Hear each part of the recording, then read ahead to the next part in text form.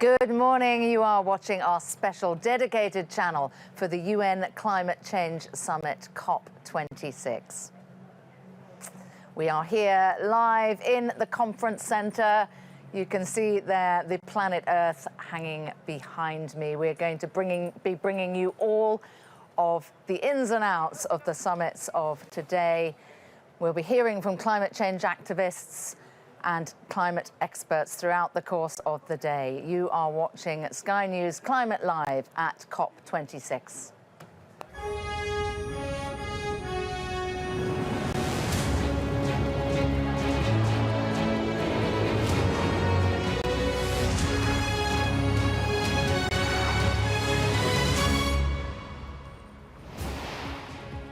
Good morning, you are watching Sky News Climate Live at COP26. Today's top stories. Money talks, the UK firms told to make historic climate commitments. The Chancellor Rishi Sunak will be making a speech in the next few minutes. We will be bringing that to you live. And the UN Special Envoy on Climate Action warns about financial institutions funding the fossil fuel industry. There is not a green switch that we can flip this afternoon and move from being economies where 4/5 of global energy is supplied by fossil fuels today. And after the US proposes leading the way on cuts to methane, Sky News travels to Texas to show the hidden danger and the impact it has on the planet.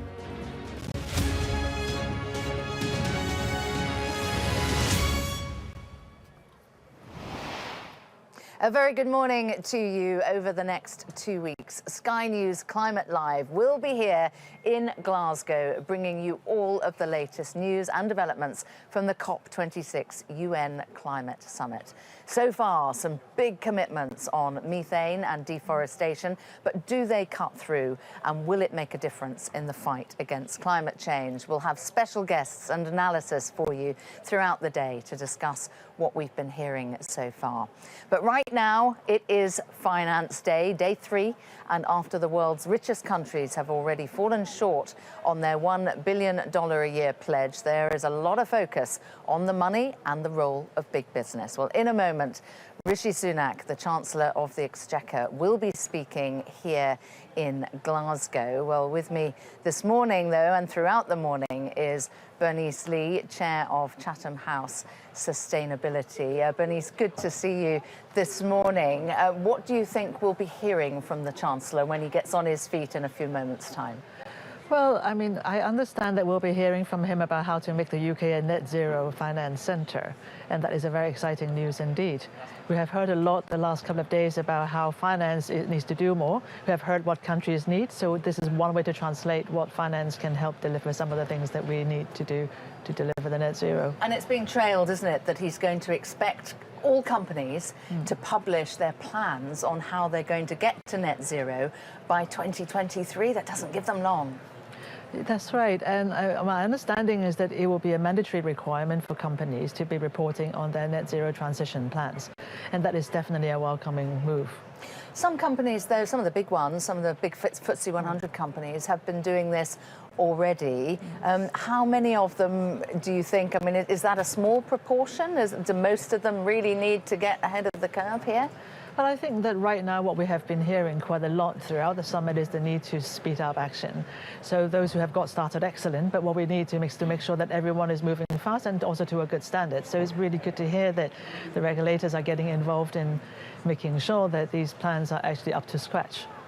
We're also going to be hearing later, aren't we, from the UN Special Envoy on Finance, Mark Carney, the former governor of the Bank of England. And it sounds like he's going to have some quite big announcements to make about the amount of money that is going to be committed to net zero.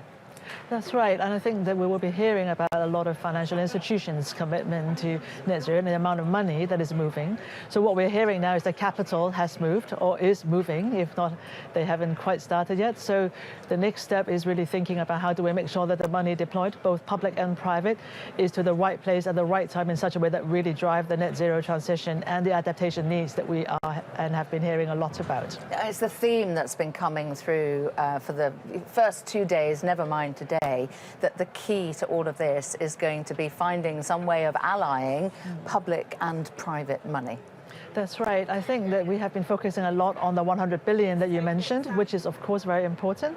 At the same time, we're ready to pivot as well into how to make sure that public-private money together can unlock the trillions that we also know that we would need to drive the net zero transition. Okay. All right, Bernice, don't go far away. We're going to take you now to that plenary where the Chancellor of the Exchequer, Rishi Sunak, is speaking. COP26 Finance Day.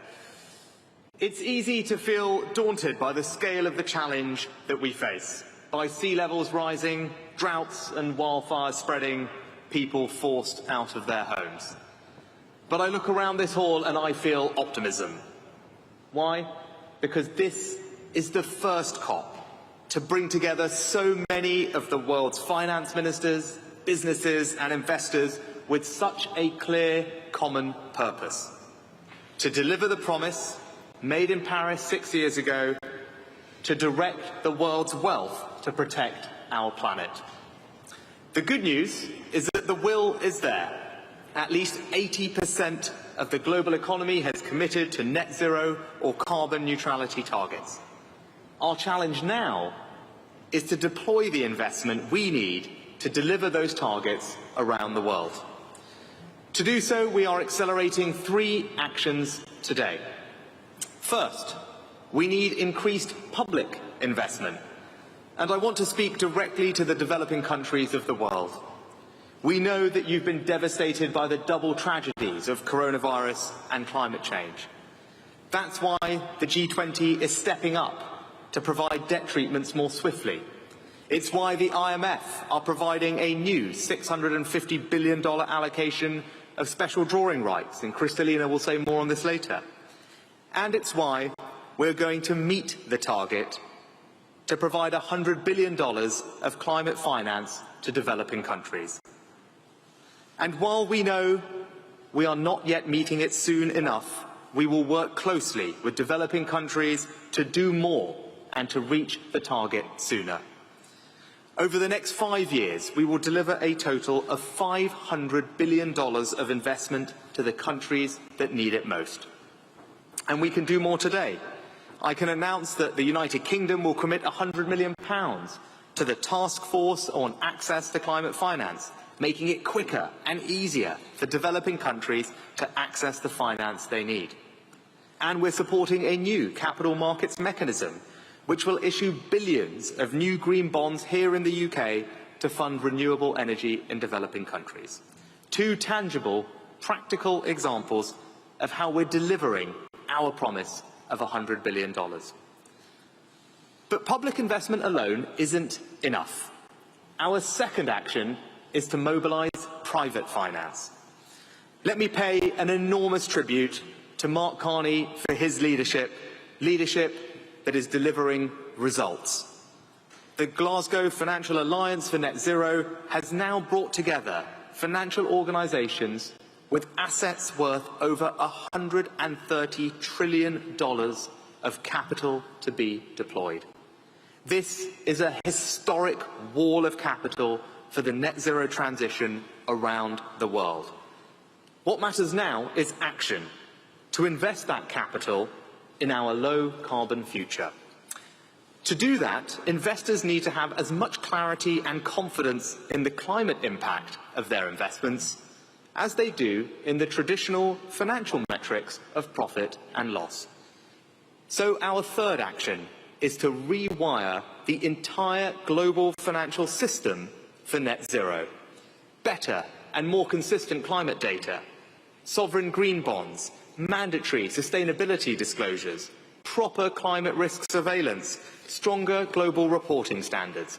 All things we need to deliver, and I'm proud that the UK is playing its part.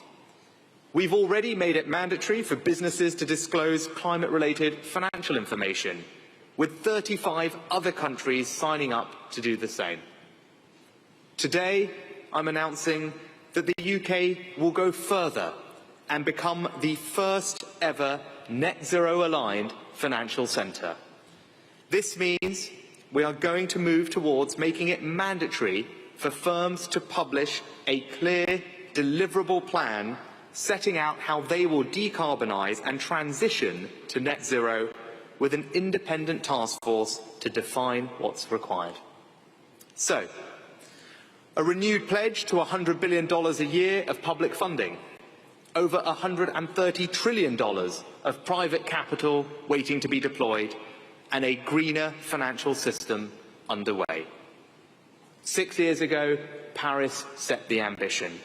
Today in Glasgow, we're providing the investment we need to deliver that ambition. Now, I know when people hear about global finance, it can often feel remote and abstract. But we're not simply talking about numbers on a page.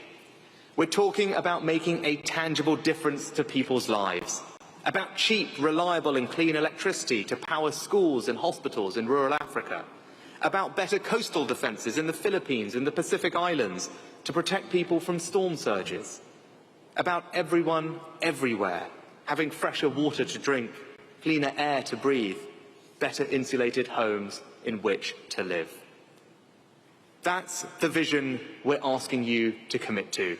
That's the opportunity we're asking you to invest in. And that's the work that we're asking you to begin today. Thank you.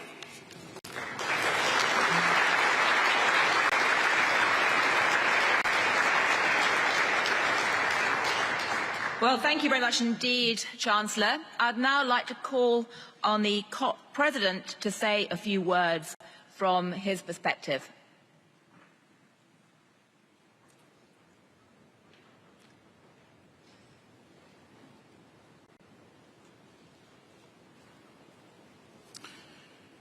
Good morning, everyone.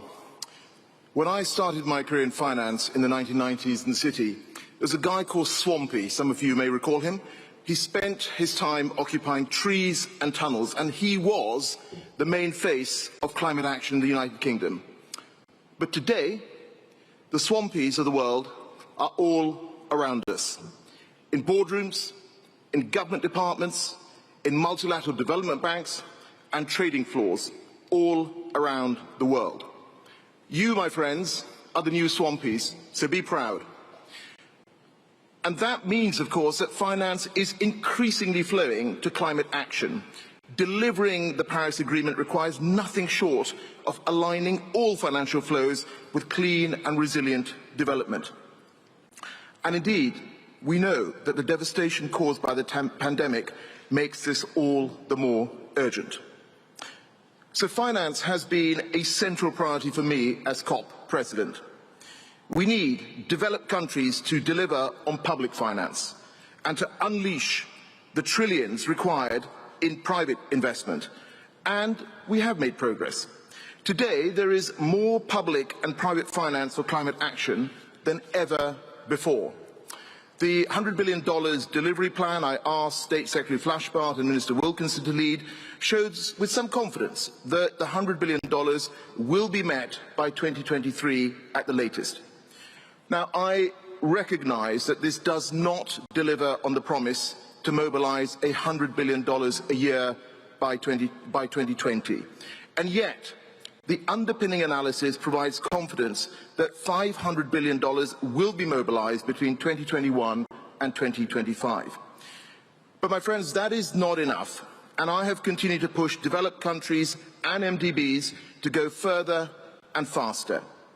And here at COP, over the last few days, we have had new climate finance commitments from the UK, from Japan, from Australia, from Spain, from Ireland, from Luxembourg.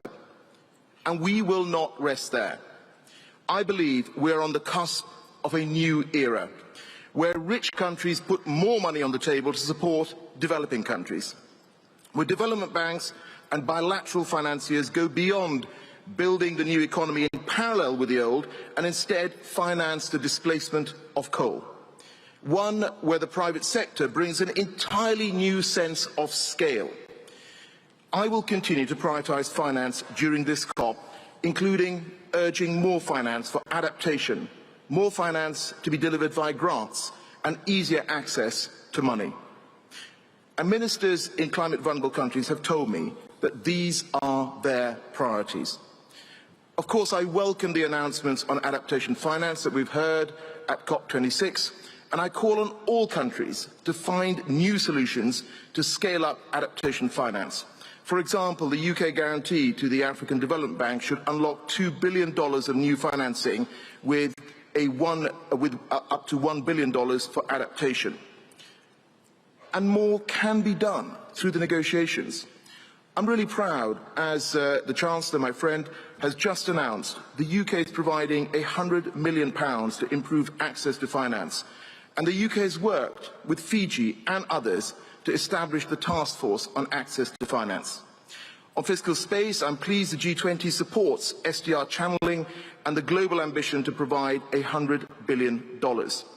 And having worked closely with Kristalina at the IMF over the last year, I'm delighted that it is setting up a trust fund to channel reallocated SDRs to climate vulnerable countries. But we will not meet our climate ambitions without unleashing private finance at an unprecedented scale. So it's really good news that finance providers are developing new mobilisation initiatives. And that, as the Chancellor has said, financial institutions representing over $100 trillion in assets have committed to net zero through the Glasgow Financial Alliance for Net Zero. And I'm really pleased that our friend Mark Carney is with us as he has been leading on this. Now, I urge GFANZ members to set short-term targets, and I'm delighted that today they are committing to help close the investment gap faced by developing countries. And this is just one of the announcements making real progress here at COP26. Others include the $8.5 billion South Africa Just Energy Transition Partnership, which I was very pleased to work on, and the UK's £3 billion package of support for clean, green infrastructure. And of course, yesterday we had the announcement of a $10 billion clean energy fund from a consortium led by Rockefeller, which aims to scale up to $100 billion by 2030. This fund, of course, is going to work in partnership with the COP26 Energy Transition Council. But my friends, this is just the start. I'm calling on investors, governments and MDBs to go further to finance the green recovery from COVID-19 and fuel the opportunities of green growth. We talk in billions and trillions. We must always remember that this is about transforming individual lives and livelihoods, like that of Neville, who I met in Kenya a couple of years ago. And thanks to financing for an off-grid solar power solution, providing light in the evenings, he has been able to study for his degree. Together, we can deliver the clean, resilient world that is indeed within our grasp. Thank you.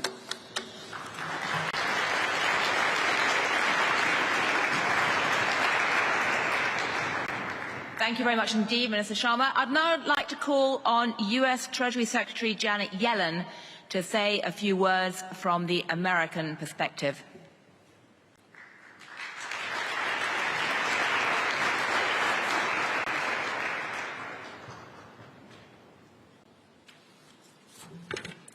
Thank you, Gillian. Glasgow and COP26 is a pivotal moment at the start of this decisive decade of climate action. The climate crisis is already here. This is not a challenge for future generations, but one we must confront today. Rising to this challenge will require the wholesale transformation of our carbon-intensive economies. It's a global transition for which we have an estimated price tag. Some have put the global figure between $100 and $150 trillion over the next 3 decades. At the same time, addressing climate change is the greatest economic opportunity of our time. Many of the conversations here in Glasgow will rightfully focus on the way we use our public resources to fund climate mitigation and adaptation activities domestically, and for those in a position to do so, to assist other countries in responding to climate change.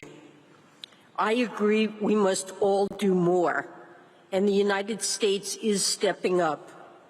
President Biden has already announced that we're quadrupling our international climate finance for developing countries by 2024 to more than $11 billion. This morning, as part of our continued efforts, I'm pleased to join the UK in announcing that the United States also intends to fully support the Climate Investment Fund's capital markets mechanism. Through an innovative leveraging structure, this initiative will help attract significant new private climate finance and provide $500 million per year for the Clean Technology Fund's programming that includes the new Accelerating Coal Transition Investment Program. Partner countries should begin to quickly see the results of this support.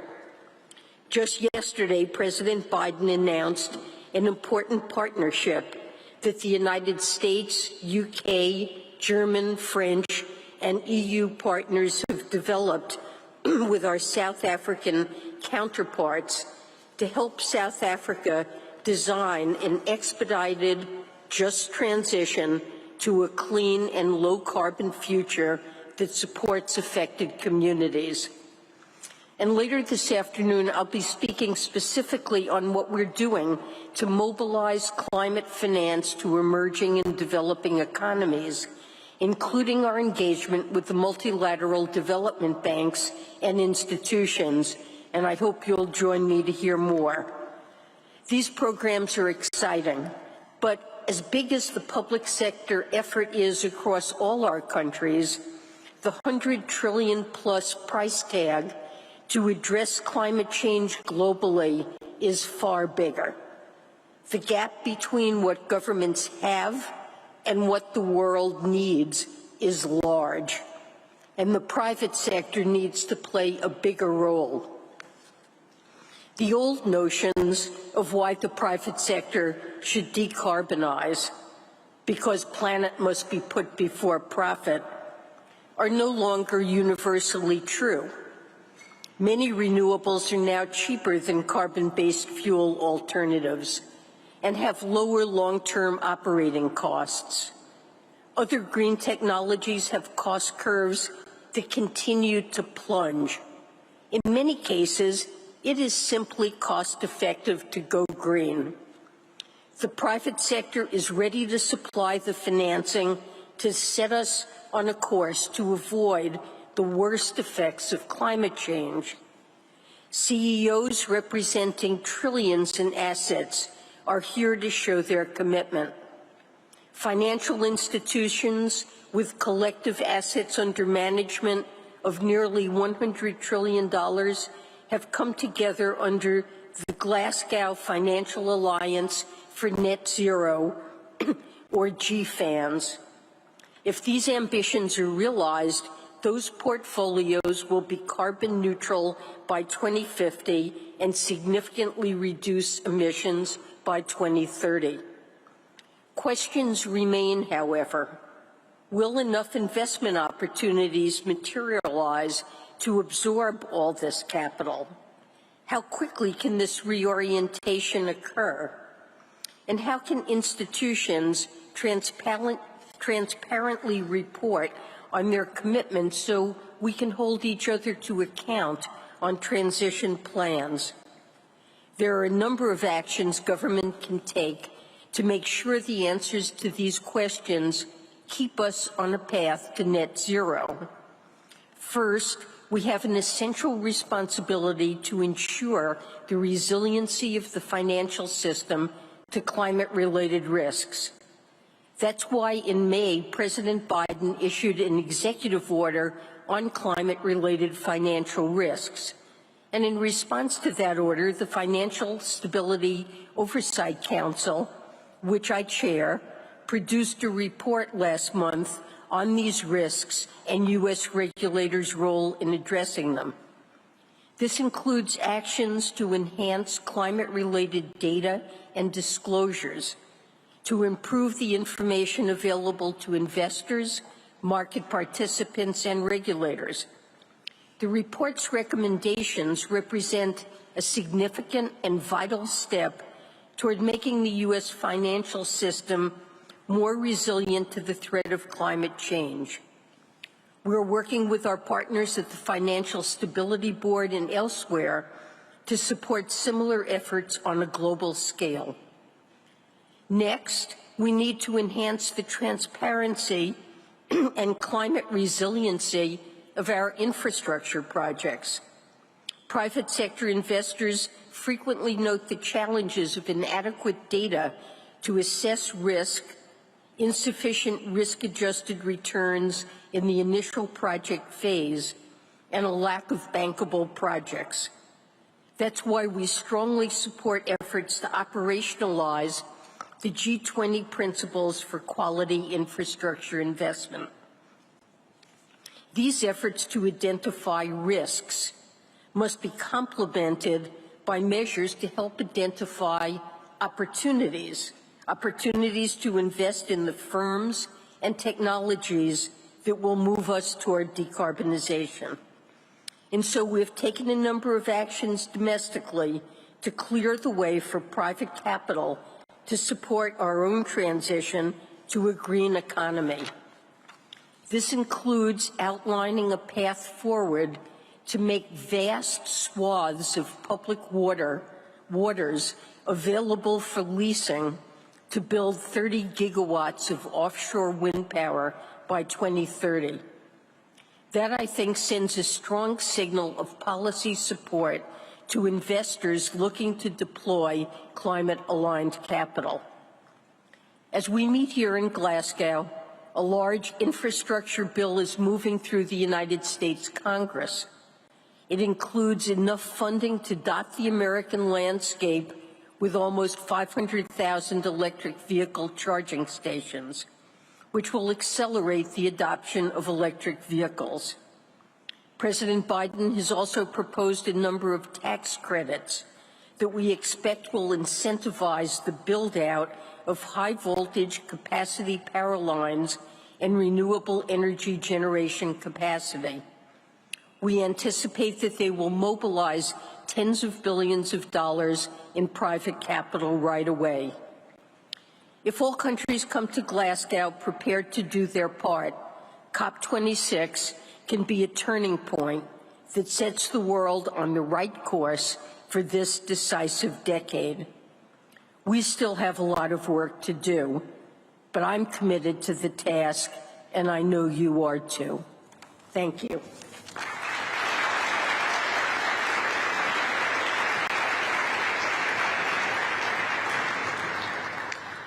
Well, thank you very much indeed, Secretary Yellen. I should say that speaking as a financial journalist and having heard the last three speeches, this meeting of COP26 is indeed quite striking.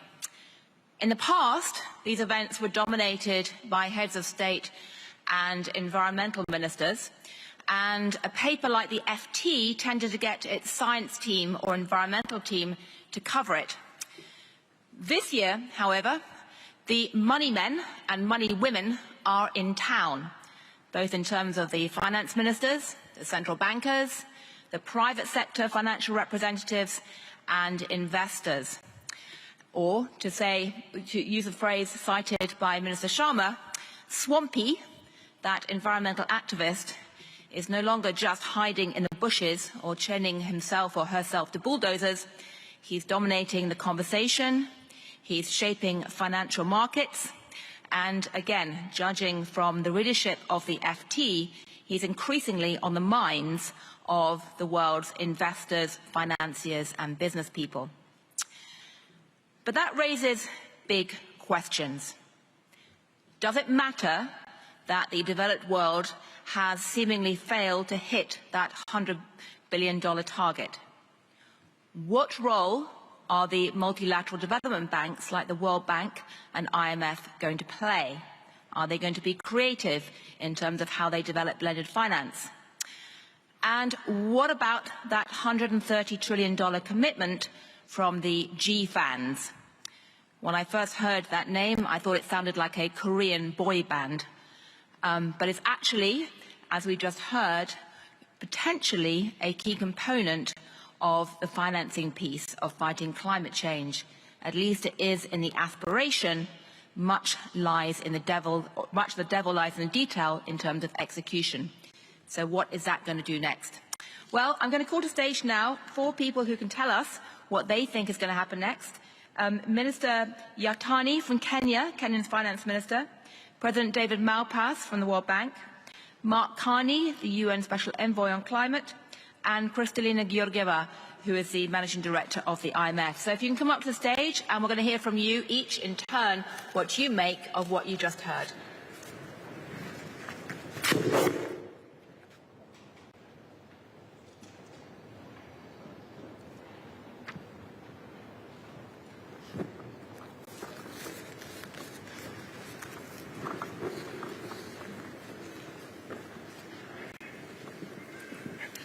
Hi. Well, thank you all very much indeed. And I'd like to start with you, Minister Yatani, because you represent a continent which has produced almost no carbon emissions compared to the world economy, and yet is at the forefront of climate change. How, on behalf of the developing world, do you see what has been announced already? Are you disappointed by the $100 billion pledge not having been met? And what are your thoughts about where the discussion goes next? Let me foremost thank you very much for this opportunity. I want to let you know that Kenya, as a country, is heavily dependent on natural resources, with about 40% of GDP and over 70% of overall employment being derived from natural resources related sectors, such as agriculture, mining, forestry, among others. As a country, we are very much aware that changing climate, environmental degradation, and loss of biodiversity means, as a way of sustainably development goals, including economic growth and poverty eradication, means so much to our country. Kenya, over 80% of the country is arid and semi-arid. And we face on a daily basis, year after year, we feel the brunt of the challenge as there is occasion by devastating impact on economy and livelihood. The fact that over two-thirds population of Kenya is rural-based complicates this scenario. It becomes more difficult, less empowered, and therefore, year after year, the impact of drought and attendant challenges becomes worse. It's only recently that in the month of September, our President Uhuru Kenyatta, declared the ongoing severe drought as a national disaster with a view of mobilizing resources to manage the food deficiency in the country. We are aware that we consider climate or green finance as a critical pillar to countries' full realization of the development goals and obligations, because we believe that mobilizing this innovative mechanism, mobilizing capital, especially from the private sources, with a view of developing new and improved infrastructure as a way of securing alternative sources of food and water, and also at the same time cushioning the country against natural disaster, remains key in as far as trying to manage these. Green bonds, whose proceeds are environmentally used for environmentally friendly projects, offers an asset that's quite attractive in terms of finance mechanism for a number of institutions. The government of Kenya is really has initiated Green Bond Agenda 2014, We are aware that besides this achievement, we have developed a eligible green project screening template that objectively and thoroughly evaluates projects to ensure that they align with the sovereign bond green framework. We also put on hold a green register of assets as a way of providing bond issuance in Kenya to manage our medium-term debt management strategy. We have put a number of things in place by making sure that, that we are fully aligned in terms of our finances, by putting our banks. The central bank as a regulator has also made it mandatory that projects and finances are fully aligned to climate resilient initiative. The Capital Market Authority has also developed appropriate code for corporate governance to provide voluntary environmental, social and governance reporting by firms. So far, our blue chip companies from Safaricom, Kenya Commercial Bank are already providing such reports, and we are making this reporting as mandatory in the course of time. We additionally, Kenya Commercial Bank was recently accredited as a national implementing entity by the Green Climate Fund, a position that addresses the GSF funding for blending and on-lending as on concessional rates to businesses pursuing green investment opportunities. The central bank, as a regulator, has also made this mandatory. These efforts will support the Kenya government objectives of building back better, particularly coming out of the challenges of COVID-19, and put us on a trajectory of green and resilient economy, which we believe that Kenya is a leader in this matter. We have already succeeded. We are well ahead of the region, and we have started rolling, the green bond as a way of mobilizing resources under the PPP arrangement, as well as also reaching out to making our projects green-friendly. That is our position. Thank you. Thank you very much indeed, Minister Yatani. And I'd like to ask the President of the World Bank what you plan to do. The MDBs are in the spotlight. Calls to become more creative in terms of blended finance and things like that. What exactly is the World Bank position on this? Thanks, Gillian. Well, I guess I'll start with why are we here? So the question is, what projects can be done that reduce greenhouse gases, and how do you fund them? So the World Bank's heavily involved in that. As you know, we're the biggest multilateral financer. Of the $100 billion goal that you mentioned, the World Bank already does fully a quarter of that. Everybody else in the room does the other 3/4. And so we're thoroughly engaged in providing financing. But I think more important is the pulling together of the various partners that need to identify projects and to decide the types of funding. No one institution by itself can fund the trillions of dollars that are contemplated for this effort. So as we look at that, this is going to mean partners from around the world. There have to be private foundations, there have to be corporates that are involved, and the carbon offset market may help provide some of the funding. The types of activities that are needed, and World Bank is well positioned to help guide and help implement those projects, but you have to work with the countries in order to identify their indices and actually how they're going to achieve that. For example, if you're decommissioning a coal-fired power plant, you need to have an agreement within the country that it's going to be closed, and then what will you do with the workers over a long period of years? And so those are types of projects that the World Bank can do because of the sustained effort. But then at the beginning of the project, you need to design the project, you need to close the power plant, you need to repurpose the land.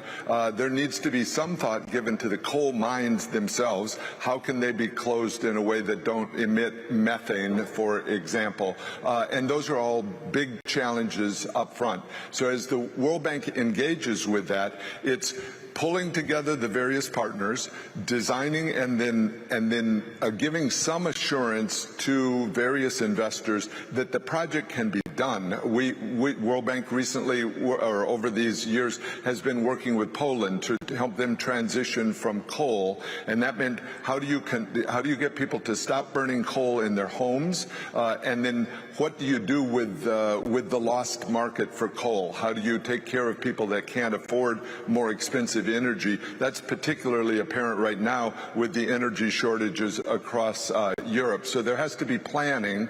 And one thing I'll emphasize is just the huge challenge that developing nations are facing in this. And we have to keep that in mind. Don't forget the poor and their needs in terms of nutrition, health, vaccinations, all of the other things that are going on at the same time. So this is a call, and I'll make it, for big new resources. We're in process of the IDA 20 fundraising effort. It's a non-fragmented platform, so it pulls together donors, and unlike a trust fund, it can go straight to the markets and directly leverage the contributions. So I've been, over these last days and at the G20, strongly encouraging the donor countries to put money through IDA, because we go 4 times by borrowing in private markets, and that's a way to really mobilize huge amounts of private capital into these projects. IDA has a pure climate action plan inside it,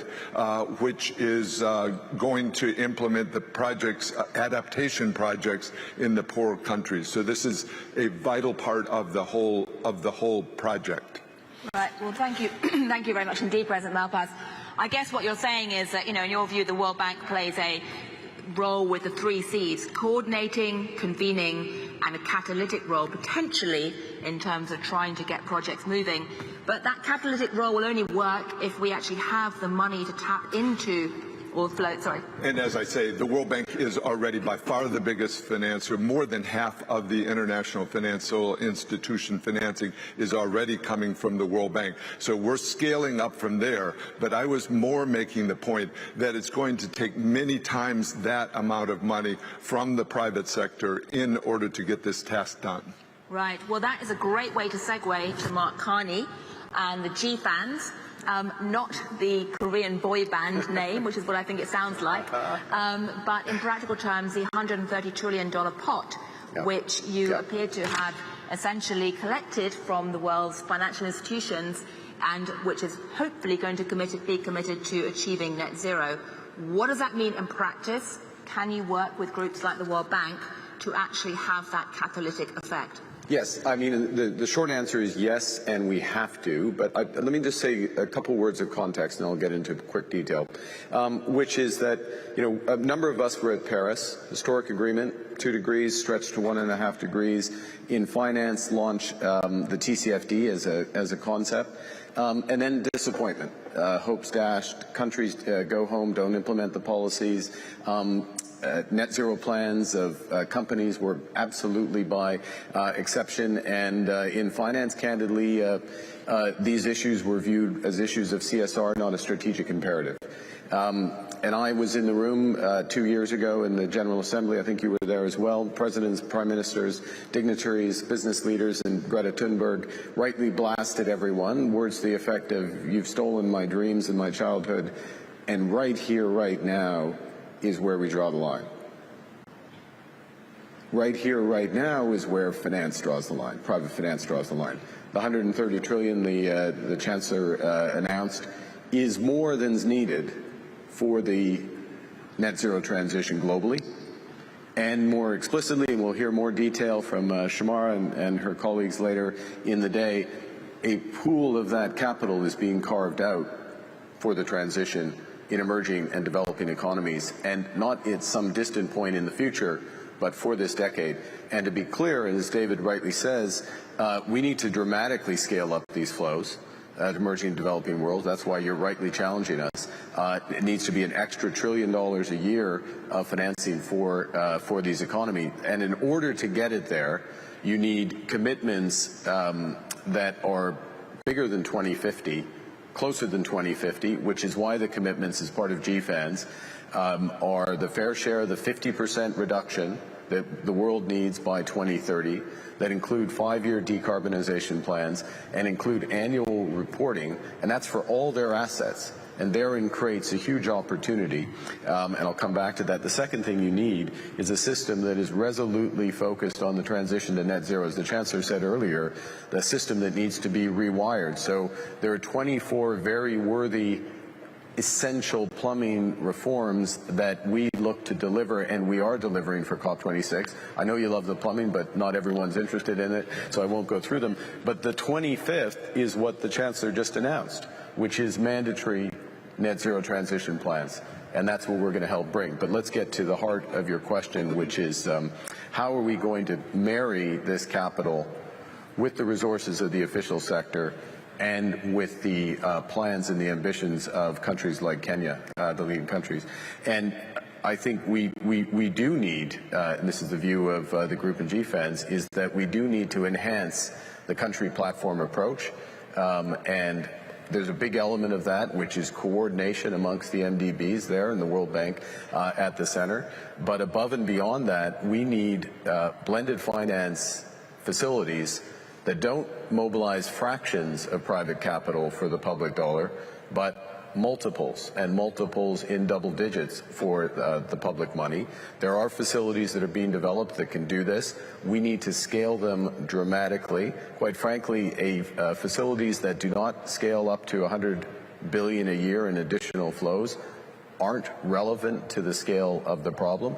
And then the third thing we need, and I'll stop here, is that we need validation of projects, kite marks, if you will, of projects in the emerging and developing world, that they're aligned with the country strategies such as those of Kenya, that they're aligned with the transition, because what you're hearing today is the money is here, but that money needs net zero aligned projects. And there's a way to turn this into a very, very powerful virtuous circle, and that's the challenge. And candidly, and Sri Mulyani, I look under your leadership and Indonesia's leadership of the G20, this is what we need to crack over the course of this year.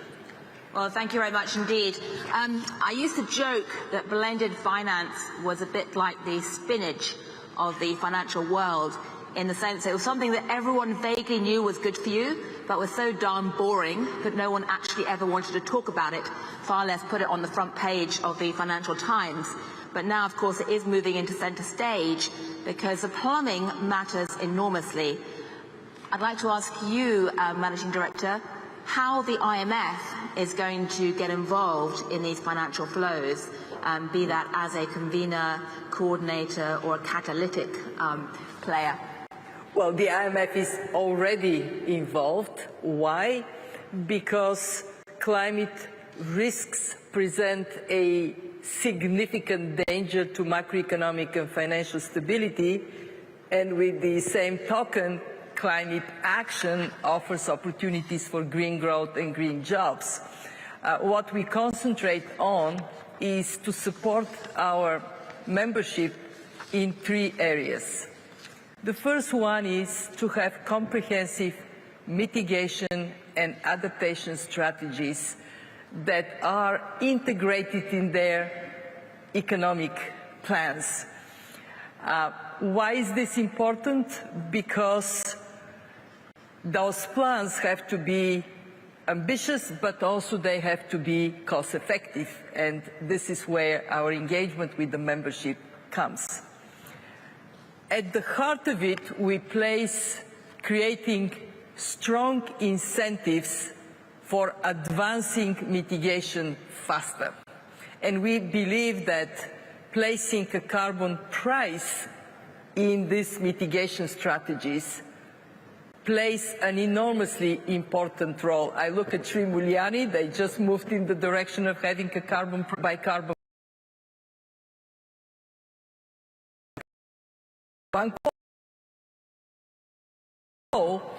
coverage, but the shift in integrating carbon price is there, and we are working very hard to support countries to take that shift.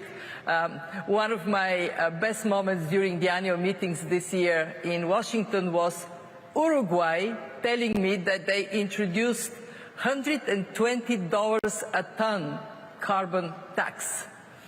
So when we have that shift, and when we provide it with forward guidance, so businesses and consumers know how the price is going to go up, this drives investments in a very powerful manner. Where we are today, average global price of carbon, $3 a ton. Where do we need to be by 2030? $75 a ton at least. So how we do this forward guidance is incredibly important. At the IMF, we came up with a proposal that is equitable and pragmatic for an international carbon price floor, differentiated by levels of development. So if you are a rich country, your price is higher. If you are a poor country, your price is much lower. But with that forward guidance to move towards a higher level, so we insensitize decarbonization strongly. Secondly, we work with our members on their public spending plans. And we do the research that shows that what many have said today is true. Green investments generate jobs, they generate revenues. We did a calculation. If we have a big green investment, public investment push, 2% GDP higher, 30 million jobs more. And finally, last but not least, we recognize, as we have been called, we have to innovate. Our membership is fantastic. They supported us to issue $650 billion special drawing rights. This is for all countries, boosting reserves, more capacity to deal with the pandemic and take the green transition. But they did something more, very creative. They said, okay, some of us don't need these reserves because we have strong positions. Why not pass it to the members that need them? So we have an ambition to move 100 billion from those who have them, don't need them, to those who really need them. And we are creating, for the first time in the history of the IMF, we call it Resilience and Sustainability Trust. Longer term financing, longer grace period to support the structural adjustment needed to get to the new climate economy faster. And of course we partner with other organizations, so that is additional instrument in the hands of policymakers to go faster where we all need to go. Well, thank you very much indeed. There's a lot I'd like to ask you, but we are running over time. I'll simply say that what's become clear from this conversation is that there are two P's that matter right now. The pot, how much money is actually available, both in the public sector and the private sector, to fund this. And secondly, as Mark said, the plumbing. How do we actually move this money into the right places? Because in theory, there is more than enough money in the world to fund the transition. In practice, it just is not going to the right places on the right scale right now. I'm going to amend that. Up until today, there was not enough money in the world to fund the transition, and this is a watershed. Okay, and so now it's plugging it in. Yes. Okay, so I guess the question is, what can you do with 130 trillion exactly. if you now have that at least on paper, if not in practice, hopefully heading to the right places? So we're going to hear a lot more about how do you spend 130 trillion later on today, what does it mean, and also whether that 100 billion will materialize and what happens post. And I know Sri Mulyani has a plan to use some of this money, so we should hear from her. Absolutely. In fact, you've just given me my prompt, which is fabulous. It wasn't coordinated as some master plan for a TV show.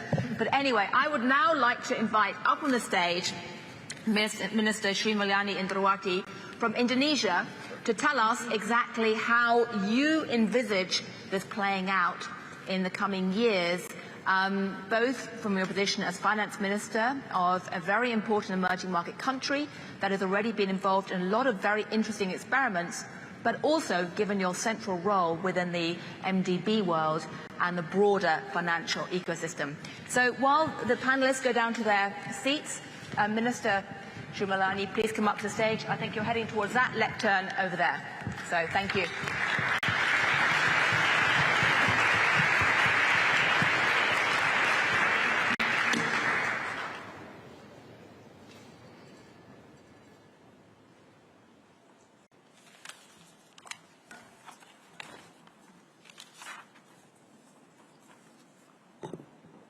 Thank you for the invitation, especially for Minister Rishi Sunak and our colleague here. It is really an honor for me to attend this COP26 and especially talking among the people who knows about how important money that need to be provided to deliver the commitment that is to prevent the world to have the catastrophic climate change. The challenge of climate change are too clear, but our collective effort need to be continuously improved and strengthened. Of course, financing is one of the most important one, including technology access, of course. And I'm glad that we are discussing on the financing aspect today. Financing determines the delivery of our promises and especially also to tackle climate change. We now here also know that there are huge financing gap, and it remains uncertain how the world will close this gap. I hear about 130 trillion from Carney. Indonesia don't need 130 trillion. We just need 270 billion really coming.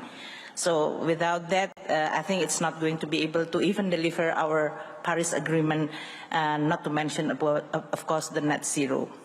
So I'm glad that we are now really talking about the real thing. Indonesia climate action and target are quite ambitious. Indonesia have updated the NDC and submitted long-term strategy on low carbon and climate resilient, or LTS LCCR 2050. Indonesia updated our NDC that reflects 2 points. First, it enhanced ambition on adaptation policies and actions based on current national condition.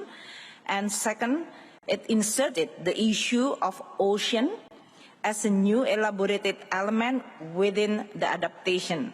Although the target is similar, unconditional target of 29% and conditional target 41% reduction of CO2 in 2030, our LTS LCCR 2050, Indonesia put ambitious target to reach net zinc in the forestry and land use by 2030. As you all know, maybe familiar with Indonesia, forestry is very, very critical in our country, and their role is actually quite cheap enough if you compare with the energy sector in order to be able to deliver the net zinc in the forestry and land use. To achieve the net zero emission by 2060 or sooner, we are estimating that this commitment will cost us 267 billion, or if I can round it to 270 billion US dollar. That's why we don't need this 130 trillion. I only need 270 billion US dollar. Why it is needed? Because our state budget only covered 21.3% of the climate mitigation and financing need, and the rest must come from the private sector. Let us now explain about how we try to attract those money which is there. And this morning I also joined with Carney and Chancellor Rishi Sunak in talking about a private sector commitment. I hear that they are asking the government to have a coherent and credible plan. So let us share a little bit on that. Minister of Finance, in this case, put our budget as transparent. The word transparency is also very important in this morning discussion on our budget. The budget becoming greener, and we also try to leverage public funds to support climate-related project finance. Minister of Finance is already implement climate budget tagging, and this is not only at the central or national level, but on local government also. We try to push forward on local government to also implement climate budget tagging. The second one, we use our fiscal instrument like tax, holiday, tax allowance, exemption, VAT reduction, and government bond income tax in order for us to facilitate and catalytic the investment on the geothermal and other renewable energy. Because many of this renewable energy require a front-end significant capital. I'm glad that David Malpass mentioned earlier that the World Bank is going to engage. So it is very good for us to really talk about the real project and real money. It's 10 o'clock. You're watching Climate Live on Sky News, day 3 of COP26 here at the SEC in Glasgow. Many of the world leaders will be on their way home now, but very big decisions still to be made, big pledges still to come in on the all-important matter of money. We are watching financing the future. We have heard from the Chancellor of the Exchequer, Rishi Sunak. We have heard also from the UN Special Envoy on Finance, Mark Carney, whose task it has been to corral financial institutions from around the world to get them to make commitments on putting sizable sums of money. We were hearing today $130 trillion worth of balance sheet committed to net zero investments. We have also been hearing from the managing director of the IMF, Kristalina Georgieva. We have heard from the COP26 president, Alok Sharma, as well. Really 3 stools to what we're hearing here. One, of course, that $100 billion a year, which is supposed to have been committed by developed countries to go towards developing countries to help them meet their climate targets, which has so far not materialized, although we have had boosted pledges from some countries while we've been here in Glasgow, the UK, Japan, Spain, Ireland, to name a few. Also, very key leg to this stool is, of course, the private finance as well. And as I was saying, Mark Carney now declaring $130 trillion of balance sheet, more than what is required, he says, to help get us to net zero by 2050. And the third leg of that stool is, of course, the framework that needs to go around that. So how this is going to be measured and monitored. And hearing from the UK that the UK is going to be leading the way on this by making companies set out their plans by 2023. Let's listen again here to the delegation speaking to us now from Indonesia. So we need 2 sources of funding: to retire the coal and to invest in the new renewable energy in an affordable way, meaning that the public can still have the consumption of the energy which just continue growing in an affordable energy price. Industry will also can access the energy in a non-disrupted way. And at the same time, for my budget, in this case, we are going to be able to contain the subsidy, which is previously a fossil fuel subsidy, to become a subsidy to transform into this non-coal-fired power generation. I think the investment on the transmission and distribution is going to be also significant. So as a finance minister, I will look at this platform very carefully, and I do hope this is going to be one of the most important, a concrete, credible platform in which we are not only talking about eradicating coal power, but really talking in the real number, so that we can really hope can achieve our commitment. So again, I'm not only counting 100 billion of the promised money or 130 trillion that Mark Carney always mentioned this. We are talking about real money that can be implemented in a credible action with a coherent policy that we communicated. We also starting, as Kristalina mentioned, introducing carbon market, trade and cap, and carbon tax. I think this is one of the most progressive for any emerging country to start introducing this legislation even in the middle of COVID.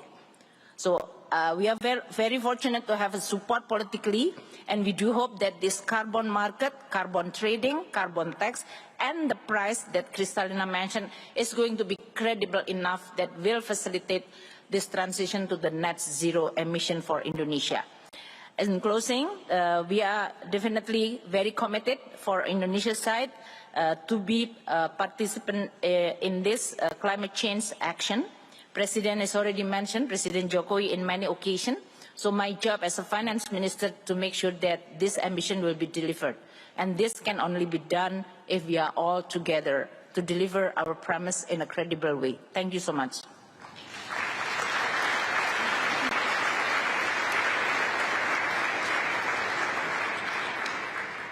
Well, thank you very much indeed, Minister. And as you've just heard, Indonesia right now is indeed a fascinating pioneer and petri dish for many of the experiments and ideas that have been discussed this morning. And the good news is that the first speakers have laid out a very rich menu of ideas and pledges for action. The bad news is that the menu's been so rich that we are now running behind schedule. So I won't try and sum up. I'll simply say that the next session is going to be talking about the specific plumbing of how do we make some of the money that's been announced and pledged actually flow to the right places. So thank you all very much indeed for your contributions and thoughts, and please do come back and reconvene at 10:15 to talk about the all-important plumbing, the all-important details of how these promises actually are or are not put into action for the sake of us all. So thank you all very much indeed.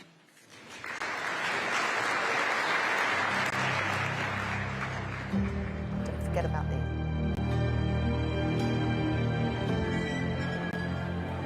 Well, that concludes that Financing the Future session there, where we heard from many of the great and the good in the world of finance, which is, of course, key to underpinning many of these pledges that have been coming out over the last couple of days. World leaders may have gone home, but the people holding the purse strings are still here, and they are still outlining their plans to get the money where it's needed to be to make these net zero pledges realistic. Well, Bernice Lee, sustainability expert at Chatham House, is still with me. Bernice, just a wider reflection to begin with. I'm saying their world leaders may have gone home, but the money is so key to this, isn't it? If this session didn't happen and we didn't have these kind of announcements, it would all literally be hot air, wouldn't it? That's right, and I think this is why it's encouraging to have this session today after having heard from so many leaders the last couple of days in terms of what they need. Now we have the money to give the firepower that we really need to make them reality on the ground. Three legs to this stool is how I was kind of hearing it to my ears. We were hearing more about renewed commitment to that $100 billion a year for developing nations, and we have had some additional announcements from countries upping their commitments, and that is key, isn't it, in order to try and help deal with some of the injustice, you could say, about how climate has impacted different parts of the world. That's right. I think that it is good to hear that the 100 billion is very much back at the table as an important trust issues that developed countries are trying to deliver. And we're hearing that it is quite likely, that's what Alok Sharma said, that they would make it, even though obviously the devil is still in the detail in terms of whether they will make it for 2022, for example. But the hope is that they will. But also we are also hearing that in addition to focusing on the 100 billion, we're pivoting into how to make sure that the money is really being spent in a way that is felt in a positive way in terms of low carbon transition as well as adaptation. So all of this is an important pivot that takes us to the second pillar, which I presume you're going to go into. The private money. Exactly, about the private money. And we're hearing from Mark Carney, former governor of the Bank of England there, whose job it is really to get all the financial institutions on side and to really put their money where their mouth is. And I think he had a kind of a target of about 100 trillion, and he's announcing 130 trillion. So is that positive surprise? I think that it has been a dazzling number, there's no question about it. And as always, as the Secretary General, I think, mentioned at the beginning of the summit in the opening, it is also very important that we need to make sure that all these commitments are indeed delivering net zero in a way that really deliver the goods.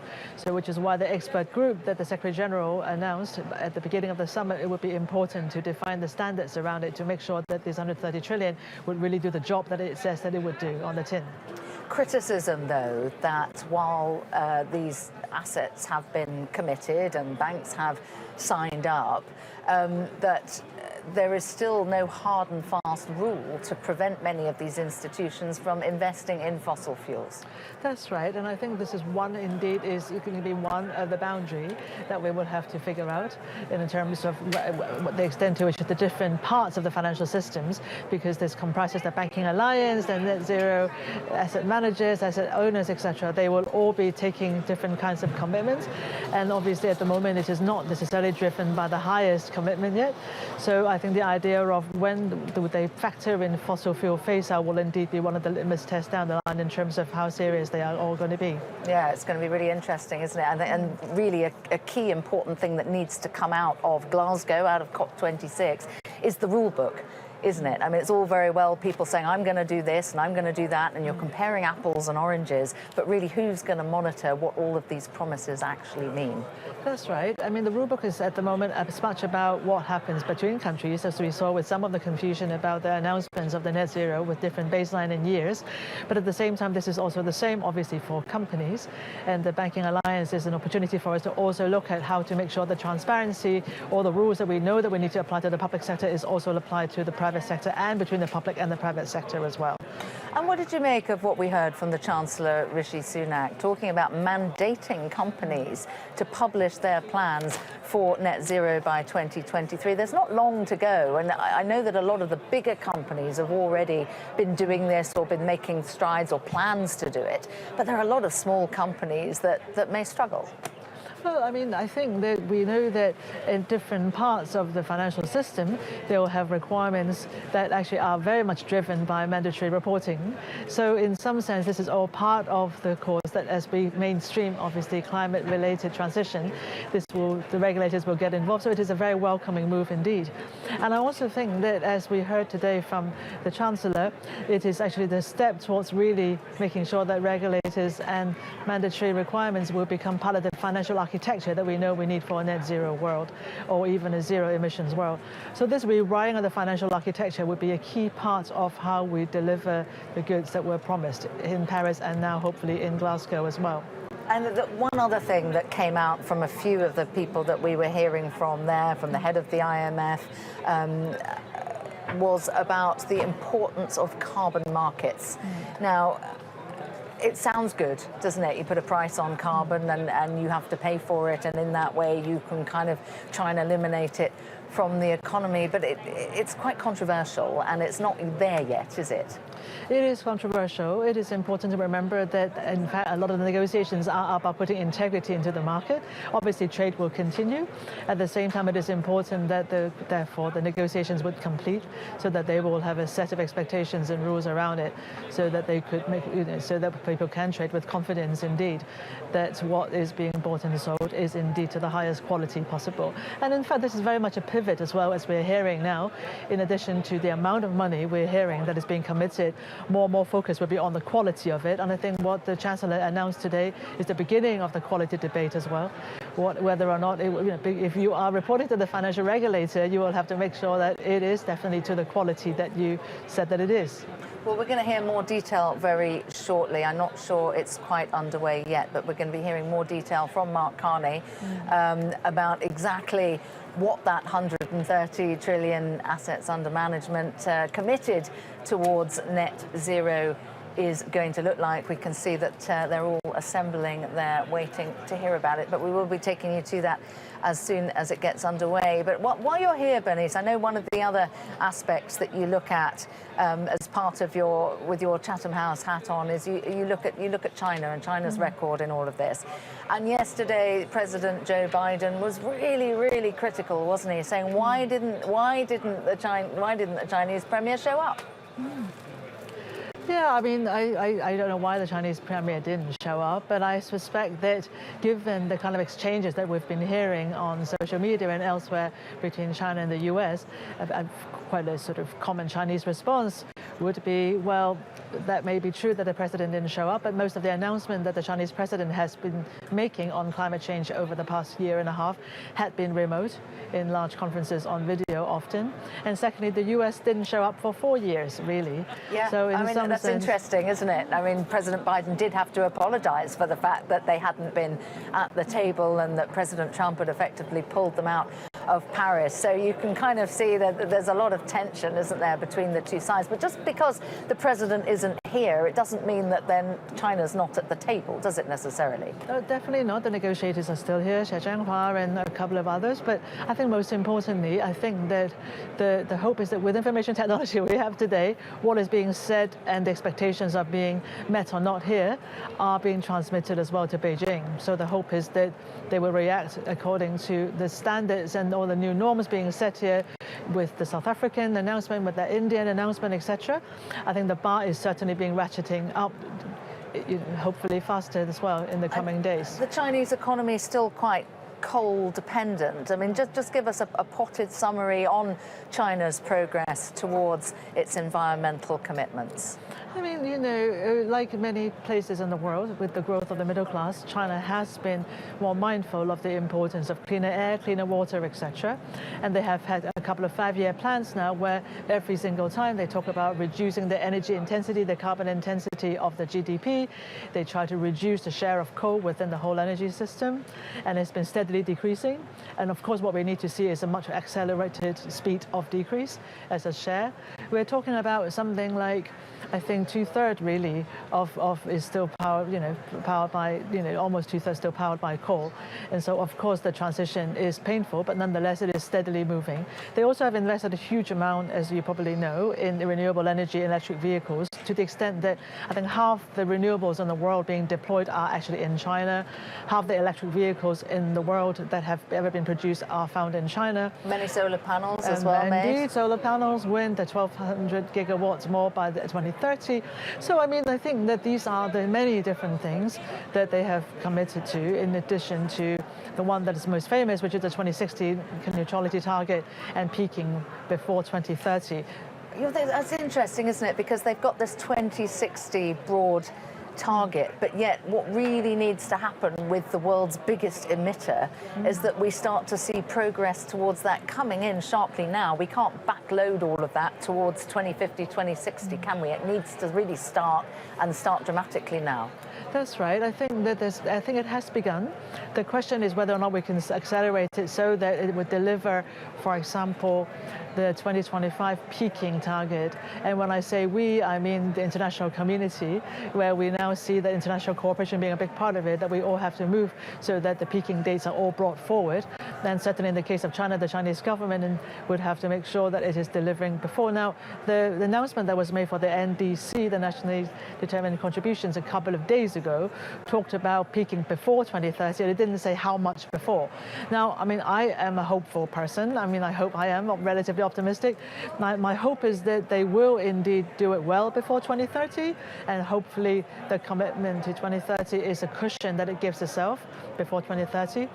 And now there are many days still left before the end of the COP, and there are obviously time before 2030 to make the world understand that it intended or not to peak well before 2030, and by 2025, which is really where, or from 2025 is really where I think that we need to get to in order to get us onto a 1.5 trajectory this decade. Well, you say you're a hopeful person. We did have some pretty key summits taking place yesterday, didn't we, with some big announcements on deforestation, on methane levels, and on clean technology. What were your reflections at the end of the day? Did you think, yeah, I think we're getting somewhere, or did you just think, oh, it's just still more talk? Well, I think that it is good to see the pivot from obviously all the government action also into sector-specific ones as well, because of course a lot of the discussions around targets and etc. by governments. That's all very high level, isn't it? And we need to get down into the sectors. That's right, and the nuts and bolts as well. I mean, I also was very encouraged as well today, supplementing what was being discussed yesterday. We heard Alok Sharma, for example, today talking about access to finance. I mean, a lot of these good intention and very important initiatives also need to make sure that the nuts and bolts of access to finance is being sorted, or otherwise they just remain a big pot of money waiting to be seen. So making sure that communities, local level, are really getting access to the finance that it needs, whether it's about methane, whether it's about also, you talked about deforestation, is a very encouraging move, but it's about all the different pieces of the puzzle of the architecture are lining up now. So what we heard from the summits are indeed these sectoral deals are setting sectoral-based targets that are also aligning efforts, whether it's about money, whether it's about commitments at different level, hopefully will deliver this sort of big pot. And the deforestation one, yesterday there was some criticism about whether or not it was just old commitments being reiterated. Particularly Brazil's intentions were being criticised, weren't they? Bolsonaro, you know, said I'm signing up for this, but said he was signing up to ban illegal deforestation. Well, I mean, who defines whether deforestation is legal or illegal? Presumably his government. Well, I think that there were indeed a lot of criticism of the Brazilian offer, and I'm no expert on Brazil at all.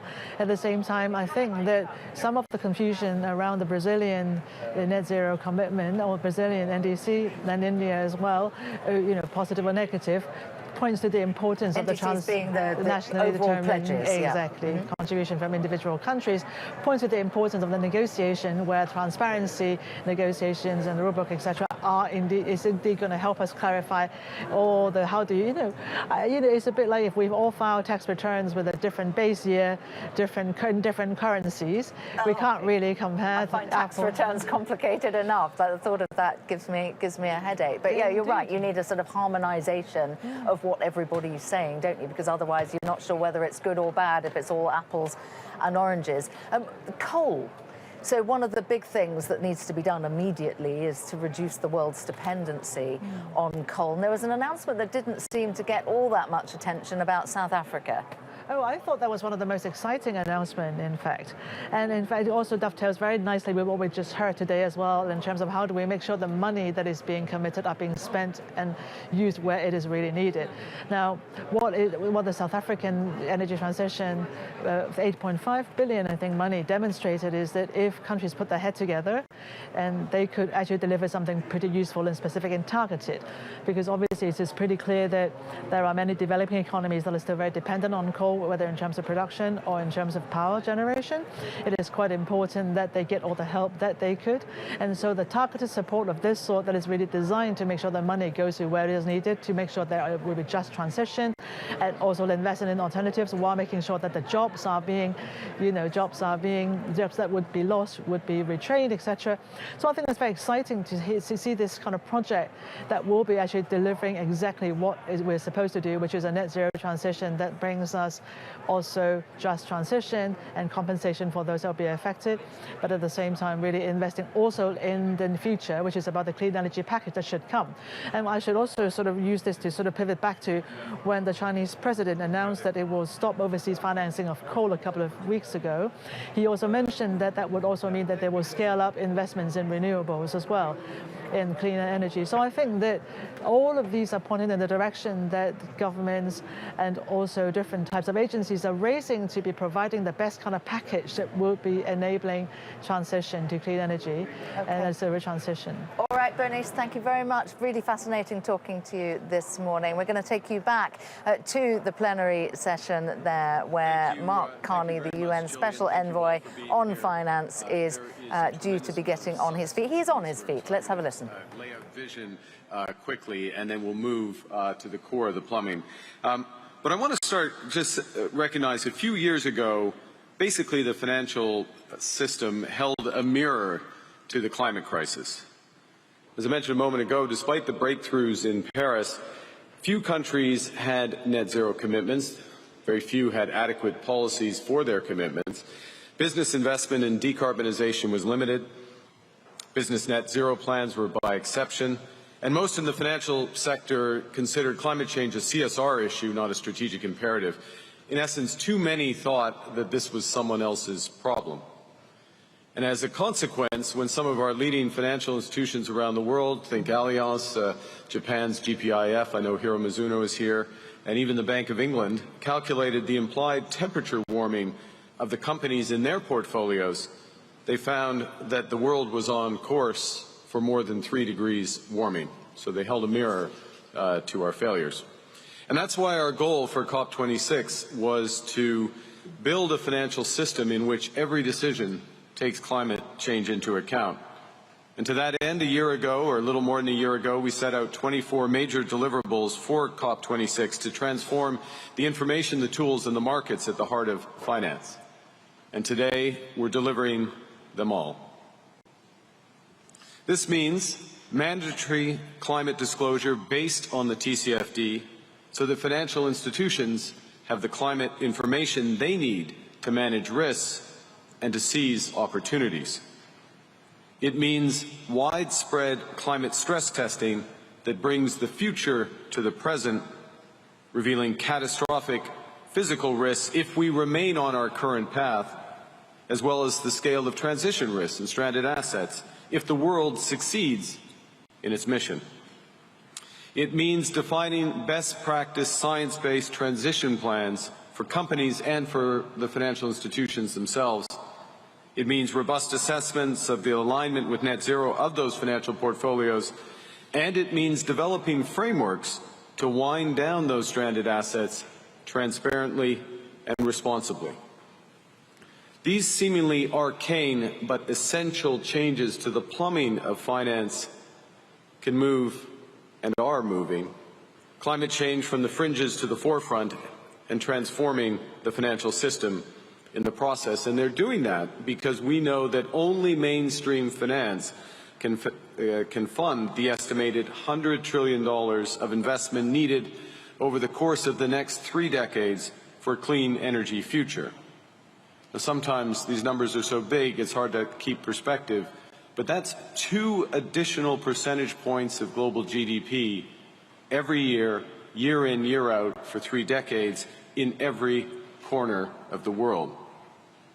So when the UK assumed the COP presidency in partnership with Italy 2 years ago, that time there was about $5 trillion of private financial assets committed to being managed to net zero. And as you've heard today, as part of GFANZ, over 450 major financial institutions from 45 countries are committing to manage their balance sheets that total over $130 trillion in line with net zero. So make no mistake, the money is here if the world wants to use it. GFANZ covers the entire waterfront of finance: banks, insurers, pension funds, asset managers, export credit agencies, as of today, stock exchanges, credit rating agencies, index providers, auditors. These are the best in finance that are committed to making the transition to net zero a reality. And GFANZ is the gold standard for net zero. All members have followed rigorous internal governance processes to make their commitments that will reshape their business models to fund the sustainable transformations of our economies. And GFANZ members haven't just committed to net zero financed emissions by 2050 at the latest, although they have. They also target their fair share of the 50% greenhouse gas emission reductions by 2030 that are needed to keep the world on track for 1.5 degrees. And they're using the most stringent and rigorous science-based scenarios to set out detailed 5-year emissions reduction plans, and every member will report their progress annually. GFANZ is underpinned by the UNFCCC's Race to Zero. There's an independent expert peer group of academics, scientists, and NGOs that ensure that all criteria are met and that governance is followed. A GFANZ advisory panel of 20 independent experts from around the world and 7 NGOs convene the sub-sector alliances of GFANZ, and they guide and scrutinize its work. And as you will hear shortly, GFANZ will work closely with the official sector, including the FSB, to build a global financial system that's focused on achieving net zero. Now, a critical issue is how do we use the enormous financial resources and the relentless focus of GFANZ members to unlock the $1 trillion of additional annual investment needed for the net zero transition in emerging markets and developing economies. Doing so will require a radical new approach to mobilize private finance at this unprecedented scale. Specifically, we need new country platforms that combine ambitious country climate plans, that bring them together with GFANZ financing commitments, and you'll hear more specifics about those financing commissions from Shamara later, combining them as well with catalytic initiatives from the private sector, such as the CFLI and fast infrastructure, as well as the expertise of the multilateral development banks and the IMF. These country platforms should deploy new structures of blended finance at scale and with high multipliers, as Larry Fink and others have emphasized, connecting private finance with Paris-aligned projects and managing the wind-down of those stranded assets. So to conclude, finance is no longer a mirror that reflects a world that's not doing enough. It's becoming a window through which ambitious climate action can deliver the sustainable future that people all over the world are demanding. It will help end the tragedy of the horizon. And with the best in finance stepping up, there are new opportunities for companies and countries to raise their ambitions, to tackle deforestation, to end the use of coal, and to phase out fossil fuels and dramatically reduce methane. There's fuel for finance, or there's finance to fuel the race to zero's breakthrough ambitions, from affordable green power to zero-emission steel and low-carbon hydrogen. And finance can fund investment driven, as Sri Mulyani emphasized, by credible and predictable government policies. Through the new window of finance, such initiatives give finance the confidence to invest, pulling forward the adjustments in our economy, smoothing the transition to net zero, and critically driving growth and jobs upwards while they force emissions downwards. With GFANZ, we have all the money needed for the transition. Our job is to have the plumbing that helps put it to work. I'll pass back to you, Gillian. Thank you very much.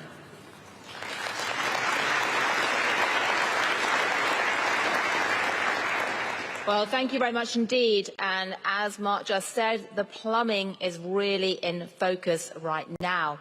So I'd like to now call Liikanen Erkki up to stage to tell us about how the reporting infrastructure is going to be changing. He has been heading the IFRS Foundation, but is now in charge of the new group called the ISSB. There's so much alphabet soup, it's easy to get confused. Tell us what the ISSB is and why it matters. Thank you very much, Gillian. To play their role effectively in this transition, financial markets need good quality, comparable information about the effects of sustainability-related risks and opportunities for making investment decisions. In financial reporting, this problem with data quality is largely solved. 20 years ago, IOSCO strongly supported the creation of the IFRS Foundation and the International Accounting Standards Board, IASB.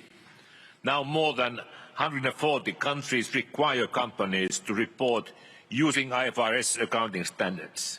Investors get high quality, assured and globally comparable financial information on which to make investment and capital allocation decisions.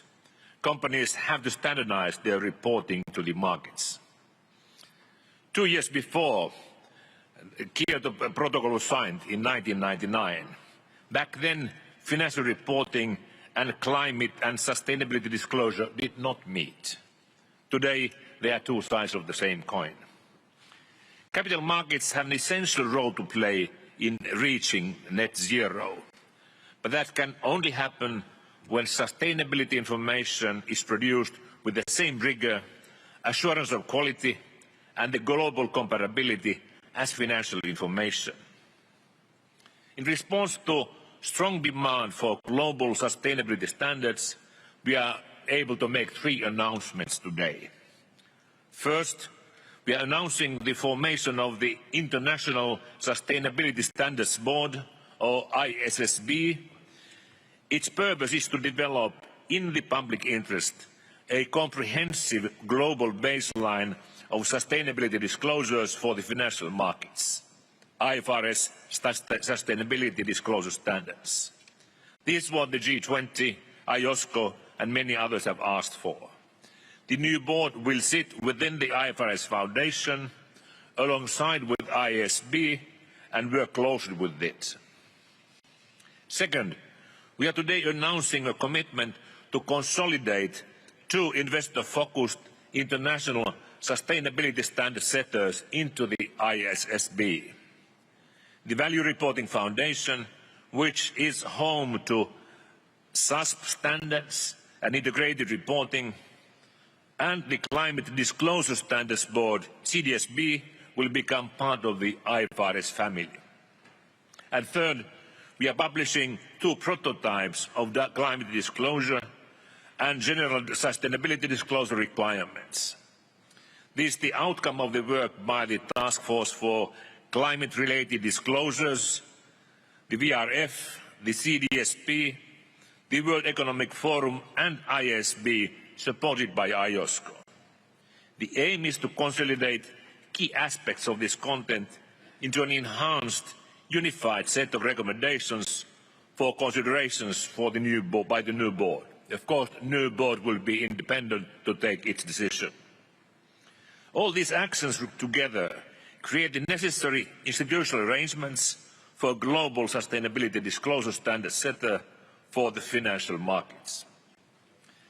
The ISSB will focus on meeting the sustainability information needs of investors for assessing enterprise value and making investment decisions.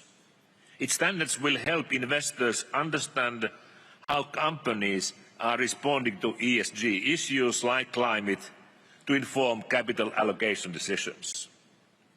The standards will form a comprehensive global baseline of sustainability disclosures. They can be used on a standalone basis or integrated into jurisdictional requirements to serve broader stakeholder or other public policy needs.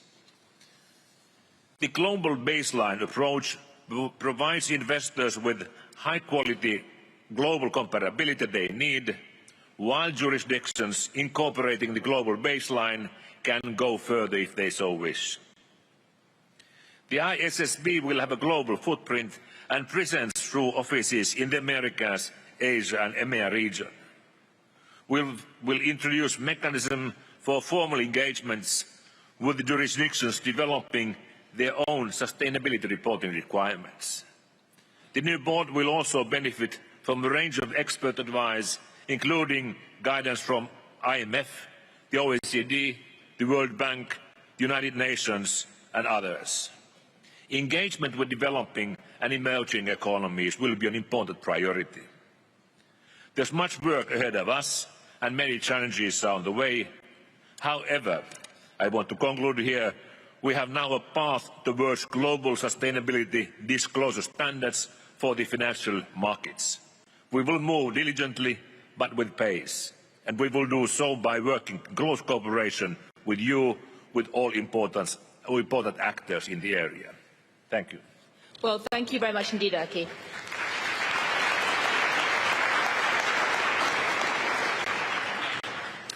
Well, I'd now like to call up to the platform Ashley Alder, Marie Pangestu, Klaus Knott, Fernanda Guardado and Kristalina Georgieva, and take your seats on the platform wherever you would like. And as you come up, I should say that this session is billed as a financial system for net zero.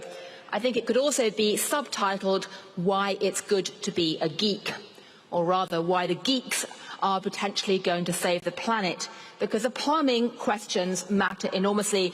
And just to give you a sense of how we're going to structure the conversation now, we're going to start off with a discussion about the reporting aspects of the transition. As you've just heard from Erki, there are big changes underway in terms of the reporting frameworks. The alphabet soup is confusing, but it matters enormously. We're then going to talk about the risk management issues from the perspective of central banks and financial stability.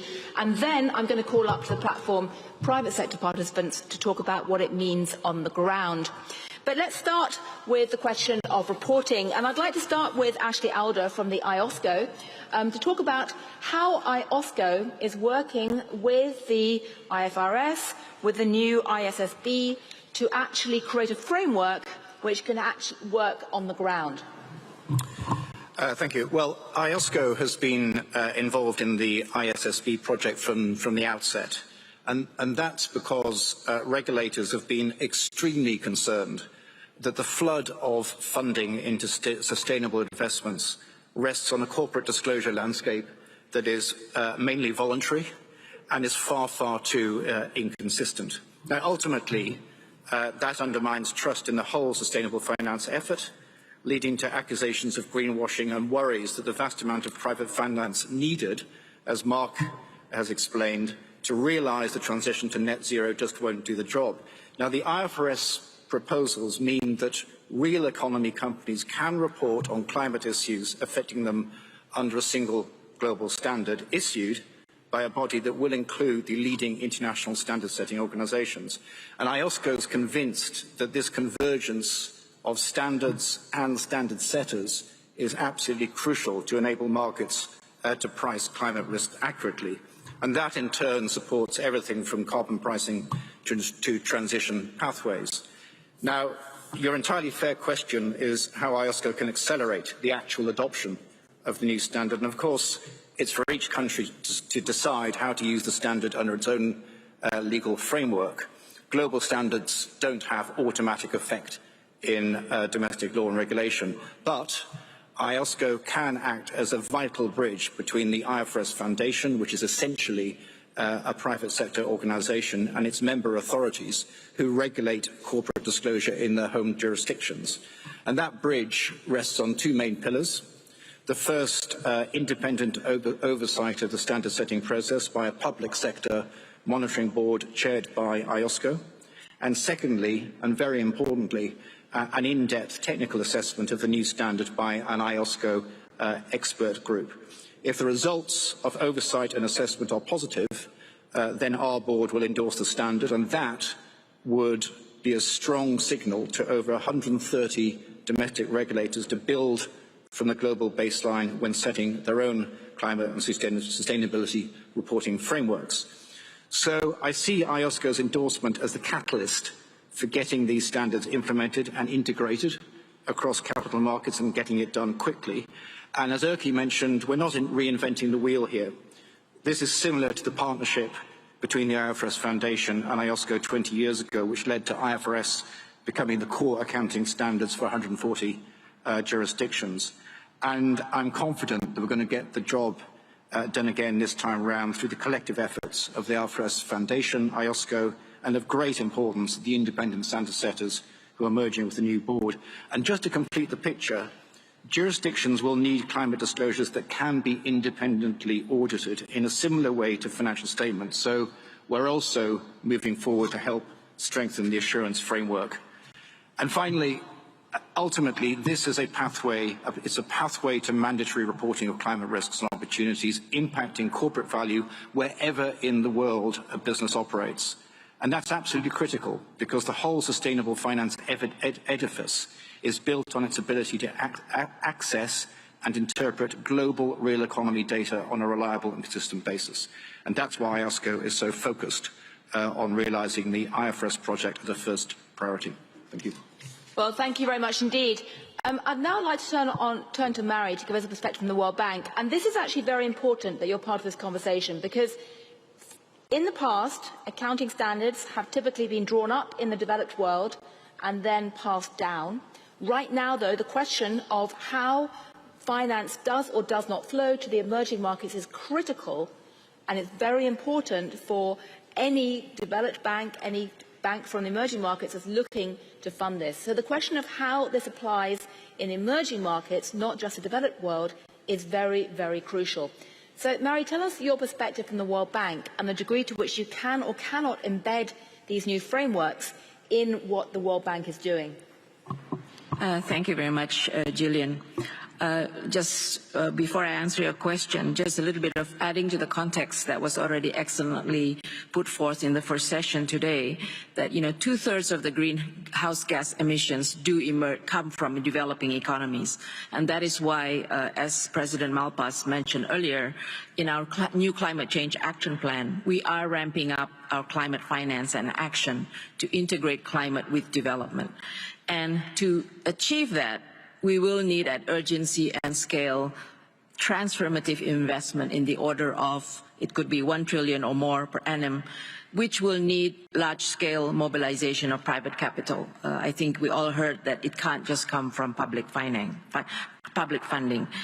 And therefore, international sustainable reporting standards is one of the key plumbing, as we are saying, for attracting capital for sustainable investment in emerging markets. So we really welcome this initiative of the creation of the IISB.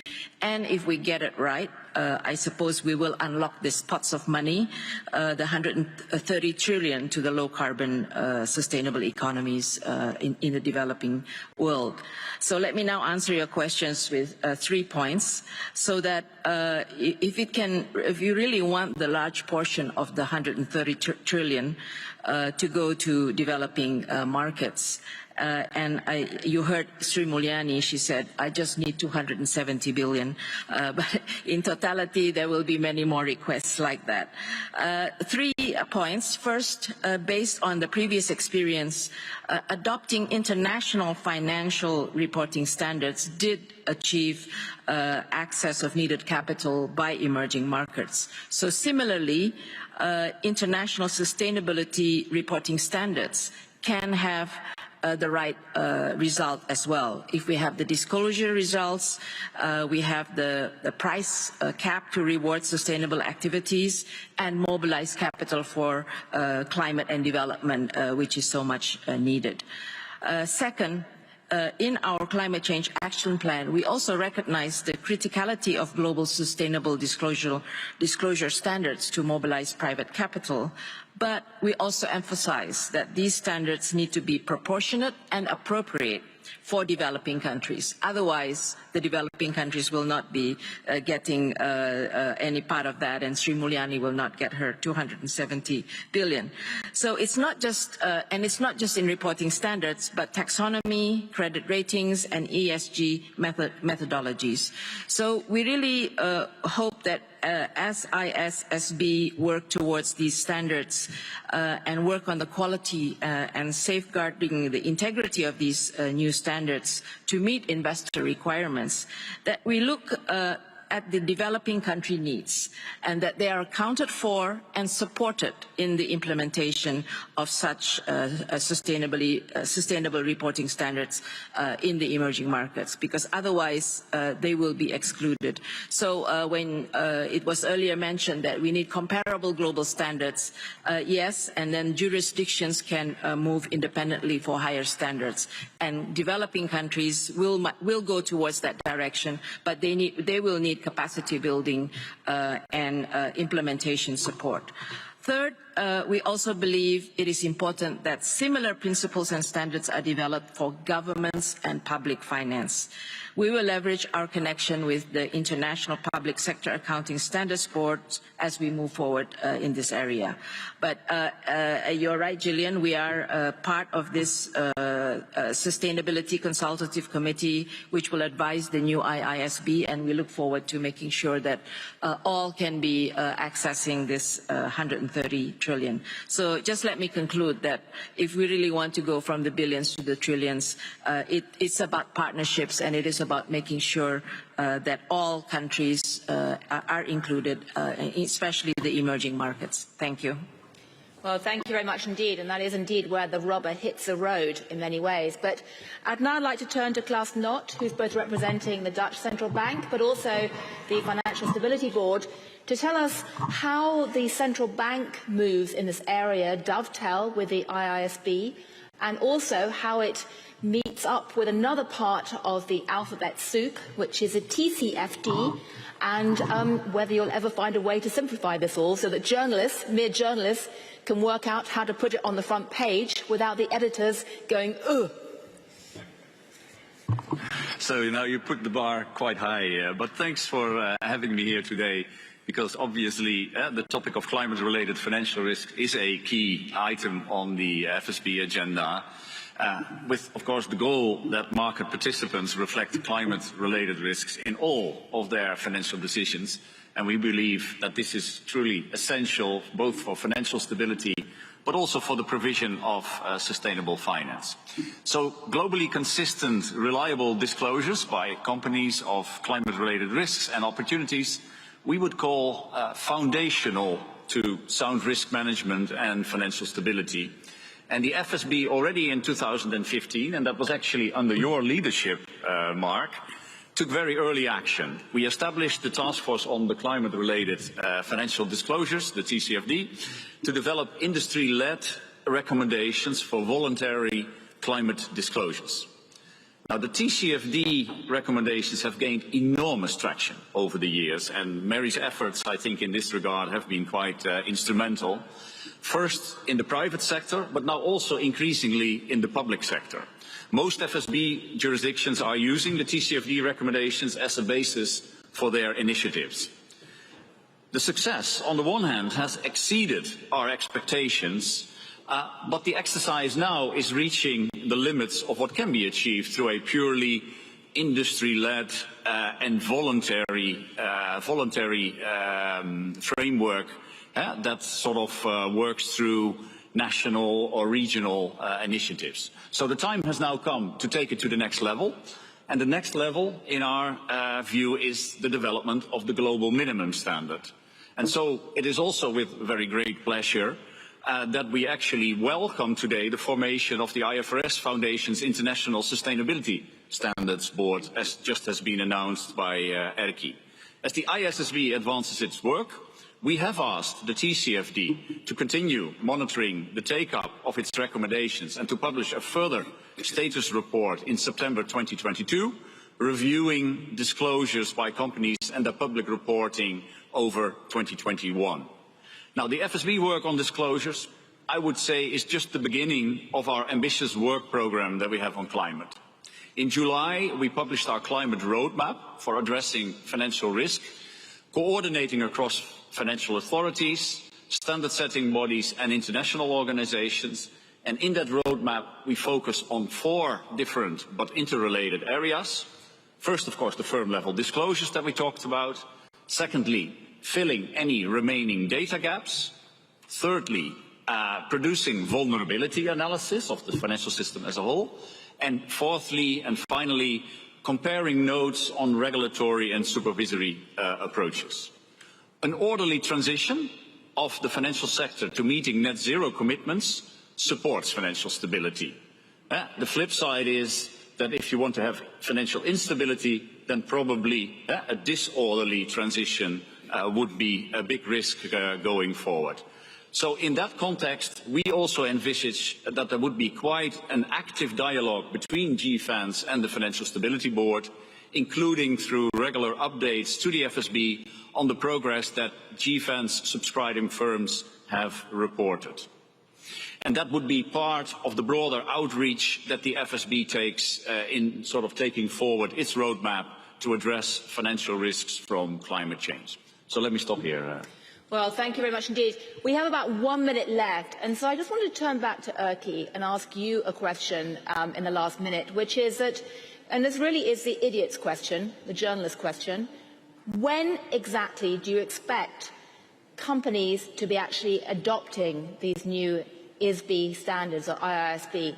I think I'm going to christen it ISB because it's easier to pronounce. It's a very good question. But when we talk about the first two standards, one is climate standard based on TFCD, second is on the presentation standard. The preparatory work has proceeded so far that when this prototype will be passed to the new board, they will launch the consultation.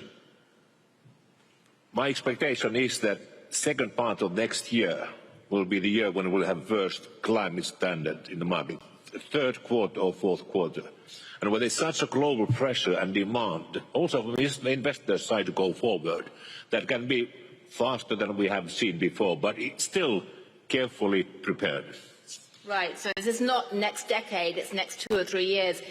Maybe I just can very quickly ask Ashley, do you agree with that prospective timetable? Because, of course, the parallel is with the initial introduction of the IFRS, but do you think that's a reasonable timetable, that corporate boards should be preparing for this in the next 2 or 3 years?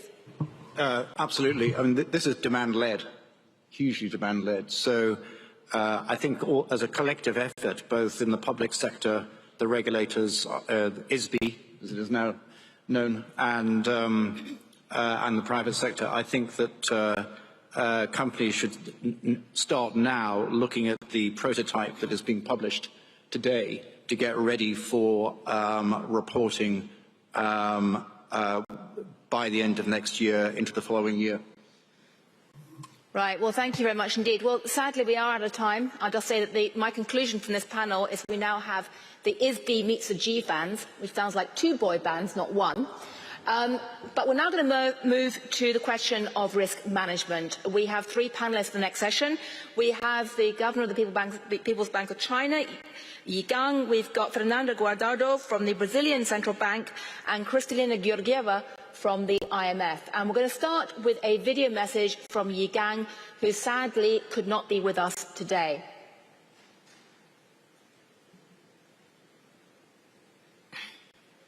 Hello, everyone.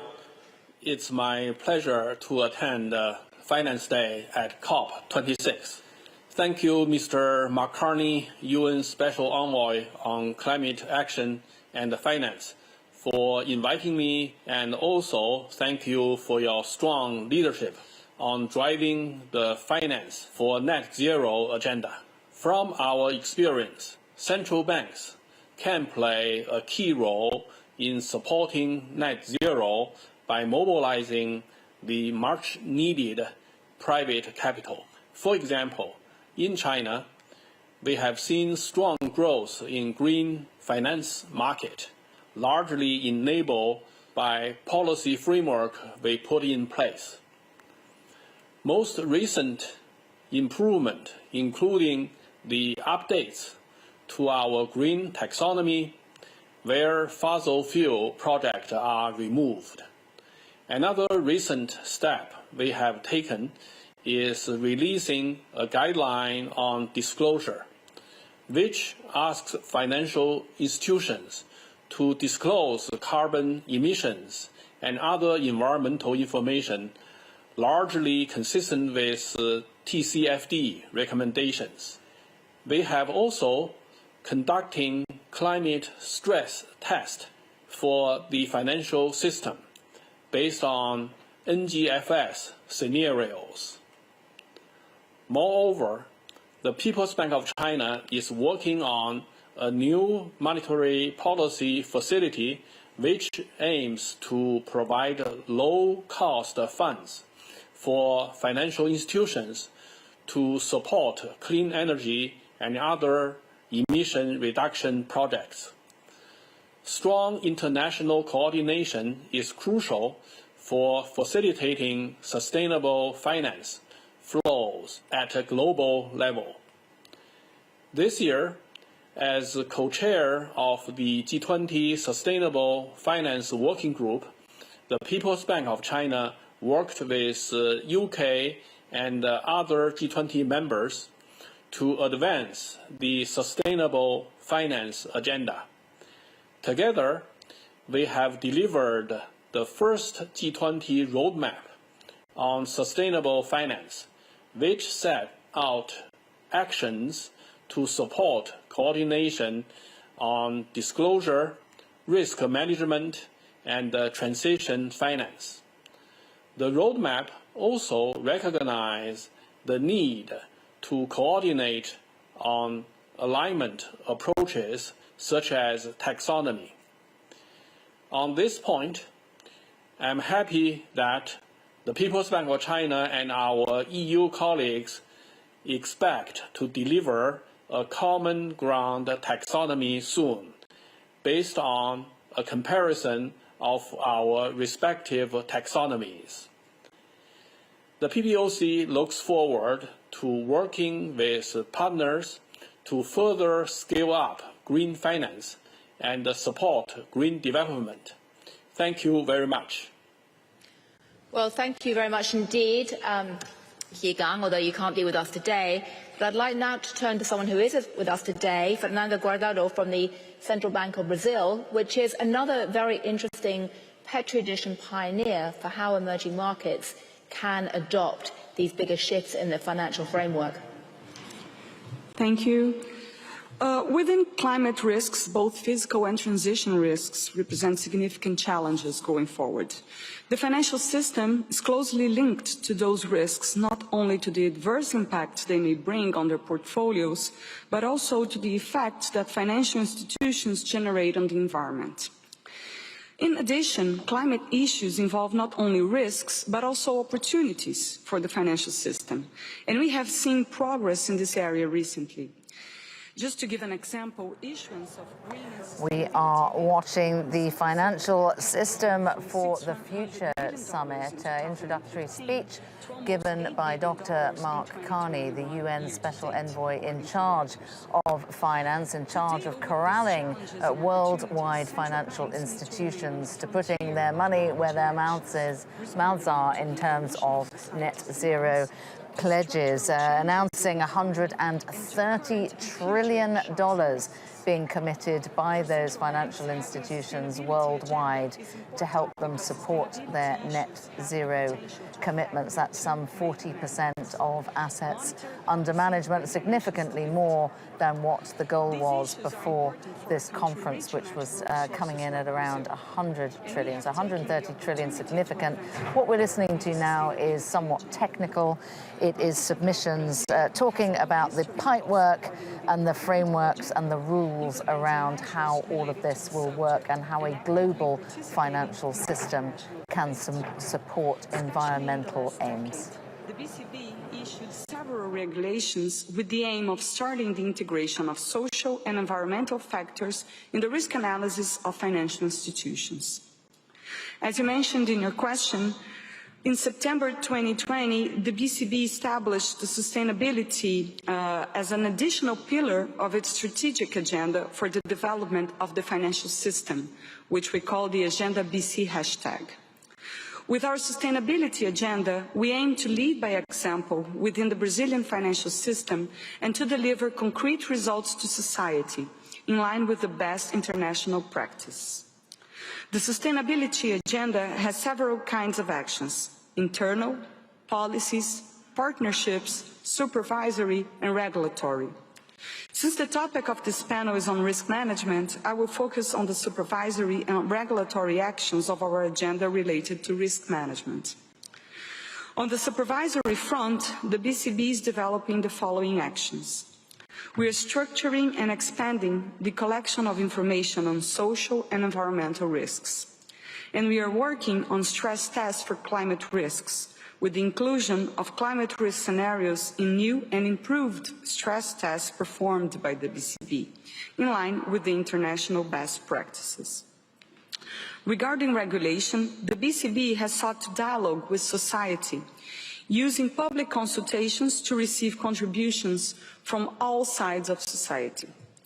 In 2021, for example, 2 important issues were regulated after being the subject of a public consultation: the ESG risk management and policy, and the disclosure of ESG policy. The former extends regulatory requirements applicable to the management of traditional risks to social, environmental, and climate-related risks on an integrated risk management framework. Furthermore, the social, environmental, and climate responsibility policy improves the requirement that financial institutions develop and disclose a social environmental responsibility policy, including climate-related responsibility. The latter improves the requirements for implementing a transparent and standardized reporting of the social, environmental, and climate risks and opportunities for financial institutions. In Brazil, the scope of this initiative goes beyond the climate perspective of the TCFD and has been expanded to include social and environmental issues. We understand that the development of a sustainability agenda requires some time and therefore requires a gradual timeline for feasible implementation. For example, in the disclosure of ESG risks, the BCB will request from financial institutions, first, qualitative information, and at a later stage, quantitative information. Also on the regulatory front, one of the BCB's most important actions is progress in the implementation of a sustainable rural credit bureau, which we call the Green Bureau.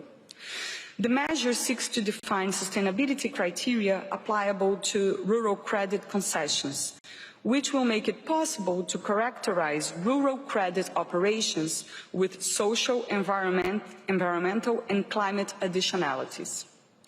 The Green Bureau will be a tool for risk management by financial institutions, improving asset pricing and access to new sources of resources under an open finance framework.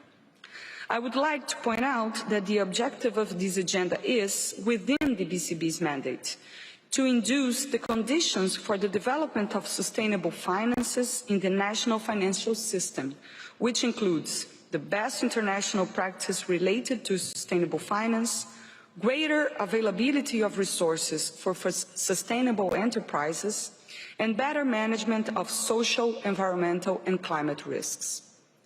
Looking ahead, climate transition is likely to impose increasing costs and challenges for the economy and the society. In order to face this transition in a more appropriate way, the BCB will support the development of proper financial market instruments, since these instruments are able to promote a more efficient resource allocation. Our sustainability agenda is extensive, but by no means exhaustive. Ultimately, the BCB will seek to continue on the frontier of the knowledge and actions linked to social, environmental, and climate issues. We will act within this mandate to address present and future challenges related to these topics, as these are fields in constant evolution. Well, thank you very much indeed. And having heard from the central banking community, we're now going to hear from the IMF. Kristalina. Thank you very much, Gillian. The International Monetary Fund is set to be at the center of the global financial safety net. Our job is to worry about macroeconomic and financial stability. And with climate presenting a growing risk to this stability, as well as climate action creating opportunities for growth and employment, this conversation is straight in our alley. So what is that we speed up to do to bring climate at the heart of our work that is relevant for the conversation we have right now? First, in our financial sector assessment programs, we are focusing on climate-related financial stability risks, and as we have heard so far, we look at the standardized reporting of these risks. I am so pleased to hear we have now a board to deliver these standards for all of us. We invented 20 years ago stress testing, plain vanilla stress testing. Now we are adjusting it to stress test for climate-related risks. And we are very seriously engaged in what is the role of the supervisory authorities. What is it that they need to do?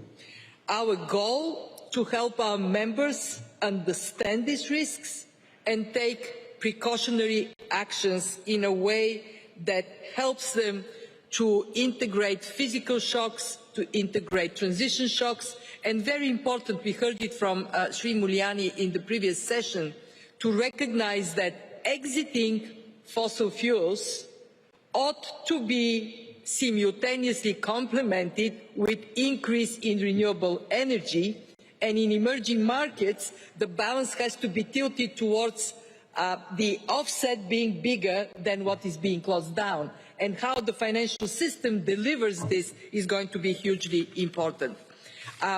Soon our assessments of supervisory frameworks will consider climate risks to evaluate the adequacy of prudential regulation and the adequacy of supervision. Second, it is not good enough that we can do it. It is important that our members can do it. So we are scaling up our capacity development programs.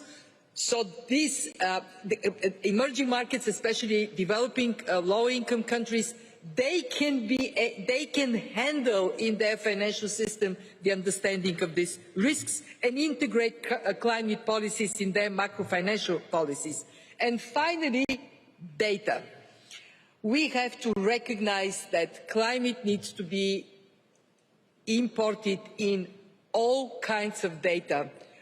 We talked about high-quality, reliable, compatible data for standardized reporting, but more broadly, we need to get climate data in our normal macroeconomic data. So when you look at the country profile, you see the GDP, employment, Gillian, all the things that you guys know in Financial Times to look for.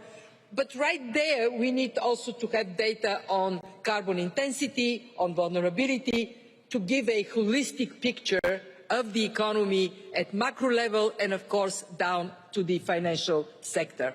Thank you. A lot to do. Very happy to be part of doing it. Well, thank you very much indeed. A lot to do and not a lot of time on this panel, sadly, to tease out these issues. So I'd like to go straight to Frank Elderson from another part of the alphabet soup, the NGFS, the Network for Greening the Financial System, to tell us what central banks and regulators are doing. Well, thanks a lot, Gillian, and thank you very much, Mark, for putting all this together. And a big congratulations to what you did with GFANS. I really think this is a watershed, as you call it. It is a game changer, as I would call it.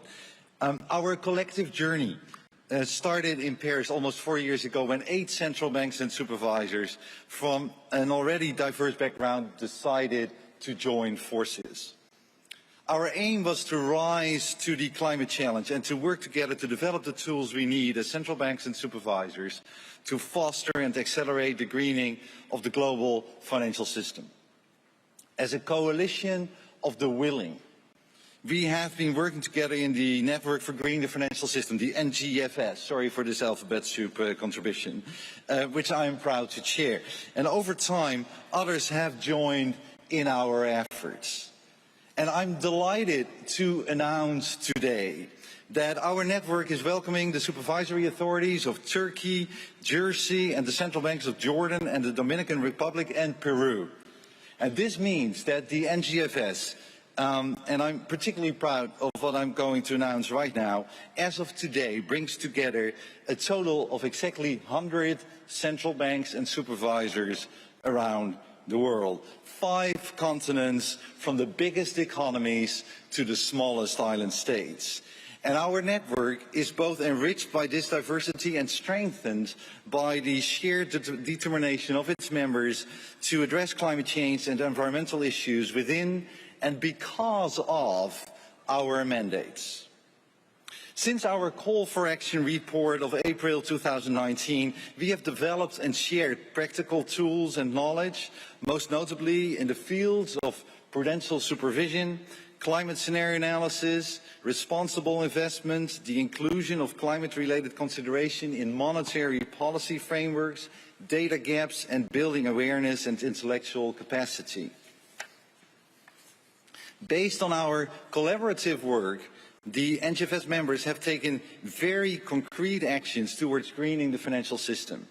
And the examples provided today by some of the previous panelists are very telling and illustrating of this dynamic. And many others in our network could share similar experiences. But I've not just come here today to announce that our network now brings together 100 members. I'm also extremely pleased to announce that today the NGFS is publishing its Glasgow Declaration entitled Committed to Action, in which we reiterate our willingness to meet the objectives of the Paris Agreement. Committed to action, which I think is a very fitting answer to all of those that we in this room are all ultimately responsible to. Because if you walked into these premises earlier today and you looked at the walls, you would have seen that Siad, 12 years old from Syria, asks all of us that this is serious. We need to take action now. Camille, 13 years old from Lithuania, everything we do without action is worthless.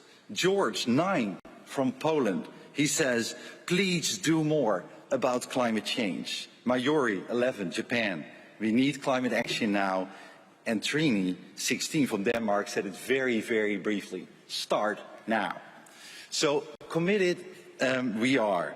And these concrete commitments on what we will work on and deliver in the coming years will cover all the core activities of our network of central banks and supervisors.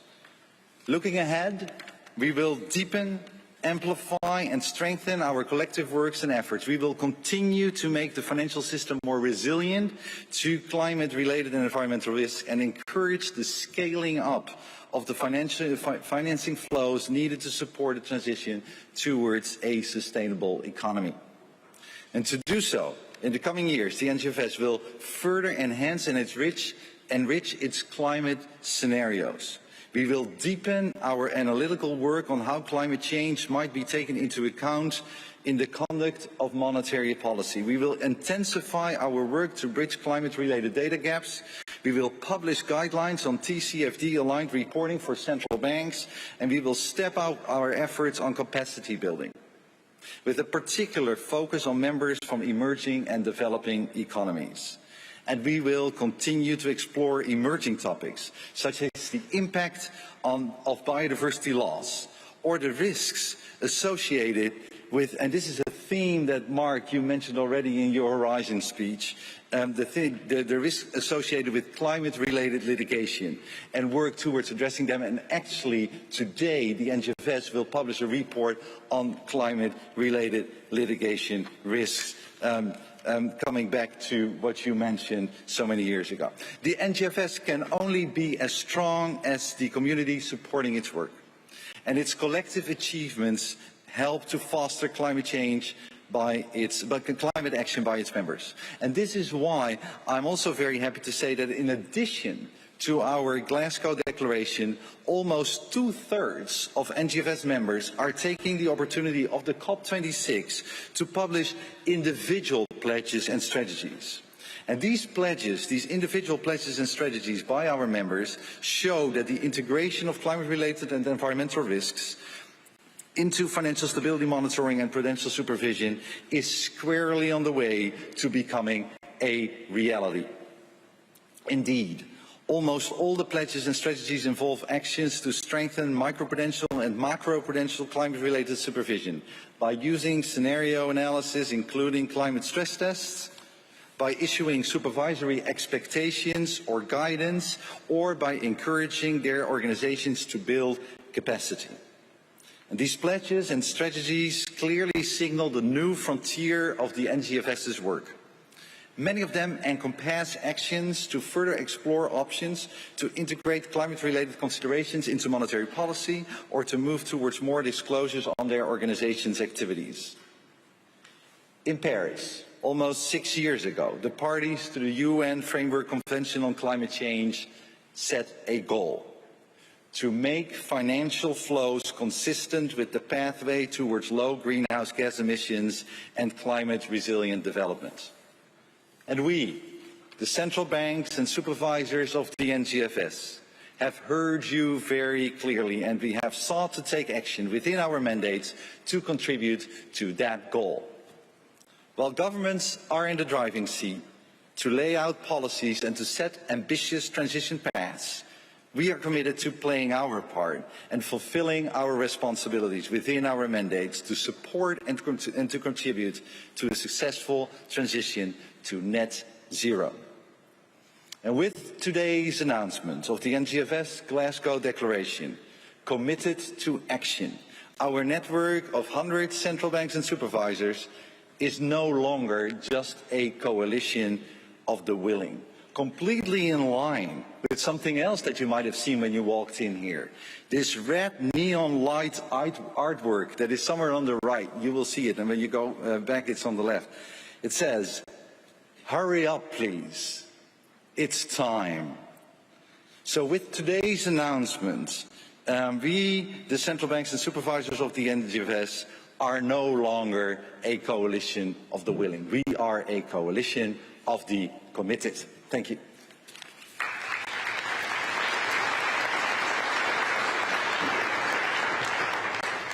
Well, thank you very much indeed for that passionate declaration. And the speed at which the NGFS have expanded reflects a really, or is symbolic of quite a striking zeitgeist shift among the central bankers, the regulators, the standard setters, finance ministries and MDBs. But the question now is whether that is also going to be reflected in a meaningful way in the private sector. So I'd like to ask the panellists now to go down from the stage, please, and ask the three private sector representatives to come up to talk about what this means in terms of the money flows in the world.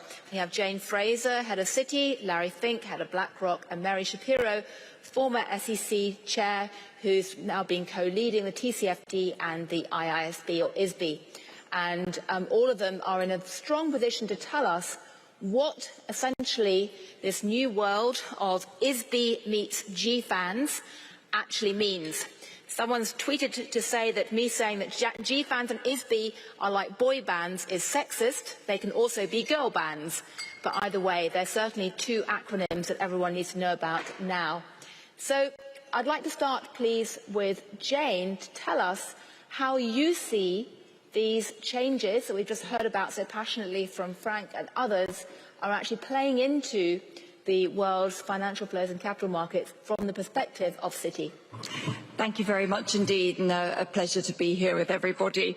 I think as we've seen in the pandemic, global emergencies require collective action, and climate change is no different on that. And when we look at individual financial institutions or individual members in the private sector, the sum of the parts approach just isn't going to be good enough. It's not going to get us to where we need to be. So if we think about Citi as an example of an individual financial institution, we can tick a lot of the right boxes. We've helped co-write Equator Principles and the Green Bond Principles to support our clients. We've committed $1 trillion in financing to sustainable finance, half to climate and half to sustainable development. We've been investing in helping source and advise in new climate technologies. We have implemented the TCFD framework, and we've made the net zero commitments. But these are all very important and these are all very good. But as I say, unless it's got the scale to it from collective action, it simply doesn't get us there when we sum this all up. And therefore, GFANS is scaling and accelerating the impact of what one can do in the private sector by enabling us to work across different regions, by bringing together the investor community, the banking community, and the insurance community into collective action. As well as bringing, very importantly, the public and the private sector together, because we have to do this together. So very practically speaking, it's remarkable, thanks to the cajoling and passion and leadership of Mr. Carney, that we have $130 trillion of private capital that has been amassed. But that now has to be deployed. and a number of different actions our clients require, and these clients are multinational companies, they're companies operating on the ground in multiple different geographies, they're investors, they're the public sector, they're countries. We need to have a far greater ability to drive harmonized standards. And we always talk about the difficulty of apples and oranges, making it difficult for a client. Was a veritable fruit plate out there in terms of different options on disclosures or on carbon pricing and the like. So the drive of the GFANs to try and set standards in these different areas will make it much simpler for our clients to be able to make the transition, be they a country or be they a company or an individual entrepreneur. And then let's move from frameworks to more practical solutions. One of the pieces that GFANs is also focusing on is what are sectoral pathways? So what are the pathways that individual industries need to take to move to much more carbon friendly and less intensive models? And we're starting with the steel and we're starting with the aviation industry and sector, working together with Larry at BlackRock, Oli Bhatti in Allianz and ourselves at Citi, with the team across the different, our different teams and across the industry, working with clients in each sector, so we can define a realistic and practical pathway to achieving the net zero goals and the goals set out in Paris. And if you don't work together, you're going to come up with a lot of nice, frilly speeches, but you're not actually going to make progress on what are the practical problems that need to be addressed, and will be in danger of being divorced from reality. Those realities could be energy policy. Those realities could be the difficulties of getting things done on the ground. And then finally, we're also looking at how we can provide support for developing countries. And this again is looking at what are practical solutions, working with the public and the private sector together collectively. Long-term currency hedges for those countries that would love to have access to capital, but there's a reticence from private capital to enter in without the currency hedges, or debt for climate swaps, or work that we can do together in the supply chains to enable those countries that are fossil fuel dependent to meet some of the hefty costs of the setup of more sustainable financing and green energies, and provide that into farmers, or provide that into the suppliers that we large multinationals use, who may be heavy emitters. So there's a lot of work to be done. GFANs enables us to scale and to accelerate the impact, and is absolutely critical for now turning that $130 trillion of committed capital into something that we are accountable collectively for deploying to actually have the impact. Well, thank you very much indeed. I'd now like to turn to Larry.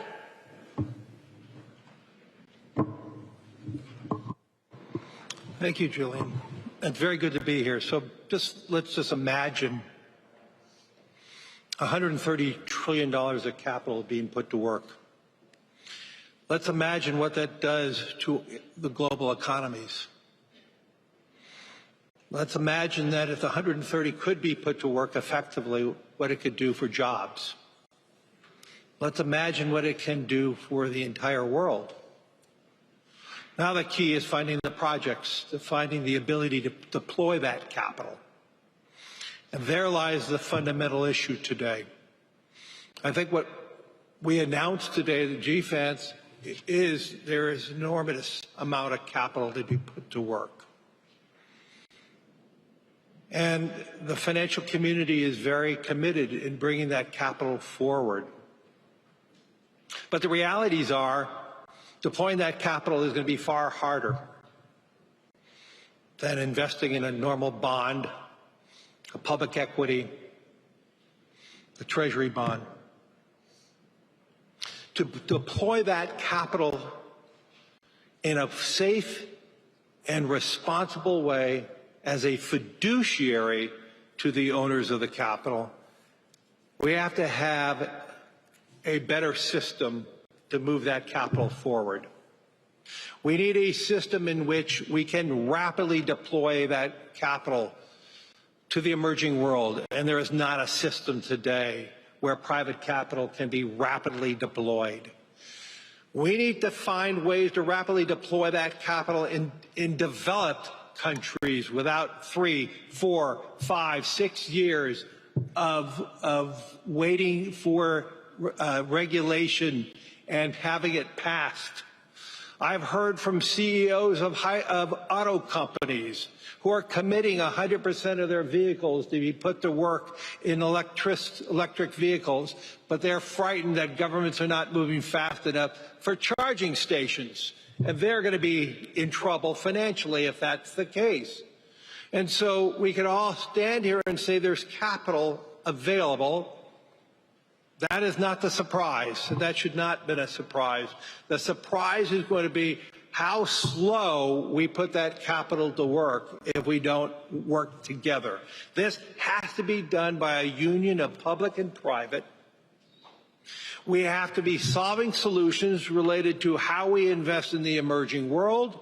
We announced yesterday that with the French and German government, who are providing a first loss piece, we were able to raise large sums of money. We're going to raise a lot more to deploy in environmental projects in the emerging world.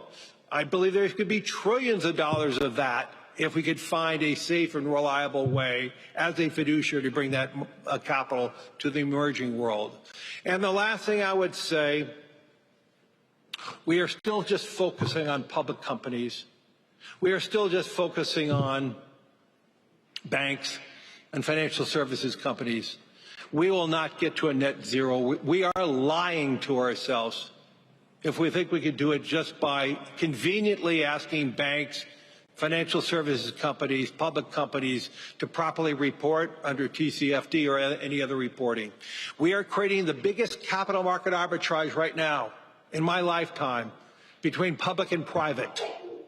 We are seeing more hydrocarbons moving away from public entities to private entities. That is not going to change the world. And so if we're serious about this, instead of the convenience of public entities, of public reporting, we have to ask all of society to move forward, or we're lying to ourselves. We will not get to a net zero. And so these are big obstacles ahead of us, but these are all solvable. You know, we as human beings solved a vaccination issue related to COVID. We did a bad job at distributing it throughout the world, but we did have the public and private science coming together and achieving a miraculous change in record time. We could actually do this for climate. But we can't just cherry pick and greenwash by asking just the public companies, the convenient companies to move forward without asking all of society to move forward. We need to reimagine finance. We have the most magnificent global capital markets we ever imagined. We can make it happen if we do it together. Well, thank you. Mary, tell us about your perspective. I'd also be curious to know from you whether you think that these new reforms can be extended to the private markets as well as the public markets or not, because that indeed is a critical missing component right now. Thank you, Gillian, and it's really wonderful to be here with everyone. You know, from my perspective over the last couple of days, the really resounding message I have heard is that global capital markets are absolutely instrumental in the fight against climate change. And from a Bloomberg perspective, I can tell you that we have absolutely seen that firsthand through our stewardship of the Financial Stability Board's Task Force on Climate-Related Financial Disclosure, or TCFD, and through our leadership of the Climate Finance Leadership Initiative, or CFLI. And I think GFANZ is such a logical next step. It's really very complementary to TCFD and CFLI. You know, TCFD brings transparency and accountability into how organizations are working towards net zero. CFLI helps the financial sector realize the opportunity and direct their capital through multiple country pilots to sustainable infrastructure in emerging and developing markets. And GFANZ is really about building the tools and the frameworks that organizations need to make those net zero commitments a reality. Under Mark's, GFAN's leadership and Nigel's work with the Race to Zero campaign, a tremendous amount of progress has been made on really engaging the financial sector on the real economy's transition. I think that at its core, GFANS is working to transform the global financial system to bring to life these goals. And through the commitments of GFANS members that you've heard about this morning, the capital needed to fund the enormous investment the world needs to reach net zero is available, as Larry has just said. I have a small announcement to make that I'm very pleased to share today, that Michael Bloomberg will join Mark Carney as a co-chair for GFANS, and I will serve as its vice chair and run the secretariat. Working together, I think we can carry out GFANS's really ambitious agenda and liaise with policymakers and regulators to advance progress locally and across the world. And as outlined by Klaus earlier, we will build on the highly successful model that the TCFD used by periodically reporting back to the FSB on our efforts. So I'm looking forward very much to the coming year, working with many of you in this room on defining and implementing the best practices on the path to net zero. Well, thank you very much indeed. We are sadly, very sadly, out of time for this panel. Unless, Mark, do you want to say something quickly? Because I then have two quick things to say at the end. I think for once, Mark is lost for words due to a technical... Lost for microphone. Okay, very quickly, I think just on behalf of the Chancellor, I would note that the UK legislation for climate disclosure includes all private companies. It's phased in. Second point, on behalf of Erkki and his colleagues, the ISSB, those rules would apply to all private companies as phased in. So the question is implementation for a global perspective. And then critically, and this is my last point, the work that Larry and Jane and Oliver Bott are leading on sectoral transition is to tackle this issue, which is why Larry puts it on the table. Last point. 40% of the global financial system is in GFANS. And if we're worried about arbitrage, the question first goes to the 60% that's not. Thank you, Mark. Well, I said earlier that I sometimes joke that the pink Financial Times should be renamed the green Financial Times at the moment, because we have so many stories to write about, be that on the main part of the newspaper or the website or newsletters like Moral Money. And that really reflects a quite remarkable zeitgeist shift inside the global money machine, the financial markets, in relation to climate change. It's a zeitgeist shift that, frankly, very few could have imagined having happened 10 years ago, but is gathering pace.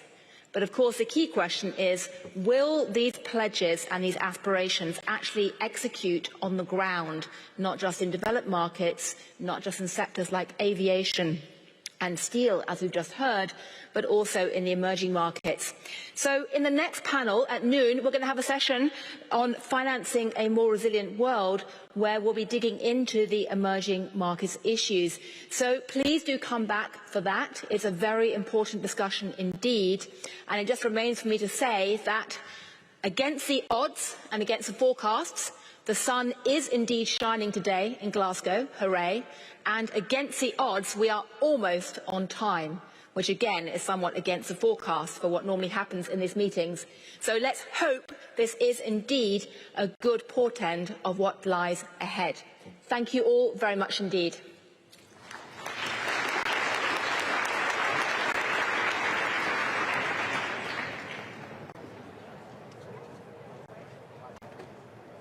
Well, it is day 3 here of COP26, the UN Climate Summit. And today it is all about money. Many of the world leaders departed yesterday, but today is all about people who hold the purse strings, the money which is necessary to underscore everything that is being pledged over the last 2 days. We've been hearing from the UN Special Envoy for Finance, Mark Carney, who has announced $130 trillion worth of assets, worth of balance sheet committed to net zero. That is some 40% of assets under management worldwide. More than what he might have hoped for. He's described it as a watershed moment. Some 70 trillion committed as of April, but nearly doubling that amount between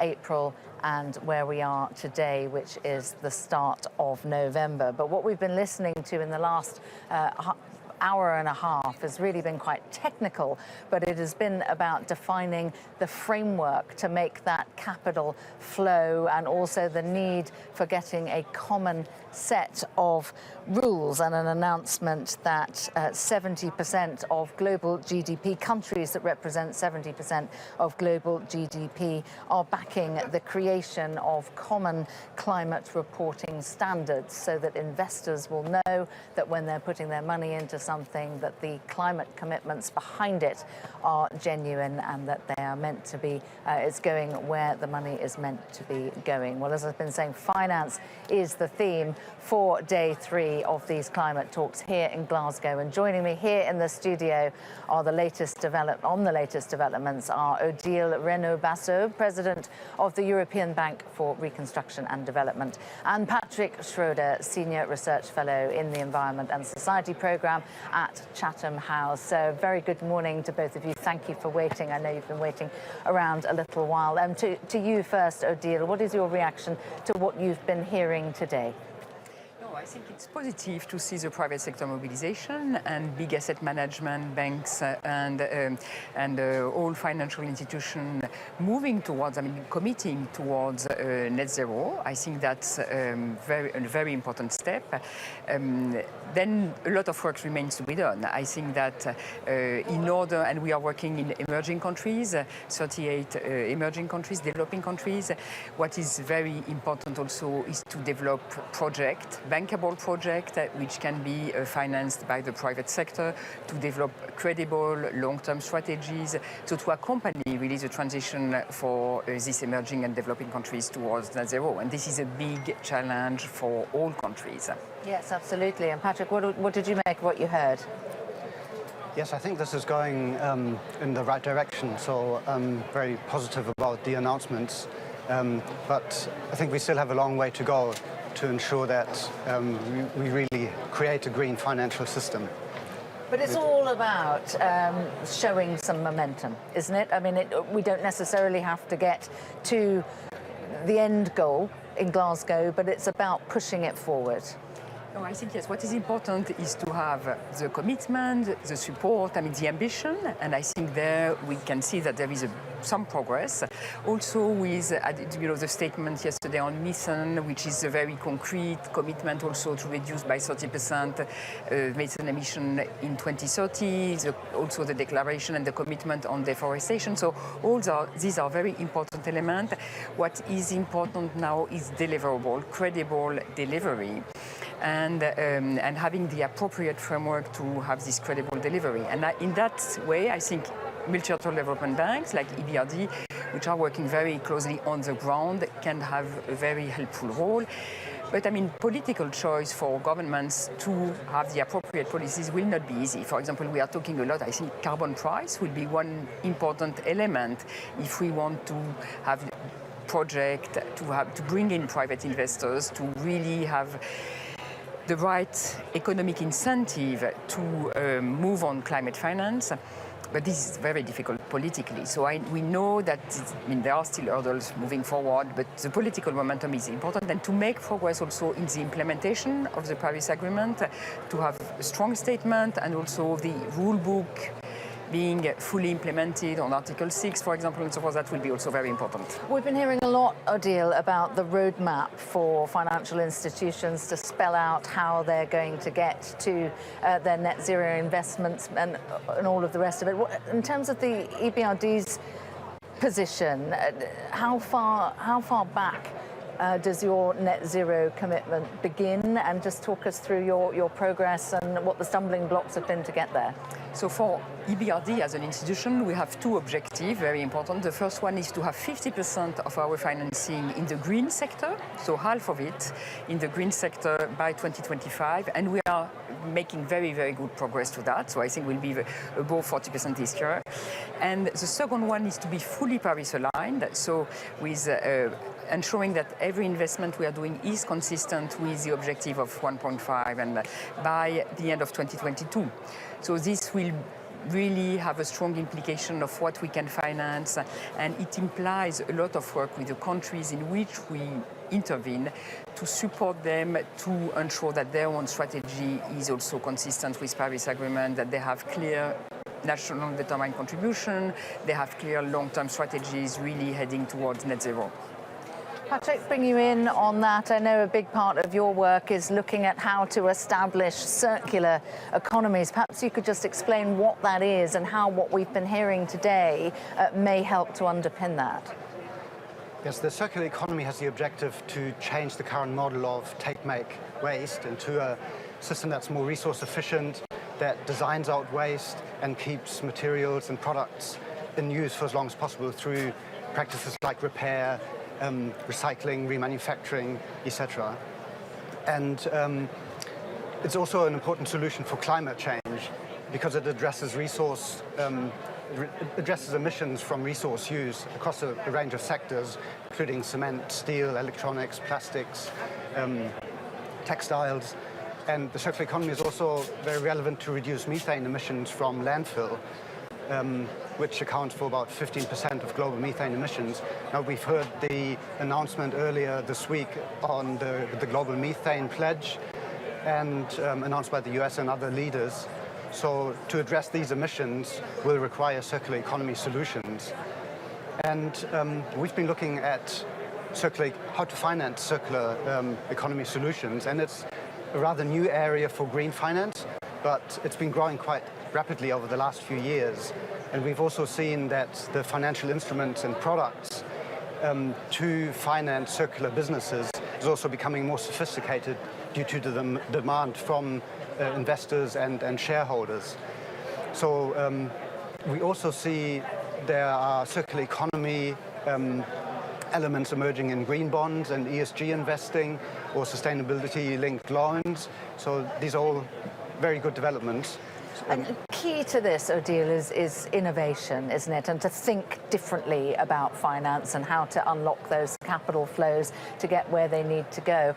I'm curious to know your view. I was reading in the FT this morning about the Asian development banks financing in Indonesia and Philippine government to effectively buy coal mines and close them down. What do you think about that as a strategy, and how does that fit with an overall framework that says we don't want money going into anything that's fossil fuels? I mean, how do we get around that? No, I think that, accompanying decommissioning of coal plants will be key. And it will mean providing support to close the plant, but also to develop new activities, to reskill people and so forth. And that's something we are also developing because we are working in countries which are very dependent, some of them are very dependent on coal, and working on what we call just transition in order to ensure that we have solutions for these areas which will be deeply affected, for the people deeply affected. And I think that providing financing for this decommissioning will be needed. We know that, and in my view, it's the steps we need to do in order to move forward on decarbonization and so forth. And there has been some criticism, Patrick, that a lot of the goals and commitments that Mark Carney is announcing, 2050 is the deadline. But you can't just close down fossil fuel sectors, can you? Overnight, as Odile was saying, these things need a gradual approach. There needs to be a sort of almost managed decline of fossil fuel businesses. Yes, that's right. We need a transition to make this happen. And what's important to direct investment towards the right solutions is to have clear metrics and indicators on what is a green, what is a circular investment. And so far, many of these metrics are still under development, but there are some good, some progress being made on this, for example, through the EU's and also the UK's sustainable finance taxonomies, which include various environmental objectives, including climate, biodiversity, also the circular economy, and there will be very specific technical screening criteria that will provide really guidance on where to put the money. That common supporting common standards is crucial, isn't it? Absolutely. I think we are making progress, but we still have a number of standards. We are working a lot, based on the standard of ICMA in sustainability-linked bonds, green bonds, and so forth. We very often invest in new issuance for this kind of bonds in emerging countries, helping to create a market. And I think that's part of our role, but also indeed working on the convergence and simplification and consistency of the different reporting mechanisms. That will be very important. In a number of areas, I fully share what was said, that we also need more data. For example, we need to focus a lot on adaptation for the poorest countries, in particular in Africa, and to develop adaptation, and we need more data, knowing what is important to do, in order to be ready for an increase, which in any case will take place. So we hope it will be as low as possible, below 1.5, but still this will have an impact, and we need to act on that. And in that respect, data analytics is very important. Can I ask a very basic question, just stepping back a little bit? When you're deciding where money should go, there are a lot of projects which, have good sustainability credentials. There are a lot of countries that need it. How do you decide what the priorities are? So we have the countries in which we intervene. We are very much bottom-up. So we have our clear objective of green, Paris-aligned, also digital, the other priorities, digitalization, gender, equal opportunities, but then it's very much a bottom-up approach. EBRD is a bank focusing mainly on the private sector, so 75% of our projects are in the private sector. So we are working with all partners, private business, banks, local authorities, in order to find the project which has the most impact. And we have an assessment of each and every project to measure that it will have an impact on the transition, so help the country grow in a sustainable manner. So you're tracking it all the way through. Yes, it's not exactly. just here's the money and good luck. No, we have a lot of requirements, measuring also the impact of the project on biodiversity, the environment, or the negative impact it may have. So we have very stringent criteria there, but also the positive impact, for example, on gender, accession of women on the labor market, or accession of women on managing position in the companies. Also the competitiveness, impact of the competition. So we have all a bunch of criteria where we look, and we have a very strict assessment of each and every project to measure what will be the impact for the growth and the sustainable growth in the country. And if that feedback comes back in a way that you weren't expecting, do you pull the money? So there are a lot of projects we do not do. We study, our bankers on the ground look at them and work on them, but at the end we consider that it's too risky, the governance is not appropriate, there are issues of transparency, there are issues of impact, negative environmental impact and so forth, so we stop it. And Patrick, that feedback loop, of course, so important, isn't it? It's not just about deciding where the money goes, it's monitoring its impact. Perhaps you could talk me through your thoughts on that. I think one of the important issues that relates not only to the financial sector but also to corporate reporting. And there are now also many developments underway on disclosure of information from the corporate sector. So if these two come together, the criteria the financial sector uses and the disclosure from the corporate sector, this will generate the necessary information for investors to make the right decision and also monitor progress towards goals regarding decarbonization, but also other environmental objectives. Are there particular sectors where you feel that shifted mindset has been late coming? I think generally the focus has been a lot on carbon and energy. We've been looking at other areas of the economy as well, so resources and waste, for instance. They are closely linked to biodiversity and energy and climate. So I think what needs to happen going forward is a more integrative approach beyond just carbon emissions. And Odile, the 100 billion a year, which was pledged back in Copenhagen in 2009, do you feel that there is enough momentum to try and get that now on the table here at COP26? I think there is momentum. There is this roadmap prepared by Germany and Sweden on how to get there. And I think since the roadmap has been issued, there has been further progress on new commitments by a number of countries to this 100 billion financing for climate. I think it's important to deliver on that. It has become a very symbolic issue because we know that more money will be needed, and it's very important to bring in the private sector, and it's not only about public resources. But this being said, I think it's important to deliver on that because it's a key element to build confidence on fulfilling the commitment and so forth. So I'm happy to see that we are making progress. MDBs have an important contribution in these figures because we provide basically 60 billion of it, I think that, but making progress and being able to show that we will deliver that is very important, and that countries, developed countries, really deliver on this commitment is important. We have seen a few countries increasing their commitments, haven't we, while we've been here? I think Japan, UK, Ireland, for example. It's all there to address an injustice, really, isn't it, to try and rebalance between developing and developed countries. But when it's decided how that money is allocated, I suppose there is always the risk that you then further create inequalities because that country got it but that one didn't. Yes, but I think the way it's framed, I think that, countries presenting projects, there is a full, MDBs work with all countries. We have different geographical scope and so forth, but World Bank is working with everybody. Green Finance Fund is also working with everybody.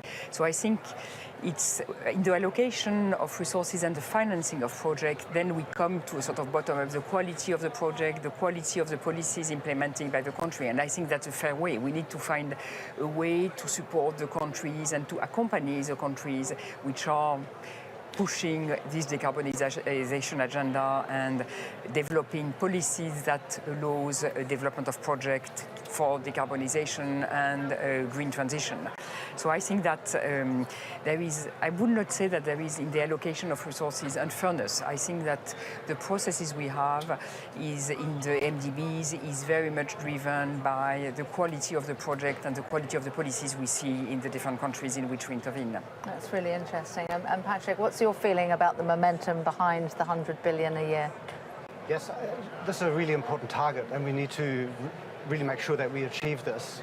And so the recent additional pledges, they're all very welcome. And there was one thing which I was quite interested in, the recent announcement by the UK government about the Clean Green Initiative, where the UK government intends to spend £3 billion over the next few years for infrastructure development in developing countries, and it was mentioned to stimulate a green industrial revolution. And this is very much aligned with the circular economy thinking.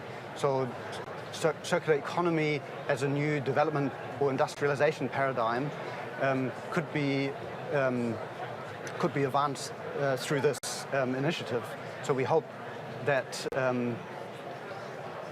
it will not only be on energy infrastructure, but also other resource and waste-related infrastructure development that can be funded through this new plan. Okay, well, the day is still young, isn't it? And there'll be plenty more of announcements, I'm sure, that we'll be getting throughout the day. But for now, thank you very much. It's been fascinating talking to both of you, and I hope you enjoy the rest of the day's proceedings. Coming up on Sky News Climate Live, we'll have plenty more from the hydro here in Glasgow. The next live discussion, financing a more resilient world. We'll bring you that and all of the analysis from our correspondents and expert guests. So do stay with us.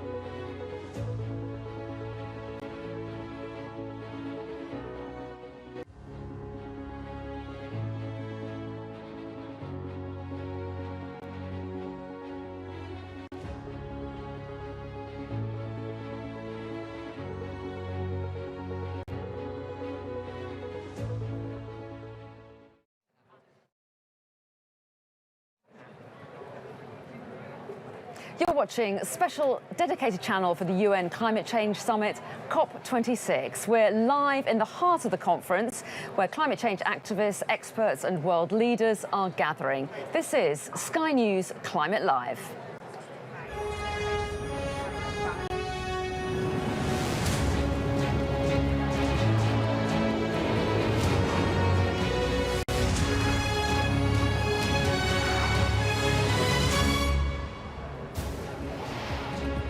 You're watching Sky News Climate Live at COP26. Today's top stories. Rewiring global finance. The Chancellor Rishi Sunak says the UK will become the first ever net zero financial centre. Our third action is to rewire the entire global financial system for net zero. The UN Special Envoy on Climate Action warns about financial institutions funding the fossil fuel industry. There is not a green switch that we can flip this afternoon and move from being economies where 4/5 of global energy is supplied by fossil fuels today.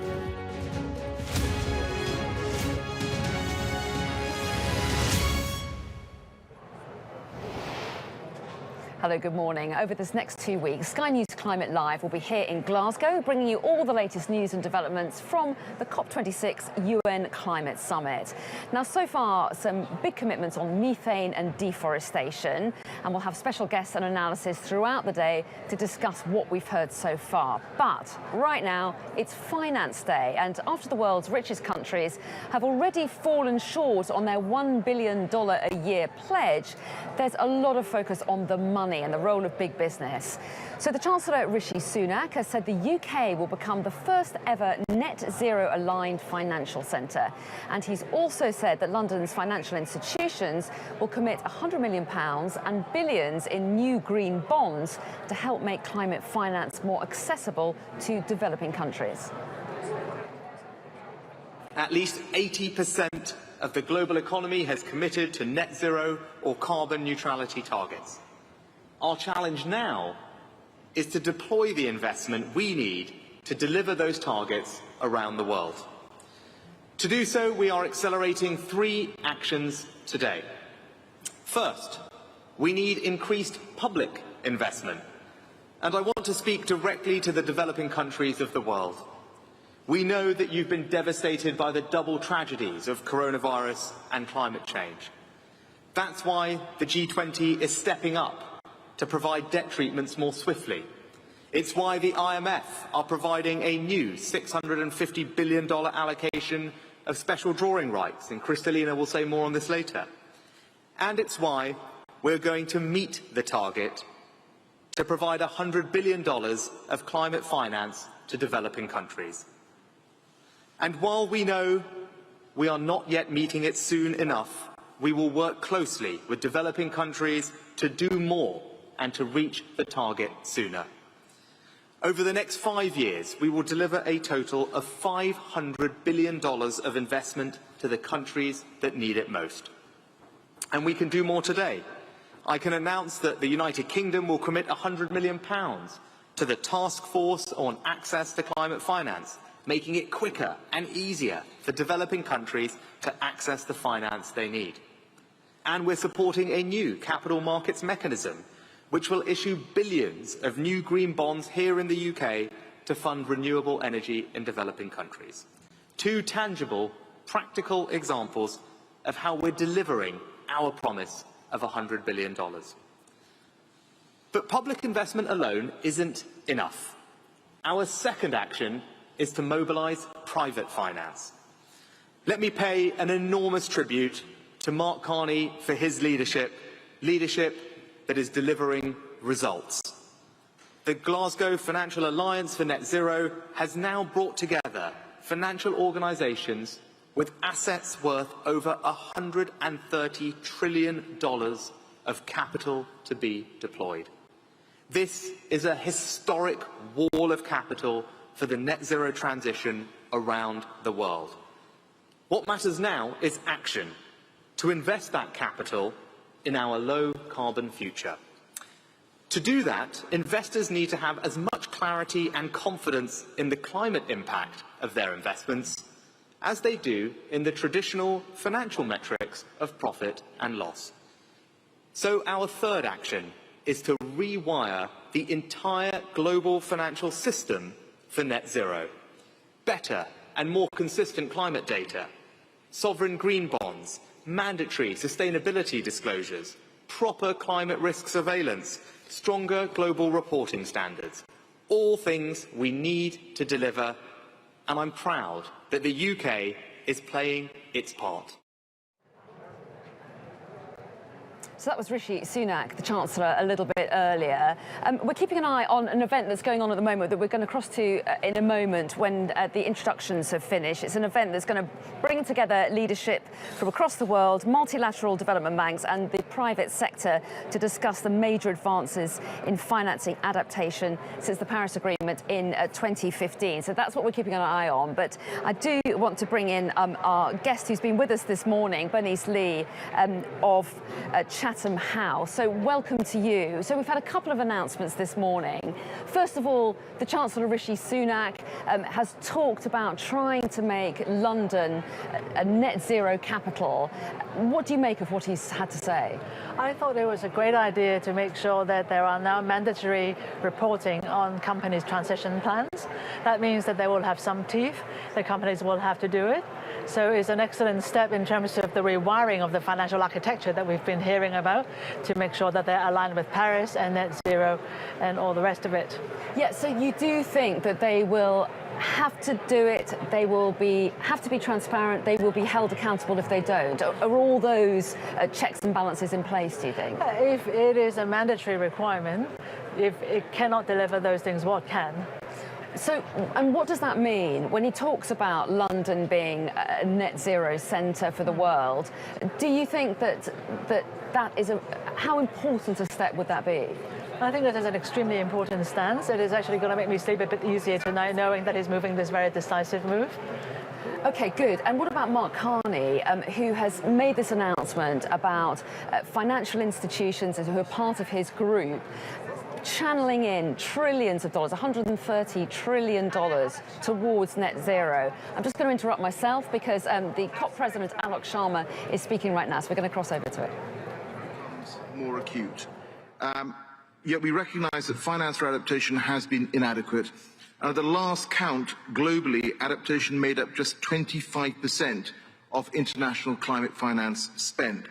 And increasing finance for climate action, particularly for adaptation, has been a big focus of the COP26 UK presidency.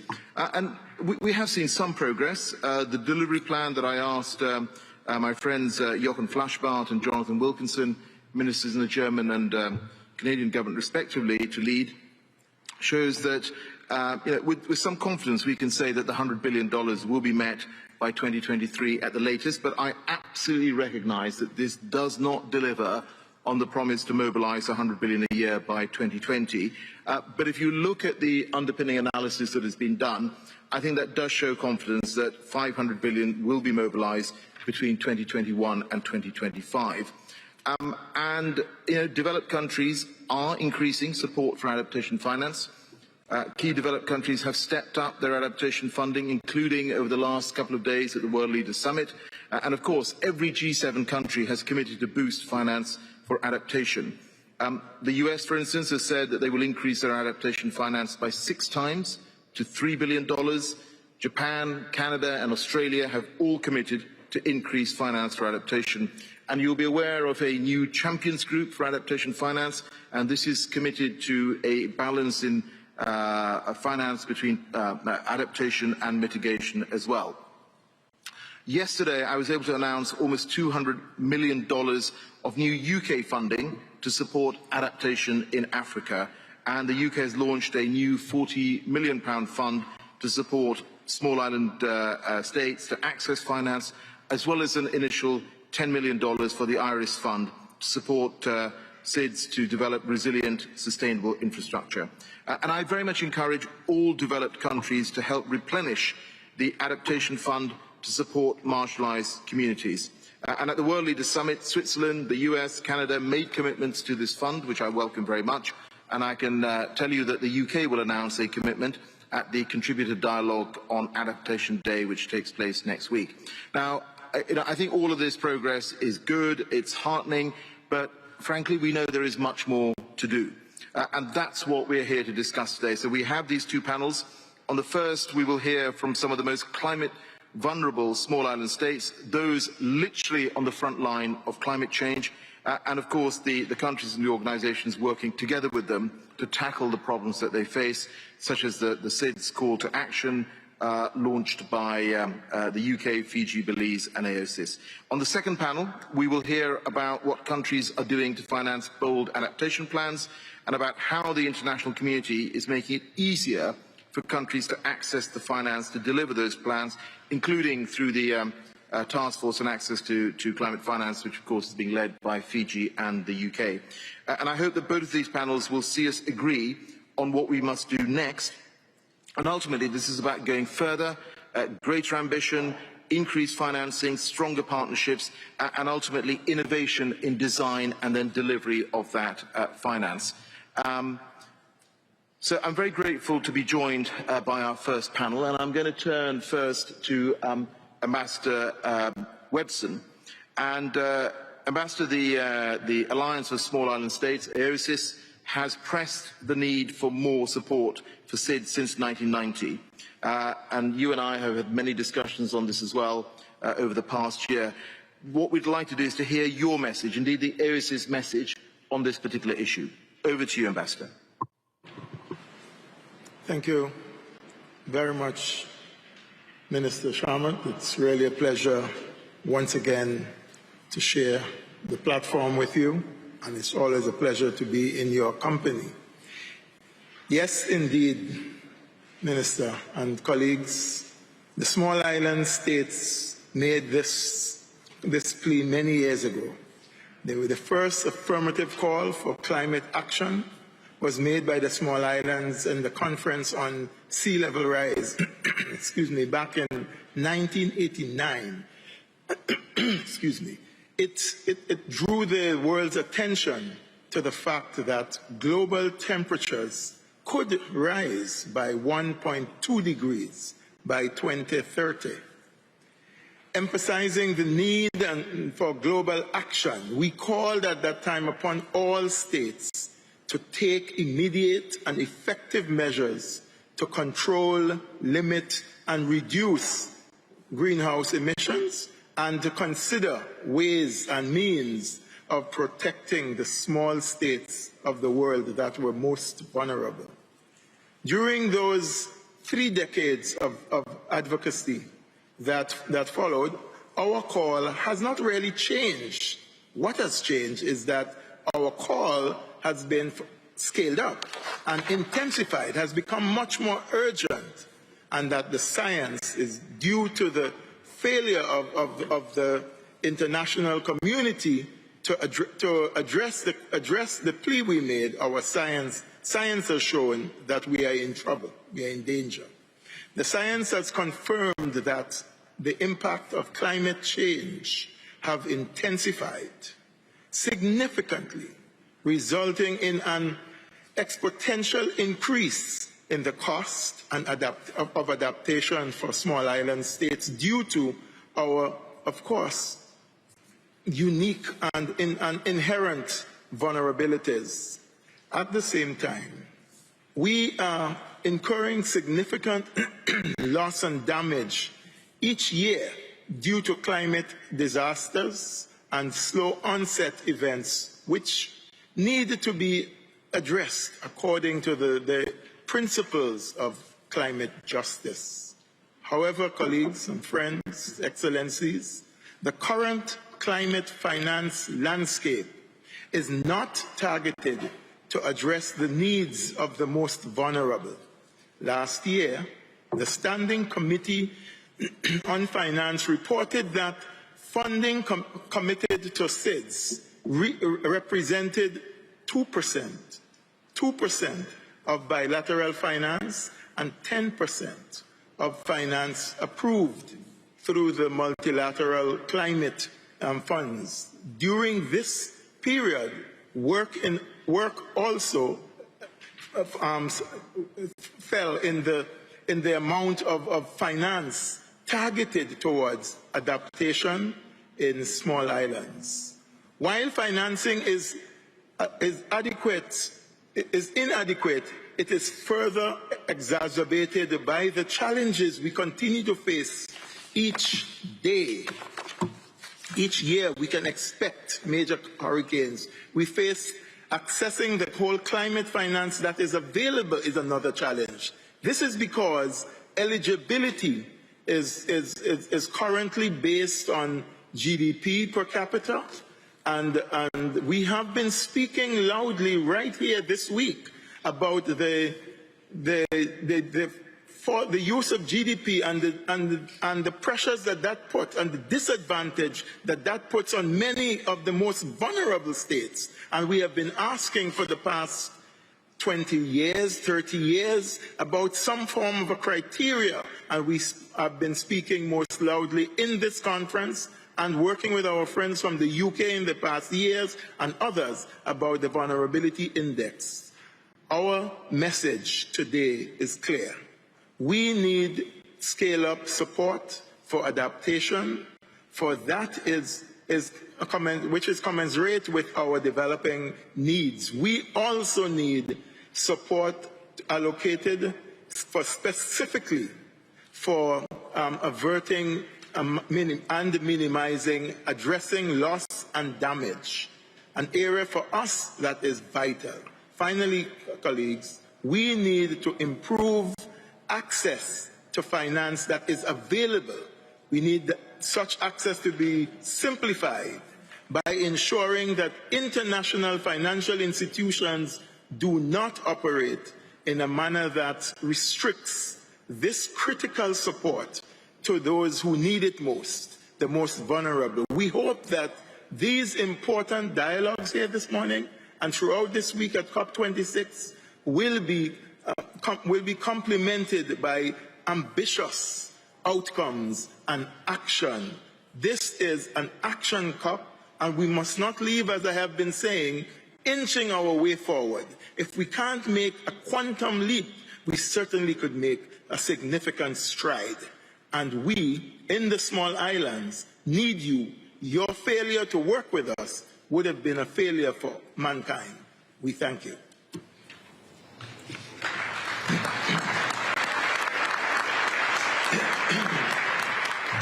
Thank you, Ambassador Webson, for a very powerful message. Could I now turn to Minister Hassan and just ask him that Seychelles, of course, is not a stranger to severe weather events, as we know.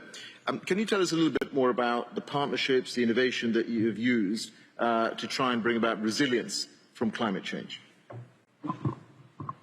Thank you, Minister Sharma, and good afternoon to everybody in the room. So, after the aftermath of the global financial crisis in 2008, the Seychelles faced a huge debt crisis, with public debt rising to over 150% of GDP. And this led to an IMF-led reform program, and we had to partner with the Paris Club to restructure the debt.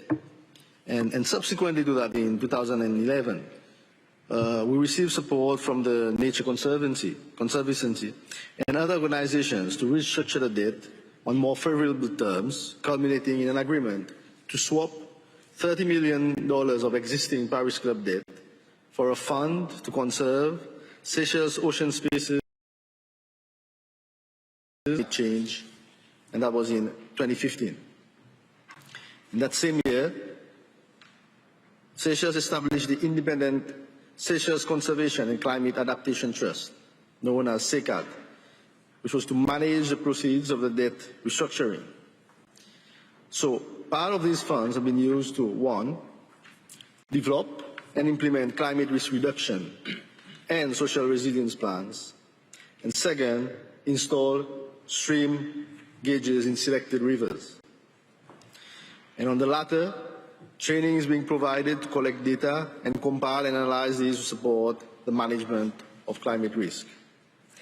However, I cannot emphasize the need for us to explore more of these innovative options. and partnership if we are to achieve the objective that we have set ourselves. Thank you. Thank you. Thank you very much for setting out some of the innovative approaches that you've been taking. Perhaps I can now turn to State Secretary Flachsbart. And State Secretary, we've just heard some of the concerns from the climate vulnerable countries, and I know that the German government works very closely with many of these countries. Can you explain what are donors actually doing to provide and respond to support where it's needed? And I think it is the pace of the response, as you've also heard, which is vitally important. Thank you very much, Honourable Alok Sharma, for this question, and thank you to our colleagues for their valuable insights. As we have heard, the needs for adaptation, especially in the needs for the SIDS, are really high and keep increasing as climate impacts worsen. So the groundbreaking OECD report on losses and damages presented on Monday made this painful clear once again. As co-chair of the Inter-Resilience Global Partnership, a position that I share with Minister Wazee from the Republic of Marshall Islands, I have also learned a lot about these specific vulnerabilities. Fortunately, while the needs are growing, awareness and support are increasing too. Let me give you some examples. Inter-resilience members are supporting regional risk pools, namely the Pacific Catastrophe Risk Insurance Company and the Caribbean Catastrophe Risk Insurance Facility. Germany sees regional risk pools like these as one of the key tools in increasing resilience and as a very good way of encouraging a proactive approach to disaster risk management and financing. Therefore, I am especially pleased to use the opportunity of our discussion today to announce an additional 10 million euros this year to each of these two funds in the Caribbean and Pacific regions.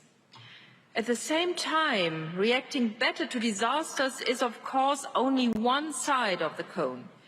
We also need to reduce exposure and vulnerability in advance through adaptation action.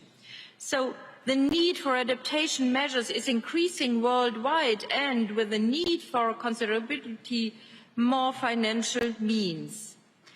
We know that adaptation finance still falls short of what is necessary. Therefore, we must collectively step up our efforts and raise our ambitions still further. Germany has further increased its climate finance goal from 4 to 6 billion euros from budget sources by 2025 at the latest. We very much desire to see an increase in the total sphere of climate finance spent on adaptation and resilience, and I would like to invite other countries here today to join us in these efforts. Furthermore, besides the need for rising availability of finance for adaptation, access to it is also a major challenge. So studies suggest that only a fraction of climate finance is spent locally. Even if the funds are available, they must also be accessible and get to where they are needed the most. We have to address these challenges more strongly by facilitating access to climate finance and by helping to improve the capacities of our partners to manage these funds. Finally, I would still like to stress that Germany will continue to stand with the SIDS as a reliable partner in tackling climate change. So thank you very much.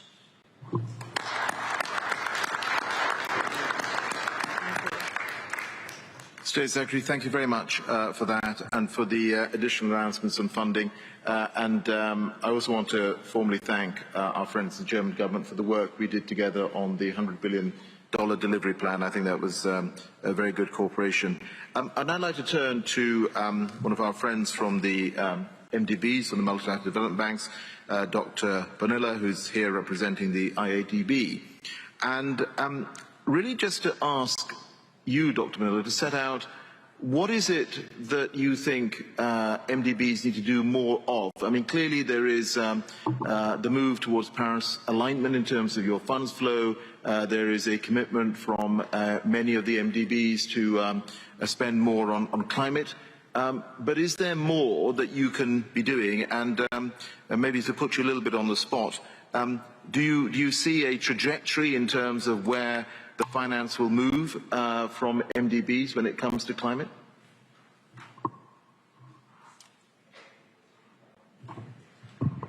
First of all, I would like to thank you for the invitation to be here with you and congratulate you for your leadership at this COP. I think the question about the MDBs, I will try to explain the importance of adaptation and climate risk, saying that I think the priority is to integrate management of climate risk and disasters with all the agenda of adaptation and resiliency.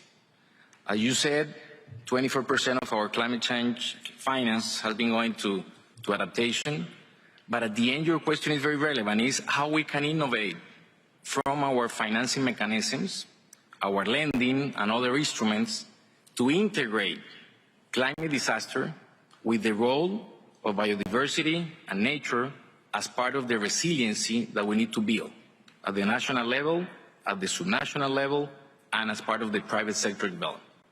As our president mentioned yesterday, the Vision 2025 of the IDB includes that the recovery of Latin America and the Caribbean post-pandemic needs to have climate and sustainability as part of that recovery, and resiliency and adaptation as a key component.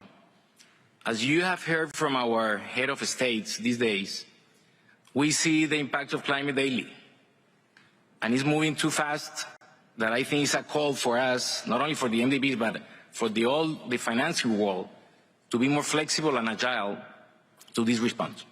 So, President, I will mention 3 topics in terms of how to do this. The first one, we started working a lot in our region to do an assessment of institutional and financial capacities of the governments related to natural disaster. So we have developed an index, it's called the IGOP. It's an index of governance and public policy capacity of the countries to address climate disasters. As part of that exercise, we found out that we needed to develop an instrument directly for the ministers of finance of the region to disaster response, an ex-ante instrument. So we created the contingency credit line facility at the IDB to guarantee access to this facility and for the ministers of finance to have a credit line, an ex-ante credit line that we send to them after the disaster. So it's an ex-ante credit line of credit that they don't have to pay any interest or any fee until they use it. But this facility guarantees the access to do that. We have, President, already 14 countries of the region using that facility, and we have approved $1.9 billion as part of that.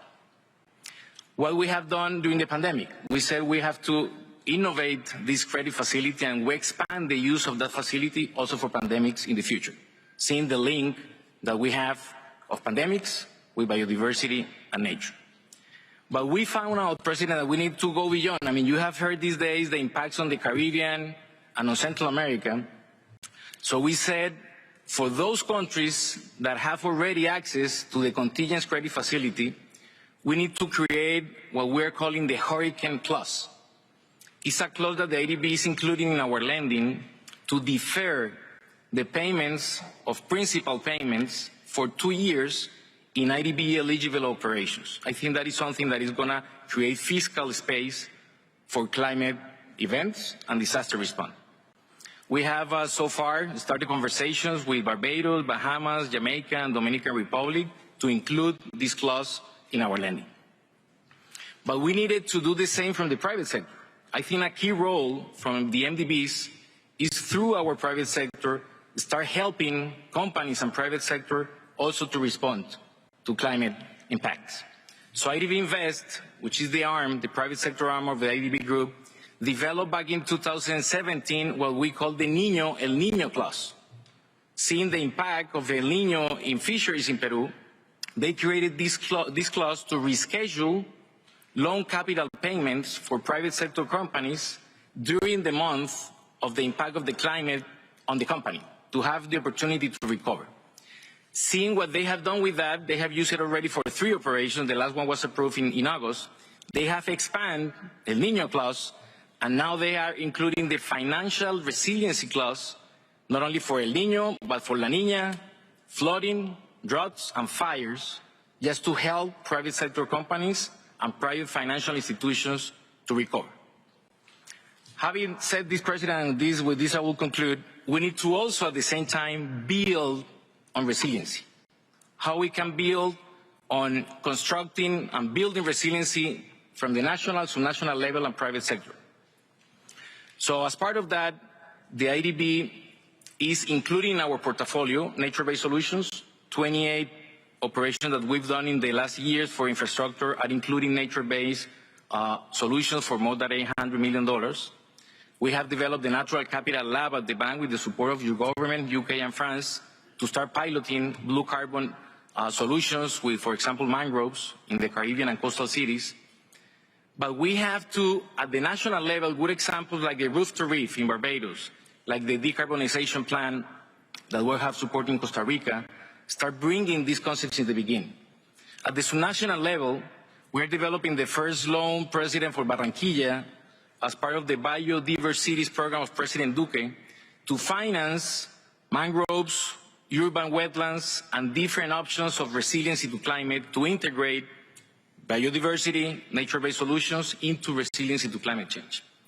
In Chile, we approved a national program for informal neighborhoods, and a key component of that is doing a map of assessment to natural disaster risk and the response, including nature-based solutions. IDB Invest just announced and put in the market the first blue bond in Latin America to support private sector in Latin America related to ocean and the contamination of water.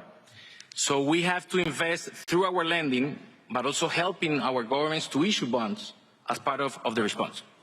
And I'm very happy to see here also the President of the African Development Bank, continuous access to concessional resources to do the blended in our instruments. We have proof, as MDBs, the importance of blended financing for decarbonization. Now we need to do the same for adaptation and resiliency. Thank you.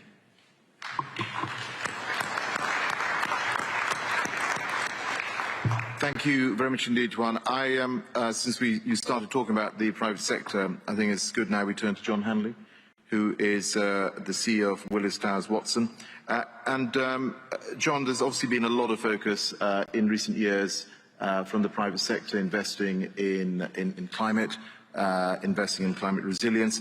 And what would be great is to hear about some of the new partnerships or innovative instruments that are out there, and basically what are the challenges around these? Over to you. So thank you, Mr. President, and it's an honor to join this panel on behalf of the private sector and to update you on some key initiatives. And I think it's particularly fitting to be speaking here in Glasgow, as this city and Scotland more broadly provide great inspiration and influence for some of the work we're doing. It was here in Scotland in 1776 that Adam Smith published The Wealth of Nations and laid the intellectual foundations of the industrial revolutions that followed.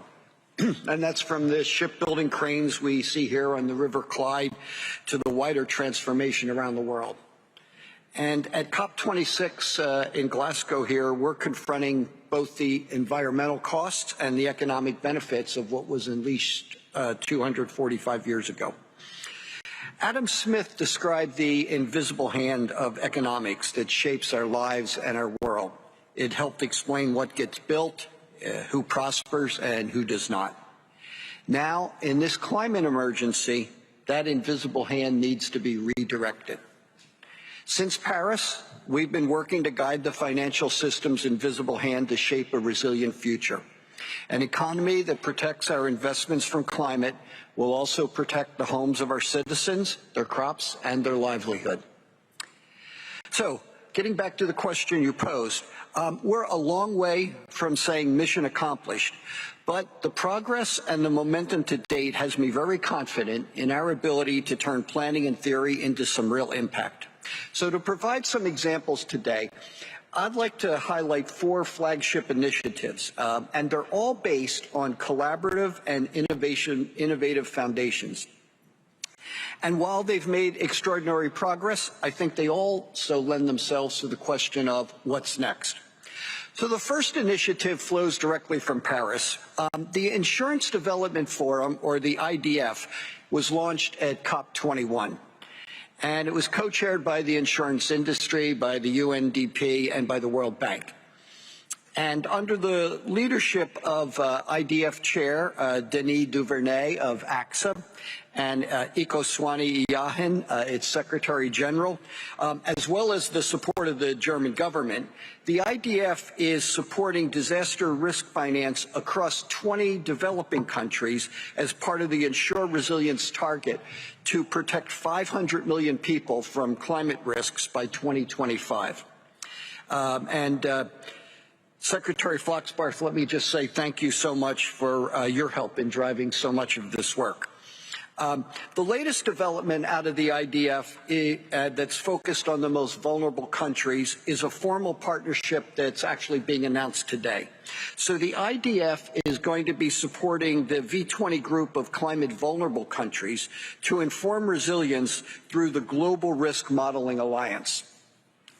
The second initiative is a bit of a wider one, and it advances climate risk on behalf climate risk modeling, on behalf of all countries. So last year, in discussions with the IDF, Mark Carney gave us a challenge. There's an information failure that exists. We don't have the data and the analytics to properly understand climate risk. And that's part of what's driving the climate resilience emergency. I'm pleased to share an important global breakthrough that is also being announced this week. The Global Resilience Index Initiative, supported by the UN Office for Disaster Risk Reduction and others, is going to provide climate resilience data analytics for all by COP27. I'd like to highlight relates to investment in infrastructure, and that initiative is the Coalition for Climate Resilient Investment, or CCRI. Now, I have the good fortune to chair this coalition. We launched it at the UN Climate Action Summit in 2019. We come to COP26 with 120 members, over 120 trillion of assets under advisement, and we represent governments, we represent the financial sector, engineers, and many other organizations. And CCRI has kept its promise from 2019. Solutions for a better pricing of physical climate risks in investment decision-making. And we cover 2 key areas of decision-making: national planning, or systemic resilience, and asset design and structuring. All CCRI solutions recognize the challenge faced by the small island developing states when it comes to physical climate risks.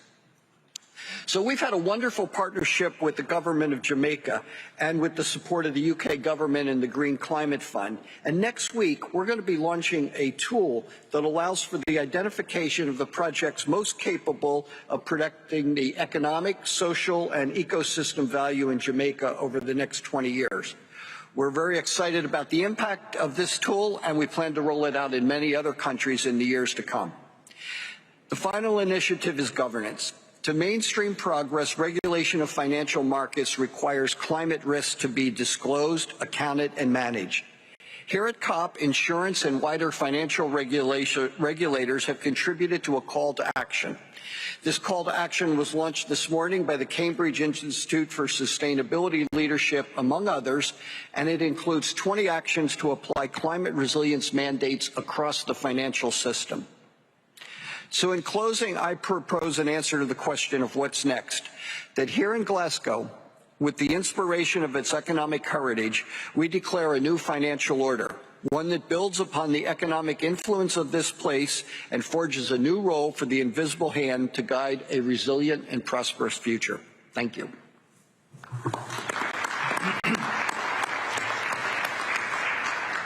John, thank you very much, and indeed thank you to all our panellists for their very insightful comments and remarks. And I think we've heard about the challenges, we've heard about some of the solutions, and I think what is very clear now is that we push forward and ensure that we do more, particularly in terms of supporting vulnerable countries collectively. We're going to continue this conversation. Obviously, there will be a discussion next panel, but also on Adaptation, Loss and Damage Day next week, which will be a theme day at COP. We will continue this really important discussion. But for the moment, thank you all for coming, and let me pass you back to Gillian.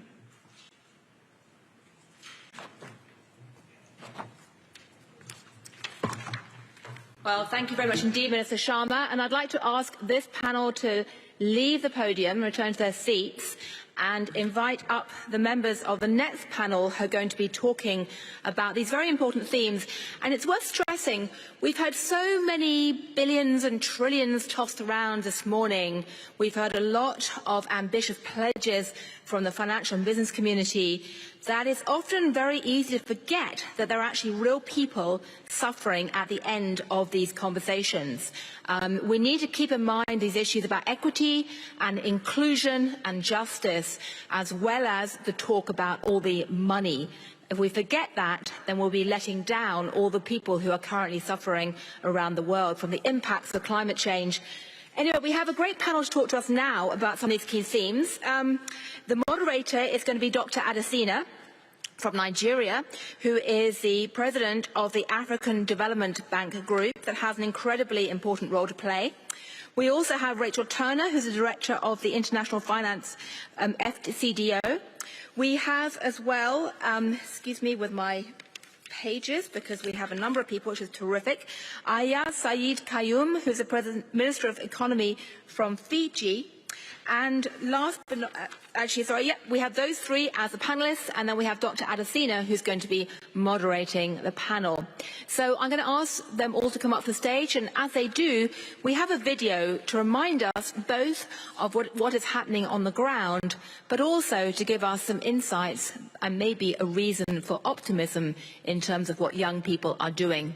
So can the panellists and the moderator come up to stage? Thank you.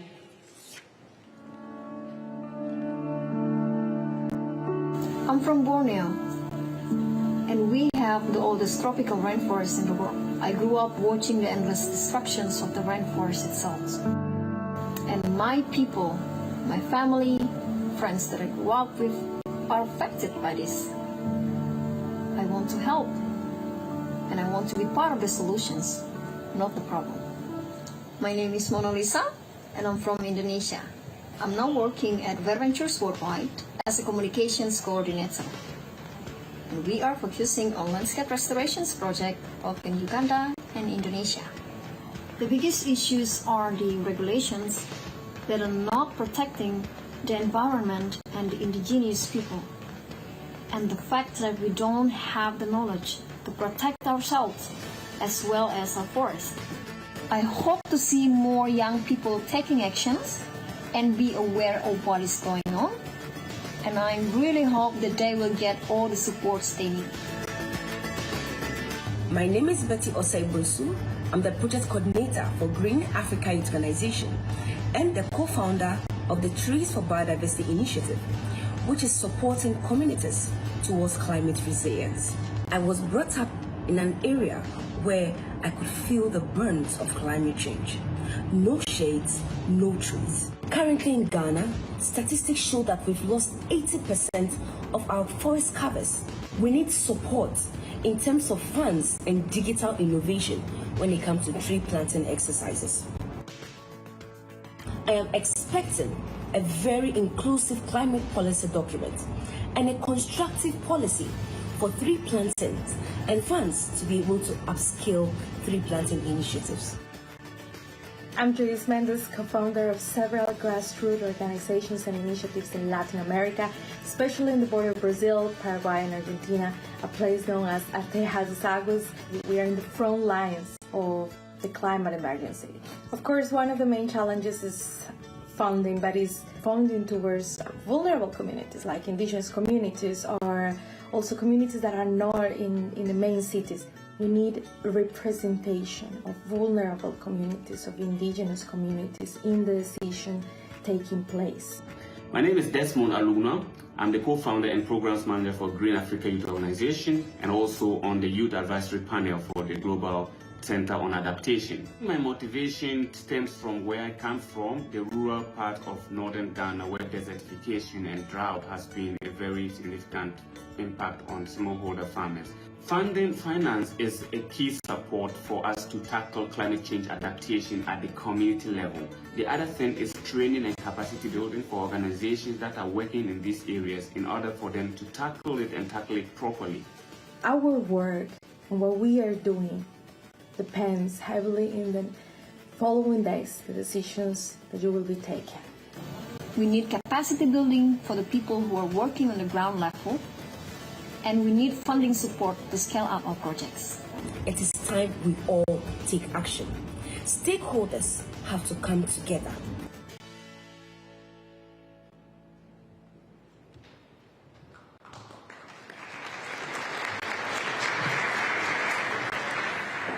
Thank you very much.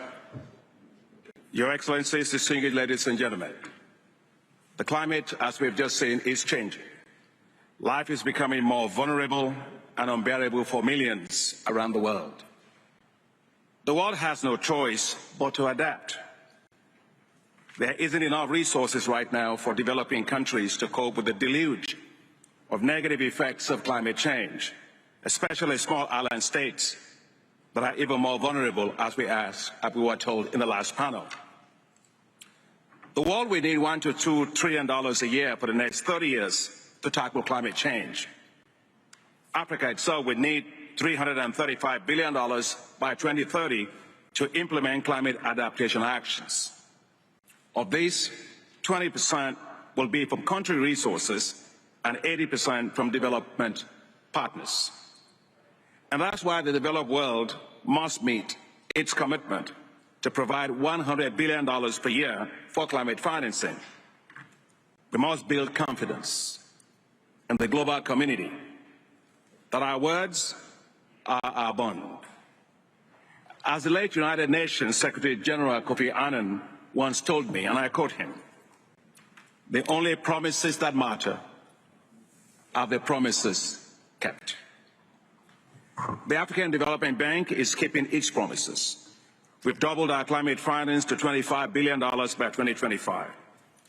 And we exceeded 50% target for adaptation and reached 63% for climate adaptation in 2020.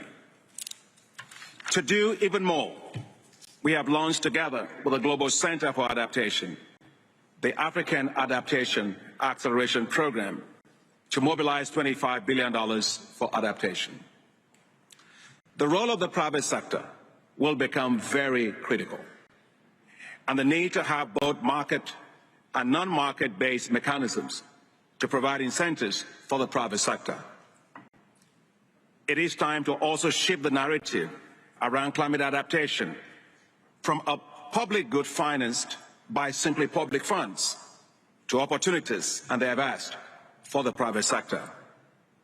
The countries represented here on this panel today, Kenya, Fiji, are examples of countries taking bold and innovative measures to tackle climate change. We will hear their voices. We will understand their challenges. The UK, which is also on this panel, will help to share perspectives on how best to support developing countries as they tackle climate adaptation. So let's get started. Let me call on you, Kenya Cabinet Secretary Yatani. Throughout your career, you've seen the importance of adaptation action. What are your priorities to finance this action? You have the floor.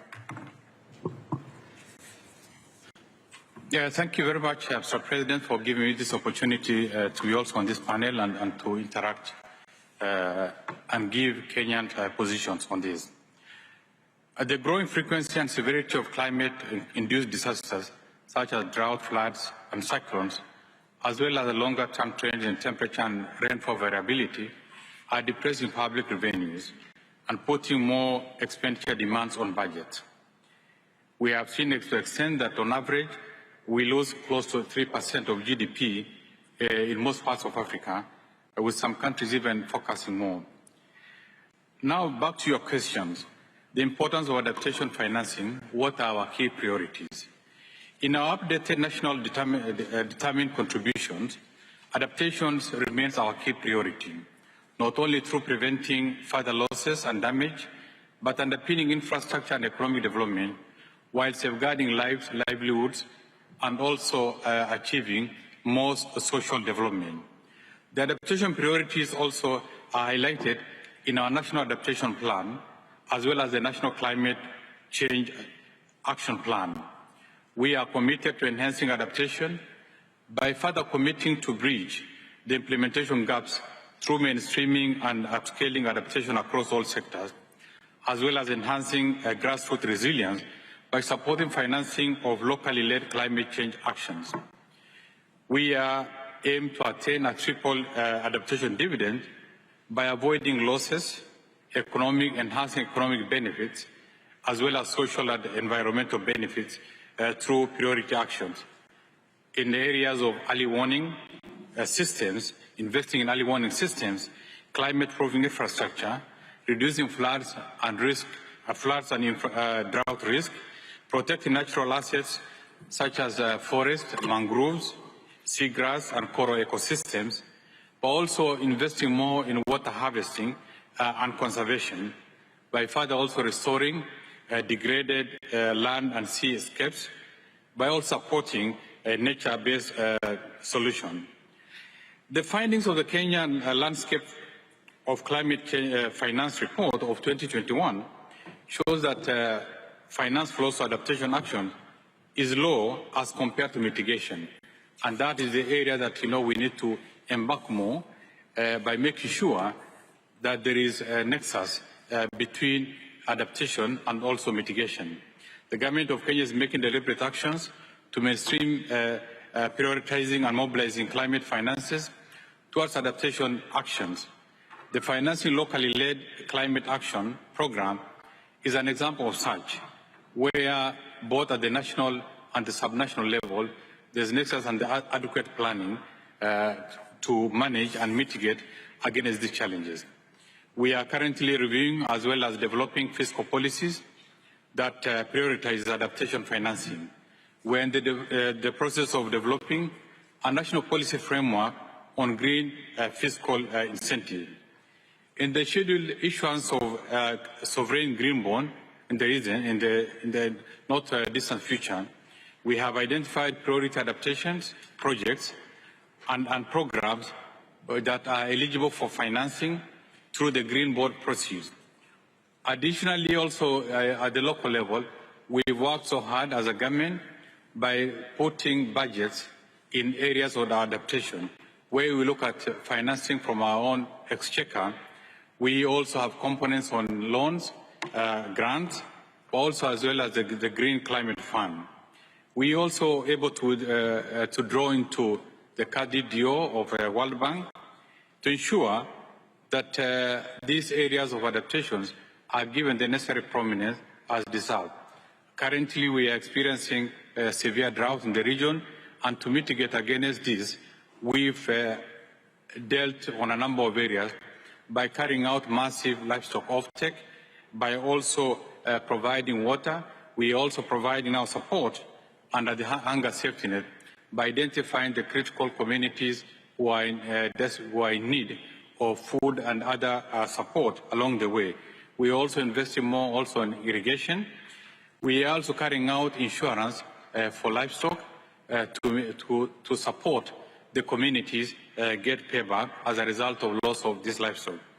We've also now carried out additional adequate information flows across all communities by advising them on what they do, what they need to do, how they do it, and what kind of support they're going to get. We've looked at a number of structuring of projects under the adaptations. Thank you very much. Thank you very much, Cabinet Secretary, for those actions and bold initiatives by Kenya. Let me now turn to the UK, Richard Turner. What needs to happen to get finance flowing behind these adaptation actions like we just had from the Cabinet Secretary? Thank you very much, Adesina. I think there are three things that I want to really set our sights on, our ambition on, three things that I think need to feature in the future partnerships between developed and developing countries to support adaptation. And the first is on risk and risk transfer. And I want to echo the importance that was really covered by the last panel, but I think is so important, the importance of the growing maturity of the risk financing system. I think the fact that developed countries are now putting capital into the risk pools and holding developing country risk. I think the fact that developed countries have now agreed new principles for subsidizing risk premiums for the most vulnerable countries are so important shifts in the overall architecture for supporting adaptation.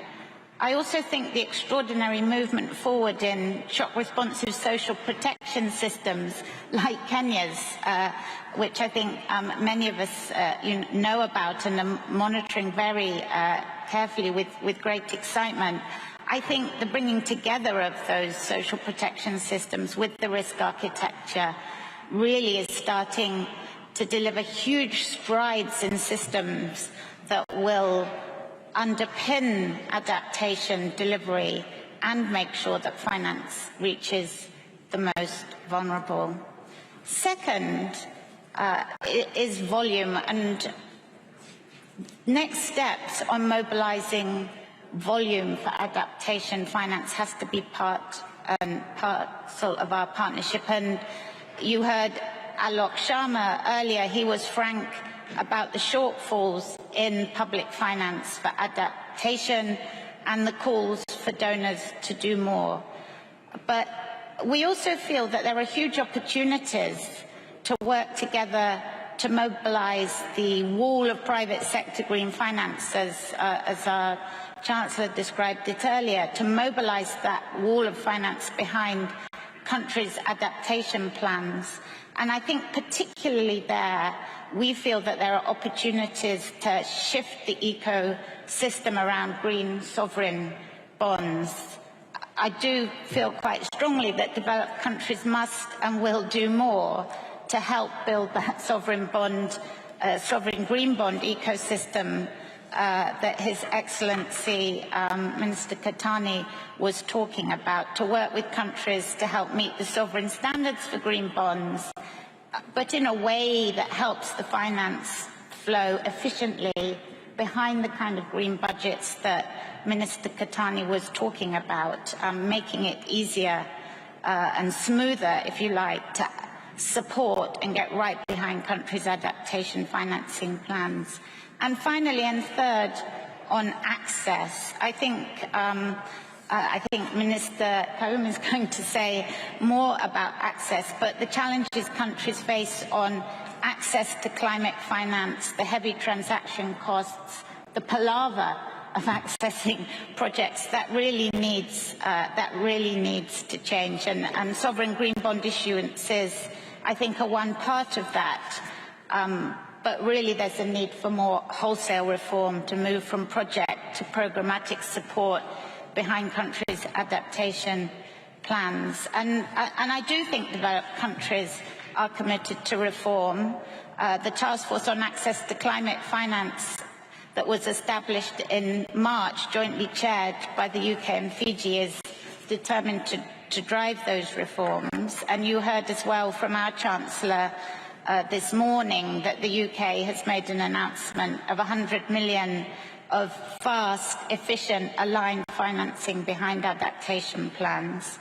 So I think those three things, I think risk sharing, volume, harnessing the private sector behind adaptation plans through a new sovereign bond ecosystem and reforms to access. I think that's really where we need to concentrate our efforts going forward. Just to let you know, it's 1 o'clock. You're watching Sky News Climate Live, and you're watching an event here billed as being about a more resilient world. It's bringing together leadership from across the world, as well as development banks and the private sector, and they're discussing the major advances in financing adaptation since the Paris Agreement in 2015. So we've heard from representatives talking about the impact of climate change on their nations and their need to be able to access finance to allow them to mitigate against the worst effects of climate change. So let's go back to that event and listen in. Evolving to meet the needs of climate vulnerable countries like yours. Thank you, Chair. I mean, evolving is certainly the right word when it comes to climate financing, because it needs to evolve significantly. As we have said before, our development finance architecture cannot stand the heat of our warming world. Gaps in equity between developed and developing nations are becoming chasms, as climate finance remains rudimentary and or parochial in relation to the worsening climate-driven challenges we are expected to manage. Our issue is rooted in more than climate finance.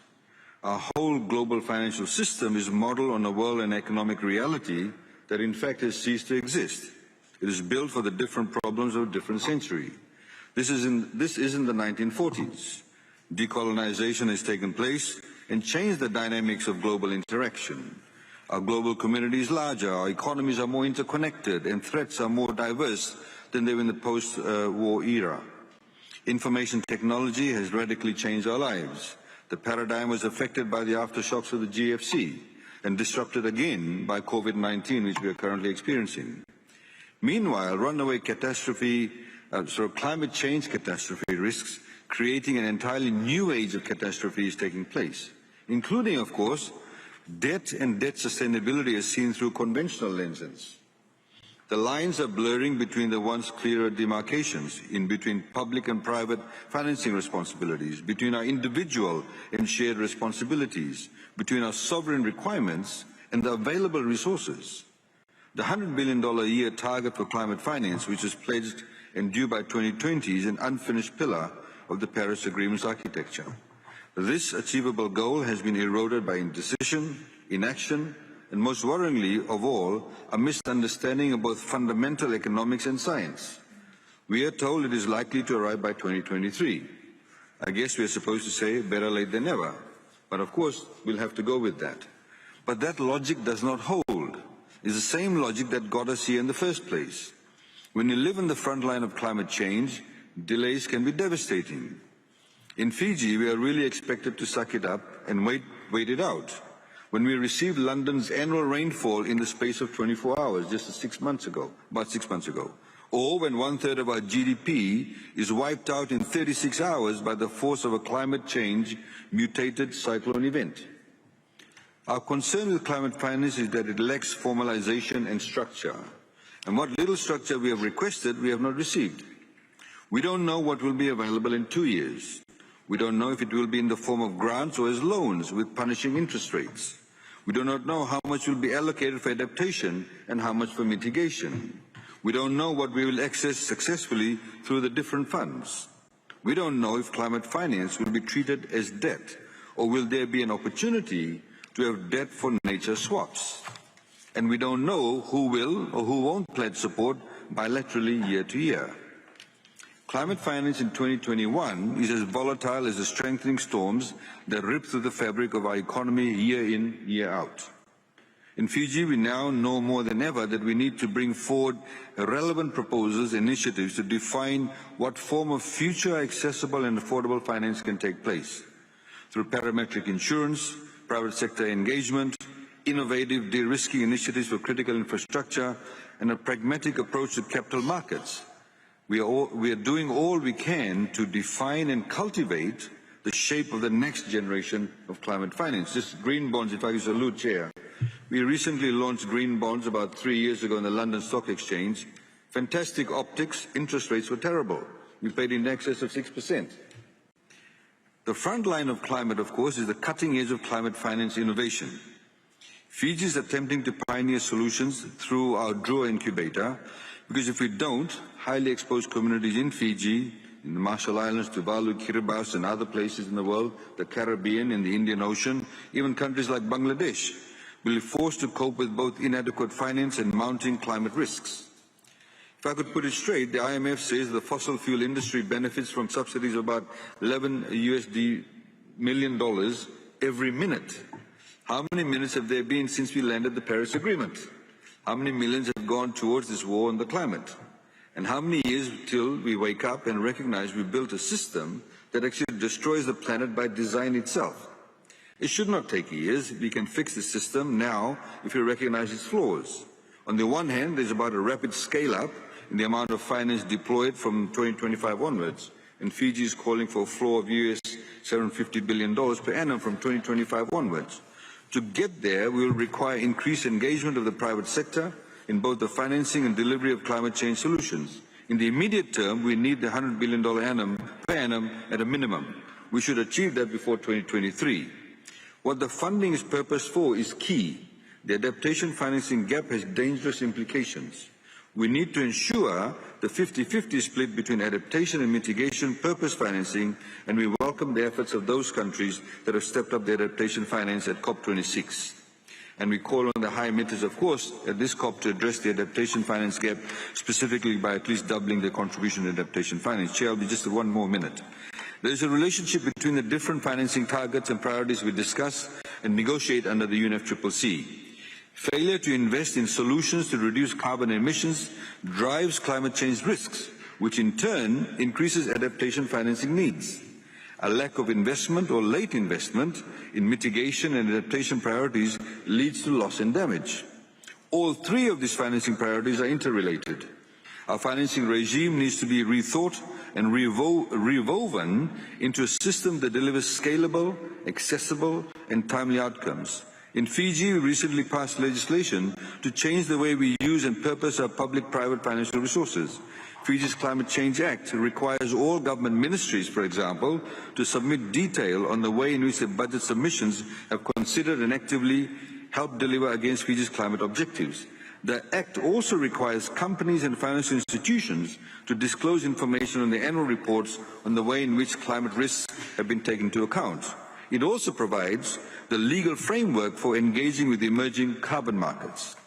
If we are going to adapt to climate change, we need to ensure adaptation is not an afterthought or a project or a checkbox exercise. It must become the foundation of our new economic system, and it must be funded now before the costs become insurmountable. Thank you, Chair.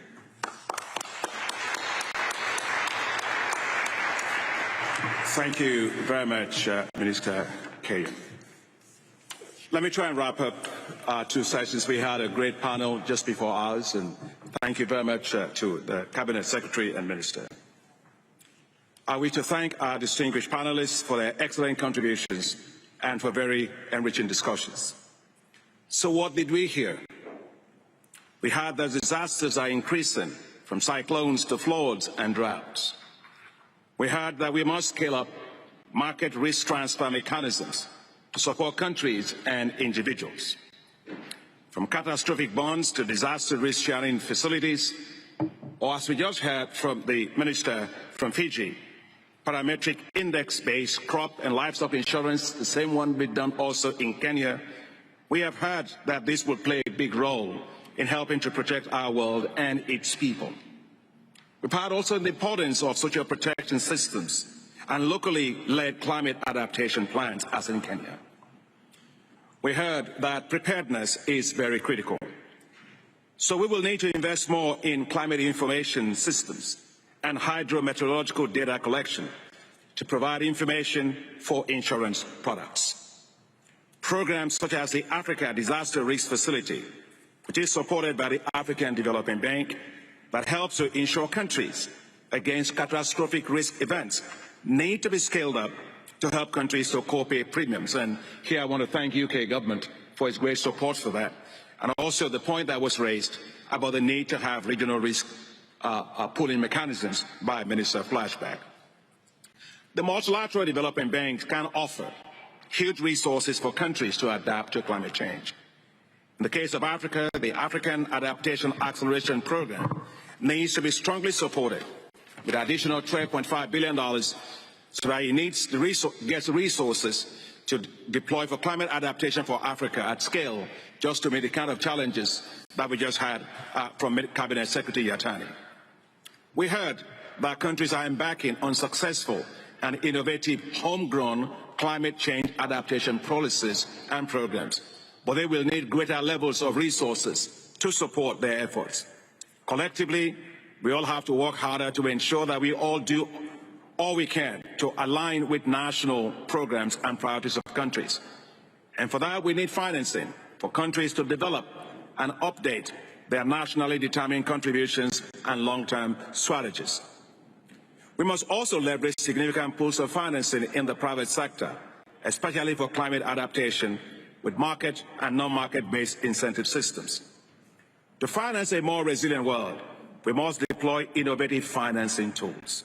Together, public and private sectors, with the support of philanthropies, can make a huge difference.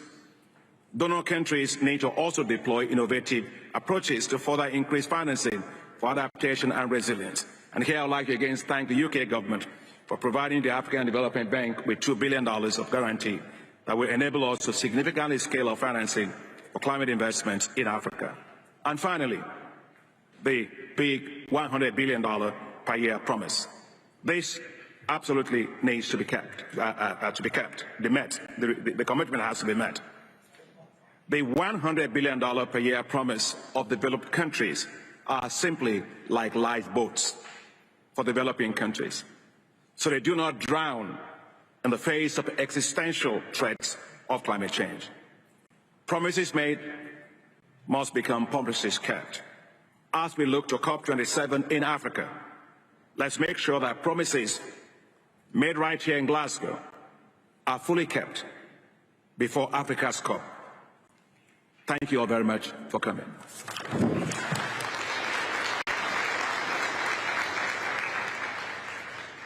Well, thank you very much indeed. I said this morning that what marks out today, what marks out COP26 and makes it different from before, is the fact that the money men and the money women are in force in town. But that is only a good thing if we remember 2 points that have emerged very clearly from the panels. Firstly, that climate finance needs to be effective. And we've heard just now in a very passionate speech from Syed Qayyum, and that speech, frankly, I think should be printed out and put on the desk of every developed country finance minister right now. We've heard that climate finance until now has not been very effective. And the question going forward is how do we make that more effective? But secondly, we cannot forget about the issue of equity, the second E, and the question of how finance is actually used to help developing world as well as the developed world. So this concludes the panel, third panel of today. The fourth panel is going to pick up these themes and develop it further. It's called Developing Finance for Emerging Markets and Developing Economies, and I look forward to hearing more debate and more answers in that discussion later on. So please come back at 2:15 for the next panel. Thank you.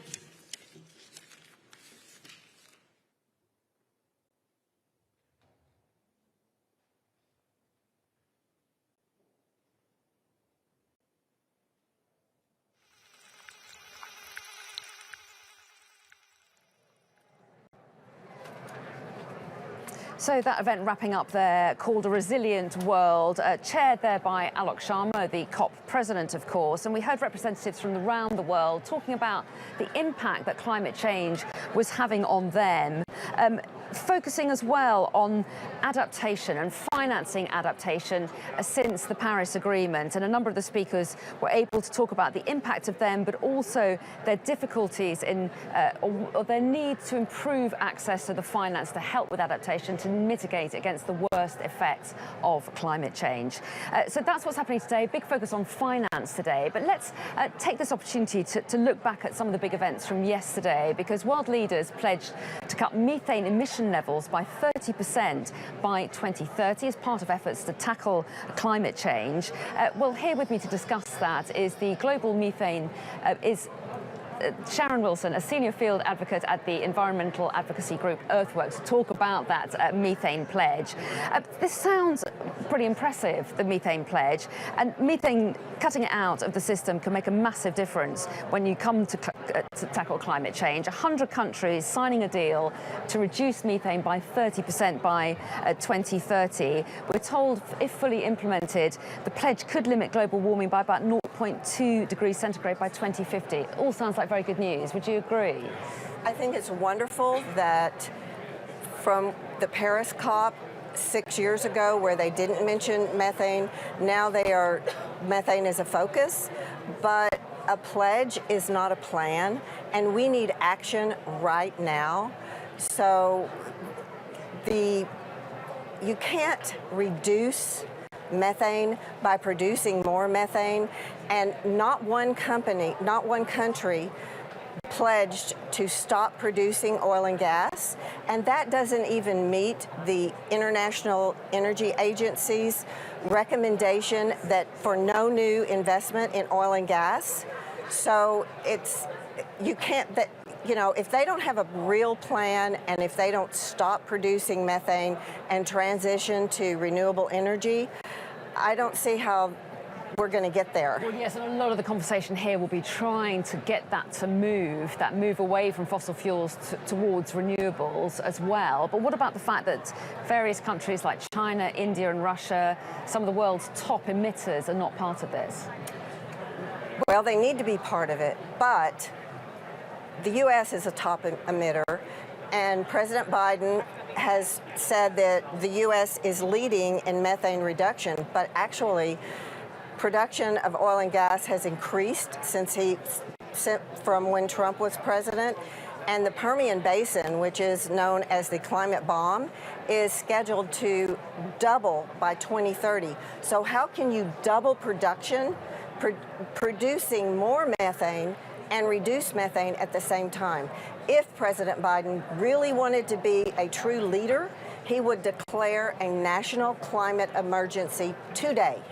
And with those powers, he could reinstate the crude oil export ban, and he could take some swift action that could really help without Congress. Well, I was going to say, do you not have faith that he personally really wants to do something? He's announced trillions of dollars in his plan to try to get the US to go green, but he is being blocked by fellow politicians, isn't he? Well, there's Senator Joe Manchin, but there is action that he can take without Congress.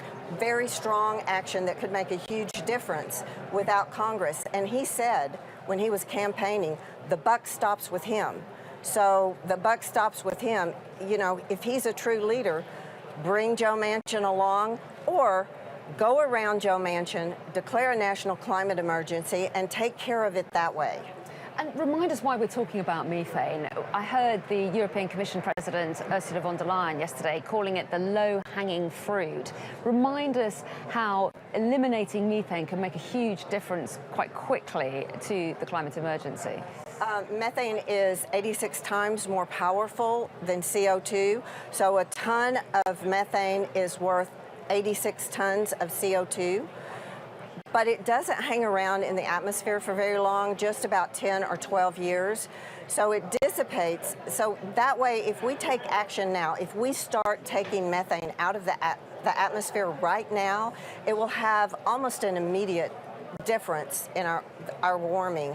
And clearly, there are various industries that produce it. One of them is the energy sector, which seems to be the real focus of this current agreement. And a lot of it is about plugging gaps where methane leaks out of the systems. I mean, that seems fairly basic? You think that this might have been done before, but how easy is it to plug those leaks and stop this unnecessary methane getting out into the atmosphere? The term leaks is vastly misused. Okay. What is mostly what we see happening are intentional releases. They have to release gas out of the system because it will overpressurize and explode. So it's called venting. It's either from routine, normal operations that are permitted and allowed, or from equipment malfunction, or from sometimes just malicious. One company drilled holes in their tanks to let the methane out. And so it's, you know, it's much, much worse than leaks. Leaks are a problem. They are not the problem. And are there ways of capturing that methane? Is there a way of it being released out of the system but captured? They have technologies that are supposed to capture the methane. And there's a couple of problems with those. One, we find them failing frequently. They're just not reliable. And the other problem is they all rely on dependable electricity. And we don't have that in Texas and many other places anymore. And with the increasing weather intensity of the weather events, you know, the electricity fails pretty often. So if the electricity fails, you don't have anything capturing the methane, and then it's just blasting out into the air. It's a bigger problem, and I don't think the people who are trying to solve this problem know how big a problem it is, because they sit in an office doing calculations on paper, and they're not out in the field all the time like I am. If they could go out in the field and look through my camera lens, I think they would have a completely different understanding, and there would never have been a fracking boom, because everywhere you look, there's oil and gas pollution spewing out. And is that the main focus? Because obviously the agriculture industry is another producer of methane. What can be done about that in your view? I'm not an agricultural expert, but I know there are things they can do with feed, and I don't eat beef. People could reduce their beef consumption, but that's a harder sell than just stopping oil and gas pollution. And we have the technology right now to convert our energy needs, the whole world, to clean, renewable energy, but we just don't have that political will. And part of the reason we don't is because the money that pollutes politics from oil and gas. Interesting. And I don't know if you've been here since the start of COP26, but what's your feeling about what's going on here? Do you get a sense of optimism, or do you get a sense of despair? What are you picking up when you walk down the corridors? Well, it's hard for me to stay in despair for very long. I'd rather go into anger, but I do see a lot of false solutions that are presented, like the carbon capture technologies, which don't really work. We don't have any models where they have worked, and then they just create more sacrifice zones. So I was on the front lines. You know, I experienced a lot of oil and gas pollution, contaminated my water. People on the front lines are the ones who have pushed and pushed and pushed to get something done about oil and gas, and finding ways to continue oil and gas and expand it with carbon capture technologies. It's not really, it just creates more sacrifice zone. That's not really the answer. We need to transition away from oil and gas. That's the answer. Okay, well, Sharon Wilson, really interesting to hear your views. Thanks so much for coming on Climate Live. Thank you for having me. Thank you. So you're watching Sky News at Climate Live. Do stay with us. The day is focused on finance today. We'll bring you all the latest after this short break.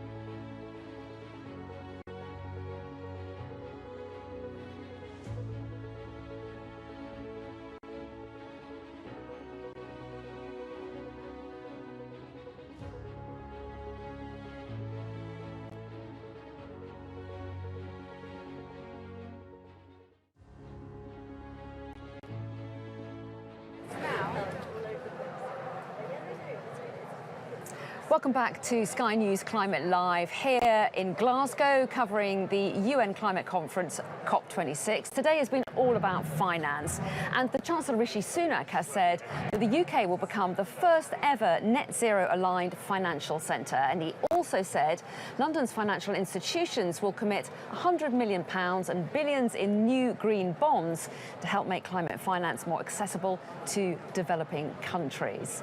Well, joining me now to discuss whether the pledges being made here at COP26 can be successful is the CEO of NatWest, Alison Rose. Welcome to you. Nice to see you. Nice to see you too. So what do you make of what Rishi Sunak has said today? He's got these plans to force all financial institutions and listed companies in the UK to publish plans on their route to net zero, and this is from 2023. So what difference would that make to you at NatWest? Well, for us at NatWest, we've already got a very clear climate strategy and have already achieved net zero for our own operations. What we're doing now is working really hard with our customers, who are the ones who need to make the transition, to help them get to net zero and encourage them to do that.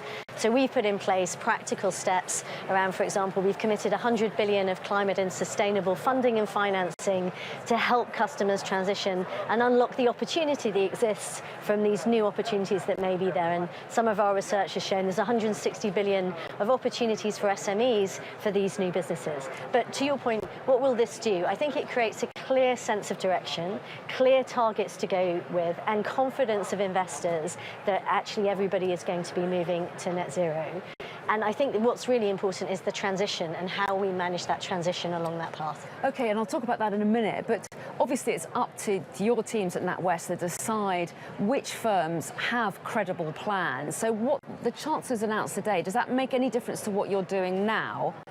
Or are you already... We're already doing that. We've already made a commitment to halve... So you don't invest or lend to any companies that you feel don't have a credible net zero plan? We have made a commitment that, particularly for some areas like coal and oil and gas, we're phasing out our lending to coal. And for oil and gas, we will only work with companies who have a credible transition plan aligned with Paris. And oil and gas is only 0.8% of our balance sheet lending. More importantly, what we're looking at is the whole of our balance sheet and saying we want to halve the emissions on our balance sheet from our financing. So we're mapping all of our sectors to say what are the emissions. And we're doing that because it's going to be really important we all work together to solve this. So housing is a great example. There's a huge amount of emissions, carbon emissions, that come from housing. But we've got to work together to figure out how we solve that so that we don't end up disconnecting parts of society and not having a fair transition. So for me, these commitments are great because it's a clear signal by government around the path to net zero. It's going to create transparency and clarity of where the emissions are and then allow us to map a path to get there. And that path will require public and private sector working together. So that makes life easier for you to be able to look at the plans of the companies that you're looking to lend to or invest in. But what about for those businesses themselves? Do you think that it's been clear to them what constitutes going green? Do you think that the rules are there? They've got enough idea of what regulations, what's likely to happen in the future to make that credible plan? Well, I think this is part of the challenge, that getting that transparency of what does net zero mean, what does green mean. So I think this is a good start because it does set a clear path and goal, and having clear data is really important. But if you're a large business, for example, it's much easier. You've got big teams, you can look at the different options. For small companies like SMEs, which are the majority of my customers, whilst they understand net zero, what that practically means in their day-to-day choices, their day-to-day decisions around their supply chain is much harder, and that's where we can play a role in helping them. But I think, increasingly this is setting a path. The government's 10-point plan have said these are the areas that we're going to focus on, which is really important. And that now I think we need to really work together to make that transparent and helpful, particularly for small businesses who represent 30% of the emissions of the UK and 50% of the revenue. But it's really hard for them and they've got a lot on their plate. Well, yes, and ultimately, for businesses and for banks, it's about profits, isn't it? I mean, can this be more profitable for you to take this route? Yes, absolutely. We've done some research with SMEs across the UK, and we've identified there's 160 billion of revenue opportunities for them to move to more sustainable income and sustainable opportunities, and 130,000 jobs that can be created. So to break that down, you're saying to them you could make more money if you take the green route? Yes, there are opportunities here where you can invest, and it will create more opportunity for you. It will contribute to being a long-term sustainable business to grow value. We're one of the biggest lenders to renewable energy. We set a target to lend 20 billion over 3 years, and we lent that over 18 months. So the demand is there. This is profitable business. It's long-term sustainable business. But actually the big question, which is fundamentally the question we now need to answer and to help our customers with, because they're the ones who are going to make the transition, is how to do that, and deciphering 1.5 degrees net zero into what choices that will mean for you as a business, but also helping them unlock this 160 billion revenue opportunity that we've identified in our research. But also, there are profits to be made then in the green sector, but there are still profits to be made in fossil fuels, aren't there? I mean, that is true. So do you need more regulation? Do you need the government to step in? Do you need carbon taxes? Do you need some means to make that less profitable and to make sure that the funds don't go in that direction? Well, I think there's a lot of talk about carbon pricing, which is, I think, really important, because one of the big challenges you've got from a consumer or a small business is actually the cost of going green is more expensive. If you're in your house, you know, insulating your house, a heat pump, that's going to cost money, that's going to cost investment. So we've got to close this green premium. And that's a really important aspect of what we've got to do. But I think carbon pricing, to identify where is the carbon, how much does it cost, so that you can create transparency and visibility, is really important as we transition, because I think this is transition. We're talking about a complete rewiring of the global economy, and it's going to have to happen over time. So we can incentivize, but I also think disincentivize, and work with energy companies to transition, to work with small businesses to help them identify opportunities and create that transparency. Yeah, because ultimately you want a situation where it's cheaper to go green. It's cheaper, you will make more profits to go green, but that requires government as well as business changing their ways. Absolutely does. Absolutely does. This is, I describe this as a team sport. We need public policy incentives and private sector. And I think the great thing that you're hearing today at COP, but particularly in Finance Day, is the money is there. Under GFANZ, there's 135 trillion that has been identified.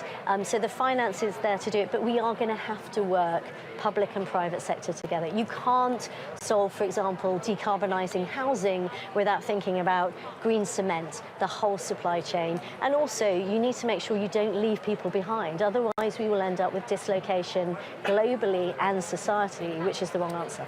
And one other thought, the big finance issue that a lot of people are talking about here is this $100 billion for developing countries that was promised back in 2009, was due by last year, but now we're being told it probably won't be forthcoming until 2023.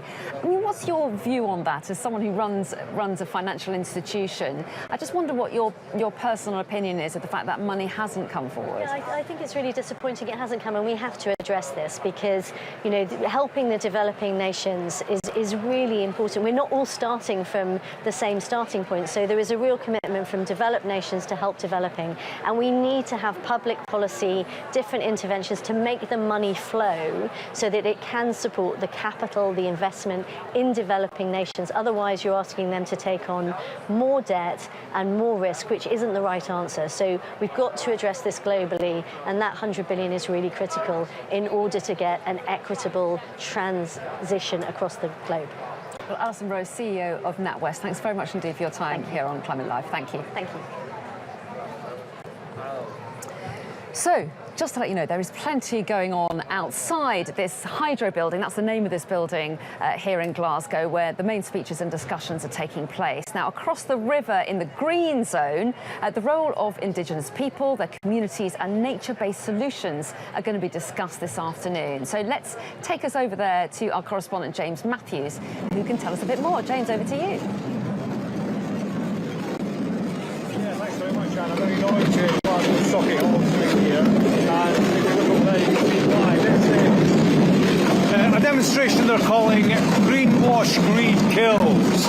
Now, this wasn't an organised demo, so it's had some trouble making progress along one of Glasgow's main thoroughfares. The police line has stopped them at one end, so what we have now, and what you're seeing, is the demo, a march indeed, heading in the opposite direction towards a different area of downtown Glasgow. There are several hundred people here, certainly, well over 1,000 I'd say, and from different groups. It was organised by Extinction Rebellion, and the thrust of this really is to protest against companies who, as they would have it, greenwash, present green credentials whilst at the same time investing in the fossil fuel industry. They're calling that hypocrisy.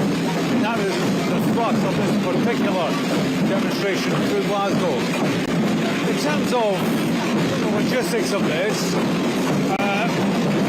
we don't know how far this will get. Bear in mind that there are companies in town who protesters like this blame for greenwashing. JP Morgan Bank, we saw a demonstration outside there yesterday. I can tell you there's a double police line outside that particular building. So I suppose the worry and the concern of police will be that particular buildings are targeted. What that means in terms of managing this crowd, we will see in due course. But they're certainly having a free rein and the ability to walk down West Nile Street in Glasgow. Let's see if we can speak to one or two of the protesters here. We'll have a chat with a couple of protesters. Hello, we're from Sky News. I'm shy. You're shy. I'm from Sky News. You want to have a quick chat with us about this demonstration? No, I'm shy. You're shy Glaswegians. Let's hello, sir. Hi, how are you doing? We're from Sky News. What's this demo about? All right, thanks. I'm all right, it's a Sky News, thanks. Very much. Demonstrators, some at least losing their voice in the course of this demonstration. They have come from around the country and indeed the world, and a number of disparate groups are involved in this, and that is part of the trouble, or part of the challenge for police. There is no one organisation in charge. There's no particular group of people that they can strike up a dialogue with and make a plan for the march, which is why we saw it blocked further up Sauchiehall Street. And the challenge, I suppose, for police now is to work out where this goes. There's been no chat with influencers or organisers, and that's the difficulty, and that, I suppose, presents a situation where the police may feel they need to contain these kind of numbers at some point, and that in turn, of course, gives rise to the possibility of a face-off, of conflict. We've not seen conflict over the course of this demonstration so far, but it's certainly something that police are mindful of and have been training for over the course of several months. Let's try again to speak to one or two of these demonstrators.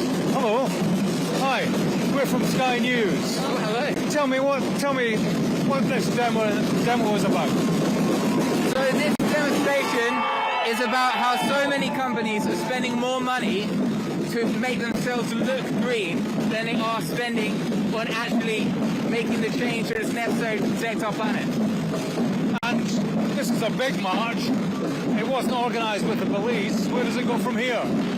I have no idea. You're just here making your point. Hello there. Hi. And we're from Sky News. Tell me, what's the message here? The message is, if we don't stop burning fossil fuels, then we're all in a really bad state, and the politicians have got to know that. Yeah. Do you think they're listening across town? Do you think they're listening? We're going to make them. Okay, thank you very much indeed for your time. Well, there you go. That's the scene from Glasgow. We'll turn the camera around. You can see this demo. You can see the direction it's taking. Where it ends up, nobody's quite sure at this stage, but nobody's missing the message. as it says in the press release. According to this particular demonstration, greenwash, greed kills.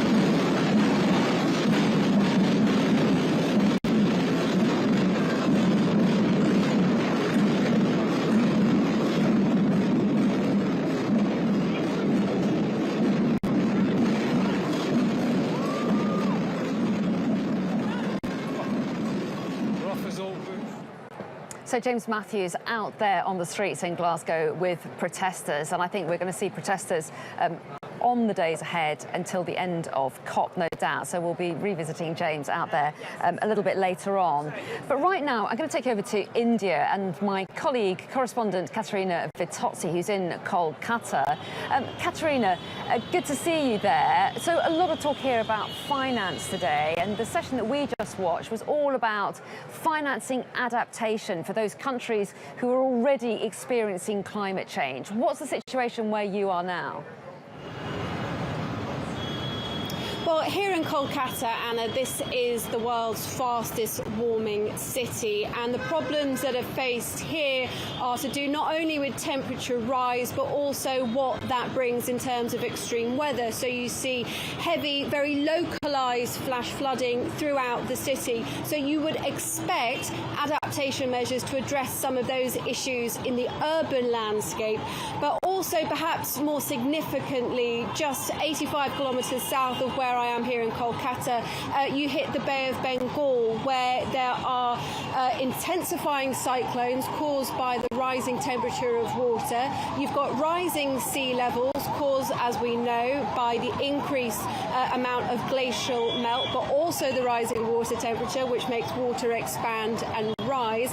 And in that locality, there are around 100 or so islands, which, when you go and visit them, as we have been over the past few weeks, well, to be frank, they look like they're sinking.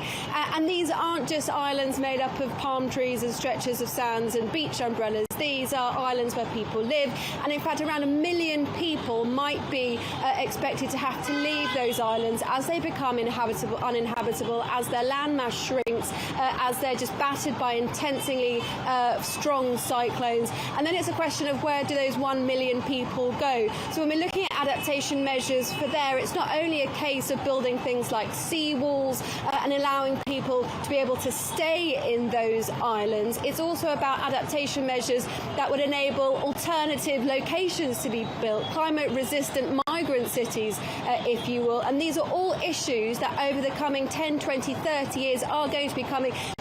You talk about adaptation and climate migrant megacities that have to be built as people have to be moved. And in some cases, it sounds almost dystopian, doesn't it, that idea? But it is really a reality that we are told we are going to have to be facing. And in areas like this, which are seeing the worst effects of climate change, it's something they're going to be looking at really in the immediate future.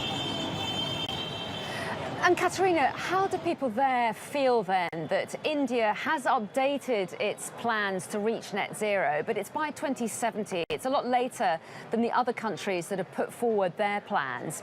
Are people there frustrated by that, given that they're experiencing climate change now, or are they concerned about what that transition could mean? I think it's a bit of both, really, to be frank with you.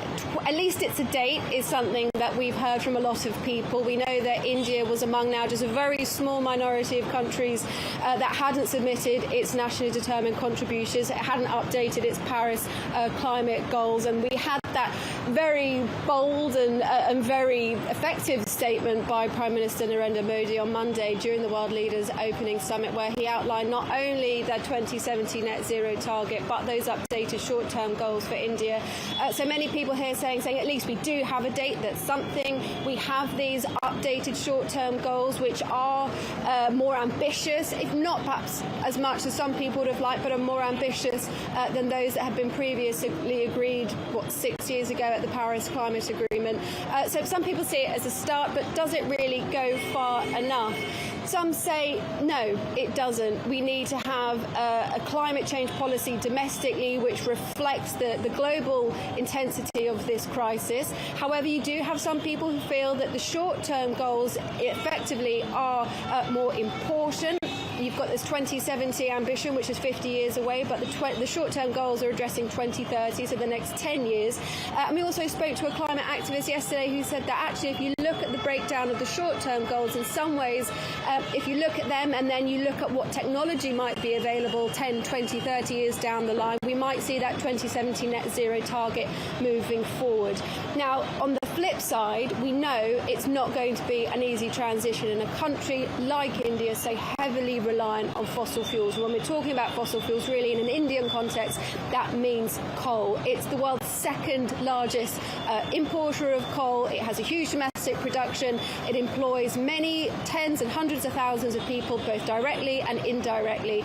And also, India is a country with a 1.3 billion person population. Many of those people are still living in poverty. The Prime Minister says his priority is bringing the whole of society up, lifting millions out of poverty over the coming years. The energy demands here are just going to grow. So when you're looking at transitioning to a renewable energy economy, you've got to look at how can you do that in a way which is just, which is fair, but is also climate friendly. And for many people who are so reliant on coal currently, who really are reliant on it for the very, very basic things, for warming water, for cooking their food, it is not going to be easy. And a lot of these people are saying we don't want to be lost in this discussion with these global ambitions, when it really for us is a domestic issue and something which is so very crucial to our lives and livelihoods. It's a reminder, Katerina, isn't it, that there will be different people in different countries around the world who have a very different view on what needs to change. And I know that you spent a lot of time in Bangladesh as well. So give us an idea, briefly if you can, of the situation there and what they will want from COP. Yeah, it's really strange, actually, if you think about, these are neighbouring countries, but with very different issues and with very different outlooks, really, when it comes to climate change, both in terms of domestic policy and their international focus. So, as you say, Anna, we spent a lot of the year in Bangladesh just a few months ago. We were there during the pre-monsoon season, one of the hottest times of year, where in Dhaka you're seeing temperatures now, Dhaka the capital city, you're now seeing temperatures well into the 40s over the worst months of summer, and it's incredibly humid as well. So you're having these very hot, humid summers which can make people incredibly unwell, and it is something which really isn't sustainable for a capital city which is growing by the month, because they're also seeing a huge number of climate migrants. These are people who have been displaced by climate change in coastal and rural areas, who, in a similar way to how I described happening in the Indian Sundarbans, you're seeing intensifying cyclones, you're seeing rising sea levels, accelerated coastal erosion. These are all affecting the lives and livelihoods of people in Bangladesh living in these coastal areas, and they are moving by an estimated 500,000 people a year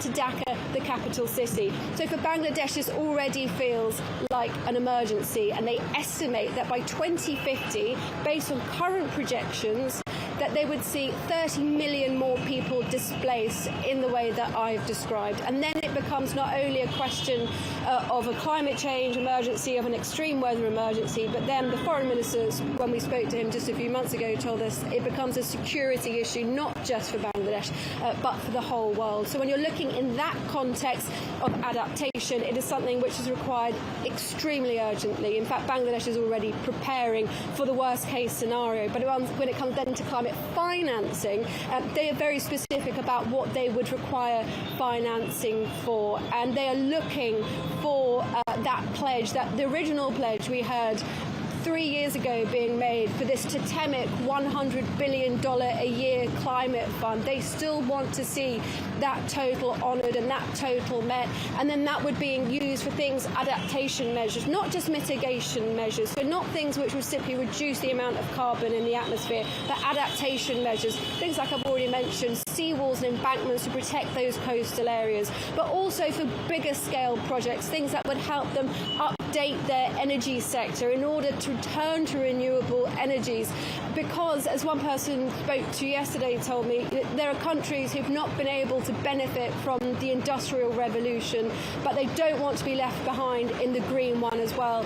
And that adaptation money, the money that developing nations are asking for, is going to go some way, by no means all of the way, but a small way to try and address some of those issues.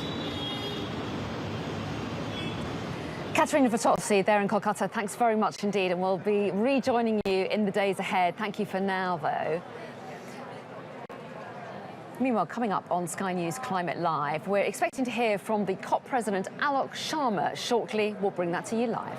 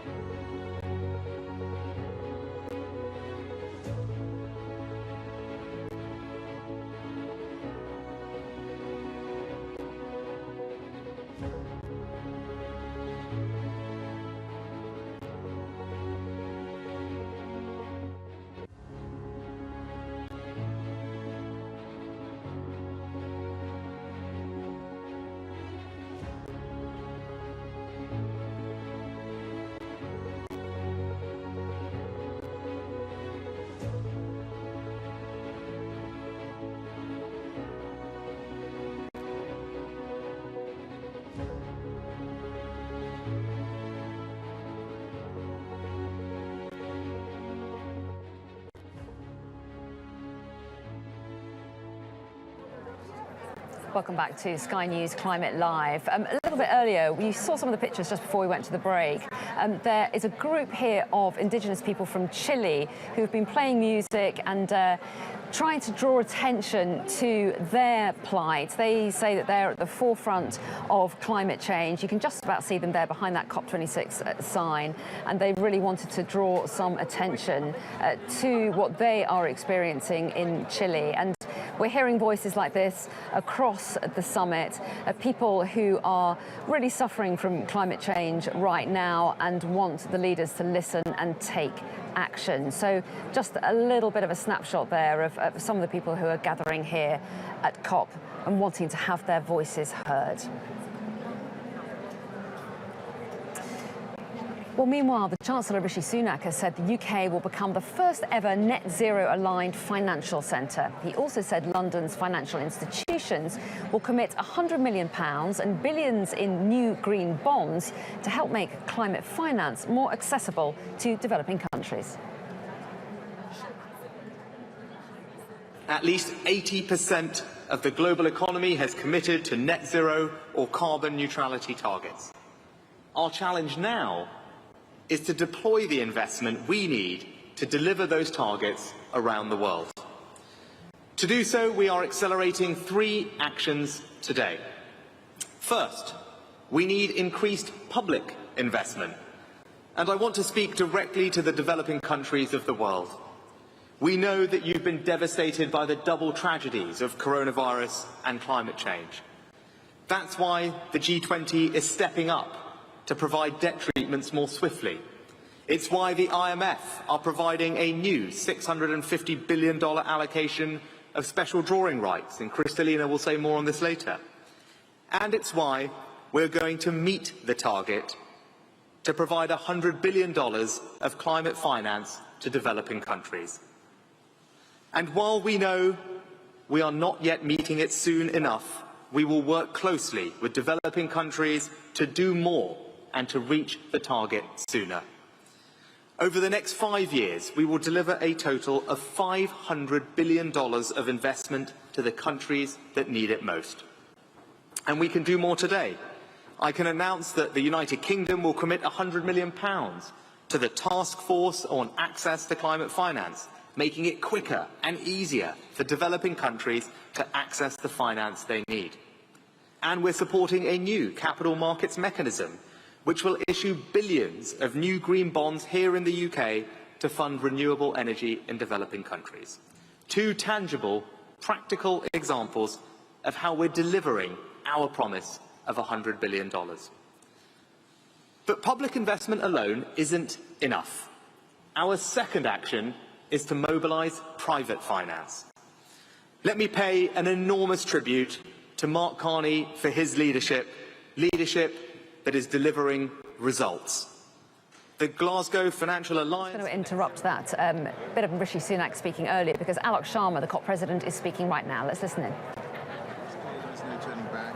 The world is firmly united in delivering a net zero resilient Can I listen, future. James? 90%, around 90% of the world's economy is now covered by a net zero target, and this compares to less than 30% when the UK took on COP26. And as I've said on many occasions, Paris promised, and therefore Glasgow must now deliver. And so we want at this COP to be able to say with credibility that we are limiting global temperature rises to well below 2 degrees, pursuing efforts to 1.5, and that means keeping 1.5 degrees within reach. And I want to be absolutely clear here, we are not deviating from the Paris Agreement pledge, but we are an unapologetically high ambition presidency.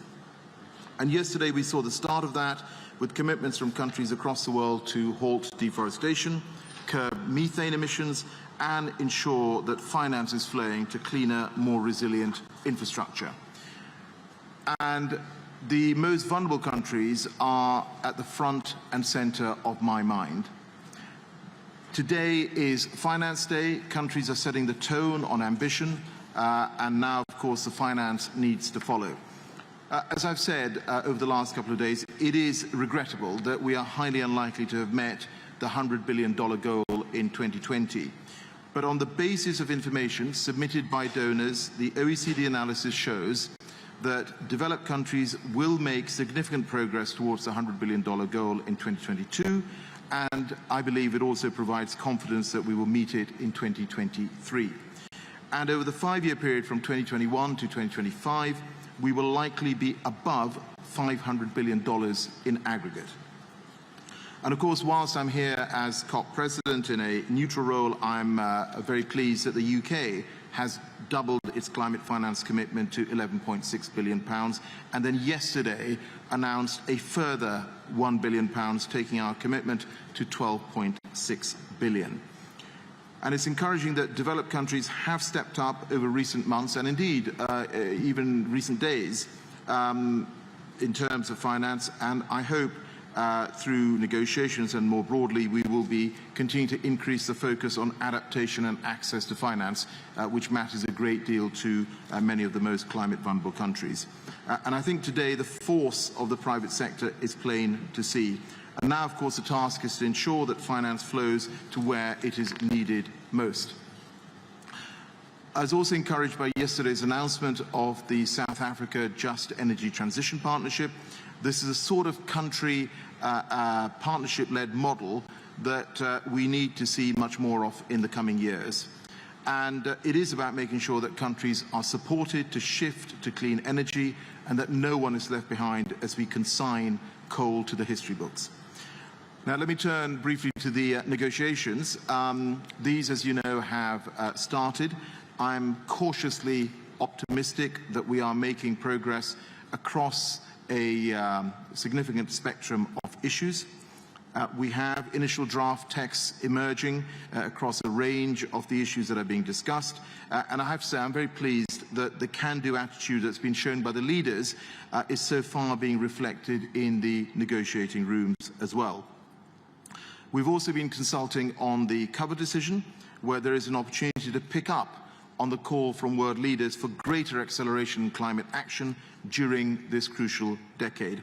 And this morning, heads of delegation had a productive discussion on this topic.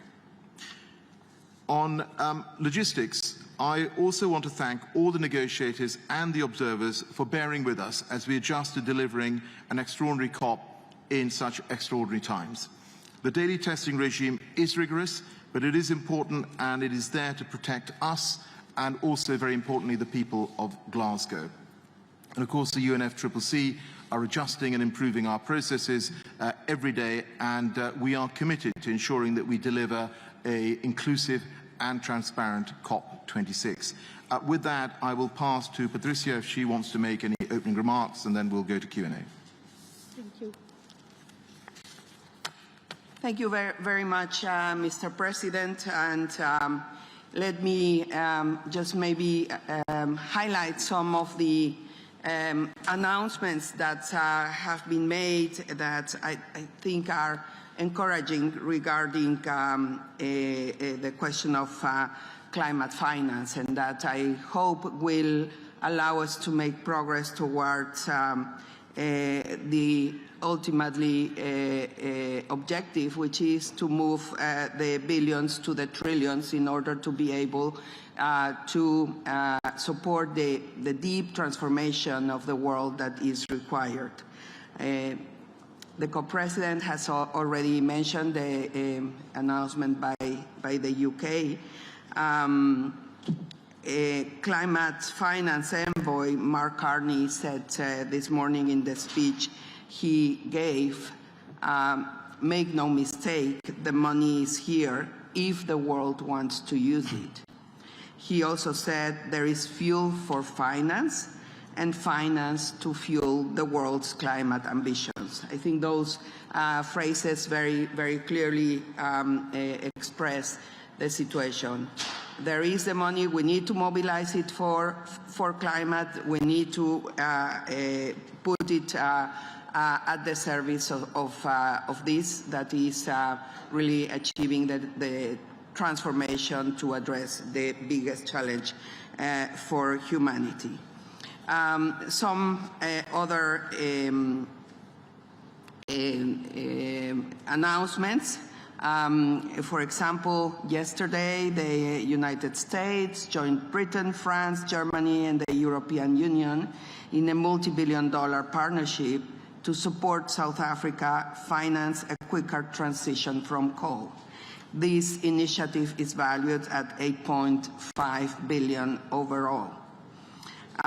Japan and Australia have also announced commitments to double their adaptation finance, and commitments from Switzerland, the US and Canada for the Adaptation Fund. New commitments have been made also by Spain, Ireland, Luxembourg. So I do hope that by the end of this conference we can really get to the goal of the 100 billion, not anymore in 2020 and 2021, but really hopefully in 2022. There was also a global forest finance pledge that was launched at this COP, including commitments by a group of developed countries to collectively provide 12 billion for forest-related climate finance between 2021 and 2025.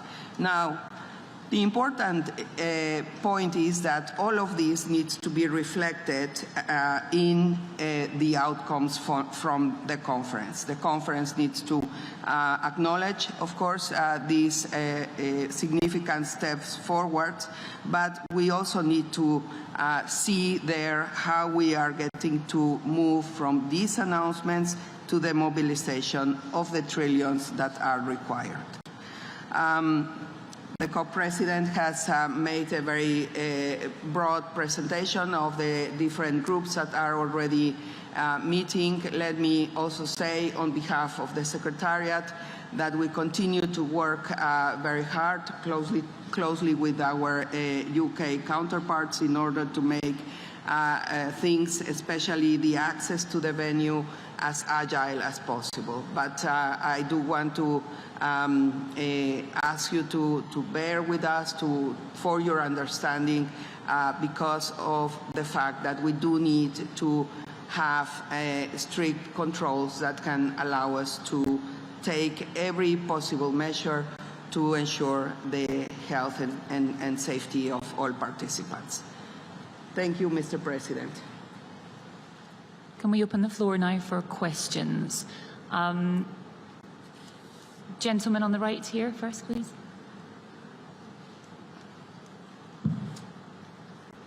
Thank you very much. I'm Sebastian Montes from Forbes. My question regarding the emerging markets. How is going to be the finance for the emerging markets, and how are you planning to help countries such as Colombia and Latin America to ensure this transition to climate-friendly technologies in order to help them to ensure their climate safety, in order to taking into account that they are one of the most vulnerable continents in order to the climate consequences that can come in the future? Thank you. Let me start on that. Well, obviously we've talked about where we are in terms of the $100 billion delivery plan. Clearly, countries that are eligible for that will be able to get support. I think there is a wider piece here as well about how do we support countries, for instance, with a clean energy transition. As you know, there was yesterday we launched together with Rockefeller a fund, £10 billion initially, building up to $100 billion by 2030, as part of supporting countries to make that clean energy transition. We started off a Energy Transition Council as part of our COP26 work. That is going to continue for at least the next 5 years, and we will be working in partnership with that particular fund as well. And I think this goes to the heart of what Patricia and indeed world leaders have also talked about, is that the public finance is absolutely vital, and we need to make sure that that is delivered. But ultimately, this is also a case of ensuring that we are leveraging private finance as well to support the transformation we need to see around the world. Lady in the green here.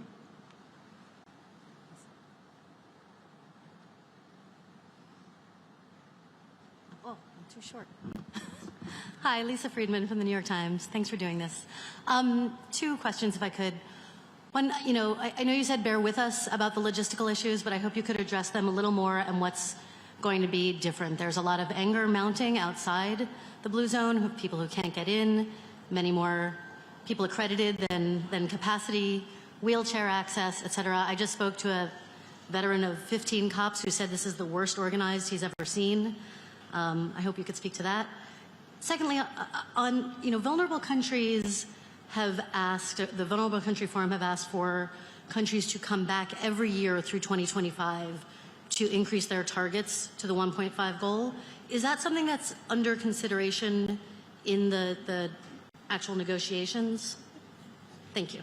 Great. Let me take those two, and then Patricia will want to come in perhaps on at least on the logistics one. Firstly, I think we all recognize, I think just the fact that we are sitting socially distanced, the fact that you're wearing face coverings, the fact that you're having to be daily tested, this is a unique COP in quite extraordinary times. And I can tell you that the feedback I have had personally from ministers and negotiators is that they do think that what the UK, together with the Secretariat, the UNFCCC have done is something really quite positive, that we have managed to organise this event in these COVID times.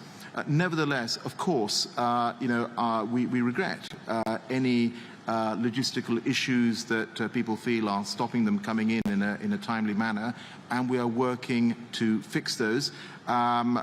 Clearly, on the first 2 days of COP, when the world leaders have been here, there has been particular pressure on the number of people coming to the venue. We've seen some of that today, but I hope that will settle over the next few days. But Patricia may want to talk in some detail to what we have done logistically today with the Secretariat to make it easier and quicker for people to get in. On your second point, in terms of keeping 1.5 within reach, obviously that is something that a goal that I think just about every world leader has amplified over the last couple of days, and that is going to have to be reflected in the negotiations. Now, all of this is going to have to emerge through consensus, but there is a very clear ask, I think, from world leaders that we consider this a part of any decisions that are made here at the COP. Patricia. Yes. Thank you, Alok. And well, as the President is saying, really the fact that we are operating in COVID context has completely changed the way that we can put the premises at your disposal. Look at this room. Normally we would have at least twice as much as the capacity that we have right now. We are used to having also rooms packed with people that are standing if there is not enough seats. So that's not possible. That's not possible because the responsible thing to do and what is being done in every country in the world is really to look at what are the measures that need to be taken in order to prevent. So this is really, and I kindly ask you to take this into account. Let me give you an example. One of the situations is that the lanes, the security control lanes, have been reduced because they need to have, there needs to be more distance between all of them. So we do have a huge area, as you can see, and I'm sure you are all feeling it in your feet, that the COP venue is really very big. But the capacity of the different installations has been reduced. The need, of course, to control also the lateral flow test that every participant needs to take is also one more filter that we have never had before. So it's just an issue of capacity. Second, yes, I have to say, I personally am surprised at the enthusiasm and the amount of people that have come to Glasgow. And I feel this is fantastic because it shows that people are committed and interested and engaged and they want to be there, and that's very good. But it does pose a significant challenge in terms of logistics. So the wheelchair access, I really don't know exactly how that went, because let me tell you that this is an area that is very carefully planned. There are access. Probably what happened is that the person did not go to the right entrance. But I don't want to take responsibility from us away, but I do want to make the point that that aspect has been really one that we have taken care of. There have been situations of people complaining about accessibility problems, so we really took special care in that. Down the front, I've got everyone here. Lady in the red in the front.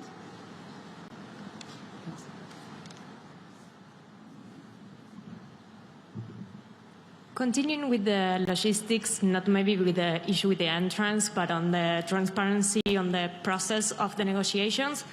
To Mr. Dharma, you mentioned that it was a great beginning of the COP, but today on a previous conference, the civil society said that it was the least inclusive beginning of the COP over the last decade. I would like to know, how are you going to reorganize the participation of civil society during the negotiation process?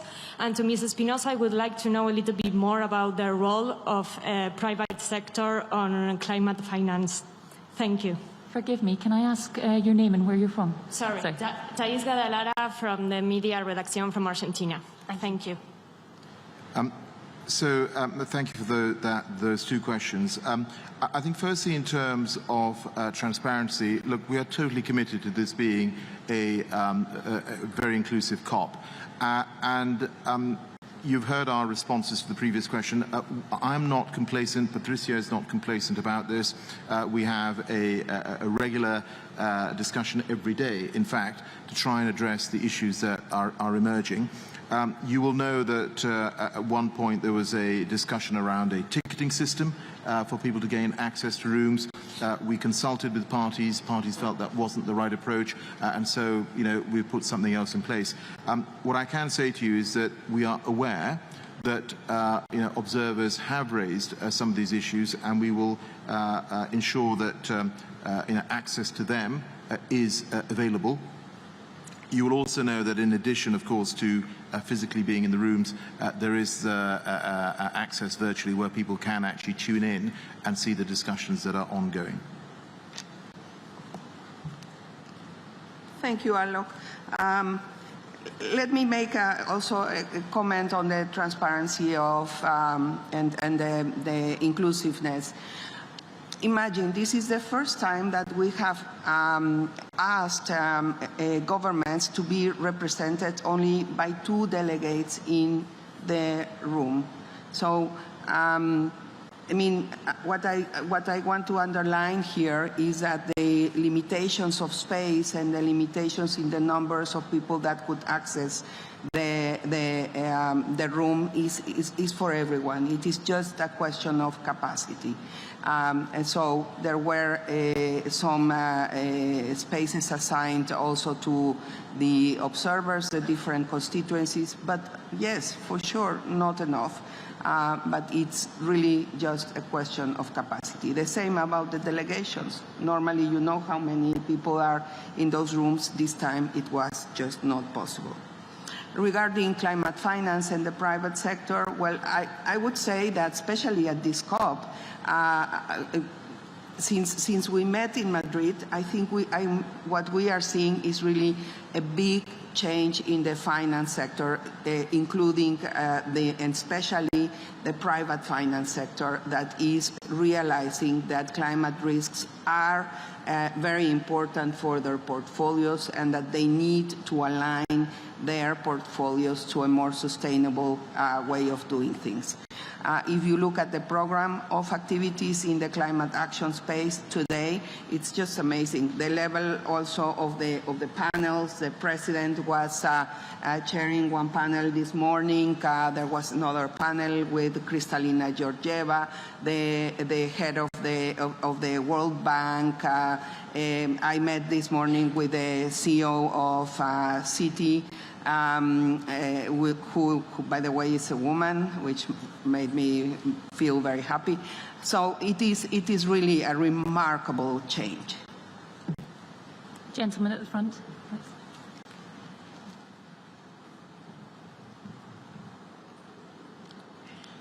Thank you very much. It's Masato Kimura, Japanese freelance journalist based in London. My question is about coal and cash, mutual dynamics and correlations. So you mentioned about Japanese adaptation fund. So, but adaptation sometimes means just buying time. So Boris Johnson said clearly timelines 2030 phase out for developed countries and 2040 for developing countries. And could you show us the big pictures, timeline of coal phase out and cash dynamics?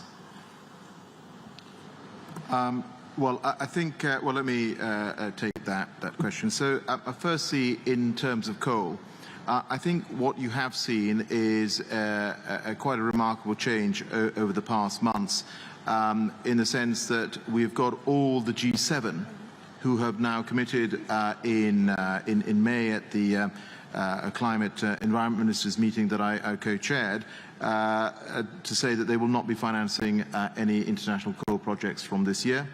We had the same commitment from South Korea, and then you've seen at the UN General Assembly, China also has now committed to ending international coal financing.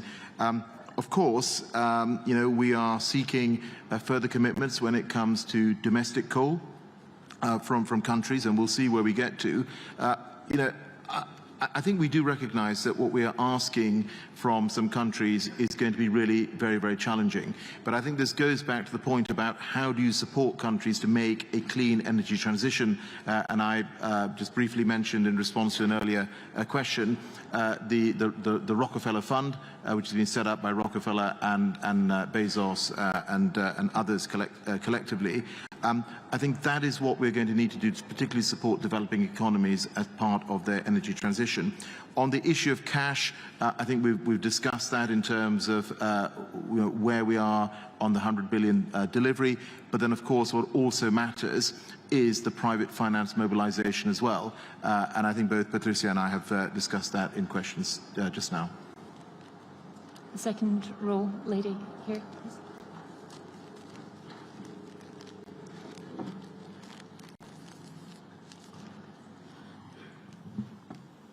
I'm Wang Qing from Jiemian News from China. 2 questions. First, can you elaborate a little bit on how you plan to work with China in terms of climate finance? And second, we all know that a few years ago, developer country made these promises of 100 billion to vulnerable countries, and we know the difficulty of implementing it, but I think all of us want to know right now in here, this time, how can we be confident that these promises made in this conference will not be another blah, blah, blah? Thank you. Thank you very much. So I think in terms of China, I was in Tianjin, as you will be aware, in September, and I had a very constructive set of discussions with Xie Zhenhua and other colleagues. I met him again when he was arrived here from China. I met him in London, and we'll have further discussions, obviously, with the Chinese delegation. Just on the specific issue of climate finance, you asked me, how can we be confident? I would certainly recommend that colleagues who have not done so to look at the detail of the delivery plan and look at the accompanying analysis from the OECD. I do think that this is the most transparent work that has been done in terms of demonstrating how that 100 billion goal will be delivered. And if I just give you the background, obviously individual countries submitted their climate finance multi-year commitments to the OECD, as did the multilateral development banks. The OECD analysed those numbers. If you look at the detailed report from the OECD, it sets out the very detailed criteria that they applied to these numbers, and then they also used a factor for how much private sector money would be mobilized from the public finance. And again, if you look at that on a historic basis, that really is pretty conservative. So I think we can say, based on the numbers, that we should have confidence that it will be delivered in 2023, and that over that 5-year period you will get to 500 billion plus. Of course, there are further announcements that have been made over the last couple of days. And obviously, that may be something that the OECD wants to reflect on as well in terms of what that means for overall delivery of the 100 billion goal. Front row, Colin.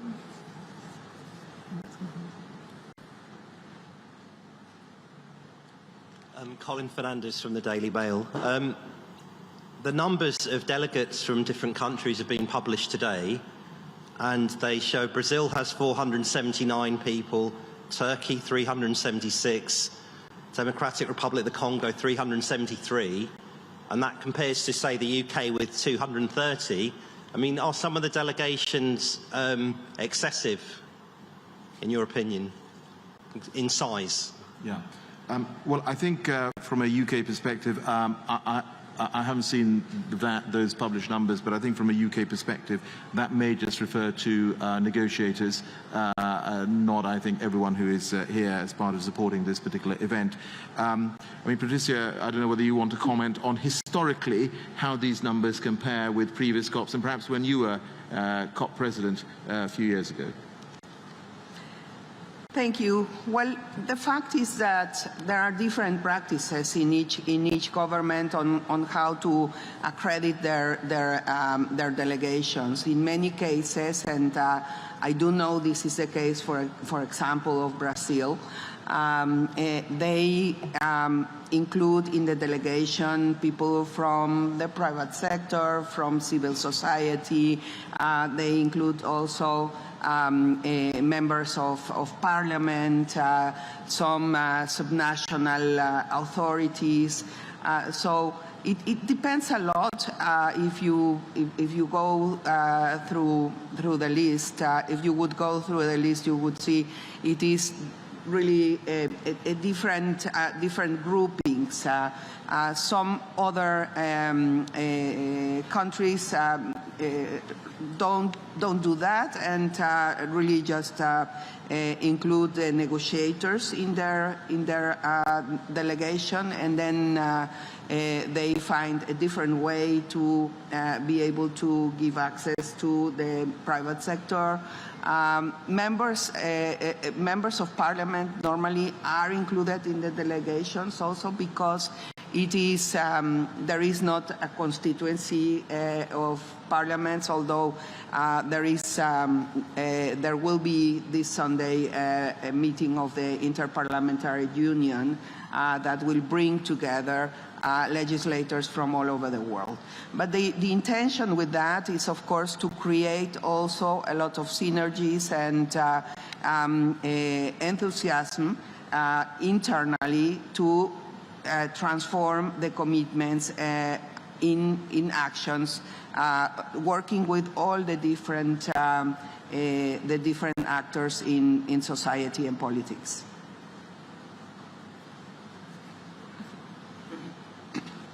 Lady with the pink mask here. Maybe if I may, just to say, the same happens, by the way, on the side of civil society, right? We have this time, I don't have now the exact figure, but if I remember correctly, and we can check that, we have this time already over 10,000 non-party stakeholders, members of civil society accredited. And yeah, it poses a challenge, but it has also it has a very good meaning. Oh, we have 13,000, almost 14,000 NGOs, civil society representatives registered. By the way, this time, because there is a possibility also to follow remotely, some of those registered were registered, but they intended from the beginning to be following the conference remotely. So this is also something that we need to take into account. Thank you. Emily Beeman from PA. Mr. Sharma and Executive Secretary, do you think enough new announcements on mitigation, leaving aside the methane and the forests announcements, were made at the World Leaders Summit to reassure vulnerable countries that major emitters are serious about delivering on the 1.5 goal? And how do you think that that will feed through to the negotiations over the next 10 days on the decision that we hope will come out of it at the end? Yeah. Well, thank you for that. Obviously, we have seen some more NDCs that have emerged, and I think if you look at the net zero pledges, as I said, we are at around covering 90% of the global economy. We're less than 30% of the global economy when we took on COP26. But one of the earlier questions was around how do we address any gap in ambition. We know that to keep 1.5 within reach, we are going to effectively need to halve global emissions by 2030. When we had a meeting of ministers in Milan and then previous to that in London, clearly there was a consensus emerging that we are collectively going to have to address the issue of how we close that ambition gap, and that is something that will have to emerge through consensus and discussion at this COP. Well, I can. The only thing I would add to what the president has just mentioned is that we have been receiving in the last days also some additional NDCs. We don't have yet the update to give you the whole picture. There will be an event on NDCs on Friday, if I remember correctly. So that will be an opportunity to look at it. But the fact remains that we have a gap, and that we have really to work on how are we going to address that gap. And this is I would say, in terms of ambition, the biggest challenge of this conference. On the good side. So we're going to leave that news conference there being held by COP President Alok Sharma and Patricia Espinosa, the Executive Secretary, taking questions from the press there after giving their summaries at the beginning. Alok Sharma, one of the things that he mentioned originally was the fact that the $100 billion that had been promised to developing countries, he said that money still hadn't been gathered together. He said that he was confident there'd be real progress next year, and the money he thought would be forthcoming by 2023. So no real change on that, but that's one area that developing countries will be watching very closely. And we've had a lot of questions from journalists as well, really about how this summit has been managed logistically. There have been very long queues to get in here, and clearly a lot of the delegates and a lot of the visitors have been frustrated by that. So, and there was a certain kind of apologetic tone from both Alok Sharma and Patricia Espinosa about that. And so we will keep an eye on that news conference. Any new lines that come out of it will, of course, bring to you. But I do want to bring in one of our special guests now, because joining me now is Mary Robinson, who's chair of the Elders and the former UN Special Envoy for Climate Change. Welcome to you. Really lovely to have you here. So, first of all, how is COP26 going for you? What's your feeling about it now that we're on day 3, or is it day 4? Day 3. Well, day 3, but we've sort got of, stuff yes. on Sunday as well. You're right. So, yeah, you're right. I suppose I'm also conscious of what is the subject matter each day, and finance, obviously, the real issue today, and I'm sure we'll talk about that. But I am getting a sense of a certain anger, and it's partly the frustration, but it's also from developing countries. You know, we need to build trust more. And the very fact that we couldn't meet that target of 100 billion, which was promised 12 years ago, I mean, come on. And it was supposed to be ready in place by last year, wasn't it? Exactly, yeah. So that's not helping. I know that there's a ministerial this afternoon discussing that, and also discussing, you know, what's going to be the next target from 25 on, which must be much bigger. I mean, 100 billion nowadays doesn't sound so big, and it's really quite shocking that we haven't been able to reach it. So I think more effort, more ambition on that is still needed to just create that trust with developing countries. And the reason that's so important is everyone has to be on board with whatever's decided. Yeah. And then, you know, a lot of the frustration is that a good deal of it is loans, not grants. And it's not getting to the most vulnerable countries, and it's not getting to women on the ground.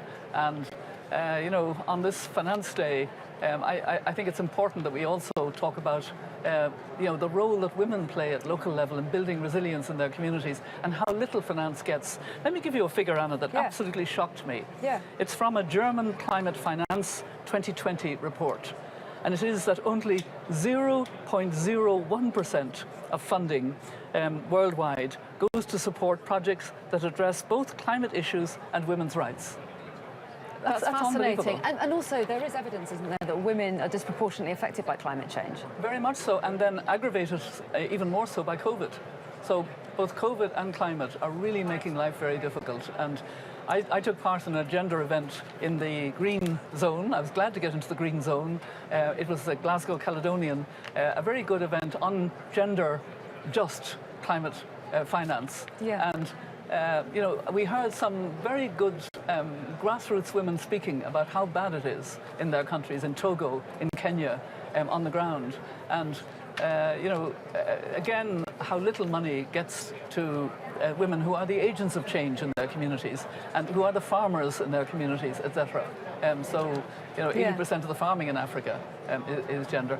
So, you know, there's also the big finance, and, you know, I welcome the Glasgow Financial Alliance for Net Zero, but I know... This is Mark Carney's announcement today. Yeah. I note the criticism from the NGOs, and it is, you know, criticism I'm hearing and listening to, that there's actually nothing about not investing in fossil fuels. So it doesn't make any difference to that. All it does is get big finance firms to pledge that their whole portfolio will be net zero by 2050. 2050 is a long way away. It would help if there were more, you know, real provisions to stop investing in fossil fuel, stop subsidizing fossil fuel, stop exploring fossil fuel, get out of fossil fuel. Yes. So, you know, that's a hole in the bucket.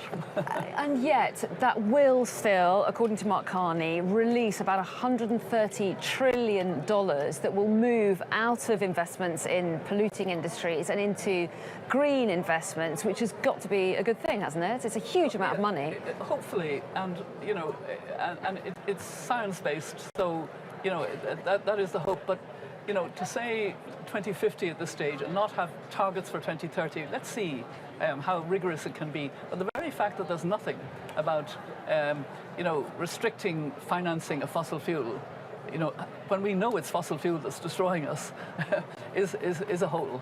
Well, what about what Rishi Sunak, the Chancellor here, has announced? And he's talking about making London the first net zero financial capital or financial centre, hasn't he? Yeah. I mean, what do you make of his plans? He's talking about forcing financial institutions and businesses to lay out plans to transition towards net zero and to make that transparent and to have a task force to kind of make sure that the checks and balances are there. Are you reassured by that? It is, again, a step in the right direction, there's no doubt, because we've had a lot of work on voluntary disclosure of your risks and voluntary disclosure of how you're going to get to net zero. But this is now saying, no, in the City of London it's going to be mandatory. That definitely is a step up. It's something we've been calling for quite a while. I worry that it may mean that we'll see too much offsetting. Offsetting is needed if it's good quality offsetting.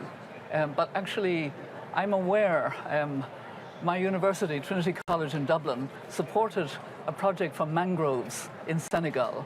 And my foundation was a mentor and looking after this. And I followed it very closely over 3 years. And the mangrove work was terrific with local communities, but they watched in the land around them 1,000 trees planted on bad land. The trees died, nobody cared. Another 1,000 trees. It was all about numbers, and that's the bad offsetting. And, you know, if we don't control that, it's smoke and mirrors, and it's blah blah blah, as the young are saying, the climate activists.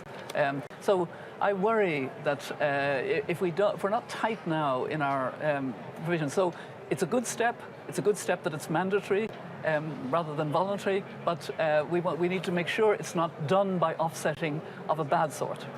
Or there's any kind of greenwashing, which presumably the task force is to make sure doesn't happen. But businesses, banks are all about profits traditionally, aren't they? I mean, presumably the best way of encouraging a transition is to make sure that you're going to make more profit if you do so.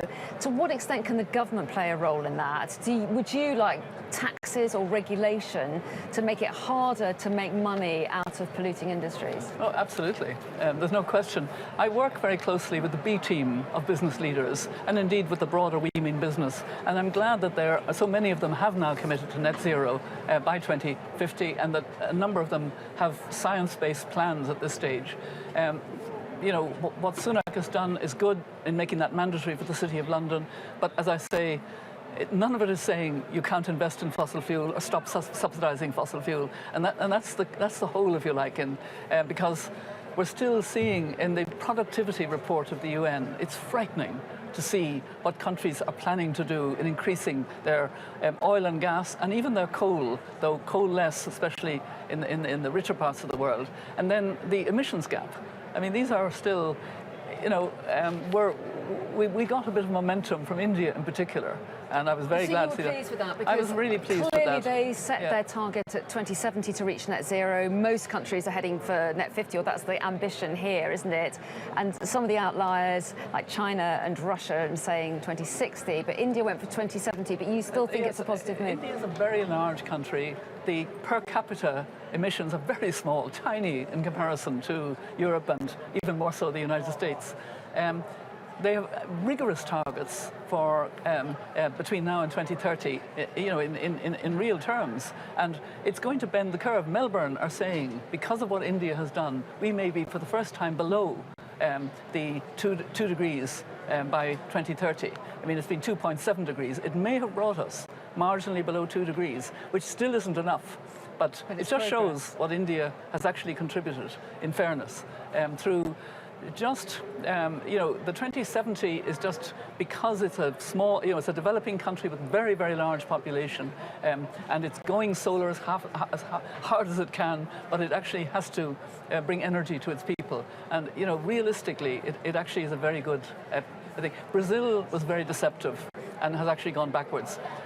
I can't understand Australia. I can't understand why a country like Australia can't get, can't join the methane pledge, can't join the, moving past coal. It keeps talking about technology solving everything. I don't think it will. And what about coal production more broadly? You point to the fact that India still relies a lot on coal, and a lot of other countries do as well. Are you disappointed that there hasn't been an agreement on phasing out coal production? There had been hopes that might even happen last weekend at the G20. I think we need to be talking far more about just transition for the workers in coal in particular and their communities, so that there are big funds. Now, the European Union has its climate justice, just transition fund. Ireland has a just transition fund for the 400 workers in peat who can no longer work for our Bord na Móna. And Bord na Móna have made the Midlands, which is the peat area, a centre for rewilding the bog in a way that's really very exciting, and also green energy. And this is what needs to happen. We need to get excited about the potential for the green jobs, and those green jobs being targeted to the communities. So if we have an abstract conversation about getting out of coal, it doesn't work. And it's quite shocking in the United States that coal mines have shut with no real regard for the communities. They're just left hanging, and it's. And yet President Biden talks a lot about green jobs and the opportunities that come with it. I mean, he's talking about just transition. I'm glad to say. Well, that's right. And do you think that hopeful message is important? Because there'll be a lot of businesses hearing what's being announced here at COP26, worrying about what it means for them. They're already having their bottom lines squeezed in many cases. The pandemic won't have helped as well, and they think, I've got more demands now, I've got more paperwork. I don't understand altogether how to tick the right boxes. Do you think there's enough support for those businesses? No, and I also think there's a real problem of how we're dealing with the support for developing countries, the component of this 100 billion. Because of COVID, developing countries have become very indebted. And this has affected, for example, small island states. The Climate Vulnerable Forum has made a big case that what is needed is some way of addressing the fact that a lot of it is loans, which adds to the debt, but they can't even pay the debt at the moment. What about having an approach where you pay half the indebtedness? Because the indebtedness of the Maldives is huge. I mean, I was at a meeting yesterday between the B team of business leaders and We Mean Business with the Climate Vulnerable Forum. And Mohammed Nasheed, whom I've known since he was at COP as president of the Maldives, and we've been friends, and during his difficult times I supported him. He spoke passionately about the fact we cannot pay the debt in full. We will pay half, and we will work to do that. We acknowledge that.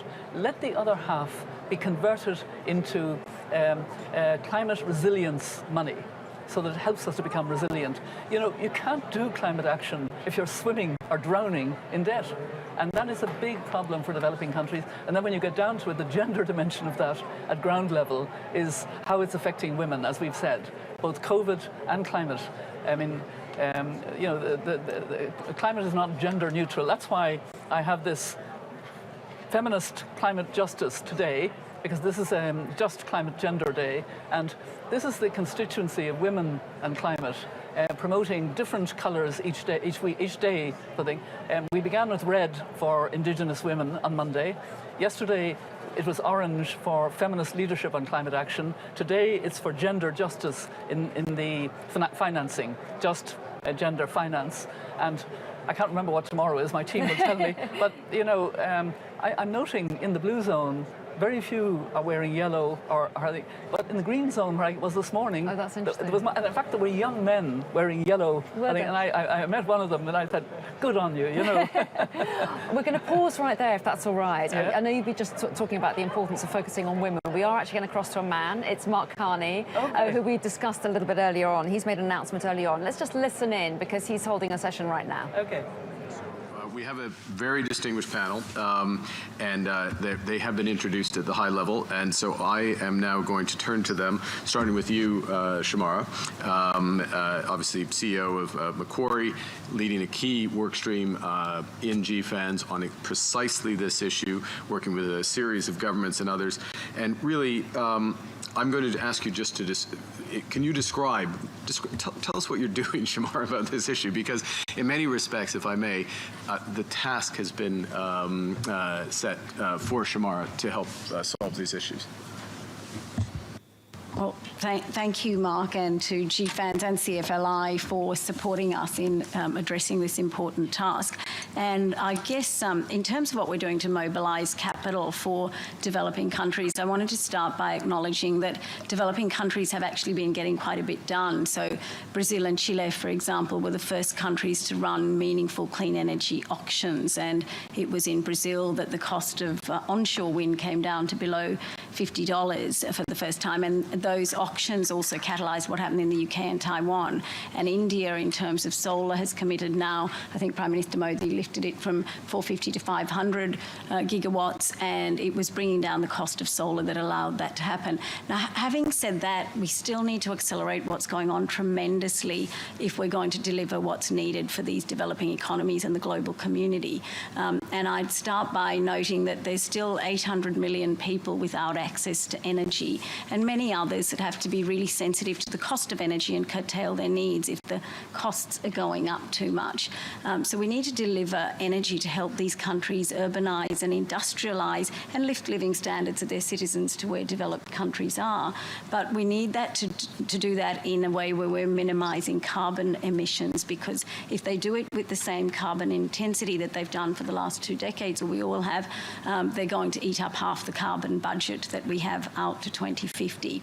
So that's going to require a tremendous amount of investment, and as Mark said, that's $1 trillion a year that we're going to need out of that 130 trillion that we have across all the emerging economies, not just, and developing countries, not just Indonesia. But at the moment, what we've got is for every dollar invested in the emerging economies, in this $20 gets invested in the developed economies. And so even though we have 130 trillion, the challenge is de-risking the investment opportunity in the developing countries so that that capital can flow. And as an intermediary of that capital through our balance sheet, or as an asset manager using fiduciary money, we know that we have to deliver reasonable returns relative to the risk for the people, the custodians of that money, the savers and the pensioners and retirees of the world. So what we're trying to do, Mark, to answer your question, is to try and create frameworks that do help de-risk the investment opportunity, helping these countries lift their living standards in a low carbon emission way. And there are 3 big things we're doing. So as people have referred to, we thought we would start with country platforms, because the glide path has to be tailored to each individual country. And if we can get some pilots going where the framework works, we can roll it out to others. So we're looking at the moment, the Climate Finance Leadership Initiative that Michael Bloomberg is running is focusing on India and Indonesia as the leading countries that we're going to try and roll this out with, and then take it to others. What we need to do there is create frameworks where developing market governments, together with developed market governments, MDBs and the private sector, put together structures where this money can flow in a way that people see a long-term glide path and the security in bringing the capital in a meaningful way. So the country pilots are the first one, and that's frameworks, identification of priority sectors, putting in pipelines of projects, working with the private sector and the MDBs to de-risk this. And then, the big pipeline of projects is what's important. Secondly, the MDBs, we want to work with the MDBs, and we're still having conversations to understand from them how they see this can be delivered. But we all need to support the MDBs in bringing the finance to de-risk the early money so that we can catalyse that huge amount of 130 trillion of private sector money with the much more limited funding that the governments and the MDBs have. And the third thing you mentioned, Mark, is these catalytic initiatives. So we've sifted through 70 of them and found 5 we want to prioritise to try and support together with the country platforms. So that's probably enough from me on what we're doing. It's still early stage. We've got a long journey. We'd really appreciate the collaboration with people in this room because it is going to, take a village if we're going to get this done.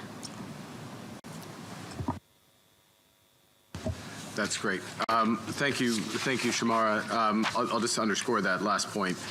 Having done the hard work of going through the 70 or 70 plus, I think, initiatives, because there's various well-meaning initiatives, but focusing in on the ones you think are going to have the biggest impact is part of what slots in to the approach.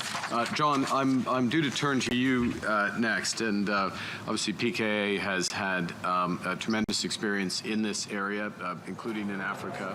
And I wonder, help us draw some lessons from that experience in meeting the... So we're going to leave that session there. Mark Carney hosting there on the day that he's announced this Glasgow Financial Alliance for Net Zero plan, made up of banks and financial institutions, delivering as much as $130 trillion worth of financing to help economies transition to net zero. And this session has been all about delivering change for emerging and developing markets. And you may have noticed that the speaker just now kept talking about NDBs, that's multilateral development banks, just in case anyone was wondering.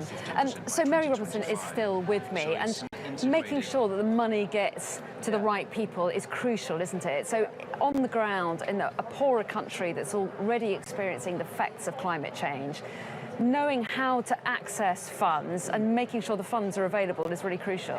No, it's very true, and I liked quite a lot of what I was listening to there about the de-risking and the kind of collaboration between the public and private to find projects that can be supported immediately, and hopefully clean energy projects immediately, because that is really what is needed. And it's particularly important because, developing countries need access to electricity in order to, take people out of poverty, and it needs to be off-grid rural electricity, but it also needs to be quite major projects. And I think there is a great potential for the developed and developing world to work together more in a collaborative way, to work, for example, on things like hygiene. And there was a good example, yesterday, of a new type of approach to financing to help a country get out of coal. South Africa got emergency support, if you like, from the EU and the US and France and Germany, nothing to do with 100 billion, but it was 8.7 billion in addition, just to South Africa, to help it to move out of coal into cleaner energy. South Africa was 90% dependent on coal last year. Now, that's a good example. If we can have those examples of investment in clean energy. I'm a good friend of Vera Songwe, the head of the UN Economic Commission for Africa. She's trying to get what she calls the shovel-ready, is the language used, good clean projects. And it's hard. So it just needs a platform of, good de-risking of the risk, and then moving in with private and public money to do that. Maybe, on the public side, more loans and grants in particular, and on the private side, being reassured and investing.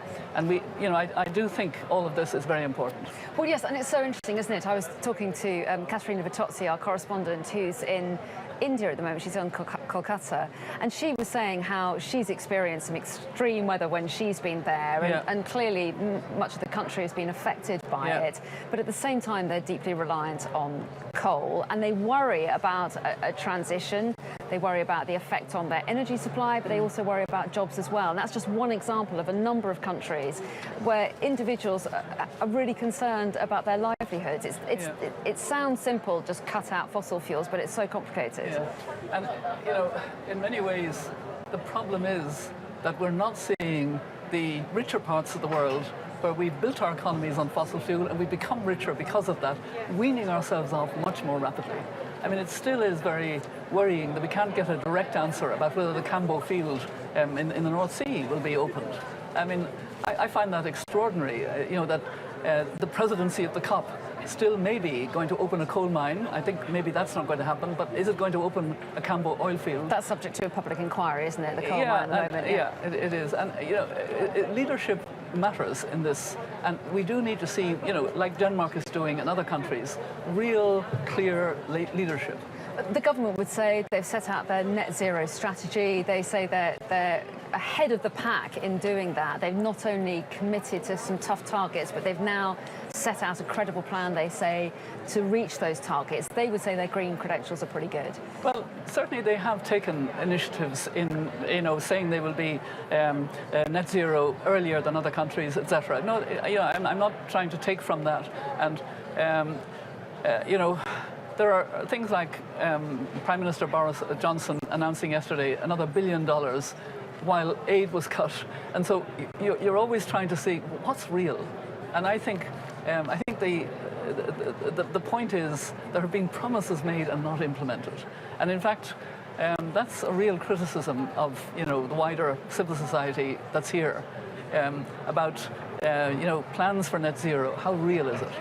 How real is the road that people are traveling? And I think we have to be much more rigorous. So the more we can have transparency, and certainly, you know, mandatory transparency of how you're getting to net zero for companies in the City of London is a step. But unfortunately, it's not doing anything about investing in fossil fuel. And it's like a mindset. I mean, what is wrong? Fossil fuel is what's destroying our world.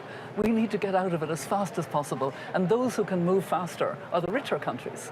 So, you know, if they're not moving, how can poor countries, you know, that desperately need to bring their people out of poverty, you know, feel that this is what they have to do?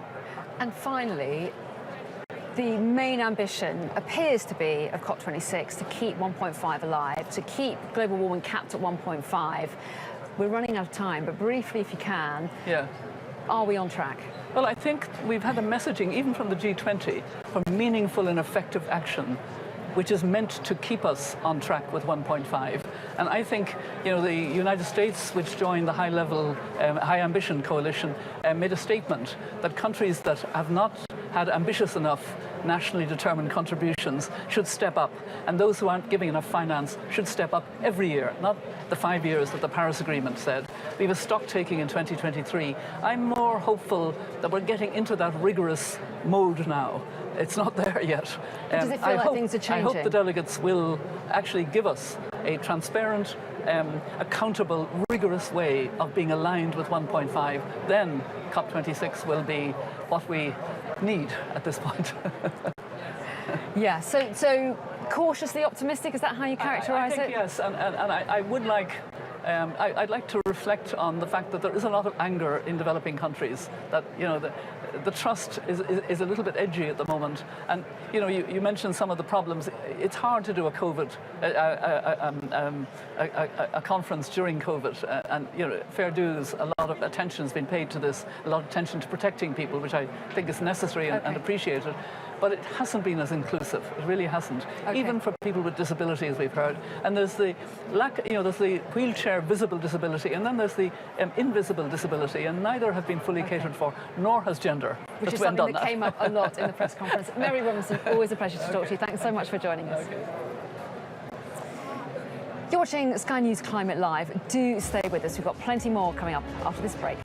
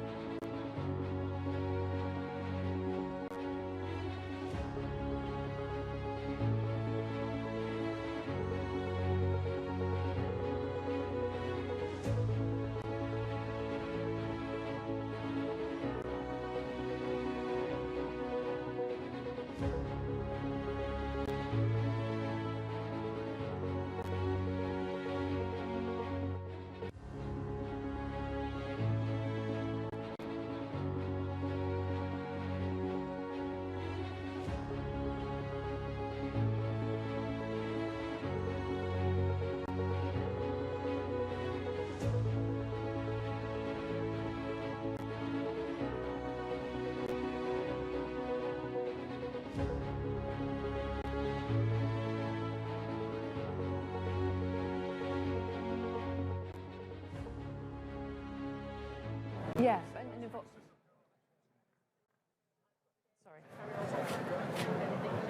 Hello, you're watching a special dedicated channel for UN Climate Change Summit COP26.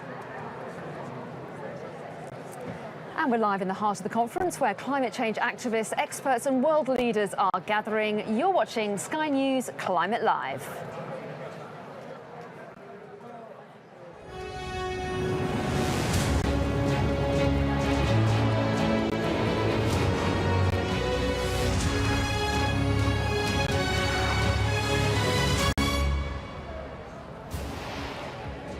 You're watching Sky News Climate Live at COP26. Today's top stories. Rewiring global finance. The Chancellor Rishi Sunak says the UK will become the first ever net zero financial centre. Our third action is to rewire the entire global financial system for net zero. The UN Special Envoy on Climate Action warns about financial institutions funding the fossil fuel industry.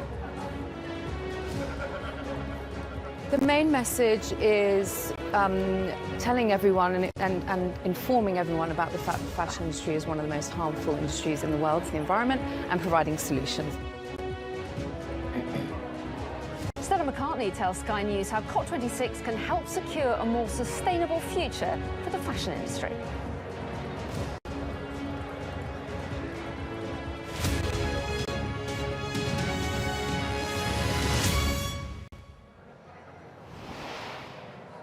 Hello, good afternoon and welcome to Sky News Climate Live. Now today, the Chancellor Rishi Sunak has said the UK will become the first ever net zero aligned financial centre. He also said London's financial institutions will commit £100 million and billions in new green bonds to help make climate finance more accessible to developing countries. At least 80% of the global economy has committed to net zero or carbon neutrality targets. Our challenge now is to deploy the investment we need to deliver those targets around the world. To do so, we are accelerating 3 actions today. First, we need increased public investment. And I want to speak directly to the developing countries of the world.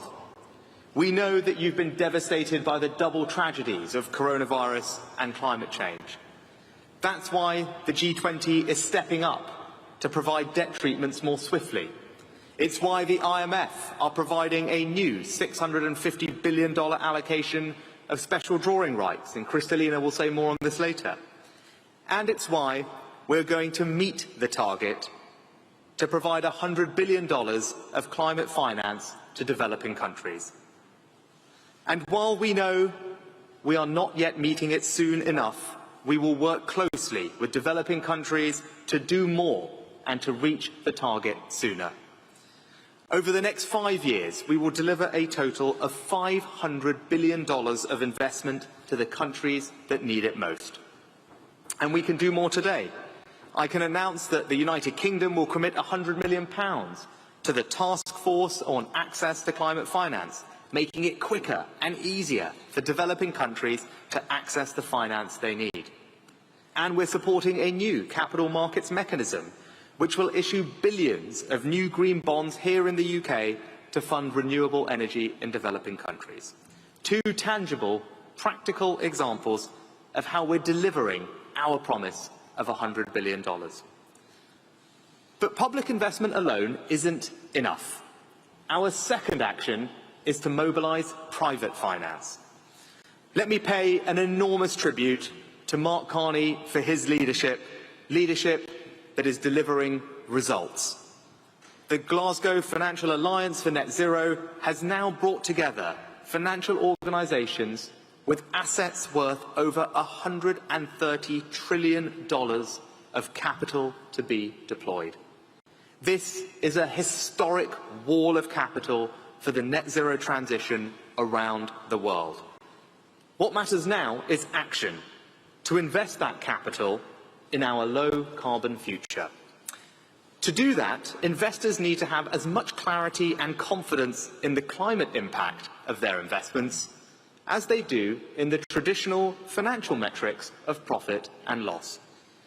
So our third action is to rewire the entire global financial system for net zero. Better and more consistent climate data, sovereign green bonds, mandatory sustainability disclosures, proper climate risk surveillance, stronger global reporting standards. All things we need to deliver, and I'm proud that the UK is playing its part. So that was Rishi Sunak earlier on today. Well, joining me now is Nigel Topping, who's high-level climate action champion for UN climate talks here at COP26. It's such a great title, Nigel Topping. Yeah, thank you. Can you explain to us what that means? What is your role? Yeah, well, the role was created as part of the Paris Agreement, with the countries recognising that this is going to take the whole of society, and whilst they're negotiating country to country, somebody else, lots of other people need to be working to mobilise really the private sector and local government, so businesses, investors, cities, states and regions who have a lot of the power and a lot of the tools and a lot of the money that is needed to actually get the job of getting to net zero done. So my job is to work with all of them through a huge network of partners around the world to really try and mobilise much more ambition and turn it into action. So a lot of the announcements we've had today are directly relevant to what you're trying to do, including what Rishi Sunak has just said. Yeah. I mean, talking about making it mandatory for banks and businesses to lay out their net zero plans to make sure they're net zero by 2050. So talk us through that and why that is important. Well, it's important for two reasons. First of all, what often happens when we're trying to bring a change into society is that NGOs lead the way trying to plug a gap. So if we think of carbon disclosure, the Carbon Disclosure Project, a great UK-based NGO, started in 2001, and mandatory disclosure has just come in 20 years later. We can't afford to wait 20 years for voluntary net zero plans to become mandatory net zero plans. So really what we like to talk about is the ambition loop, that you need the private sector to move, but you also need that to provoke, encourage more ambition from the public sector, and that likewise moves the needle. So what Rishi's just announced is a really big deal. It comes on the back of the announcement from Mark Carney that we now have 450 financial firms all over the world with $130 trillion of assets in their portfolios and their balance sheets, all committed to this transition. Now they've got to deliver the detailed plans and then publish progress on those. But rather than wait for another 20 years of NGO scrutiny, what Rishi Sunak just said is every listed company in the UK can have to publish an annual plan, or a plan of how they're going to transition to net zero. So that means it's regulated that you must publish your full transition plan, and then civil society, investors, government can hold those firms accountable. That's really key, is that voluntary promises are hard to hold people accountable to. Mandatory promises, much more accountable. And focusing in on what Mark Carney has announced then, more on this $130 trillion that could shift as part of that transition to net zero from dirty businesses, from polluting businesses into clean businesses, so essentially giving a lot more money to the green economy, if you like. Yeah. I mean, the problem with that, though, isn't it, is that a lot of these financial institutions can still invest in fossil fuels. There's no ban on that, is there? Well, it's coming. I think 90 of the 450 have already published their plans, and they will all, within fairly short order, have to align their plans with the science, which says that we can no longer afford to invest in any new fossil fuels. I'll give you an example. I was in South Korea a month ago, Shinhan Bank there, biggest bank in South Korea. No more funding of coal. There's a lot of coal still being built in Southeast Asia, but none of it will be funded by them. Any existing loans they have, when they come to the end, they won't refinance them, they'll just exit that business. So we need that kind of clarity from every one of those 450 in the Glasgow Financial Alliance. Well, that's quite interesting because there are countries that are continuing to, like China, increasing their coal plant building until a certain level, and then it will decline. Yeah. But do you think that the power of banks and financial institutions could change the timetable at all? Well, hugely. You remember in America, Donald Trump got elected on a Bring Back Coal campaign. Coal-fired power stations were retired faster under Donald Trump's presidency than under Obama, because no one's going to fund a coal-fired power plant in America because it's a mad economic decision. There's 519 coal-fired power plants still being planned to be built in the world. Another big announcement yesterday, Mike Bloomberg philanthropically committing to fund all the NGOs working to make sure that none of those get, or that by 2025 there's no more coal-fired power plants being built. So I think the writing's really on the wall for that. You know, we will see within the next few years the last coal-fired power plant being built. The question then is how quickly can we retire all the existing ones? Well, yes, so what role should government play in that, in trying to make sure that the green investment is the most productive and profitable investment? I mean, do you need more carrots and sticks from government? Do you need more regulation? Do you need taxes? Do you need to make it, do you need their role as well in making it the best economic choice? There's this feedback loop between the public and private. Markets can't do it on their own, and governments can't do it on their own. So, I mean, on energy now, you don't need much because renewables now are cheaper than even existing fossil fuel power generation in most parts of the world. Sometimes there's some incumbent lobbying that slows that down, so you need to overcome that. Things like electric vehicles would be a good example, where they're still a bit more expensive than combustion engines. So you need things like financial incentives for early buyers to bridge the gap. You need to make sure the governments are investing or enabling the investment in the infrastructure so that the charging issue isn't a problem. And then you need the clarity of the end goal. So like in the UK, 2030, can't buy a combustion engine car. That's like an infinite tax, if you like, on a combustion engine car. And that sort of clarity, you know, end dates for coal, like 2024 in the UK. I think Germany had set 2038, but since they lost a court case and brought their net zero date forward, it'll probably be 2030. As soon as markets know that there's a zero date, whether it's for coal or for cars or for high emitting steel production, then capital starts to flow to the solutions because there's an incentive. So it's both carrots and sticks, as you say. So finance, really important in meeting net zero goals? Well, we need about $2.6 trillion a year invested in this transition. That's about 3 times as much as is being invested right now. So yes, we need to massively ramp up the financing of the transition. And importantly, all over the world. Yeah, the easy bit would be in the developed world, but a real emphasis of the work that we're doing with the Glasgow Financial Alliance is how do we change the conditions to mobilise much more private finance in emerging markets. Okay, so let's talk about the $100 billion then. Yes. The $100 billion promised in 2009, meant to be forthcoming by last year, still not there. We heard from Alok Sharma saying again that he's confident it'll be there by 2023. It's just not adequate, really, is it? Well, it's a crucial issue here because it's a promise that was made a long time ago and it wasn't met. So that, you know, it's hard to build trust on promises and not met. I think what we've seen now is an honest assessment of how far it was missed by and a plan laid out by the Canadian and German ministers of how that promise will be met on average over this 5-year period, with the first year it's met in 2023 and then going up. Actually, I'm hearing with some of the new commitments today that maybe that it will first be met in 2022. I'd be hopeful of that.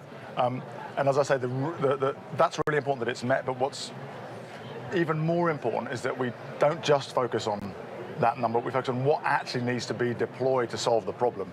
I'll give you an example. In the Caribbean, if we could get to 90% renewables by 2030, and there were some big announcements yesterday from the Caribbean Development Bank and from Bank of America and others working towards that, the Caribbean countries would save $24 billion a year. So we have these sort of structural problems preventing investment, but when that investment flows, it will free up money for some of those really vulnerable countries who are vulnerable to hurricanes to be more resilient going forward. So it's really important that we deliver on 100 billion and really ramp up the private finance as well. Are you personally disappointed that that money hasn't come? I mean, it's going to make everything else more difficult, isn't it? As you say, it damages trust from developing countries. You need everyone on board here. You need the countries who are suffering the most from climate change to feel they're being listened to. I mean, you must personally find this very frustrating.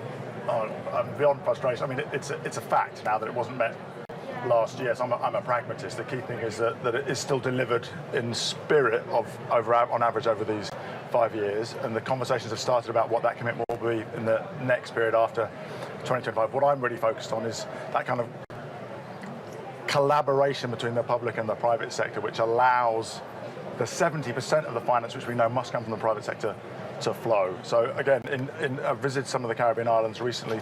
They've had to do things like remove utility monopolies where there's no incentive to move away from burning diesel to generate electricity. I mean, what a mad idea in a country that doesn't have any diesel but has lots of sun and wind. Once you remove those sort of institutional barriers, suddenly private finance can flow in, and the island's economies save money.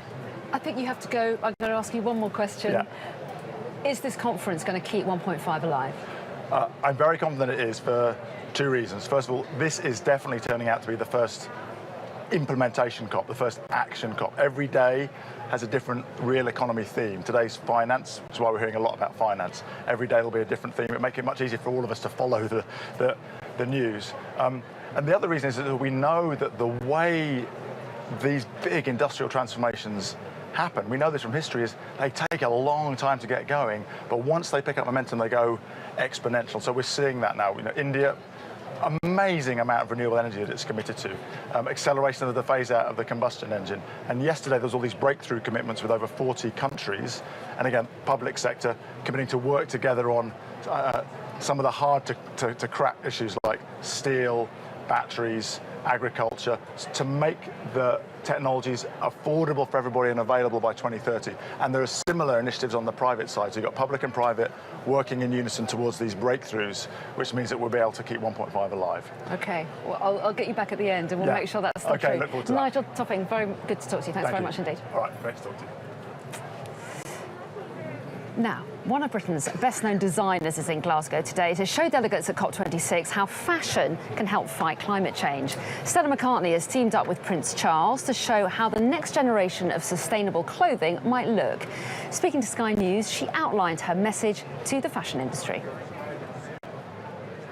The main message is telling everyone and informing everyone about the fact that the fashion industry is one of the most harmful industries in the world to the environment, and providing solutions, hopeful solutions, and showcasing them here in the future of fashion. And just showing that, and letting people know information, 18% of all of the greenhouse emissions come from animal agriculture and leather. It's a huge amount really just for leather, for handbags and shoes. Cutting down our rainforests at a vast rate, killing millions and millions of innocent animals.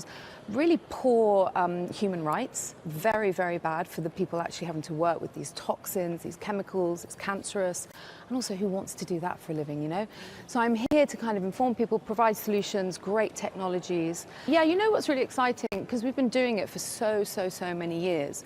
And when I started, there were no alternatives. So when I wanted to make a pair of, plant-based knee-high faux leather boots, the fabric that I could use was like rock, so I'd work with my suppliers, which is really one of the key elements also to being a much greener industry, starting from the source. It accounts for over 60% of the positive impact that we have at Stella McCartney outside of the non-leather product side to the brand. So we've been developing it with our suppliers, and now we're arriving at a stage where we've got such incredible technologies to showcase here. I wanted to come here with some kind of call to action. I didn't just want to come and talk and tell people off or kind of, show everyone what I do. I wanted to bring everyone together. I think that's the sort of the main kind of idea of COP26. So we have, we're calling out for action on people to sign a petition for reducing leather and fur in the fashion industry, the selling of leather and fur. Israel banned the sale of fur, and if they can, I think we can. I think it shows great sort of insight on their behalf, and I think the rest of the world is a bit behind. So that was Stella McCartney talking to us a little bit earlier on. Now, today is Finance Day here at COP26, and here to discuss all about climate finance and investment is our special guest, Philip Moss, the founder of Blended Investment. So very good to see you. Thanks so much for joining us. So a couple of announcements today to focus on. What has struck you? What's been important today, do you think? I think what we've seen today is a tremendous amount of ambition coming from the financial community.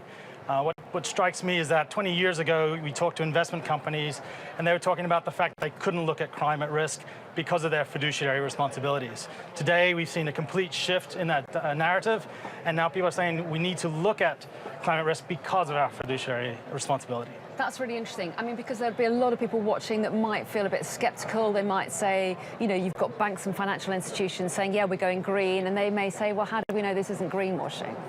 Well, look, I mean, it's a process, right? So it's not going to happen overnight. We've seen over the course of the last 20 years, interest in the climate space increase. You see renewables becoming a sector now where it's very difficult to actually find a lot of good renewable energy projects because there's simply so much demand. I think what you're seeing here is an indication of the ambition of the financial sector. Some of the announcements coming out of the UK with regards to climate disclosure are transformative and will drive the narrative moving forward.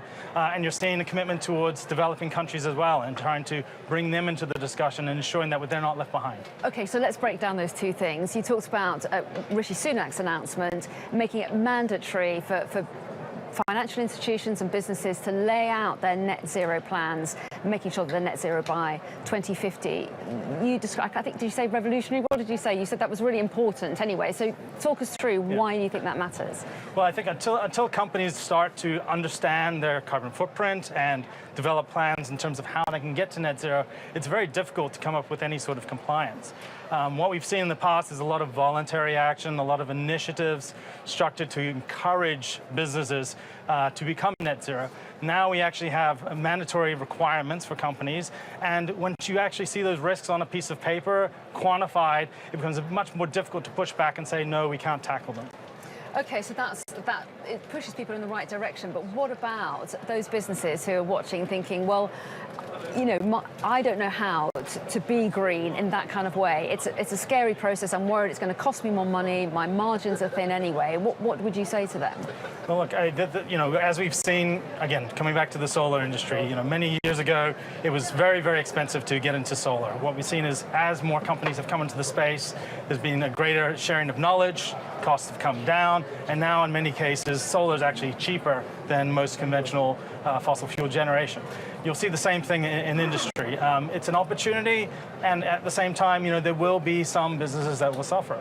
However, net, which is what we're looking at in terms of the global climate, you know, I think we will see a net benefit. We'll see the creation of new technology. We'll see investments into new sectors. We'll see greater understanding on the balance sheet level for different corporates in terms of what is their impact and where can they do things like reduce costs because they are trying to tackle the climate challenge. And clearly the aim is laudable, but for some businesses, is this going to push them over the edge? For some businesses, is it going to make it too expensive to make the transition? If we take a look back at the computer industry, right? Before computers, we had typewriters. And I remember them.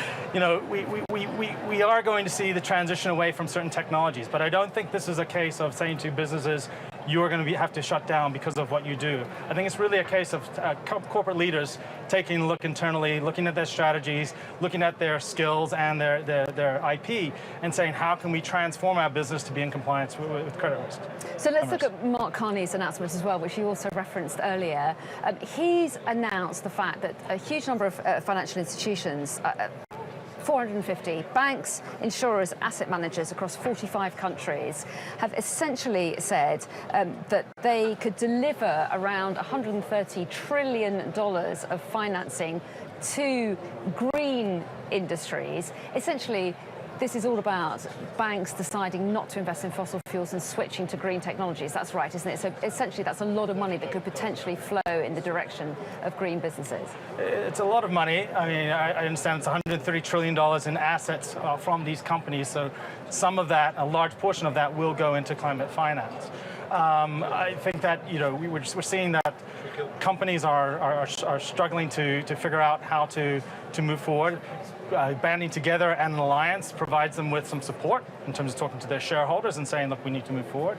it's a powerful message to the markets. I think the one thing we need to bear in mind, though, is that a lot of these are financial institutions, the majority of which are deploying their capital primarily into developed countries. It remains to be seen how the nuances related to how that money can now be directed into developing countries that have transition needs away from fossil fuels while maintaining the socioeconomic requirements such as electricity. It remains to be seen how that's going to be integrated into the alliance. But I think in terms of a signal to the market, in terms of a signal to developers of projects which are not climate friendly, it says to them, if we want to get finance moving forward, we really need to change the way we operate. Well, that's interesting, isn't it? Because you talk about signals to the markets. Do you get a sense of momentum? Are you sensing that more and more financial institutions, businesses are feeling it's going to be the profitable way to go green? I mean, I think you've already seen that. I mean, if you look at the oil and gas companies, Total, for example, rebranded recently and became Total Energies, looking at how they can move into the renewable space. On the energy side, you've seen renewables take a larger and larger share. You have $1 trillion coming at the market through the green bonds. So I think the signals have been growing over time. I think the fact that we're coming out off the back of COVID, that there is a lot of political ambition here to make a difference, that people see the incidents of climate-related weather incidents impacting them, has really kind of accelerated the ambition of different companies and governments alike. And I do think we are at a bit of a tipping point here in terms of moving into an environment where investment and commercial operations as a whole need to look at their climate impact and say, what are we doing here, and are we doing it the right way? And yet at the moment there are still profits to be made by investing in fossil fuels, aren't there? And many of the institutions that are signed up to Mark Carney's plans will still have investments in those industries. So does that concern you at all, or how will that change in your view? I think one of the elements here is, quality assurance. How do we ensure that everyone that's saying what they're going to do is actually doing it, and that this isn't a case of companies trying to step in and greenwash? I think this is where things like the different types of disclosure requirements come into play, ensuring that there are various standards that are consistent from company to company. So I'm not concerned that companies that may not traditionally be seen as climate friendly are involved in this. But there does need to be some oversight, both at the regional government level, as well as civil society as a whole. Okay, well, Philip Moss, it's been really interesting to talk to you, founder of Blended Finance. Thanks very much indeed for joining us on Finance Day. Appreciate it. Now, so many different elements to think about when it comes to climate change, and this conference is trying to reflect a lot of them. We have actually got a conference, a meeting that's going on at the moment, focusing on sport. So let's listen in there. There's all about climate action in sports from the International Olympic Committee, FIFA, the Premier League, and Sky Sports. To be part of the solution. We have a responsibility to be ambitious about leading the change in the sporting world because, as a recent 6th assessment report by the Intergovernmental Panel on Climate Change made it very clear, we are in a race against time toward a climate-positive world. This is why the IOC is taking serious ambitions and serious actions across the 3 spheres of responsibility: as the leader of the Olympic movement and the worldwide sport community, and as an organization, and as the governing body of the Olympic Games. With regards to leading the change in the sport community, the IOC co-launched the UN Sports for Climate Action Framework in 2018 and has taken a leadership role in its implementation. The framework is important because it drives climate action across the sports world by requiring organizations to commit to concrete actions such as measuring, reducing, and reporting greenhouse gas emissions in line with the 1.5 degrees Celsius scenario enshrined in the Paris Agreement, and the IPCC has confirmed in its latest report, as we all know. The framework is how we bundle our efforts and show the collective ambition of the sports community on climate action. More than 270 sports organizations, large and small, around the world have signed up to it so far. Many of you present here today are signatories, and I would like to congratulate and thank all of you for expressing your commitment to climate action. The large number of signatories to the framework is a solid foundation on which to build on. However, it is only the start. We are in sport, and we know that we cannot rest on our laurels. We always have to aim higher. With decisive climate action more urgent than ever, I call on every sports organization to join the framework and to commit to meaningful action, as Patricia Espinosa has just done also.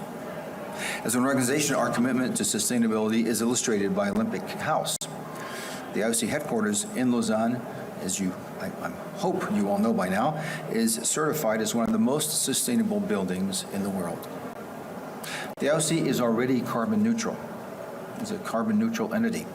We are committed to becoming climate positive as early as 2024. As announced by IOC President Thomas Bach just recently, in light of the latest scientific evidence showing that climate change is intensifying, the IOC committed to a 50% reduction of its direct and indirect carbon emissions by 2030, in line with the Paris Agreement and the Sports for Climate Action Framework. It is key, and this is key, on how we will make a shift from a carbon neutral to a climate positive organization by 2024. Following this commitment, we urge all sports entities to follow suit. To achieve this ambitious goal, we are implementing reduction measures in relation to our business travel, the energy use of our buildings, and our procurement. And we have an intermediate target of 30% reduction by 2024 to keep us on track. In addition, we will compensate more than 100% of our residual emissions, primarily through the creation of an Olympic forest as part of the Great Green Wall project in Africa to combat desertification in Africa's Sahel region. The primary aim of the project is to sequester carbon in trees and soils through the restoration of degraded forest and farmland areas. A diverse range of approximately 350,000 trees will be planted in Mali and Senegal, host of the Youth Olympic Games, Dakar 2026, over the period of 4 years, covering more than 2,000 hectares. The Olympic Forest is about more than just planting trees. The IOC will work with communities, and in particular women, to improve lives and livelihoods in 90 villages in the region by building local capacity to regenerate and sustainably manage forests and land. Accelerating the shift from carbon neutral to climate positive is also the ambition that we have set in regards to the IOC as the organization that is governing the Olympic Games. All upcoming editions of the Olympic Games have committed to be carbon neutral. From 2030 onwards, the IOC made it a requirement for all Olympic Games to be climate positive. In fact, the organizing committee of the Olympic Games Paris 2024 recently committed to achieving the first Olympic and Paralympic Games with a positive contribution to the climate before 2030 and to reduce their carbon emissions by 50%.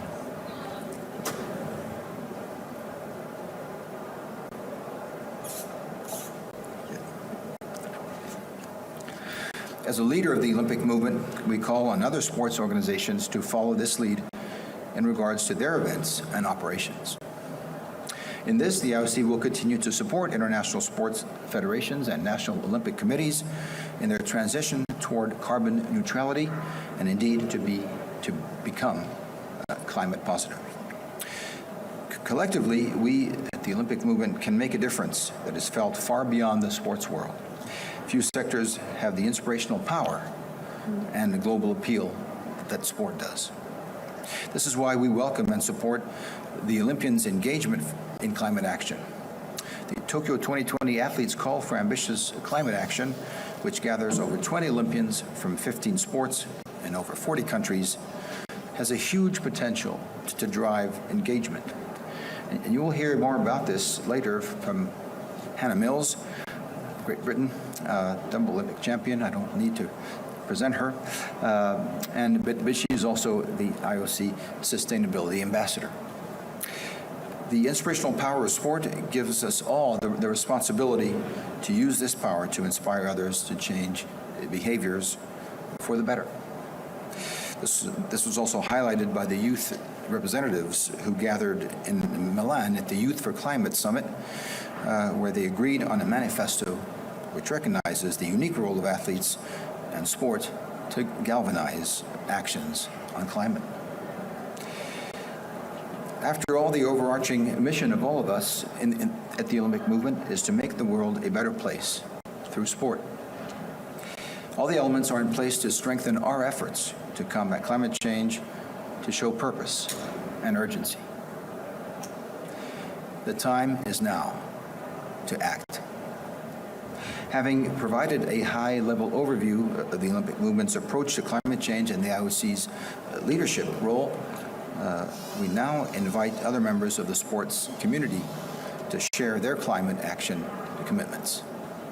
Thank you very much. I appreciate everything that is done here in this room today. Thank you very much. Thank you so very much, Your Highness. Thank you. Thank you very much. Well, we've got off to a great start. Thank you very much, ladies and gentlemen. And now I'm going to ask Ms. Aisha Johansson.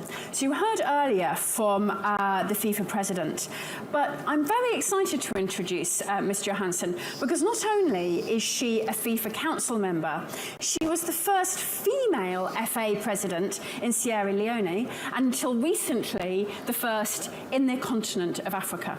So can we ask Ms. Aisha Johansson to come and join us?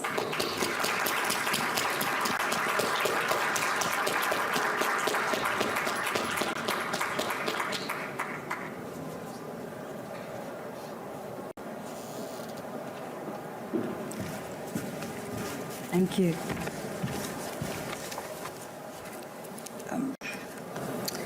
So, dear Executive Secretary, Madam Patricia, in absence, and Prince Albert, Monaco, dear delegates, dear ladies and gentlemen, dear friends, first of all, I'd like to congratulate all of you. This is a superb platform.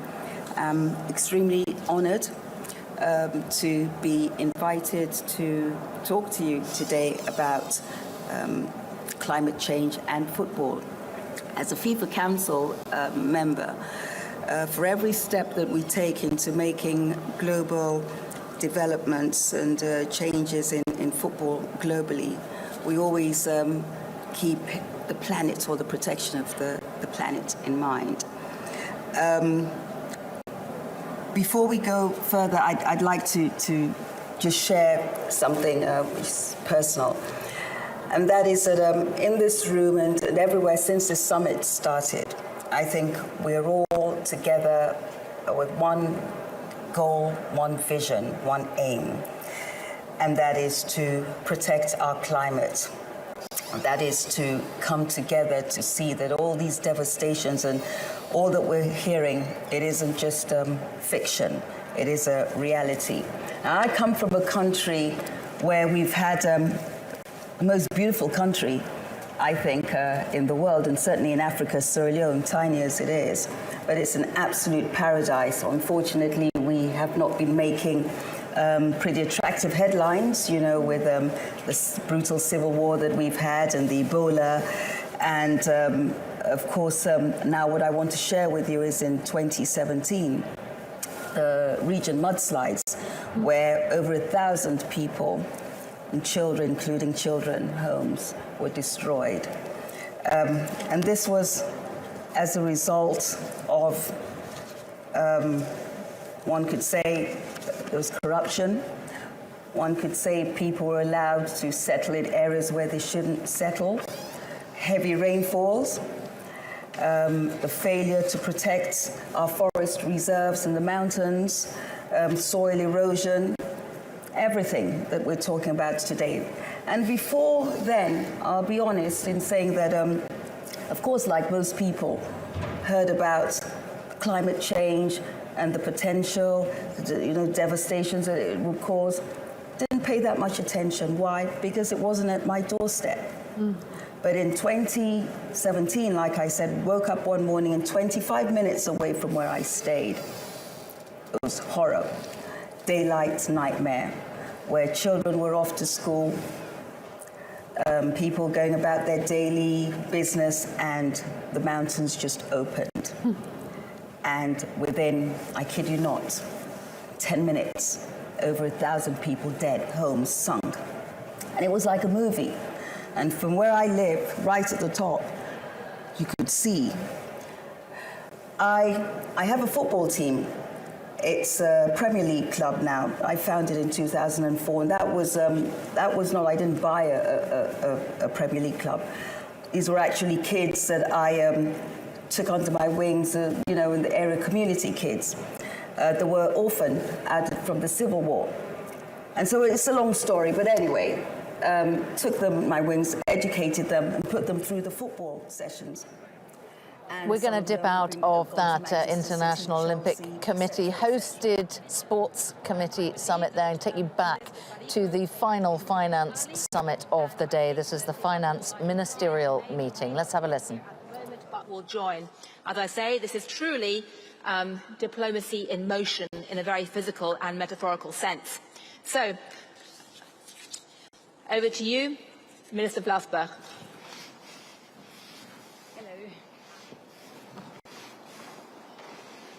Hi, good to see you. Hi. Nice to see you. Hi. Nice to meet you. Nice to meet you. Minister, hi, good to see you. Hey, so, hi again. So, ladies and gentlemen, dear colleagues, excellencies, friends, really a pleasure to kick off our debate at this ministerial, high-level ministerial dialogue. This is part of the long-term finance work program. We discussed it back in the at the COP 2013 in Warsaw. And since then, starting in 2014, we have this series of ministerial high-level dialogues to follow up on where we are on climate finance, especially with regard to the promise from Copenhagen in 2009, the 100 billion, and as you might know, my dear colleague Jonathan Wilkinson from Canada and I have been tasked by our President Alok Sharma to work on the 100 billion delivery plan. So why do we have to work on a 100 billion delivery plan? Obviously because the 100 billion were not there when they were expected. In 2020 we have the latest figures from OECD. I saw Matthias Cormann somewhere. There he is, and with the wonderful work of the OECD.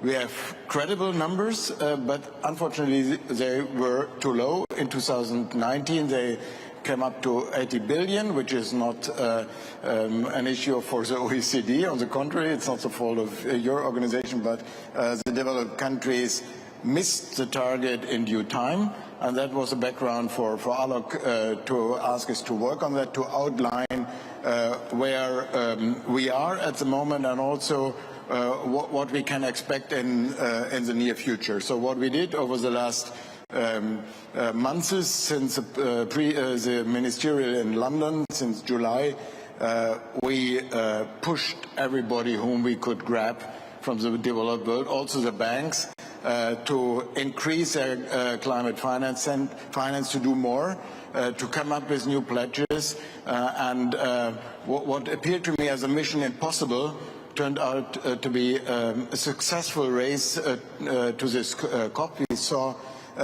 tremendous additional pledges. And what you can see in Jonathan's and my report is that we will miss a target in 2020 and 21 certainly, but with increasing figures, and that we will touch to the 100 billion in 2022.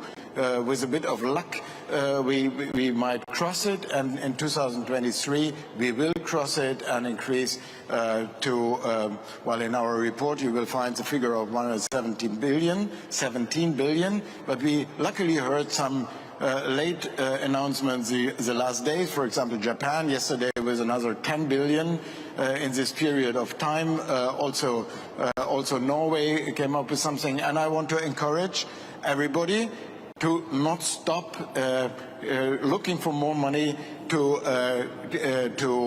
reach the target earlier and to overachieve it later on. So in an average, that is the message from Jonathan and I, is in an average we will meet the target in the time between 2020 and 25. And my message to this room is there is no reason for developed countries to be specifically proud, because at the end still we did not deliver in due time. But on the other side, my message to our friends and partners from developing countries is also that this is not a reason to be extremely disappointed and to be in a mood of mistrust, because at the end the 100 billion will come and we will overachieve them, and I think that is a fair basis for our discussion, and that is what we kick off here. And I have been asked to moderate it a bit, and my key duty is, apart from listening to your very valuable contributions, to keep us in the time limits of 3 minutes each. And you all know that Germans can do crazy things if we are getting out of time. So with this, I want to start, and I'm extremely happy to be accompanied by my colleagues here. And the first one I will give the floor is our good friend from the African Development Bank, Akinwumi Adesina. Akinwumi, you have the floor. Well, thank you very much. It's good to see you, and thanks for all your great work. I think when we talk about the issue of $100 billion a year in climate financial flows to developing countries, it needs to come from a mix of resources, existing and new public resources, and we have to do everything to make sure that we can do energy transition, but let's not do financing transition. So let's just make sure that we keep the promise of what we said. Kofi Annan told me when I was working with him, God bless his soul, that the only promises that matter are the promises that are kept. At the African Development Bank, we are playing our role. We have doubled our climate finance to $25 billion by 2025, and we will be devoting 40% of our financing to climate. But also we are paying greater attention to adaptation. 2018, we had actually surpassed the parity of 50-50. By 2019, we were basically at 55% of our financing for climate adaptation, and by 2020, we were at 63% for adaptation. So that's really great for us, and we're the first development bank to actually achieve and surpass that particular target.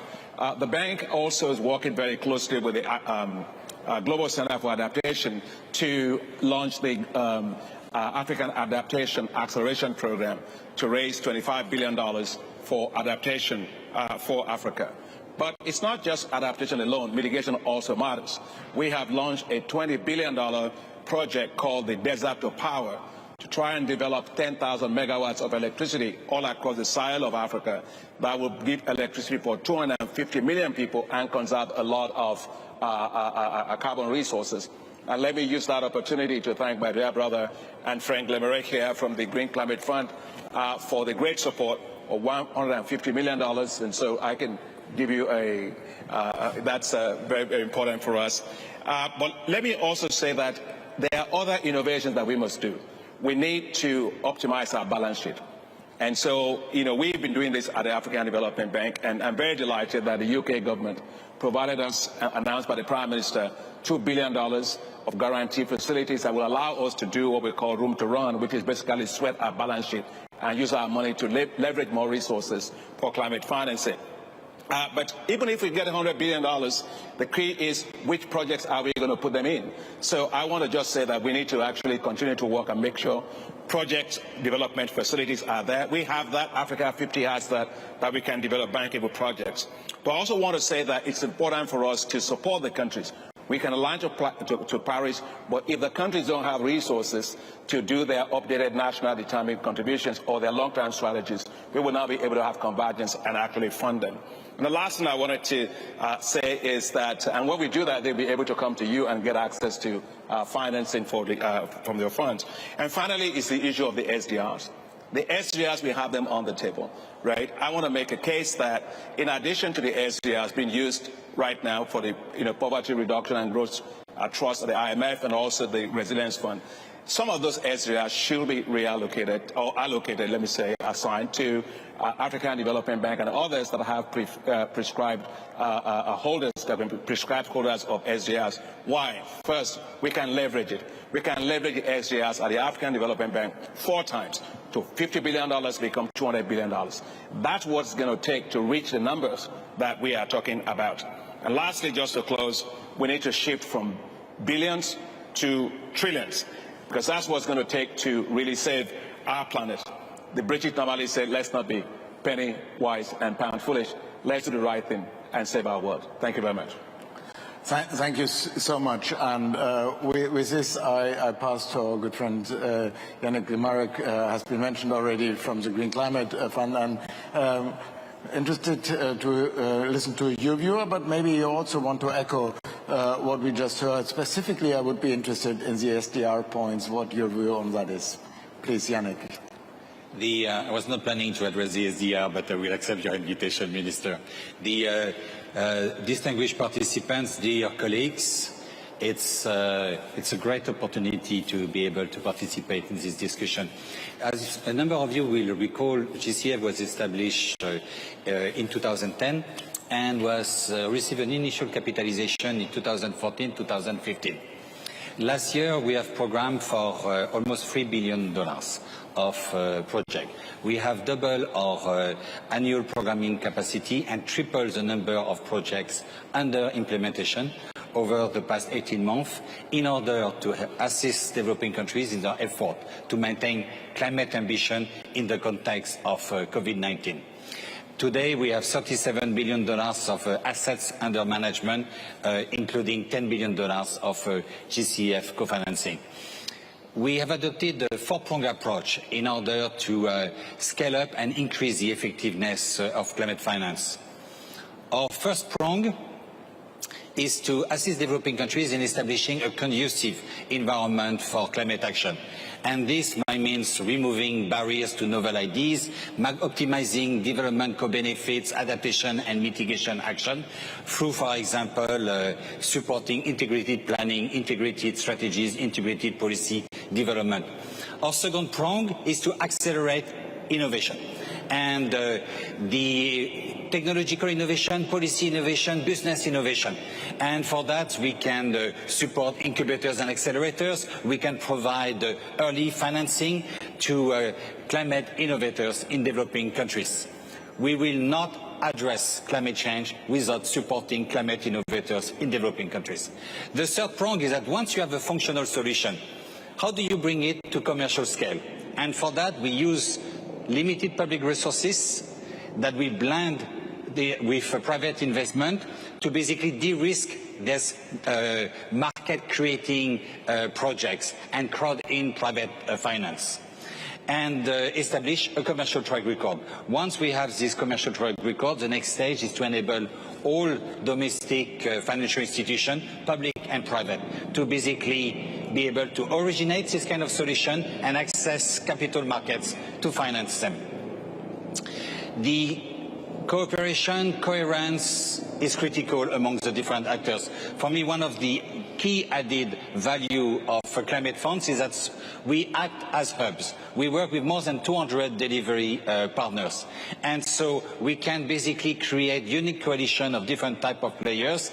And GCF tried to, because we are capital agnostic, we try to basically act as the fund that can provide exactly the type of financing that our partners need to finalize the syndicate. And we have some superb examples with, for example, the African Development Bank for desert to power.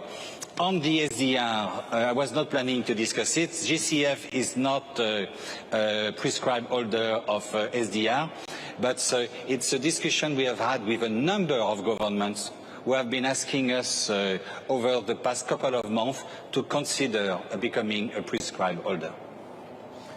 Thanks a lot. And with this, we come from the financial institutions to a country. And it's my pleasure to welcome Annika Saarikko, the Minister of Finance from Finland. Finland is a champion in multilateralism and cooperation, so very interested to hear your view. Thank you, Jochen, and thanks for the colleagues, also for the wise opinions and good remarks on this important topic.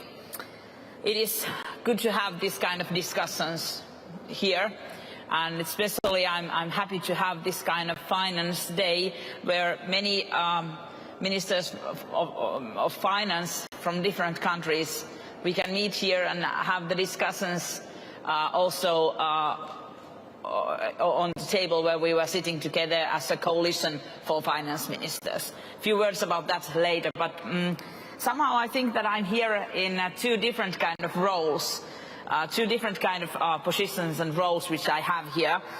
First of all, as the Finnish minister and member of our government, I stress that Finland, for us it is highly important that the 100 billion target is met. And I have 2 points on this, why it is important. First, Finland, Nordic's small country, we will support developing countries' climate action by 900 million euros until 2025. And second, Finland has recently joined the declaration of the OECD on the principles on climate finance. And I'm happy and proud of both of those things. But as I mentioned, I'm here also as a co-chair of the Coalition of Finance Ministers, and we had the meeting here today. And through these glasses, I look at the issues more broadly, of course. Our aim in that coalition of finance ministers for climate action, the goal is to find tools and practices to enhance the current system so that it can be and it can better serve mobilizing finance. And the 100 billion annual goal must be reached. I'm absolutely sure about that. And it needs to be accessible. The coalition, this finance ministers' coalition, it is not negotiating about that yet on these kind of issues. But we could play a role and also contribute in many ways. So I think this coalition is also important in talking about this topic. And briefly, I would like to make three small points.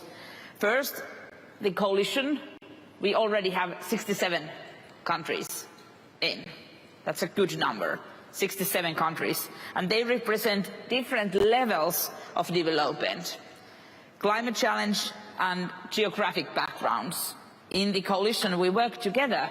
We work together and we learn and eat from each other, and we try to understand the policy challenges and help each other, of course.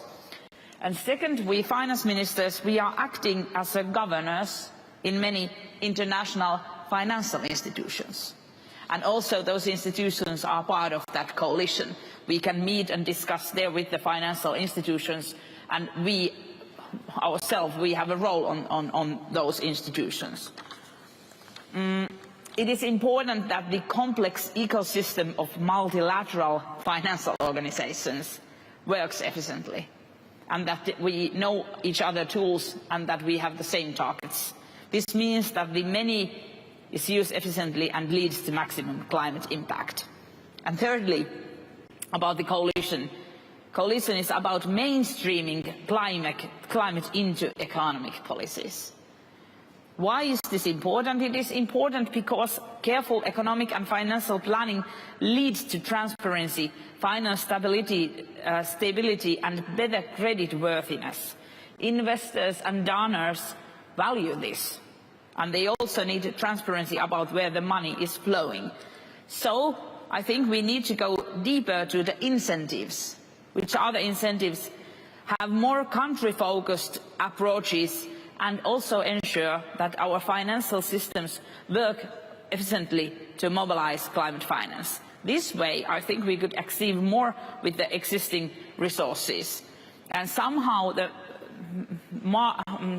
symbol of this meaning of this coalition is that we started 2.5 years ago, and now there are 67 countries in. Everybody has realized that finance and combating against climate change, that's a combination. You need the financial tools and the financial investors, the banks, they are also very important partners with us. Thank you so much, Annika. And we were expecting also Nigel Clark, the minister from Jamaica, as we are missing him still. I just looked to the moderator. Where's the moderator? Whether I get the permission to just have one quick round for additional round. Okay, so I got it. I take it that I got it. If you would give the conference here when discussing about the finance in future, a piece of advice, one thing we should focus on specifically to get the finance scale up easier and more effective. Is there one single issue you would underscore? Yeah, just Annika, start.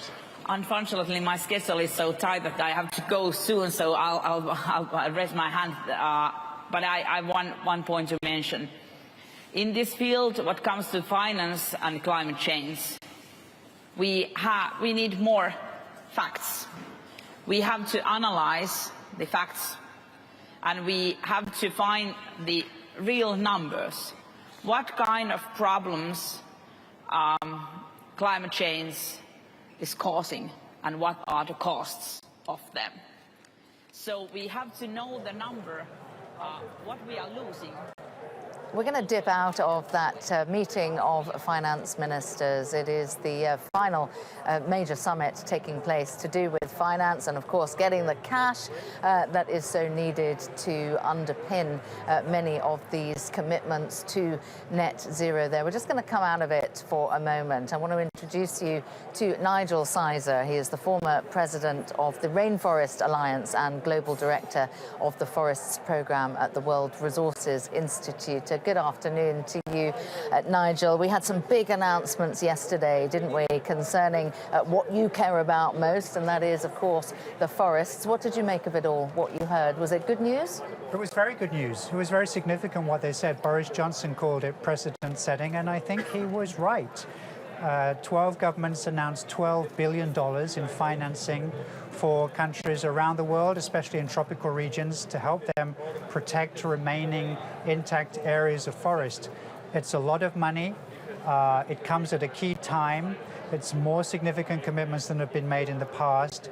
And what's really important is who signed up to this. About 120 governments altogether signed up on this agreement, including Brazil, Indonesia, the Democratic Republic of Congo, Russia, China, Canada. I mean, all the big players came together to sign this agreement. Very important. But the question which applies to everything that we're hearing today as well is big pledges about the total amounts of money. But how do you make sure that that exact amount of money ends up where it should, doing the right things? Well, that's where we start to get into the details, and the details really matter here.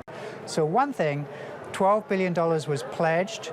It's not quite clear how much of that is new money. So some of that may be money that was already sort of sloshing around, already had been committed. I'm hearing from some of the government people I spoke to. So is it really 12 billion? Is it 10? What is it? Following through on making sure these commitments actually happen. Often they don't. Often governments promise stuff and then they don't follow through. That's where civil society, the NGOs, the big environmental groups and others that are here, they have to keep a close eye on what happens next and put pressure on governments to do what they've promised to do. And are you taking confidence from one of the other big threads that we're hearing today is really putting in place the framework to make sure that the monitoring takes place, that companies aren't saying, countries, they're not saying we're doing this and then actually they don't? Yeah, the monitoring is absolutely key. Without that, you don't have accountability. People can promise, they can say they did it, they can make all sorts of claims. We've got to have good information about what's really going on. And governments increasingly recognize that. Some, of course, are resistant to it. And that leads to problems in the negotiations. So yesterday's agreement on forest was governments coming together sort of on the side of the COP formal process and saying we're going to do this for forests, but now we're going into formal negotiations that becomes, you know, committed agreements between governments as part of the UNFCCC process. That's a whole different story, and that's where we see countries like China and Russia and so on who will start to be very nervous about some of the monitoring potentially that other countries are looking for. And just a very basic question for many people who are watching this who maybe don't understand how this kind of flow of money works, but the 12 billion pledged for forests, what's the nature of that money? Is it cash, which is effectively a donation? Is it a loan? Is it equity? What does it look like? Yeah, that's a very good question. This is grant. This is cash that will be given to those countries from development agencies. You know, the UK Development Agency, the US Agency for International Development, major foundations like the Bezos Earth Fund were part of this as well. So they're saying we're going to give this money to these countries to help them protect their forests. And that means the policing, the demarcation, working with indigenous people and the communities so they have a livelihood living in these forests, keeping an eye on what's going on. That's what the money will be spent for. And doing that across these vast areas does cost billions and billions of dollars. Yeah, but the strings attached for the countries which are the recipients are really that it's going to be monitored, isn't it? It's not just money and here you go and good luck. The countries will have to spend the money in ways that are agreed with the governments that are giving them the money. So there will be all sorts of complex agreements and contracts that are put in place as the money is being released. So that's a very important part of this. What are various countries' track records where this has been such a big deal? So Brazil, for example, what are their track records in receiving the money and doing what they should be doing with it? There's been some real success. I mean, Brazil actually did very well for a period of time. If you go back a few years, Brazil managed to reduce deforestation by about 80% in the Amazon region. It's the most remarkable effort to protect forests ever. Which span of years was We're this? talking about the period from about 2010 to 2015 or so, during that decade. So prior to the current administration, when things went back in the opposite direction, if you like. And there was a lot of international cooperation that was involved in that. Indonesia is another good example. They've worked well with some international donors, not so well with others. It varies. There's a lot of diplomacy, a lot of politics involved. It's hard work. And which countries do you think are really in most dire need of that money? Brazil, presumably. Well, I wouldn't say Brazil is in the most dire need. I mean, Brazil is not the poorest country in the world. It's a large, thriving, highly developed country.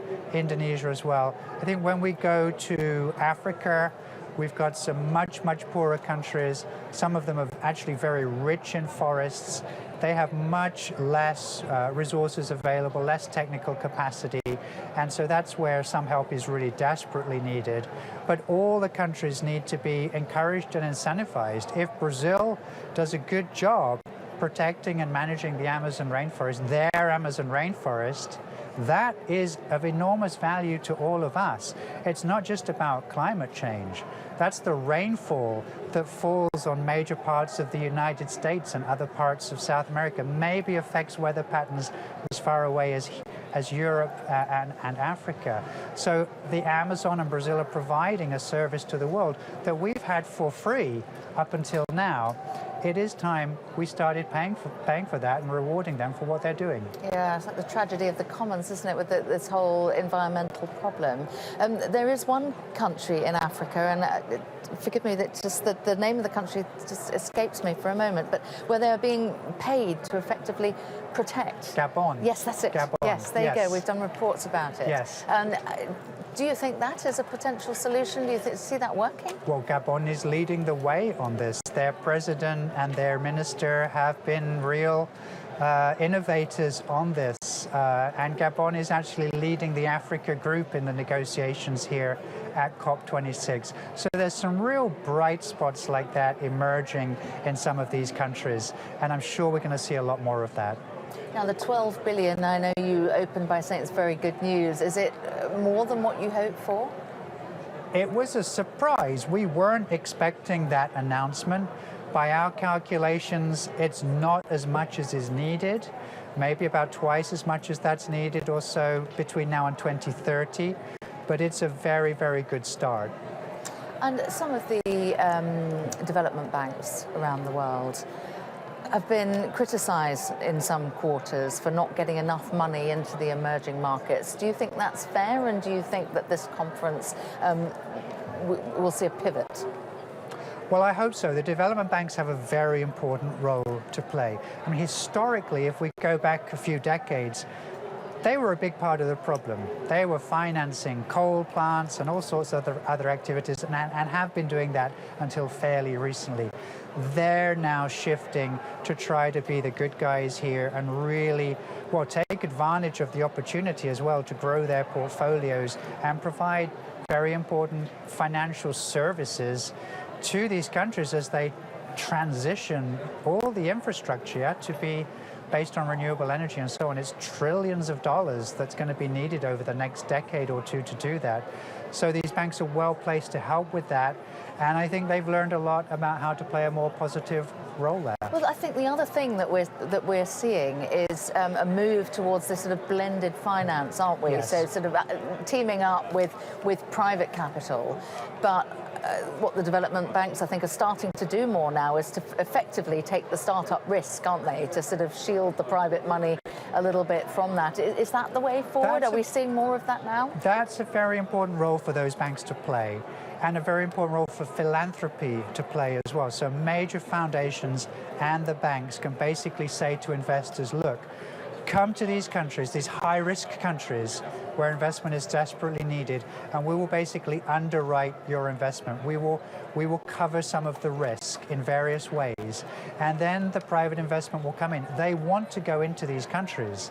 The returns on these investments can be very good, but you've got political risk and currency risk and other types of risk, which so of course for the historically, banks to basically be and the shouldering development that. banks can basically insure these operations, and then they get big leverage over the development bank resources as well. You know, it costs them $1 million to provide a guarantee that maybe helps, I don't know, 50 million come in from the private sector, for example. It's fascinating, isn't it, what we're going to see evolve over the next week and a half. Nigel, thank you very much indeed for joining us here on Sky News. We're going to take you back now to that final session taking place on Finance Day, the meeting of finance ministers. Let's listen in again.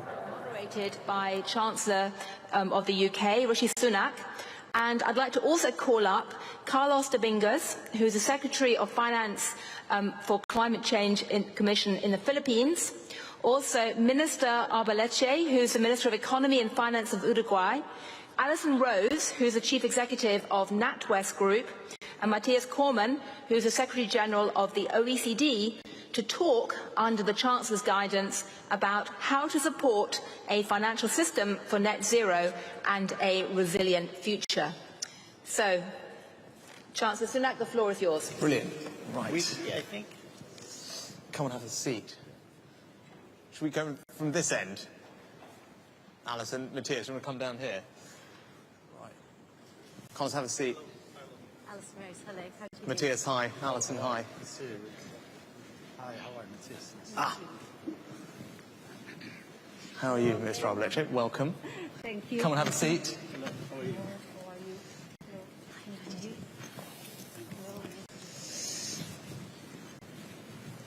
Great. Well, let's get going. Thanks very much of my fantastic panelists for joining me, and thanks to State Secretary Jochen for chairing such a dynamic panel previously on supporting developing countries and what more we need to do to reach the $100 billion goal sooner. But we know that public investment is not enough. We need to mobilise the power of private finance.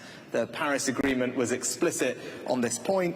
All financial flows must become aligned with the climate targets that we signed up to, and today in Glasgow we are delivering on that commitment. So what is our vision for transforming the financial system? Well, obviously it's a financial system that needs to support our climate goals, support jobs, support innovation, and get finance to those who need it the most. The good news is, and very optimistically, across the panel today, it's clear that we're making progress towards that vision. I'm glad to say the UK is doing its bit to play its part. We became the first country in the world last year to mandate climate disclosures on the TCFD guidelines. Today we announce we will become the first country in the world to have a net zero aligned financial centre, moving towards mandatory publication of transition plans. We're also embedding net zero in our financial regulation through our regulators, which is also a positive step. But on the international stage, we're also seeing terrific progress. Just earlier today, the IFRS launched its International Sustainability Standards Board, which will create some baseline standards for all of us to look at. That's now being backed by over 35 countries. The Network for Greening the Financial System now covers 80% of global emissions, and within that we have central banks covering half of global emissions, carrying out climate-related stress tests. And of course, thanks to the leadership of Mark Carney and others, the Glasgow Financial Alliance for Net Zero now represents over $130 trillion of global finance, 450 firms, all aligned with net zero. What all that means is investors can now easily identify and invest in green projects, we can manage the risks of climate change, and we can seize the opportunities of transition. Because my simple goal is that the message we want coming out loud and clear from Glasgow is that whatever climate ambitions we set over the next couple of weeks, the finance is there to deliver them. And with that, I was going to start turning it over to my fellow panelists, and maybe I could ask you all a kind of set of questions to get your thoughts on. I mean, one, broadly, what are your thoughts on the progress that we are making in developing a financial system that can support net zero and a climate resilient future? But also, what steps should finance ministers in particular be taking to make sure that we maintain this progress and deliver sustainable growth for developing countries? So maybe, Carlos, can I start with you? Sure. Well, thank you for this opportunity to speak with you today. Finance plays an indispensable role in making climate adaptation and mitigations project possible to implement on the ground. It dictates the pace and the scale of the transition towards achieving our climate ambition. It is important that we have a clear definition of what constitutes climate finance. Climate finance, I believe, should aspire for a sustainable orchestration of three elements of grants, investments, and subsidies.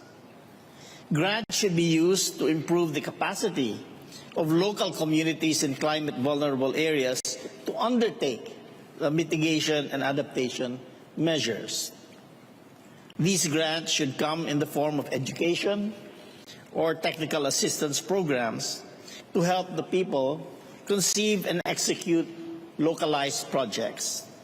Investment should focus on programs and projects that actually yield returns.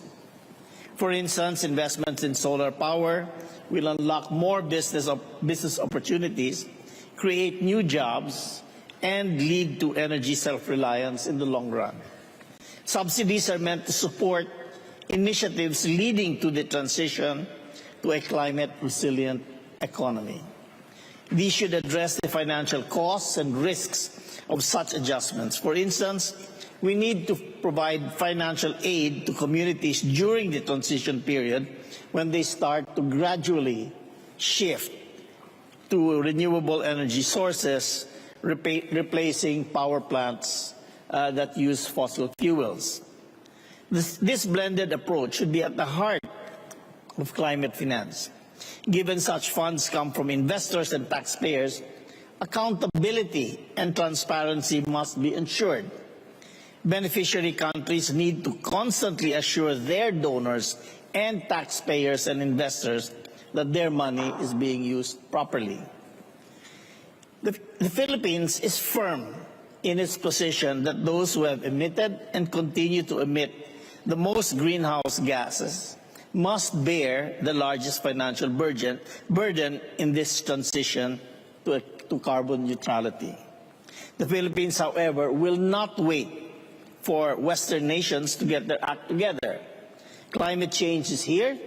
It's happening. We are moving ahead with the implementation of actual projects on the ground to enable us to meet our commitments.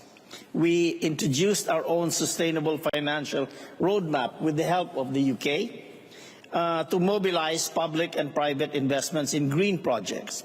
We are ready to initiate a landmark project with the Asian Development Bank that will accelerate the country's transition to clean energy. We have collected our best scientists all over the Philippines to prepare and to help execute localized programs. The Philippines is determined to move ahead, even as other countries hesitate to meet their commitments. Thank you. Minister, thank you very much for that. Maybe next if we go to Minister Alvaleche. Sure. Thank you, Chancellor, for being in this panel today. And let's first address your question about have we done progress lately? And I think that certainly the answer is we have.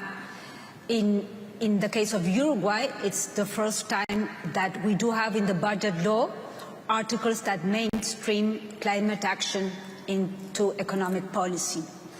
The central bank, on the other side, it's part of the green financial system networking, and at the same time it has a mandate to invest in certain assets that are linked to environment. So I think that surely we have done a lot of progress. In the previous panel, where we just came running from, I think it was the comment by Treasurer Yellen that it was the first time that the US Treasurer assisted to a COP. I think that shows that we are in a point of inflection, I would say. It's an historical time where ministers of finance in general has a very important role to play if we really want to make progress and see results. And that is where we have to go. I think that in order to make progress, and if we want to move from pledges, from words into concrete action, into results, it's very important to align the different incentives that we all have. Investors have their incentives, the financial institutions have their incentives, the sovereigns, we have certain incentives. But I think it's putting everything together, aligning the different objectives that we have that can deliver concrete actions. In the case of Uruguay, we have key performance indicators that are related to the NDCs that are part of the Paris Agreement, and we are working specifically on the implementation of an instrument, a financial instrument, a bond, where the cost of borrowing is related to this NDC goal. So we can be rewarded or we can be punished according to our behavior in terms of environment. So I think it's important. Countries, we do have NDCs. Investors, they don't have NDCs. But if investors really are interested in environment, then they should be willing to put their money into this kind of instruments. So it's the alignment of these different incentives that will make progress and give us concrete results. And I'm sure that it's a time where we can put forward innovative financial instruments. I spoke about a bond. It could be loans from private sectors that are linked to certain environmental indicators, well known, that can be tracked, that can be measured. So I think that the money is there, their interest is there. We just have to link everything so that we can have concrete results. Okay. That's very interesting. We should come back to that in our discussion at the end about these new financial instruments. Maybe Alison, if I go to you next. Thank you, Chancellor, and thank you for having me here today to take part in Finance Day, which I think is absolutely critical and a critical moment in a crucial fortnight. It's clearly important that governments and central banks are working together to set the direction and maintain our course as we head towards the net zero carbon future. but I think we're all very clear on the imperative to get there quickly. And the thing that will dictate most our speed is finance. So if the money isn't there, then it won't be there to fund the infrastructure projects or the scale-up of new technologies that we need, or the new innovative forms of financing which are going to be so critical in order to achieve our goals. So that's why, as the representative of the private sector on the stage today, I want to say how much it has helped that governments are committing very clearly and very quickly to targets and the focus on net zero. I think transparency, clear direction of travel and policy are going to be critical. This will give investors, finance providers, shareholders, insurance companies and banks the confidence and certainty that they need in order to invest their time, their energy and the financing in the low-carbon projects that will deliver our targets. And that's what's galvanised the level of activity we're seeing in the private sector at the moment. And it is an activity that has been sorely needed because we know how much change is required. Chancellor, you mentioned the Glasgow Financial Alliance for Net Zero, of which NatWest is a founding member, and this represents a concerted effort from more than 295 financial organisations in 40 different countries to see that the required capital is mobilised on the ground, committing to $130 trillion to hit net zero target emissions by 2050. Very bluntly, the money is here and the money is committed and the money is starting to mobilise. And I think this is a very significant demonstration of the collaboration with so many different financial organisations who so often are competing but are now working together and united behind a common goal. But our ask is, in order to mobilise and deploy this capital more rapidly, is that governments around the world put in place policies that confirm the direction of travel, that encourage businesses and customers who are the ones who must deliver this transition, give them the confidence those investments are going to be able to be made, that the governments establish clear practical steps to cut emissions and clearly agree who is expected to deliver what, and that governments and regulators around the world work together to ensure that there are incentives and frameworks for going green in every part of the globe, and that we close the gap between this green premium. There are lots of examples where public and private sector working together are incredible. We've seen that with the solar farms in Africa that have delivered substantial change in alignment of public and private financing. The Costa Rican government, for example, has just won the Earthshot Prize for their work to incentivise reforestation, doubling the size of Costa Rica's forests and contributing $4 billion to the economy. And I hope that we can see more actions like that where we can mobilise the finance. And we know that that looks different in different parts of the world, where some of us to get the focus on improving our impact, and for others it's about doing all that can be done to improve resilience and adapt to climate events. But that is why we need to work together, and I reiterate, the private sector is at the table with the financing and committed to drive this change. But we must make sure it is a transition for all. As a leading UK bank, we're helping businesses like those at our stalls in the green zone and families to manage their financing and put in their hands practical steps to help them make the transition and give them the confidence. We've recently committed £100 billion to fund and finance climate transition in the UK for small and medium-sized businesses who will represent 30% of the emissions of the UK. And it is initiatives like that multiplied globally that will allow us to do this. We need to make sure that the money is going to the right places. We need to make sure the incentives are there to deliver them, and we need public and private sector to work closely together to ensure the mobilisation can accelerate. The fact that I'm sharing the stage today with my fellow panellists, that the private sector is here, is, I think, a great step forward and shows the collaborative approach is the cornerstone of COP26. So I think my ask would be to say the challenge is we have to be bold, we have to be ambitious. I think there are very clear signals coming out of COP around transparency, the direction of travel, where we need to go. tougher targets, real commitments, so that we can deliver the change that's desperately needed and that we can't afford to wait. Alison, thank you very much indeed. Matthias. Thank you, Rishi, and let me just first, right up front, support the key message out of the first panel, and that is how important it is to reach the $100 billion US a year climate finance provided and mobilized by developed economies for developing countries as soon as possible. And let me also confirm that based on current commitments, the OECD has assessed that this objective should be reached and exceeded from 2023 onwards.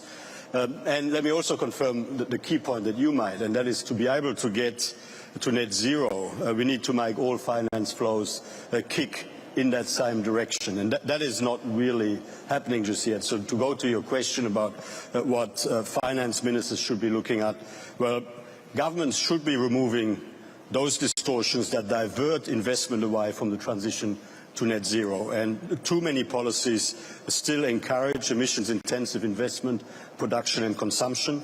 Despite a commitment by the G20 since 2009 to gradually move away from inefficient fuel subsidies, ongoing annual support for fossil fuels and environmentally harmful agricultural subsidies as well, to the tune of many hundreds of billions of dollars, surpassed all the one-off green recovery spending in just a few years.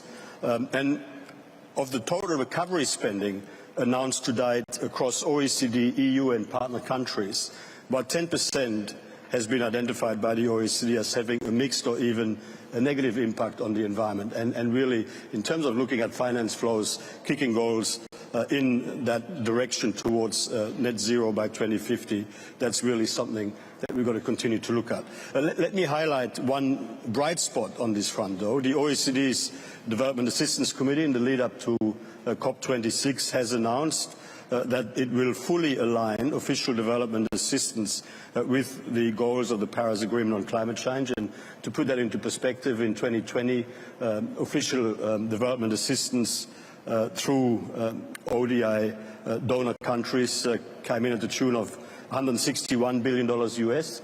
So that is a sizable amount of aid that, as of COP, will now be fully aligned to the objectives of the Paris Agreement. In terms of the second area, we need that thorough transformation of the financial system to better incorporate long-term climate risks and opportunities, as has been talked about widely here at COP26.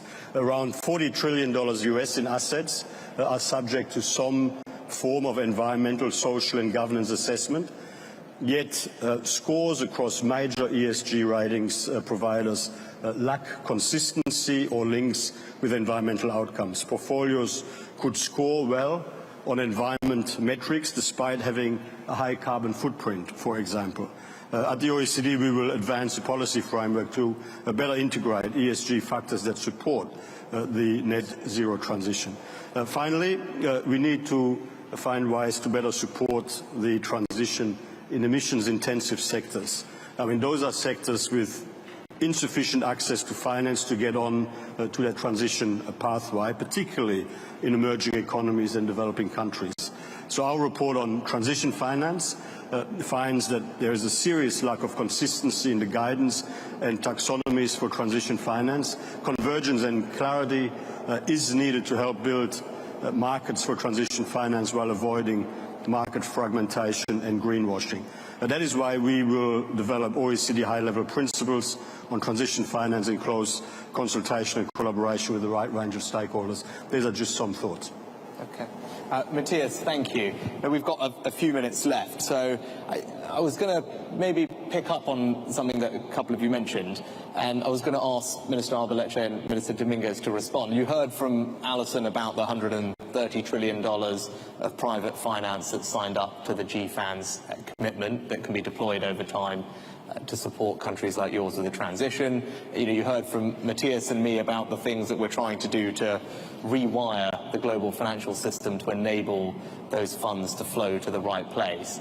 From your perspective, what would you say needs to happen, or what are the barriers that you see that need to be unblocked to make sure that that money, which sounds great and it's there on a piece of paper, actually finds its way to practical, tangible projects in your countries that will make a difference to people's lives and actually help you. And if you sit there today and say, well, look, that sounds great, but these things need to change for that to be a reality, what are the types of things that you would say to us that we need to go away and make sure that we fix? Because it's all very well having the money, you know, the amount sitting on a piece of paper. We need to make sure it actually gets to the things it needs to get to. I think that the role of the multilateral agencies are very crucial in this part. The multilateral agencies actually are agents of governments, right? All of us as ministers sit as governors in ADB or World Bank or the Asian Infrastructure Investment Bank.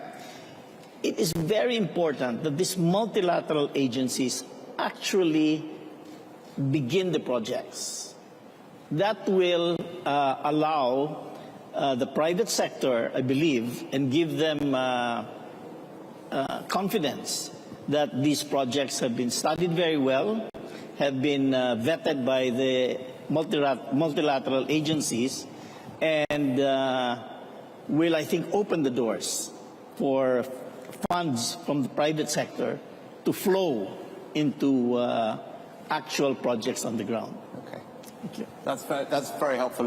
We actually had a session on that earlier. Yes. And I mean, I very much echo what you say. We need our MDBs to do more, to be ambitious. They've made a great start with the declaration today, but obviously we need to flesh that out. And to your point, that can help leverage in private capital if they can provide that reassurance to private investors. So that's a helpful thing for us to focus on.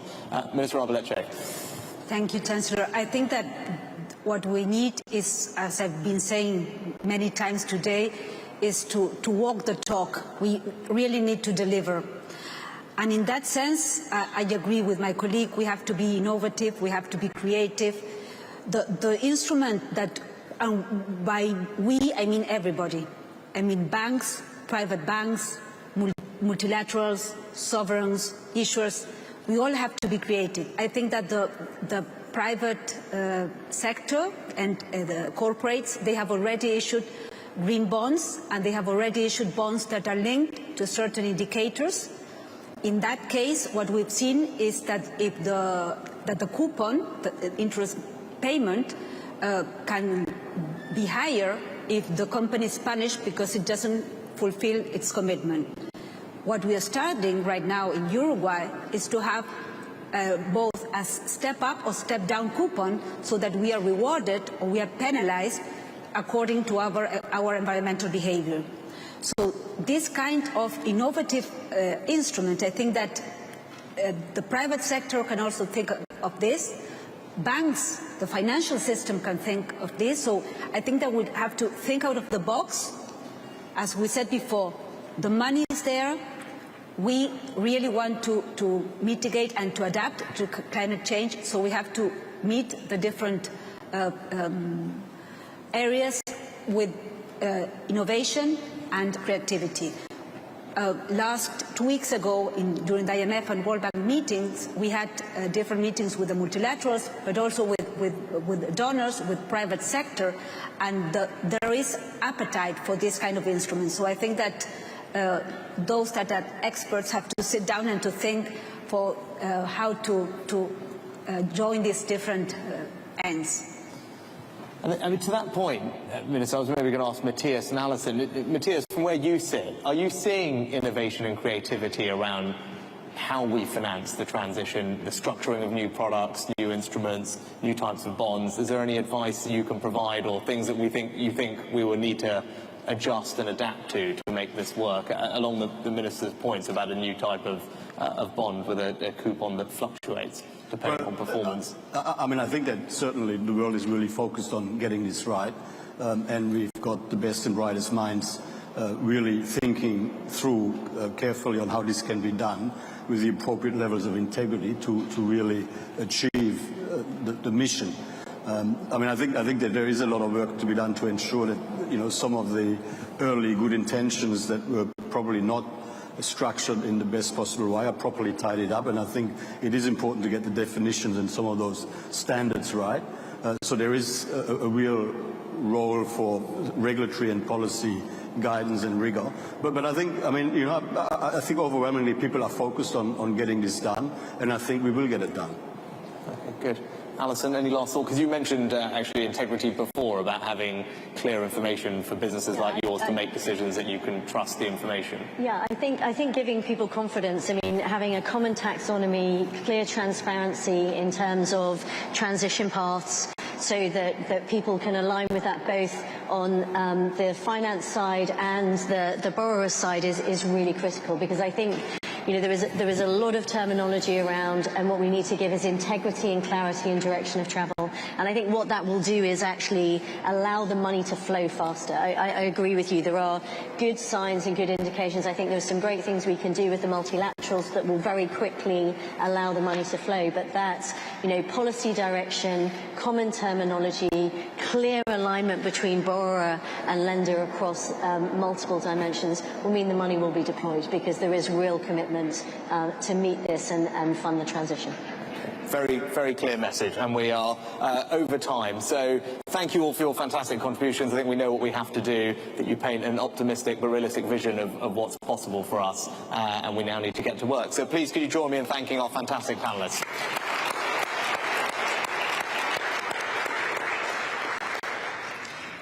Well, thank you very much indeed. And we now move to the third panel of this part of the proceedings, which the panel to discuss scaling climate finance to mobilise the trillions needed in developing countries. In other words, how do we take the type of initiatives we've just been hearing about to unleash some of the money in the world's financial system and get it into the right places in an effective manner. And we have, the panel's going to be chaired by Lord Stern, Professor Lord Stern, who's been one of the luminaries and one of the great public intellectuals driving forward the climate debate, along with Sri Mulyani Indrawati, Minister of Finance of Indonesia, who's already spoken forcefully several times today and laid down a challenge for the world's leaders. And of course, Indonesia, the country that she's finance minister of, will be chairing the G20 soon. Makta Diop, who's Managing Director and Executive Vice President of the IFC, and Rémi Riot, who's CEO of the French Development Agency and Chairman of the International Development Finance Club and President of Finance in the Common Summit. So, over to you, Lord Stern. Thank you, Gillian. Thank you very much. Thank you all for coming. This follows in the same spirit, but with a different question from the previous panels. Our question's about scaling up. How do we find the support for the private finance, its interrelationship with public finance, in order to bring the finance that is commensurate with what we have to do? And we've heard many descriptions, but it is in the trillions. In the emerging market and developing countries, by 2030, the flow probably has to be in the order of 2 trillion a year for new investments. You can tell the story different ways, get slightly different numbers, but that's the order of magnitude of what is necessary in emerging markets and developing countries. So we'll be talking about scaling up the private finance, but also at the same time scaling up the public finance in a way that supports that expansion of private finance. They've given me 3 minutes at the beginning, and I'm going to use it to set out some ideas which we'll publish later tonight on our website at the London School of Economics on a post-2025 framework for scaling up. Essentially unpacking what was put together in the 100 billion and asking how you move the different bits of that. First and foremost, we must deliver the 100 billion without moving the goalposts, and we must do it, if possible, next year, but absolutely no later than the year after. That's a basic question of trust. A word was given, it has to be delivered. But now is the time to move beyond that and ask how we can move upwards from there and how we can look at the different components. We will suggest that there should be 5 different components that could make up that story of the public flows, the international public flows that could support this change.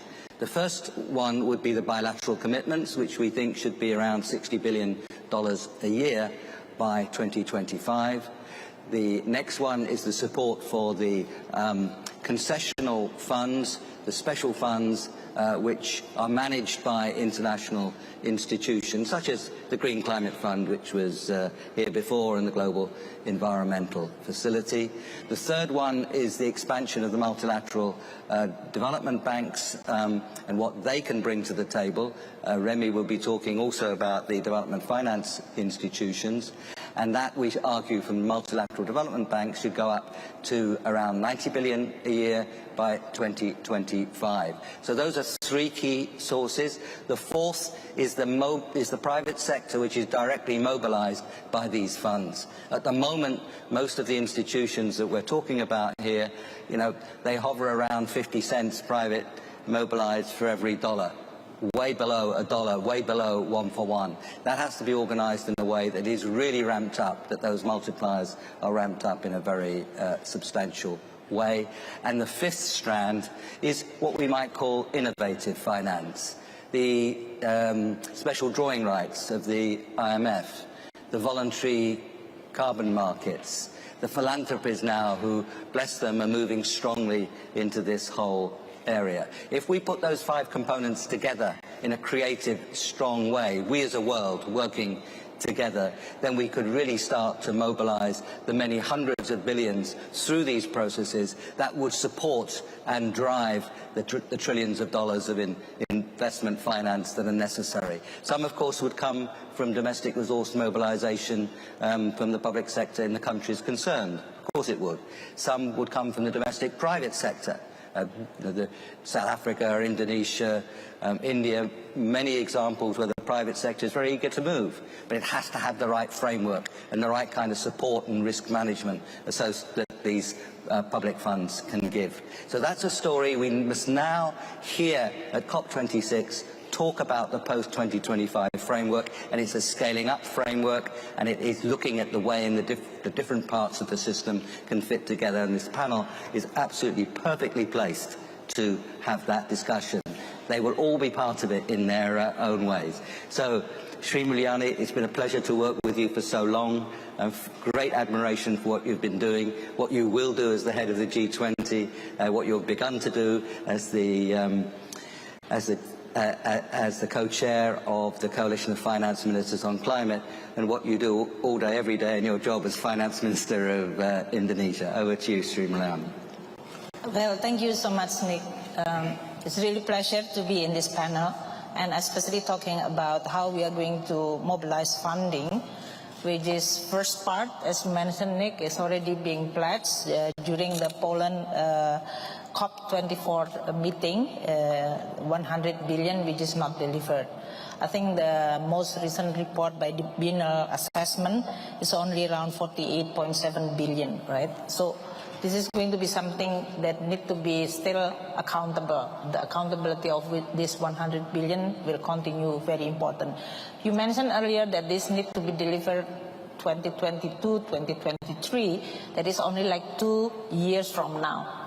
As a finance minister, we usually know very clear. If you are talking about 2022, you already discussed it in 2021. So if today we are not going to discuss about how to fill the gap of this 100 billion, then you are not going to be there. And this is exactly maybe the credibility issue need to be addressed. Because on the one hand, this is not delivered. On the other hand, many developing and emerging countries have to deal with the implication of this climate change. So they definitely need more funding for the adaptation as well as the mitigation. Now, for Indonesia, we also already pledged our own within the Paris Agreement. 41% if there will be support from the international community. So we updated our nationally determined contribution in this year, 2021. We also submitted long-term strategy for low carbon and climate resilience 2050, in which Indonesia is going to reach the net zero emission in 2060 or, in this case, earlier. Our current estimation to achieve the NDZ is around 270 billion, which is already mentioned many times in the different panel since this morning. And of this 270 billion, our own budget will actually, and this is not yet net zero emission target, this is the NDC, Nick. So if you are going to get the NDC, net zero emission by 2060 or earlier, that figure will definitely much larger than 270 billion. Now, our own budget provided only 21% of this need of the NDC. So definitely the role of additional support financing is going to be very critical. You've already mentioned earlier, Nick, in this case, the role of many sources of funding that could and should be mobilized. Indonesia, in this case, have the view that long-term finance work program must be continued beyond 2020. I think we need to discuss about this 100 billion. While you are talking about this 5 elements to complement this 100 billion, which I also agree in this case that while this is still need to be discussed and addressed of this gap of 100 billion, then we talk about the 5 additional things that you are talking about. And this is exactly what the Indonesia also doing. We put policy and regulatory framework, including our own instrument on our fiscal, so that we are going to be able to maximize or use this source of financing which you mentioned earlier. Whether this is from the grant, like Green Fund, or this is coming from the Multilateral Development Bank, which we discussed, whether through the country partnership program, we have the energy transmission mechanism that we initiated with ADB in this case. We also discussing about how we are going to de-risk and also providing more role of private sector by designing the catalytic instrument. We are not only rely on the MDB, within our own domestic policy framework, we've already established a special mission vehicle, we call it, under the Ministry of Finance, like we have PTSMI, I have the IIF and PII, these are all special mission vehicle. Some of them jointly owned by Multilateral Development Bank. And their role is really try to establish what is being asked by, if you want to have private sector to participate, they usually ask, where is the project, right?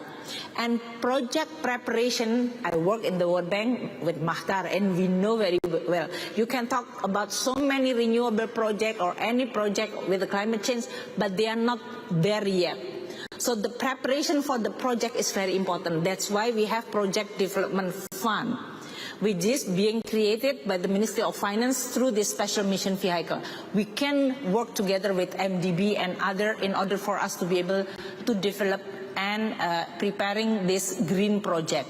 Because if Indonesia, for example, have to retire coal earlier, we have to not only replace the energy from the coal, but also to continue building the energy which is coming from renewable.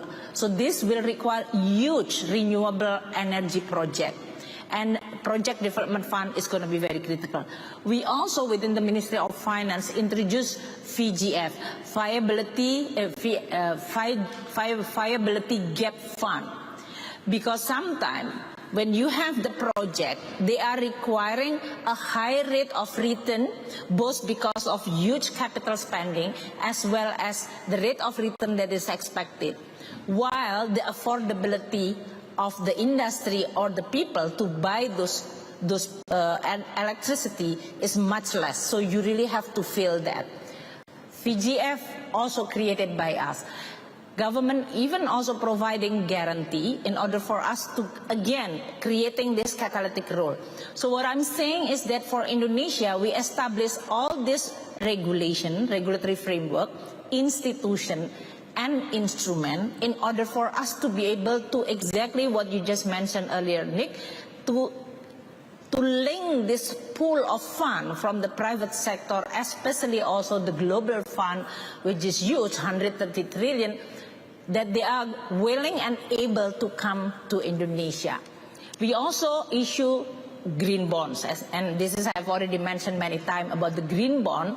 While the compliance cost for issuing green bond is very rigorous and of course costly, the premium is not reflecting the benefit of issuing this one.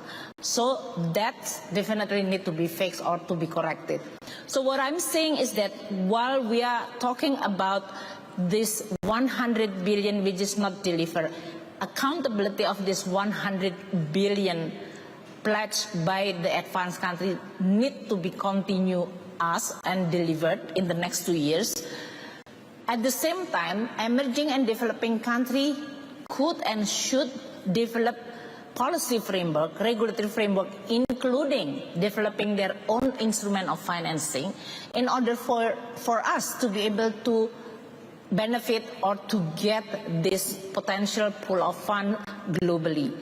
If this can be done together, I think we are going to be able to at least have the optimism to get both NDC as well as the net zero emission.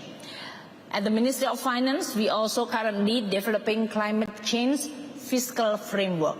This is in order for us to be able to make sure the credibility of our budget, first in terms of commitment to the climate change or green project, and the second one to be able to track in a more transparent and credible way in terms of our delivery. So this is going to be one of the most important. So that is maybe the most important. Be accountable, be credible, be coherent, and then you are discussing about this climate change commitment in a more concrete and real way. Thank you. Thank you very much, Sri Mulyani. Creating the conditions for investment, drawing the investment through is part of the whole story of bringing the finance to support that investment. Makta, that's what you do all day, every day. So over to you. Thank you very much, Nick, and it's a pleasure to be with Sri Mulyani and Remy. I am very optimistic for this COP26 because all of us were in Paris at the COP21. And if you remember, government were talking separately from philanthropy, from private sector. And DFI were not necessarily talking to each other. Fast forward today, Remy has been doing a great job to putting all DFI together to talk together about what we can do. Private sector is talking very much with the public sector.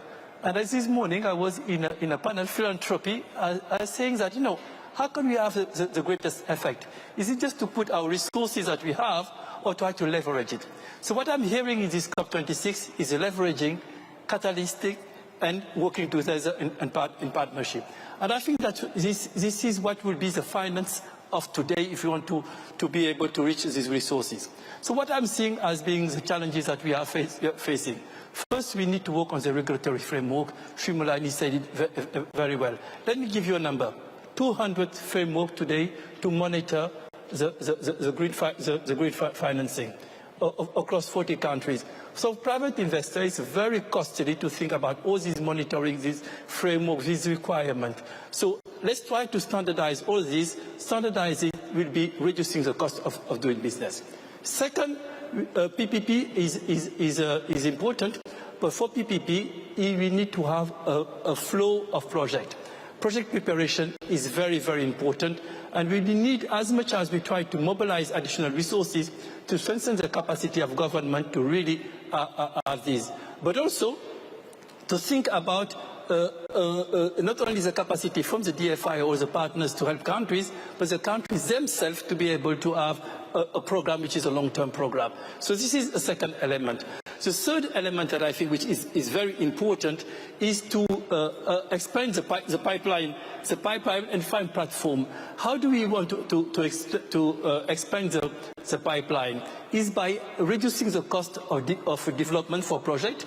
It's very expensive in a lot of emerging economies, and for that to develop platform. For instance, we developed the platform on scaling solar, which allowed to significantly reduce the cost of new technology, which was not mainstream at the beginning of this decade.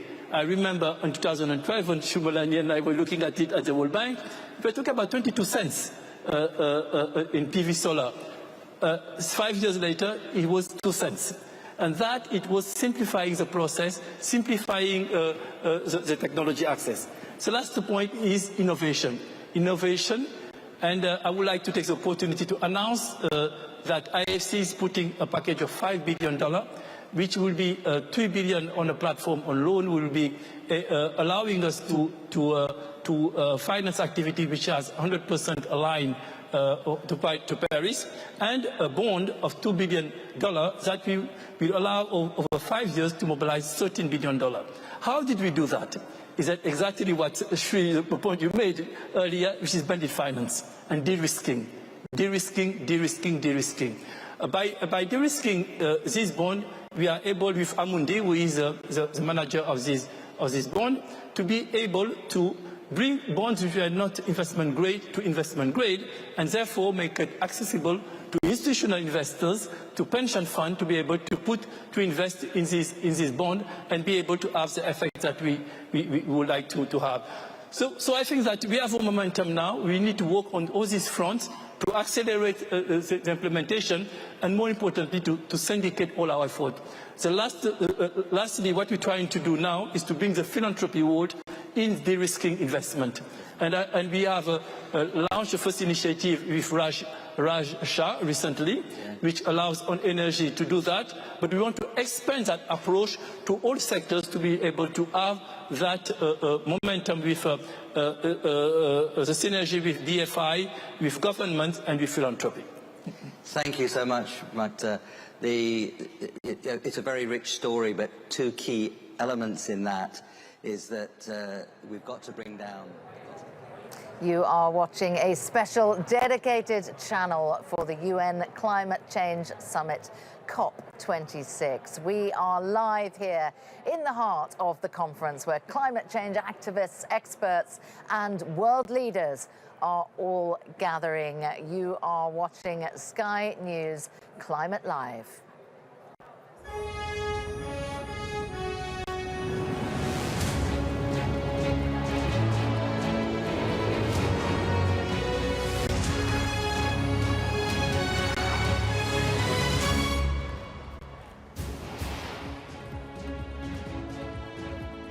Hello, you are watching Sky News Climate Live at COP26. Today's top stories.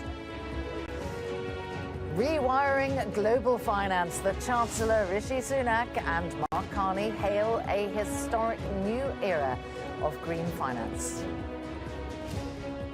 Our third action is to rewire the entire global financial system for net zero.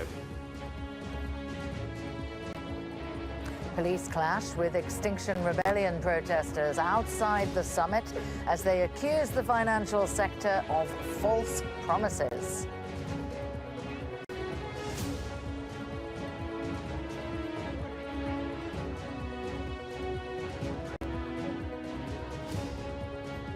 Telling everyone and informing everyone about the fact the fashion industry is one of the most harmful industries in the world to the environment, and providing solutions.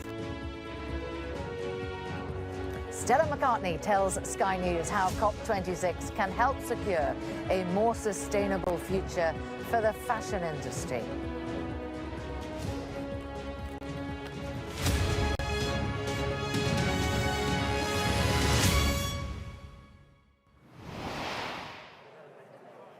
Very good afternoon and welcome to Sky News Climate Live. Financing the effects of climate change has been top and forefront of today's agenda. The Chancellor Rishi Sunak has said that the UK will become the first ever net zero aligned financial centre. He also said London's financial institutions will commit £100 million and billions in new green bonds to help make climate finance more accessible to developing countries. Meanwhile, Mark Carney declared a watershed moment in financing the world's move to net zero after news that $130 trillion, that's right, trillion dollars of private finance was waiting to be deployed. At least 80% of the global economy has committed to net zero or carbon neutrality targets. Our challenge now is to deploy the investment we need to deliver those targets around the world. To do so, we are accelerating 3 actions today. First, we need increased public investment. And I want to speak directly to the developing countries of the world. We know that you've been devastated by the double tragedies of coronavirus and climate change. That's why the G20 is stepping up to provide debt treatments more swiftly. It's why the IMF are providing a new $650 billion allocation of special drawing rights, and Kristalina will say more on this later. And it's why we're going to meet the target to provide $100 billion of climate finance to developing countries. And while we know we are not yet meeting it soon enough, we will work closely with developing countries to do more and to reach the target sooner. Over the next 5 years, we will deliver a total of $500 billion of investment to the countries that need it most. And we can do more today. I can announce that the United Kingdom will commit £100 million to the Task Force on Access to Climate Finance, making it quicker and easier for developing countries to access the finance they need. And we're supporting a new capital markets mechanism, which will issue billions of new green bonds here in the UK to fund renewable energy in developing countries. 2 tangible, practical examples of how we're delivering our promise of $100 billion. But public investment alone isn't enough. Our second action is to mobilise private finance. Let me pay an enormous tribute to Mark Carney for his leadership that is delivering results. The Glasgow Financial Alliance for Net Zero has now brought together financial organisations with assets worth over $130 trillion of capital to be deployed. This is a historic wall of capital for the net zero transition around the world. What matters now is action, to invest that capital in our low-carbon future. To do that, investors need to have as much clarity and confidence in the climate impact of their investments as they do in the traditional financial metrics of profit and loss. So our third action is to rewire the entire global financial system for net zero. Better and more consistent climate data, sovereign green bonds, mandatory sustainability disclosures, proper climate risk surveillance, stronger global reporting standards, all things we need to deliver, and I'm proud that the UK is playing its part. Well, we heard him being referred to there. Mark Carney, the UN Special Envoy on Climate Action Finance, has said that despite breakthroughs in Paris back in 2015, too few countries have met net zero commitments. The former Bank of England governor added that finance is becoming a window through which ambitious climate action can deliver a sustainable future. Now, a critical issue is how do we use the enormous financial resources and the relentless focus of GFAN's members to unlock the $1 trillion of additional annual investment needed for the net zero transition in emerging markets and developing economies. Doing so will require a radical new approach to mobilize private finance at this unprecedented scale.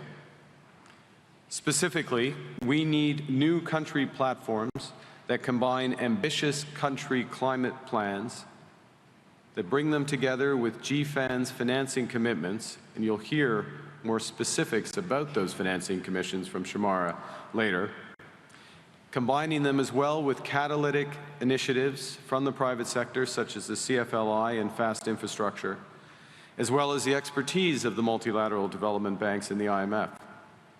These country platforms should deploy new structures of blended finance at scale and with high multipliers, as Larry Fink and others have emphasized, connecting private finance with Paris-aligned projects and managing the wind down of those stranded assets. So to conclude, finance is no longer a mirror that reflects a world that's not doing enough. It's becoming a window through which ambitious climate action can deliver the sustainable future that people all over the world are demanding. It will help end the tragedy of the horizon. And with the best in finance stepping up, there are new opportunities for companies and countries to raise their ambitions, to tackle deforestation, to end the use of coal, and to phase out fossil fuels and dramatically reduce methane. There's fuel for finance, or there's finance to fuel the race to zero's breakthrough ambitions, from affordable green power to zero-emission steel and low-carbon hydrogen. And finance can fund investment driven, as Sri Mulyani emphasized, by credible and predictable government policies. Through the new window of finance, such initiatives give finance the confidence to invest, pulling forward the adjustments in our economy, smoothing the transition to net zero, and critically driving growth and jobs upwards while they force emissions downwards. Well, that is what's been happening inside, but protesters from Extinction Rebellion have gathered in Glasgow outside the COP26 climate summit, accusing big companies of faking their environmental commitments. Well, Sky's James Matthews is there, and he's been speaking to some of the protesters.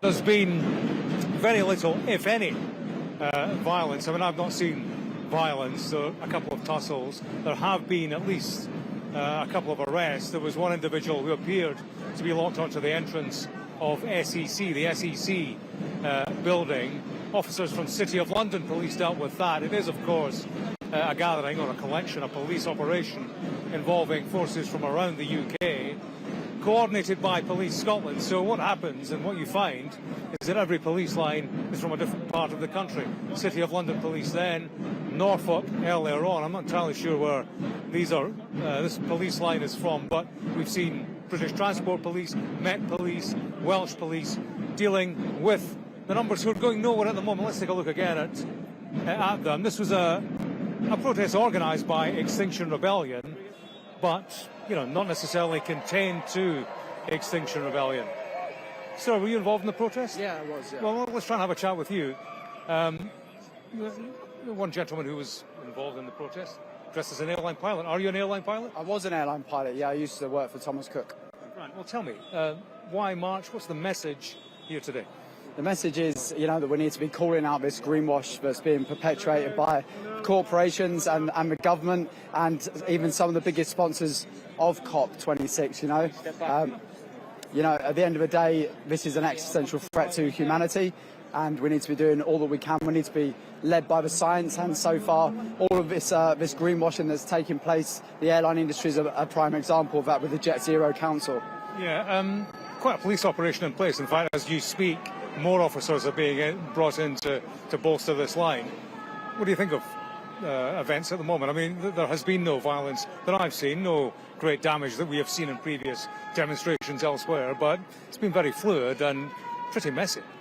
Yeah, I mean, we are non-violent to our core. That's our core principle, and what we're seeing is a continuation of police violence, actually, and completely unnecessary tactics. I myself have been arrested previously for dumping a pile of poo-poo outside the Daily Mail head office, and that was just live streaming in a public place. So, yeah. All right, Todd Smith, thanks very much for your time. I might say that I have not seen any police violence over the course of the past 180 minutes. Certainly an energetic response from the police in terms of trying to contain demonstrators, but the demonstration goes on, and as you can see, contained for now, but it's a very fast-moving situation in Glasgow at the moment. Well, let's take a look at some of the other stories from today's conference.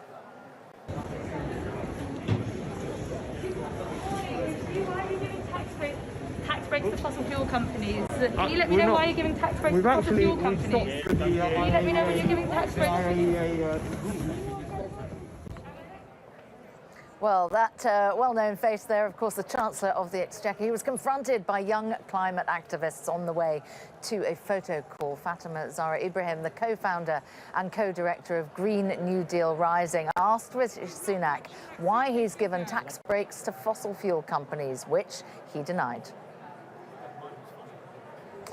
Glasgow police have seized a 4-metre-tall inflatable Loch Ness monster ahead of protest outside COP26.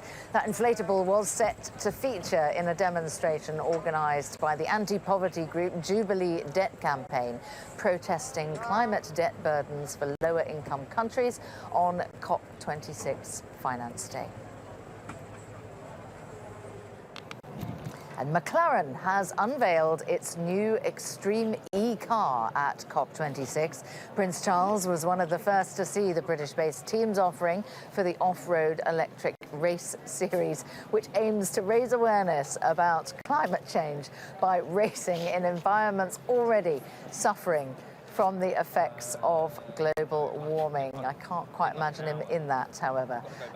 Prince Charles has also been dipping his toe in the sustainable fashion world, teaming up with Stella McCartney and Leonardo DiCaprio, who made another COP26 appearance. Well, the designer is showcasing sustainable fashion options and technologies at a COP26 event, calling for better environmental regulation in the industry. Well, speaking to Sky News earlier, Stella McCartney outlined her message to the fashion industry. The main message is telling everyone and informing everyone about the fact the fashion industry is one of the most harmful industries in the world to the environment, and providing solutions, hopeful solutions, and showcasing them here in the future of fashion. And just showing that, and letting people know information, 18% of all of the greenhouse emissions come from animal agriculture and leather. It's a huge amount, really, just for leather, for handbags and shoes. Cutting down our rainforests at a vast rate, killing millions and millions of innocent animals. Really poor human rights, very, very bad for the people actually having to work with these toxins, these chemicals. It's cancerous. And also, who wants to do that for a living, So I'm here to kind of inform people, provide solutions, great technologies. Yeah, what's really exciting, because we've been doing it for so many years. And when I started, there were no alternatives. So when I wanted to make a pair of, plant-based, knee-high faux leather boots, the fabric that I could use was like rock, so I'd work with my suppliers, which is really one of the key elements also to being a much greener industry, starting from the source. It accounts for over 60% of the positive impact that we have at Stella McCartney outside of the non-leather product side to the brand. So we've been developing it with our suppliers, and now we're arriving at a stage where we've got such incredible technologies to showcase here. I wanted to come here with some kind of call to action. I didn't just want to come and talk and tell people off, or kind of, show everyone what I do. I wanted to bring everyone together. I think that's the sort of the main kind of idea of COP26. So we have, we're calling out for action on people to sign a petition for reducing leather and fur in the fashion industry, the selling of leather and fur. Israel banned the sale of fur, and if they can, I think we can. I think it shows great sort of insight on their behalf, and I think the rest of the world is a bit behind. Well, earlier, my colleague Anna Jones spoke to the CEO of NatWest, Alison Rose, and asked her what she thought of the Chancellor's announcement. I think it creates a clear sense of direction, clear targets to go with, and confidence of investors that actually everybody is going to be moving to net zero. And I think what's really important is the transition and how we manage that transition along that path. OK, and I'll talk about that in a minute, but obviously it's up to your teams at NatWest to decide which firms have credible plans. So what the Chancellor's announced today, does that make any difference to what you're doing now? Or are you already... We're already doing that. We've already made a commitment to So you don't invest or lend to any companies that you feel don't have a credible net zero plan? We have made a commitment that, particularly for some areas like coal and oil and gas, we're phasing out our lending to coal. And for oil and gas, we will only work with companies who have a credible transition plan aligned with Paris. And oil and gas is only 0.8% of our balance sheet lending. For businesses and for banks, it's about profits, isn't it? I mean, can this be more profitable for you to take this route? Yes, Absolutely. We've done some research with SMEs across the UK, and we've identified there's 160 billion of revenue opportunities for them to move to more sustainable income and sustainable opportunities, and 130,000 jobs that can be created. So to break that down, you're saying to them you could make more money if you take the green route. Yes, there are opportunities here where you can invest, and it will create more opportunity for you. It will contribute to being a long-term sustainable business to grow value. We're one of the biggest lenders to renewable energy. We set a target to lend 20 billion over 3 years, and we lent that over 18 months. So the demand is there. This is profitable business. It's long-term sustainable business. There are profits to be made then in the green sector, but there are still profits to be made in fossil fuels, aren't there? I mean, that is true. So do you need more regulation? Do you need the government to step in? Do you need carbon taxes? Do you need some means to make that less profitable and to make sure that the funds don't go in that direction? Well, I think there's a lot of talk about carbon pricing, which is, I think, really important, because one of the big challenges you've got from a consumer or a small business is actually the cost of going green is more expensive. If you're in your house, you know, insulating your house, a heat pump, that's going to cost money, that's going to cost investment. So we've got to close this green premium. And that's a really important aspect of what we've got to do. But I think carbon pricing, to identify where is the carbon, how much does it cost, so that you can create transparency and visibility, is really important as we transition, because I think this is transition. We're talking about a complete rewiring of the global economy, and it's going to happen over time. So we can incentivize, but I also think disincentivize, and work with energy companies to transition, to work with small businesses to help them identify opportunities and create that transparency. Well, meanwhile, the former Vice President Al Gore has told my colleague Jonathan Samuels that he's hopeful that nations will stick to their pledges that were made here at COP26, but that some countries must do more. There's been a tremendous amount of progress in the last 15 years. Unfortunately, the crisis is still getting worse faster than we are yet mobilizing the solutions to the crisis. But we've had tremendous progress in making the solutions affordable and available. Now we simply have to deploy them.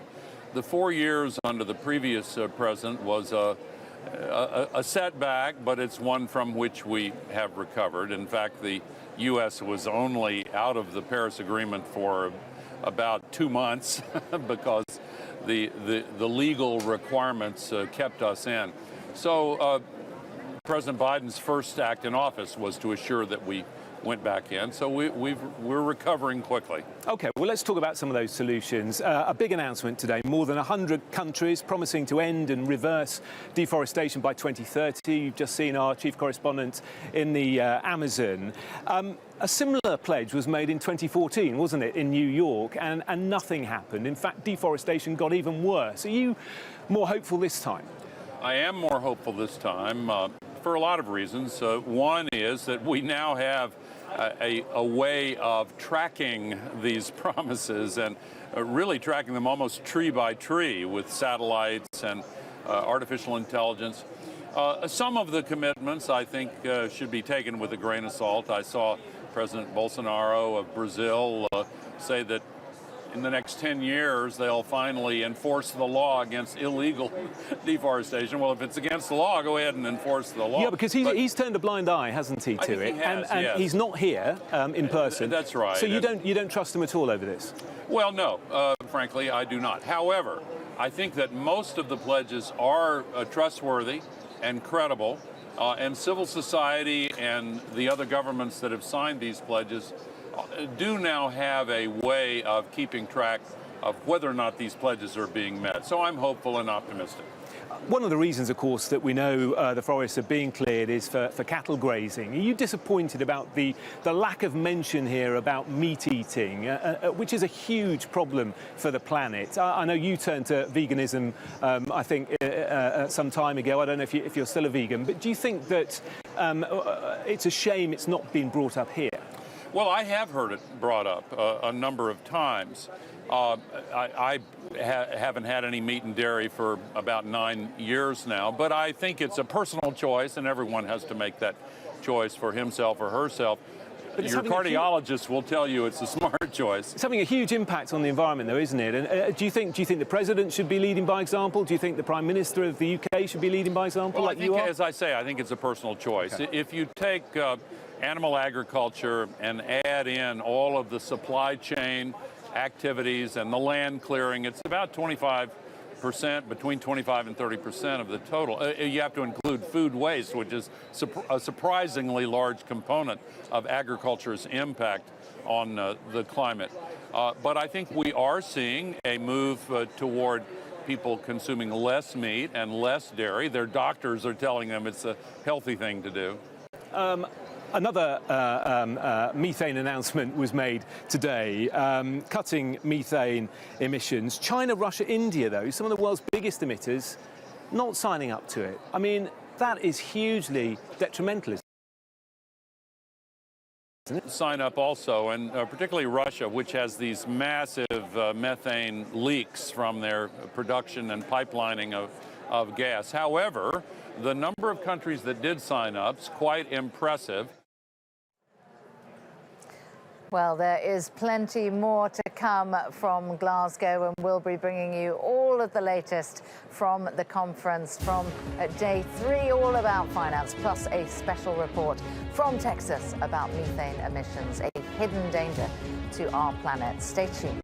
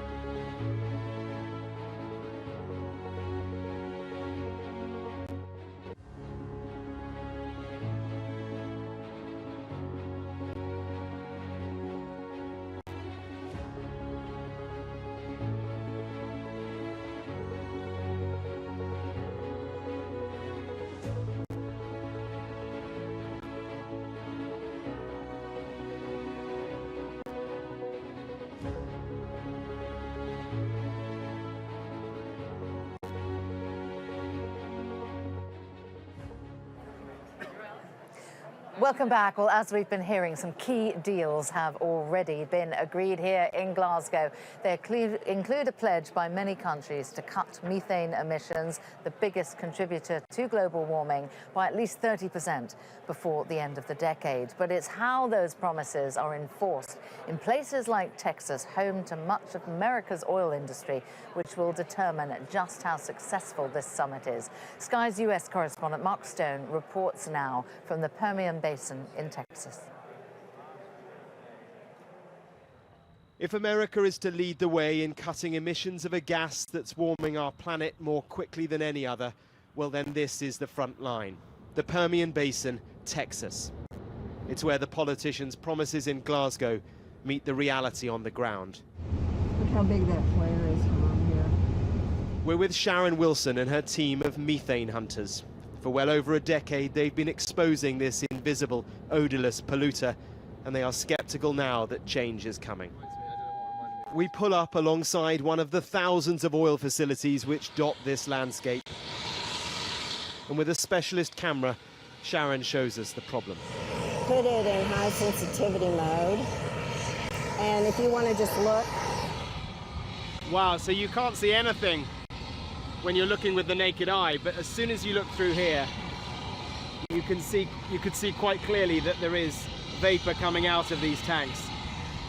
Methane is a byproduct of oil extraction, and from the tanks holding the crude, it is seeping out. The operators are allowed to emit certain quantities of methane, but checks on what's actually happening are lax. And so it is the imagery from spot checks like this which Sharon has taken to Glasgow to focus minds. At another site, an unlit flare stack, and through Sharon's camera, the consequence is exposed. The flares are used to burn off the gas, so often though they are partially lit or not alight at all, and so it's released into the air and you can't see it. Why haven't they lit it? I guess they don't have to. Who's going to make them light it? I've been reporting it to the state every time. At a third site, more emissions from a flare stack. Sharon's research with others has concluded that 10% of flares are not lit or are partially lit. They say this means companies here are emitting up to 3.5 times more methane than was feared. And here, a leak too. We approached the companies who operate these plants. Only one responded, saying that they had found a leak on a tank that they'd sold recently to another operator. All this is a huge problem because the scientists say that over a 20-year period, methane is 80 times more potent at warming than CO2. In short, then, it is a very, very significant contributor to our warming planet. And the hope from those who are exposing the emissions is that they can show us all the scale and the impact. Good morning, ladies and gentlemen. Welcome to the Permian Basin International Oil Show. But up the road in the local town, a trade fair hints at just how vital the oil industry is to this community. This is where the Biden administration's pledges to save the planet are up against local politics, jobs and people. What is regulations going to do? I mean, how do you regulate the climate? Every business in this area, whether it's directly related to the oil field or not, is going to be severely impacted if they shut any of it down. What do you think of climate change? I think it's bullshit. That's it. Reducing methane emissions is a key component of America's pledges in Glasgow. Sharon has taken her research to Scotland, but she is not optimistic. The Biden administration listens to the industry more than he listens to the people. And he wants to be seen as this compromiser, this big negotiator. But we're past all of that. We're past compromising. It is so often the determination of just a few to expose the damage done by so many. But this is a toxic political climate. Exposure is one thing. Change is quite another. Mark Stone, Sky News, in the oil fields of Texas.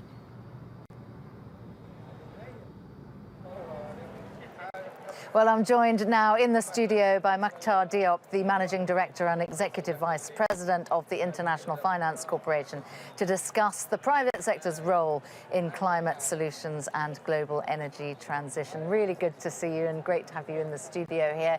Just your thoughts, really, about everything we've heard today and about the efforts that are being put into freeing up those capital flows to go into net zero infrastructure. That's a fantastic time. I was at the COP26 in Paris. It was a totally different feel. You have government, you have NGOs, you have philanthropy, and you have private sector talking about it, but separately.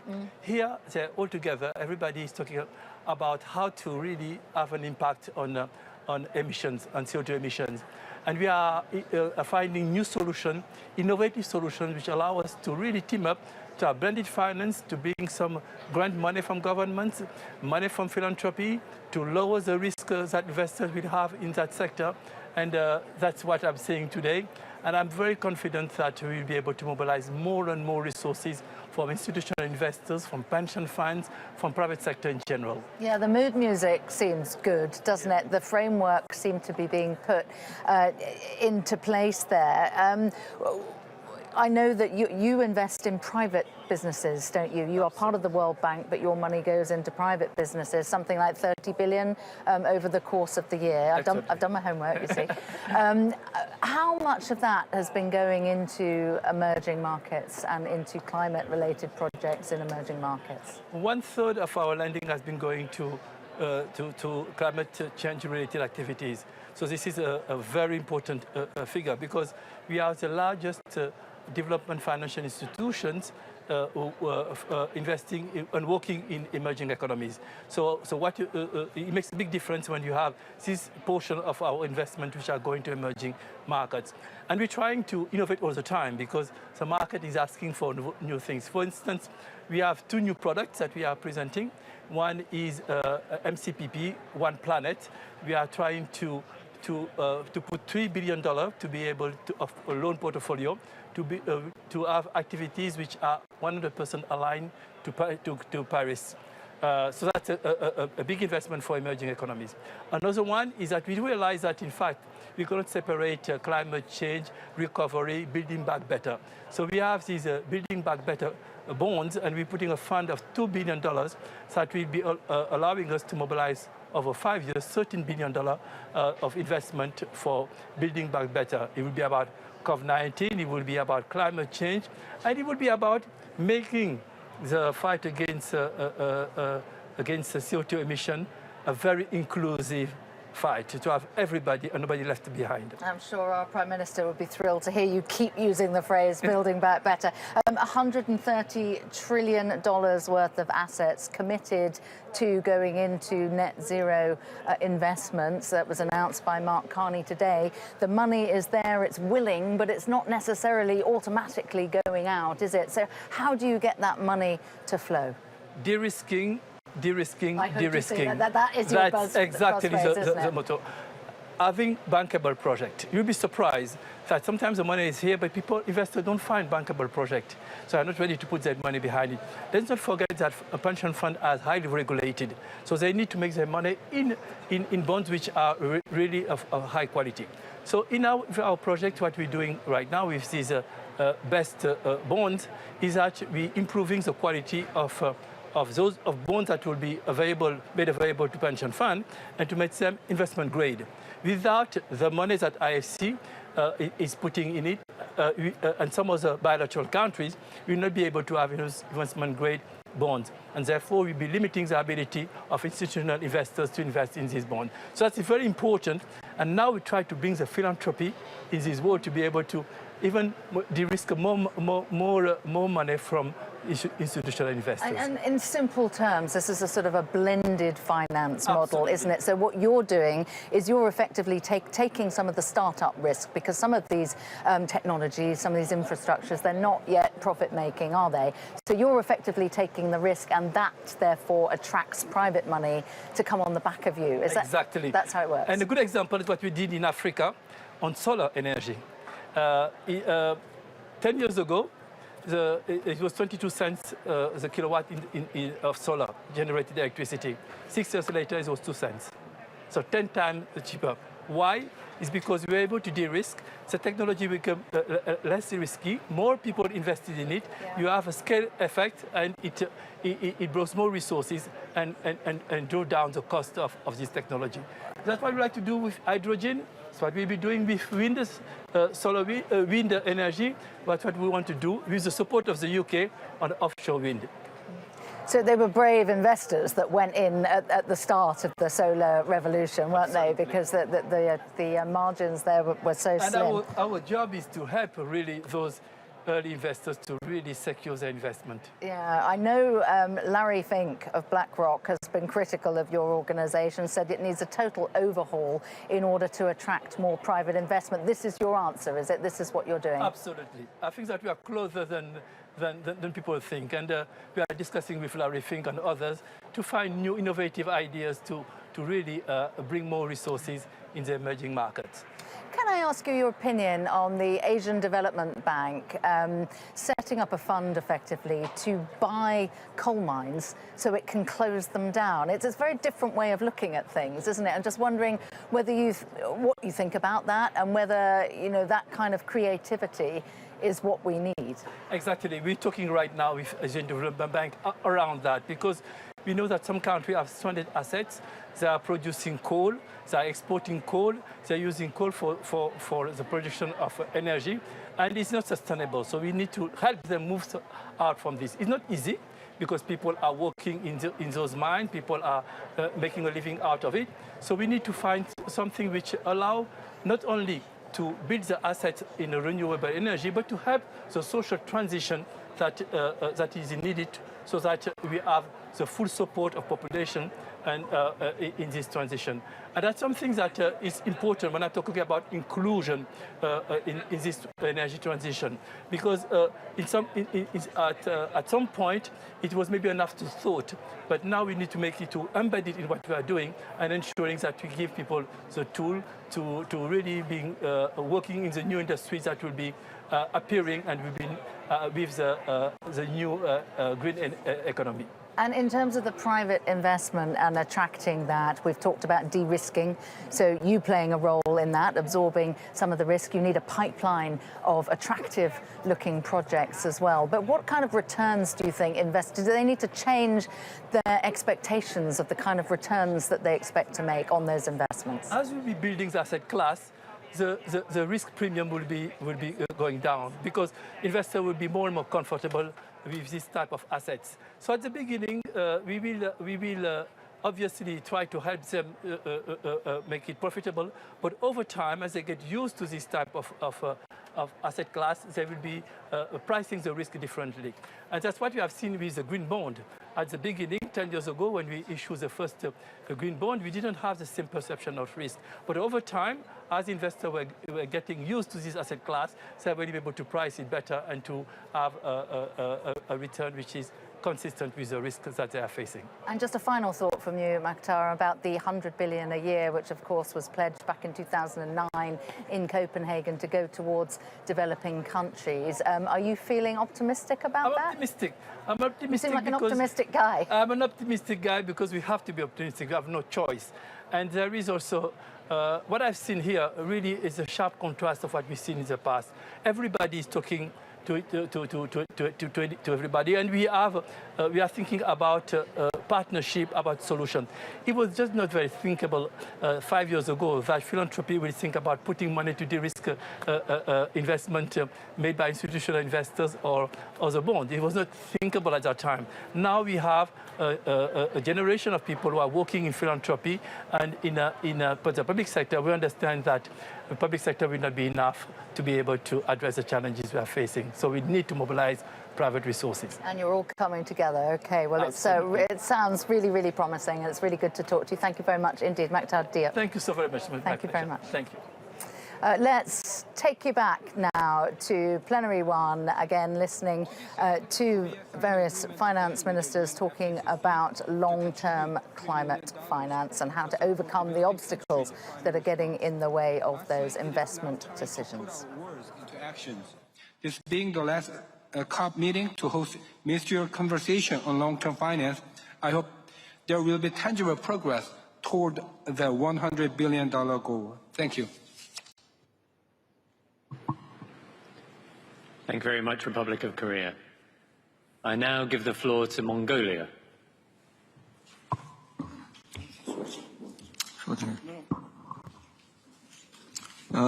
Thank you, Mr. Moderator, for giving me the floor. First of all, on behalf of my delegation, I would like to express my thanks to the Secretariat for organization of this high-level dialogue on climate finance. Everyone knows that financial issue is key for all countries, particularly those most vulnerable to climate change and those who have much less capacity in terms of economic development to tackle with emerging challenges with many uncertainties associated with global climate change. My country, Mongolia, as a country listed as below middle-income country, cannot fully rely on assistance of donor countries and international donor agencies. We have to make extended effort to engage private sector and international financial institutions to develop joint projects to address most key and sensitive issues on climate change, covering both adaptation and mitigation issues.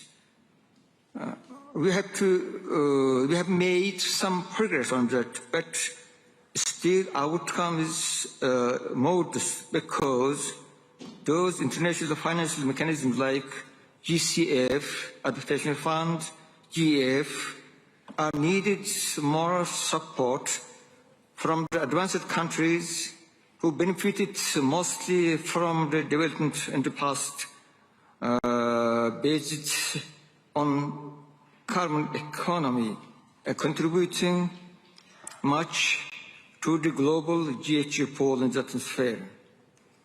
I do hope that this COP26 would be a good chance for increased pledge of financial contribution to the GCF, Adaptation Fund, GF and others, so that those international mechanisms could serve their role in adequate level, assisting most vulnerable developing countries to address challenges not only in respect to adaptation, but also to enable them to increase GHG reduction in their NDC target.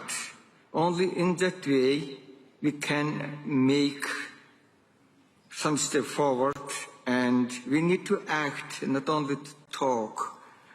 And we should understand that there is no vaccine for climate change like for COVID-19 pandemic. Only a prepared and adequate financial mechanism could serve as a vaccine for climate change. Thank you, Mr. President. Thank you very much, Mongolia. I now give the floor to Uganda. Uganda, you have the floor. Thank you, Chair. I would like to restrict myself to 3 areas. The first one is the issue of effectiveness of climate finance. I firmly believe, and my country does so, that the current financing mechanism does not deliver effectively at grassroots levels. Probably not more than 50% of the funding currently available reaches the grassroots for implementation. So one area of actually creating effectiveness is ensure that these bottlenecks within the processes are addressed so that at least 70 to 80% of this funding gets to the grassroots levels. The other issue is the challenge of access. Accessing whatever funding is available for developing countries especially is so difficult, and we would want to see simplified mechanism for accessing this funding. Thirdly, we welcome the private sector, and we welcome all these innovative mechanisms for syndication, getting concessional loans, etc. But as we go through this, we need to bear in mind that some countries are already overburdened. They cannot even borrow at the moment for development issues. Therefore, the issue of the social bond should be given priority for such countries. Thank you. Thank you very much, Uganda. And please, I do encourage colleagues to request the floor by pressing the button on the microphone in front of them. Group chairs and ministers, we do welcome your comments. I now give the floor to Papua New Guinea. Papua New Guinea, you have the floor. Thank you, Chair. On behalf of the ministerial delegation and government of Papua New Guinea, I am privileged to be here today to present a paper on behalf of my government. Pacific Island countries have been allocated a total of USD 1.111 billion of international climate finance over the past 9 years for a period 2010 to present. Although there are long delays in the disbursement of the approved funding, particularly from multilateral climate funds, from the USD 1.11 billion, approximately 48% or USD 538.56 million was from bilateral sources and 52% from USD 572.94 million from multilateral sources. The core of the multilateral funding to PICs came from the Green Climate Fund, of a total of USD 359 million for project funding in 11 FICs and 5.5 USD million for readiness support in 10 PICs, with the balance coming from other key multilateral funds such as the Adaptation Fund, Global Environment Facility, GEF, LDC Fund, Special Climate Change Fund, and GEF Trust Fund, and the Climate Investment Funds. Most of the funds were allocated as grants and focused largely on adaptation measures.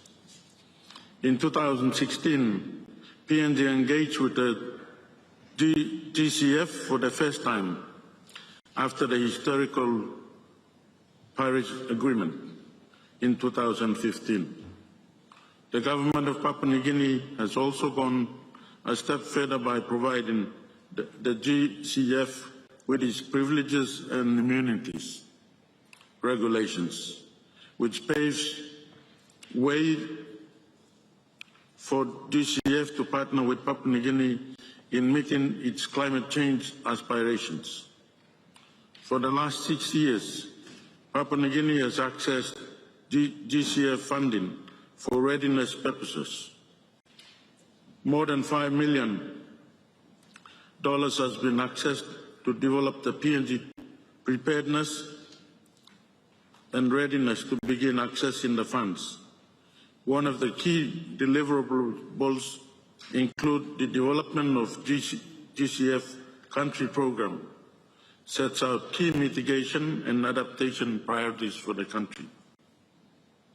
We are now in the process of formulating 2 readiness proposals that are focused on moving our financial management systems, building our capacity to further develop projects in the pipeline, having direct access and operationalizing the GCF country program.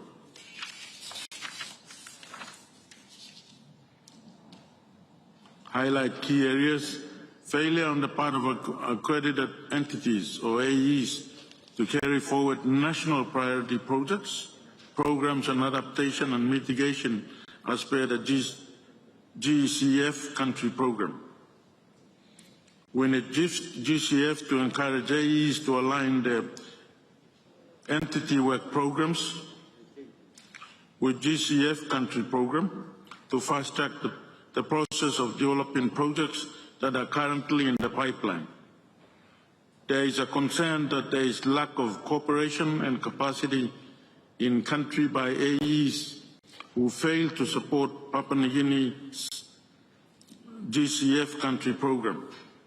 The GCF board and secretariat should consider simplifying the funding proposal template to allow Papua New Guinea to cross-reference GCF country programs, NDCs, NAPs, SDG, 13 roadmap or other equivalent analysis in demonstrating overall national vulnerability to the impact of climate change.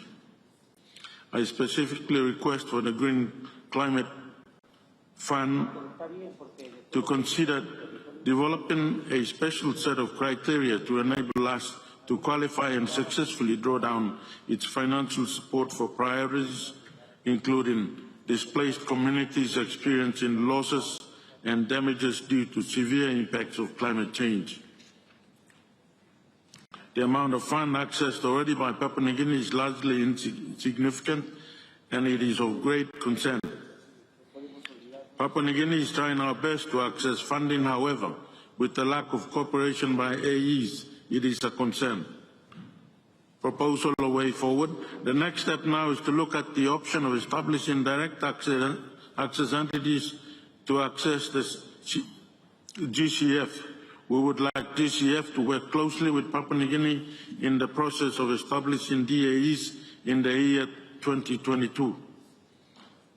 Request GCF ED to send a stronger message to AEs to reprioritizing and align Papua New Guinea's GCF country program and move projects in the pipeline.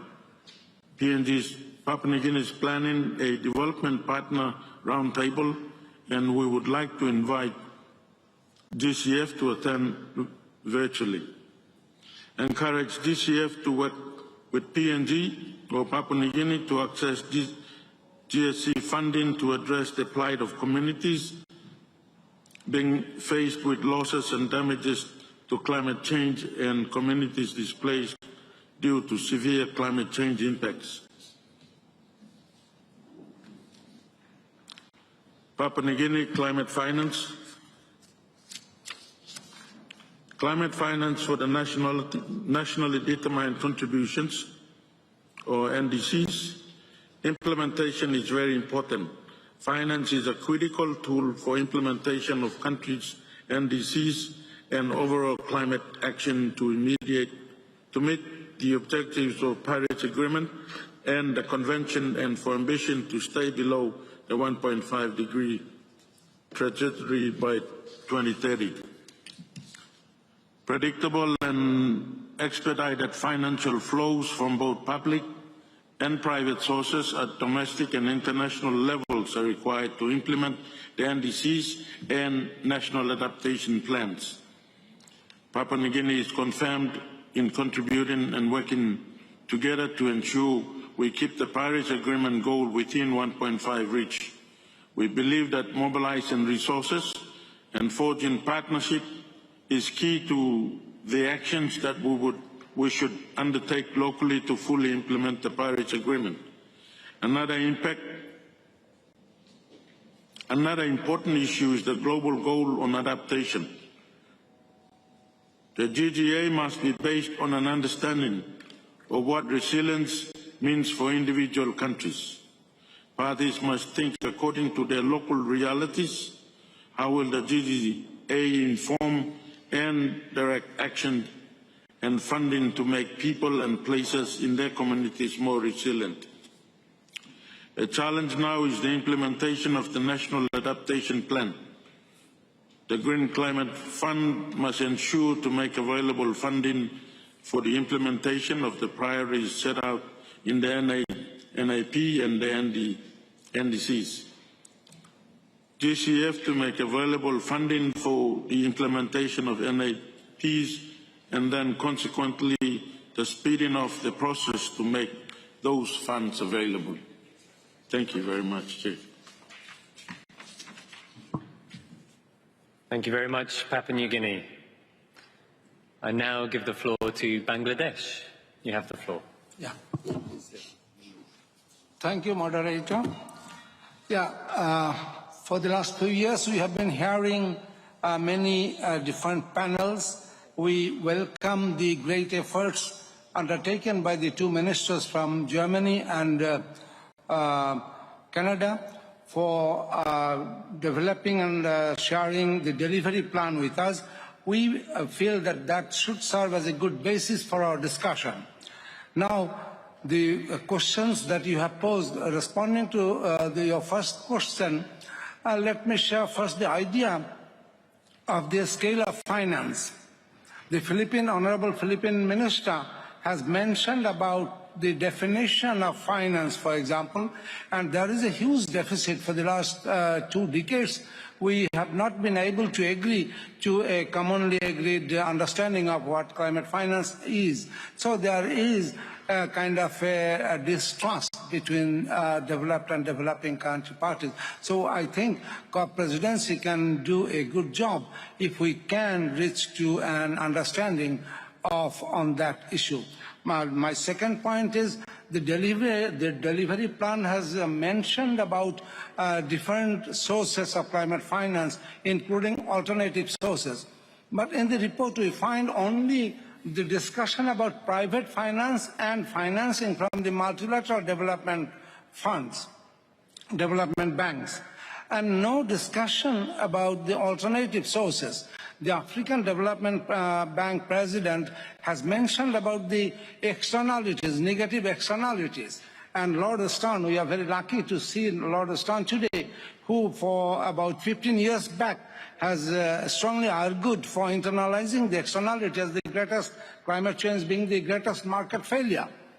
And there is no, in the negotiations, there is no discussion about this basic, fundamental, cardinal solution to climate financing, that is internalization of externality. That is where we want to focus on, which can really scale up climate finance. If we can, for example, put a little penalty. Well, day 3 is drawing to a close. It's all been about finance today and critically trying to get public and private money to come together to support the climate objectives. We had some big announcements today. We had Mark Carney announcing that financial institutions representing 40% of the world's assets under management, $130 trillion, was going to be committed to net zero investments. Many people criticizing that. Greta Thunberg criticizing companies for continuing their fossil fuel investments, and more calls from developing nations to up that money and get to the $100 billion a year sooner. Tomorrow will be Energy Day, and we'll be bringing you all of that live here on Sky News Climate Live.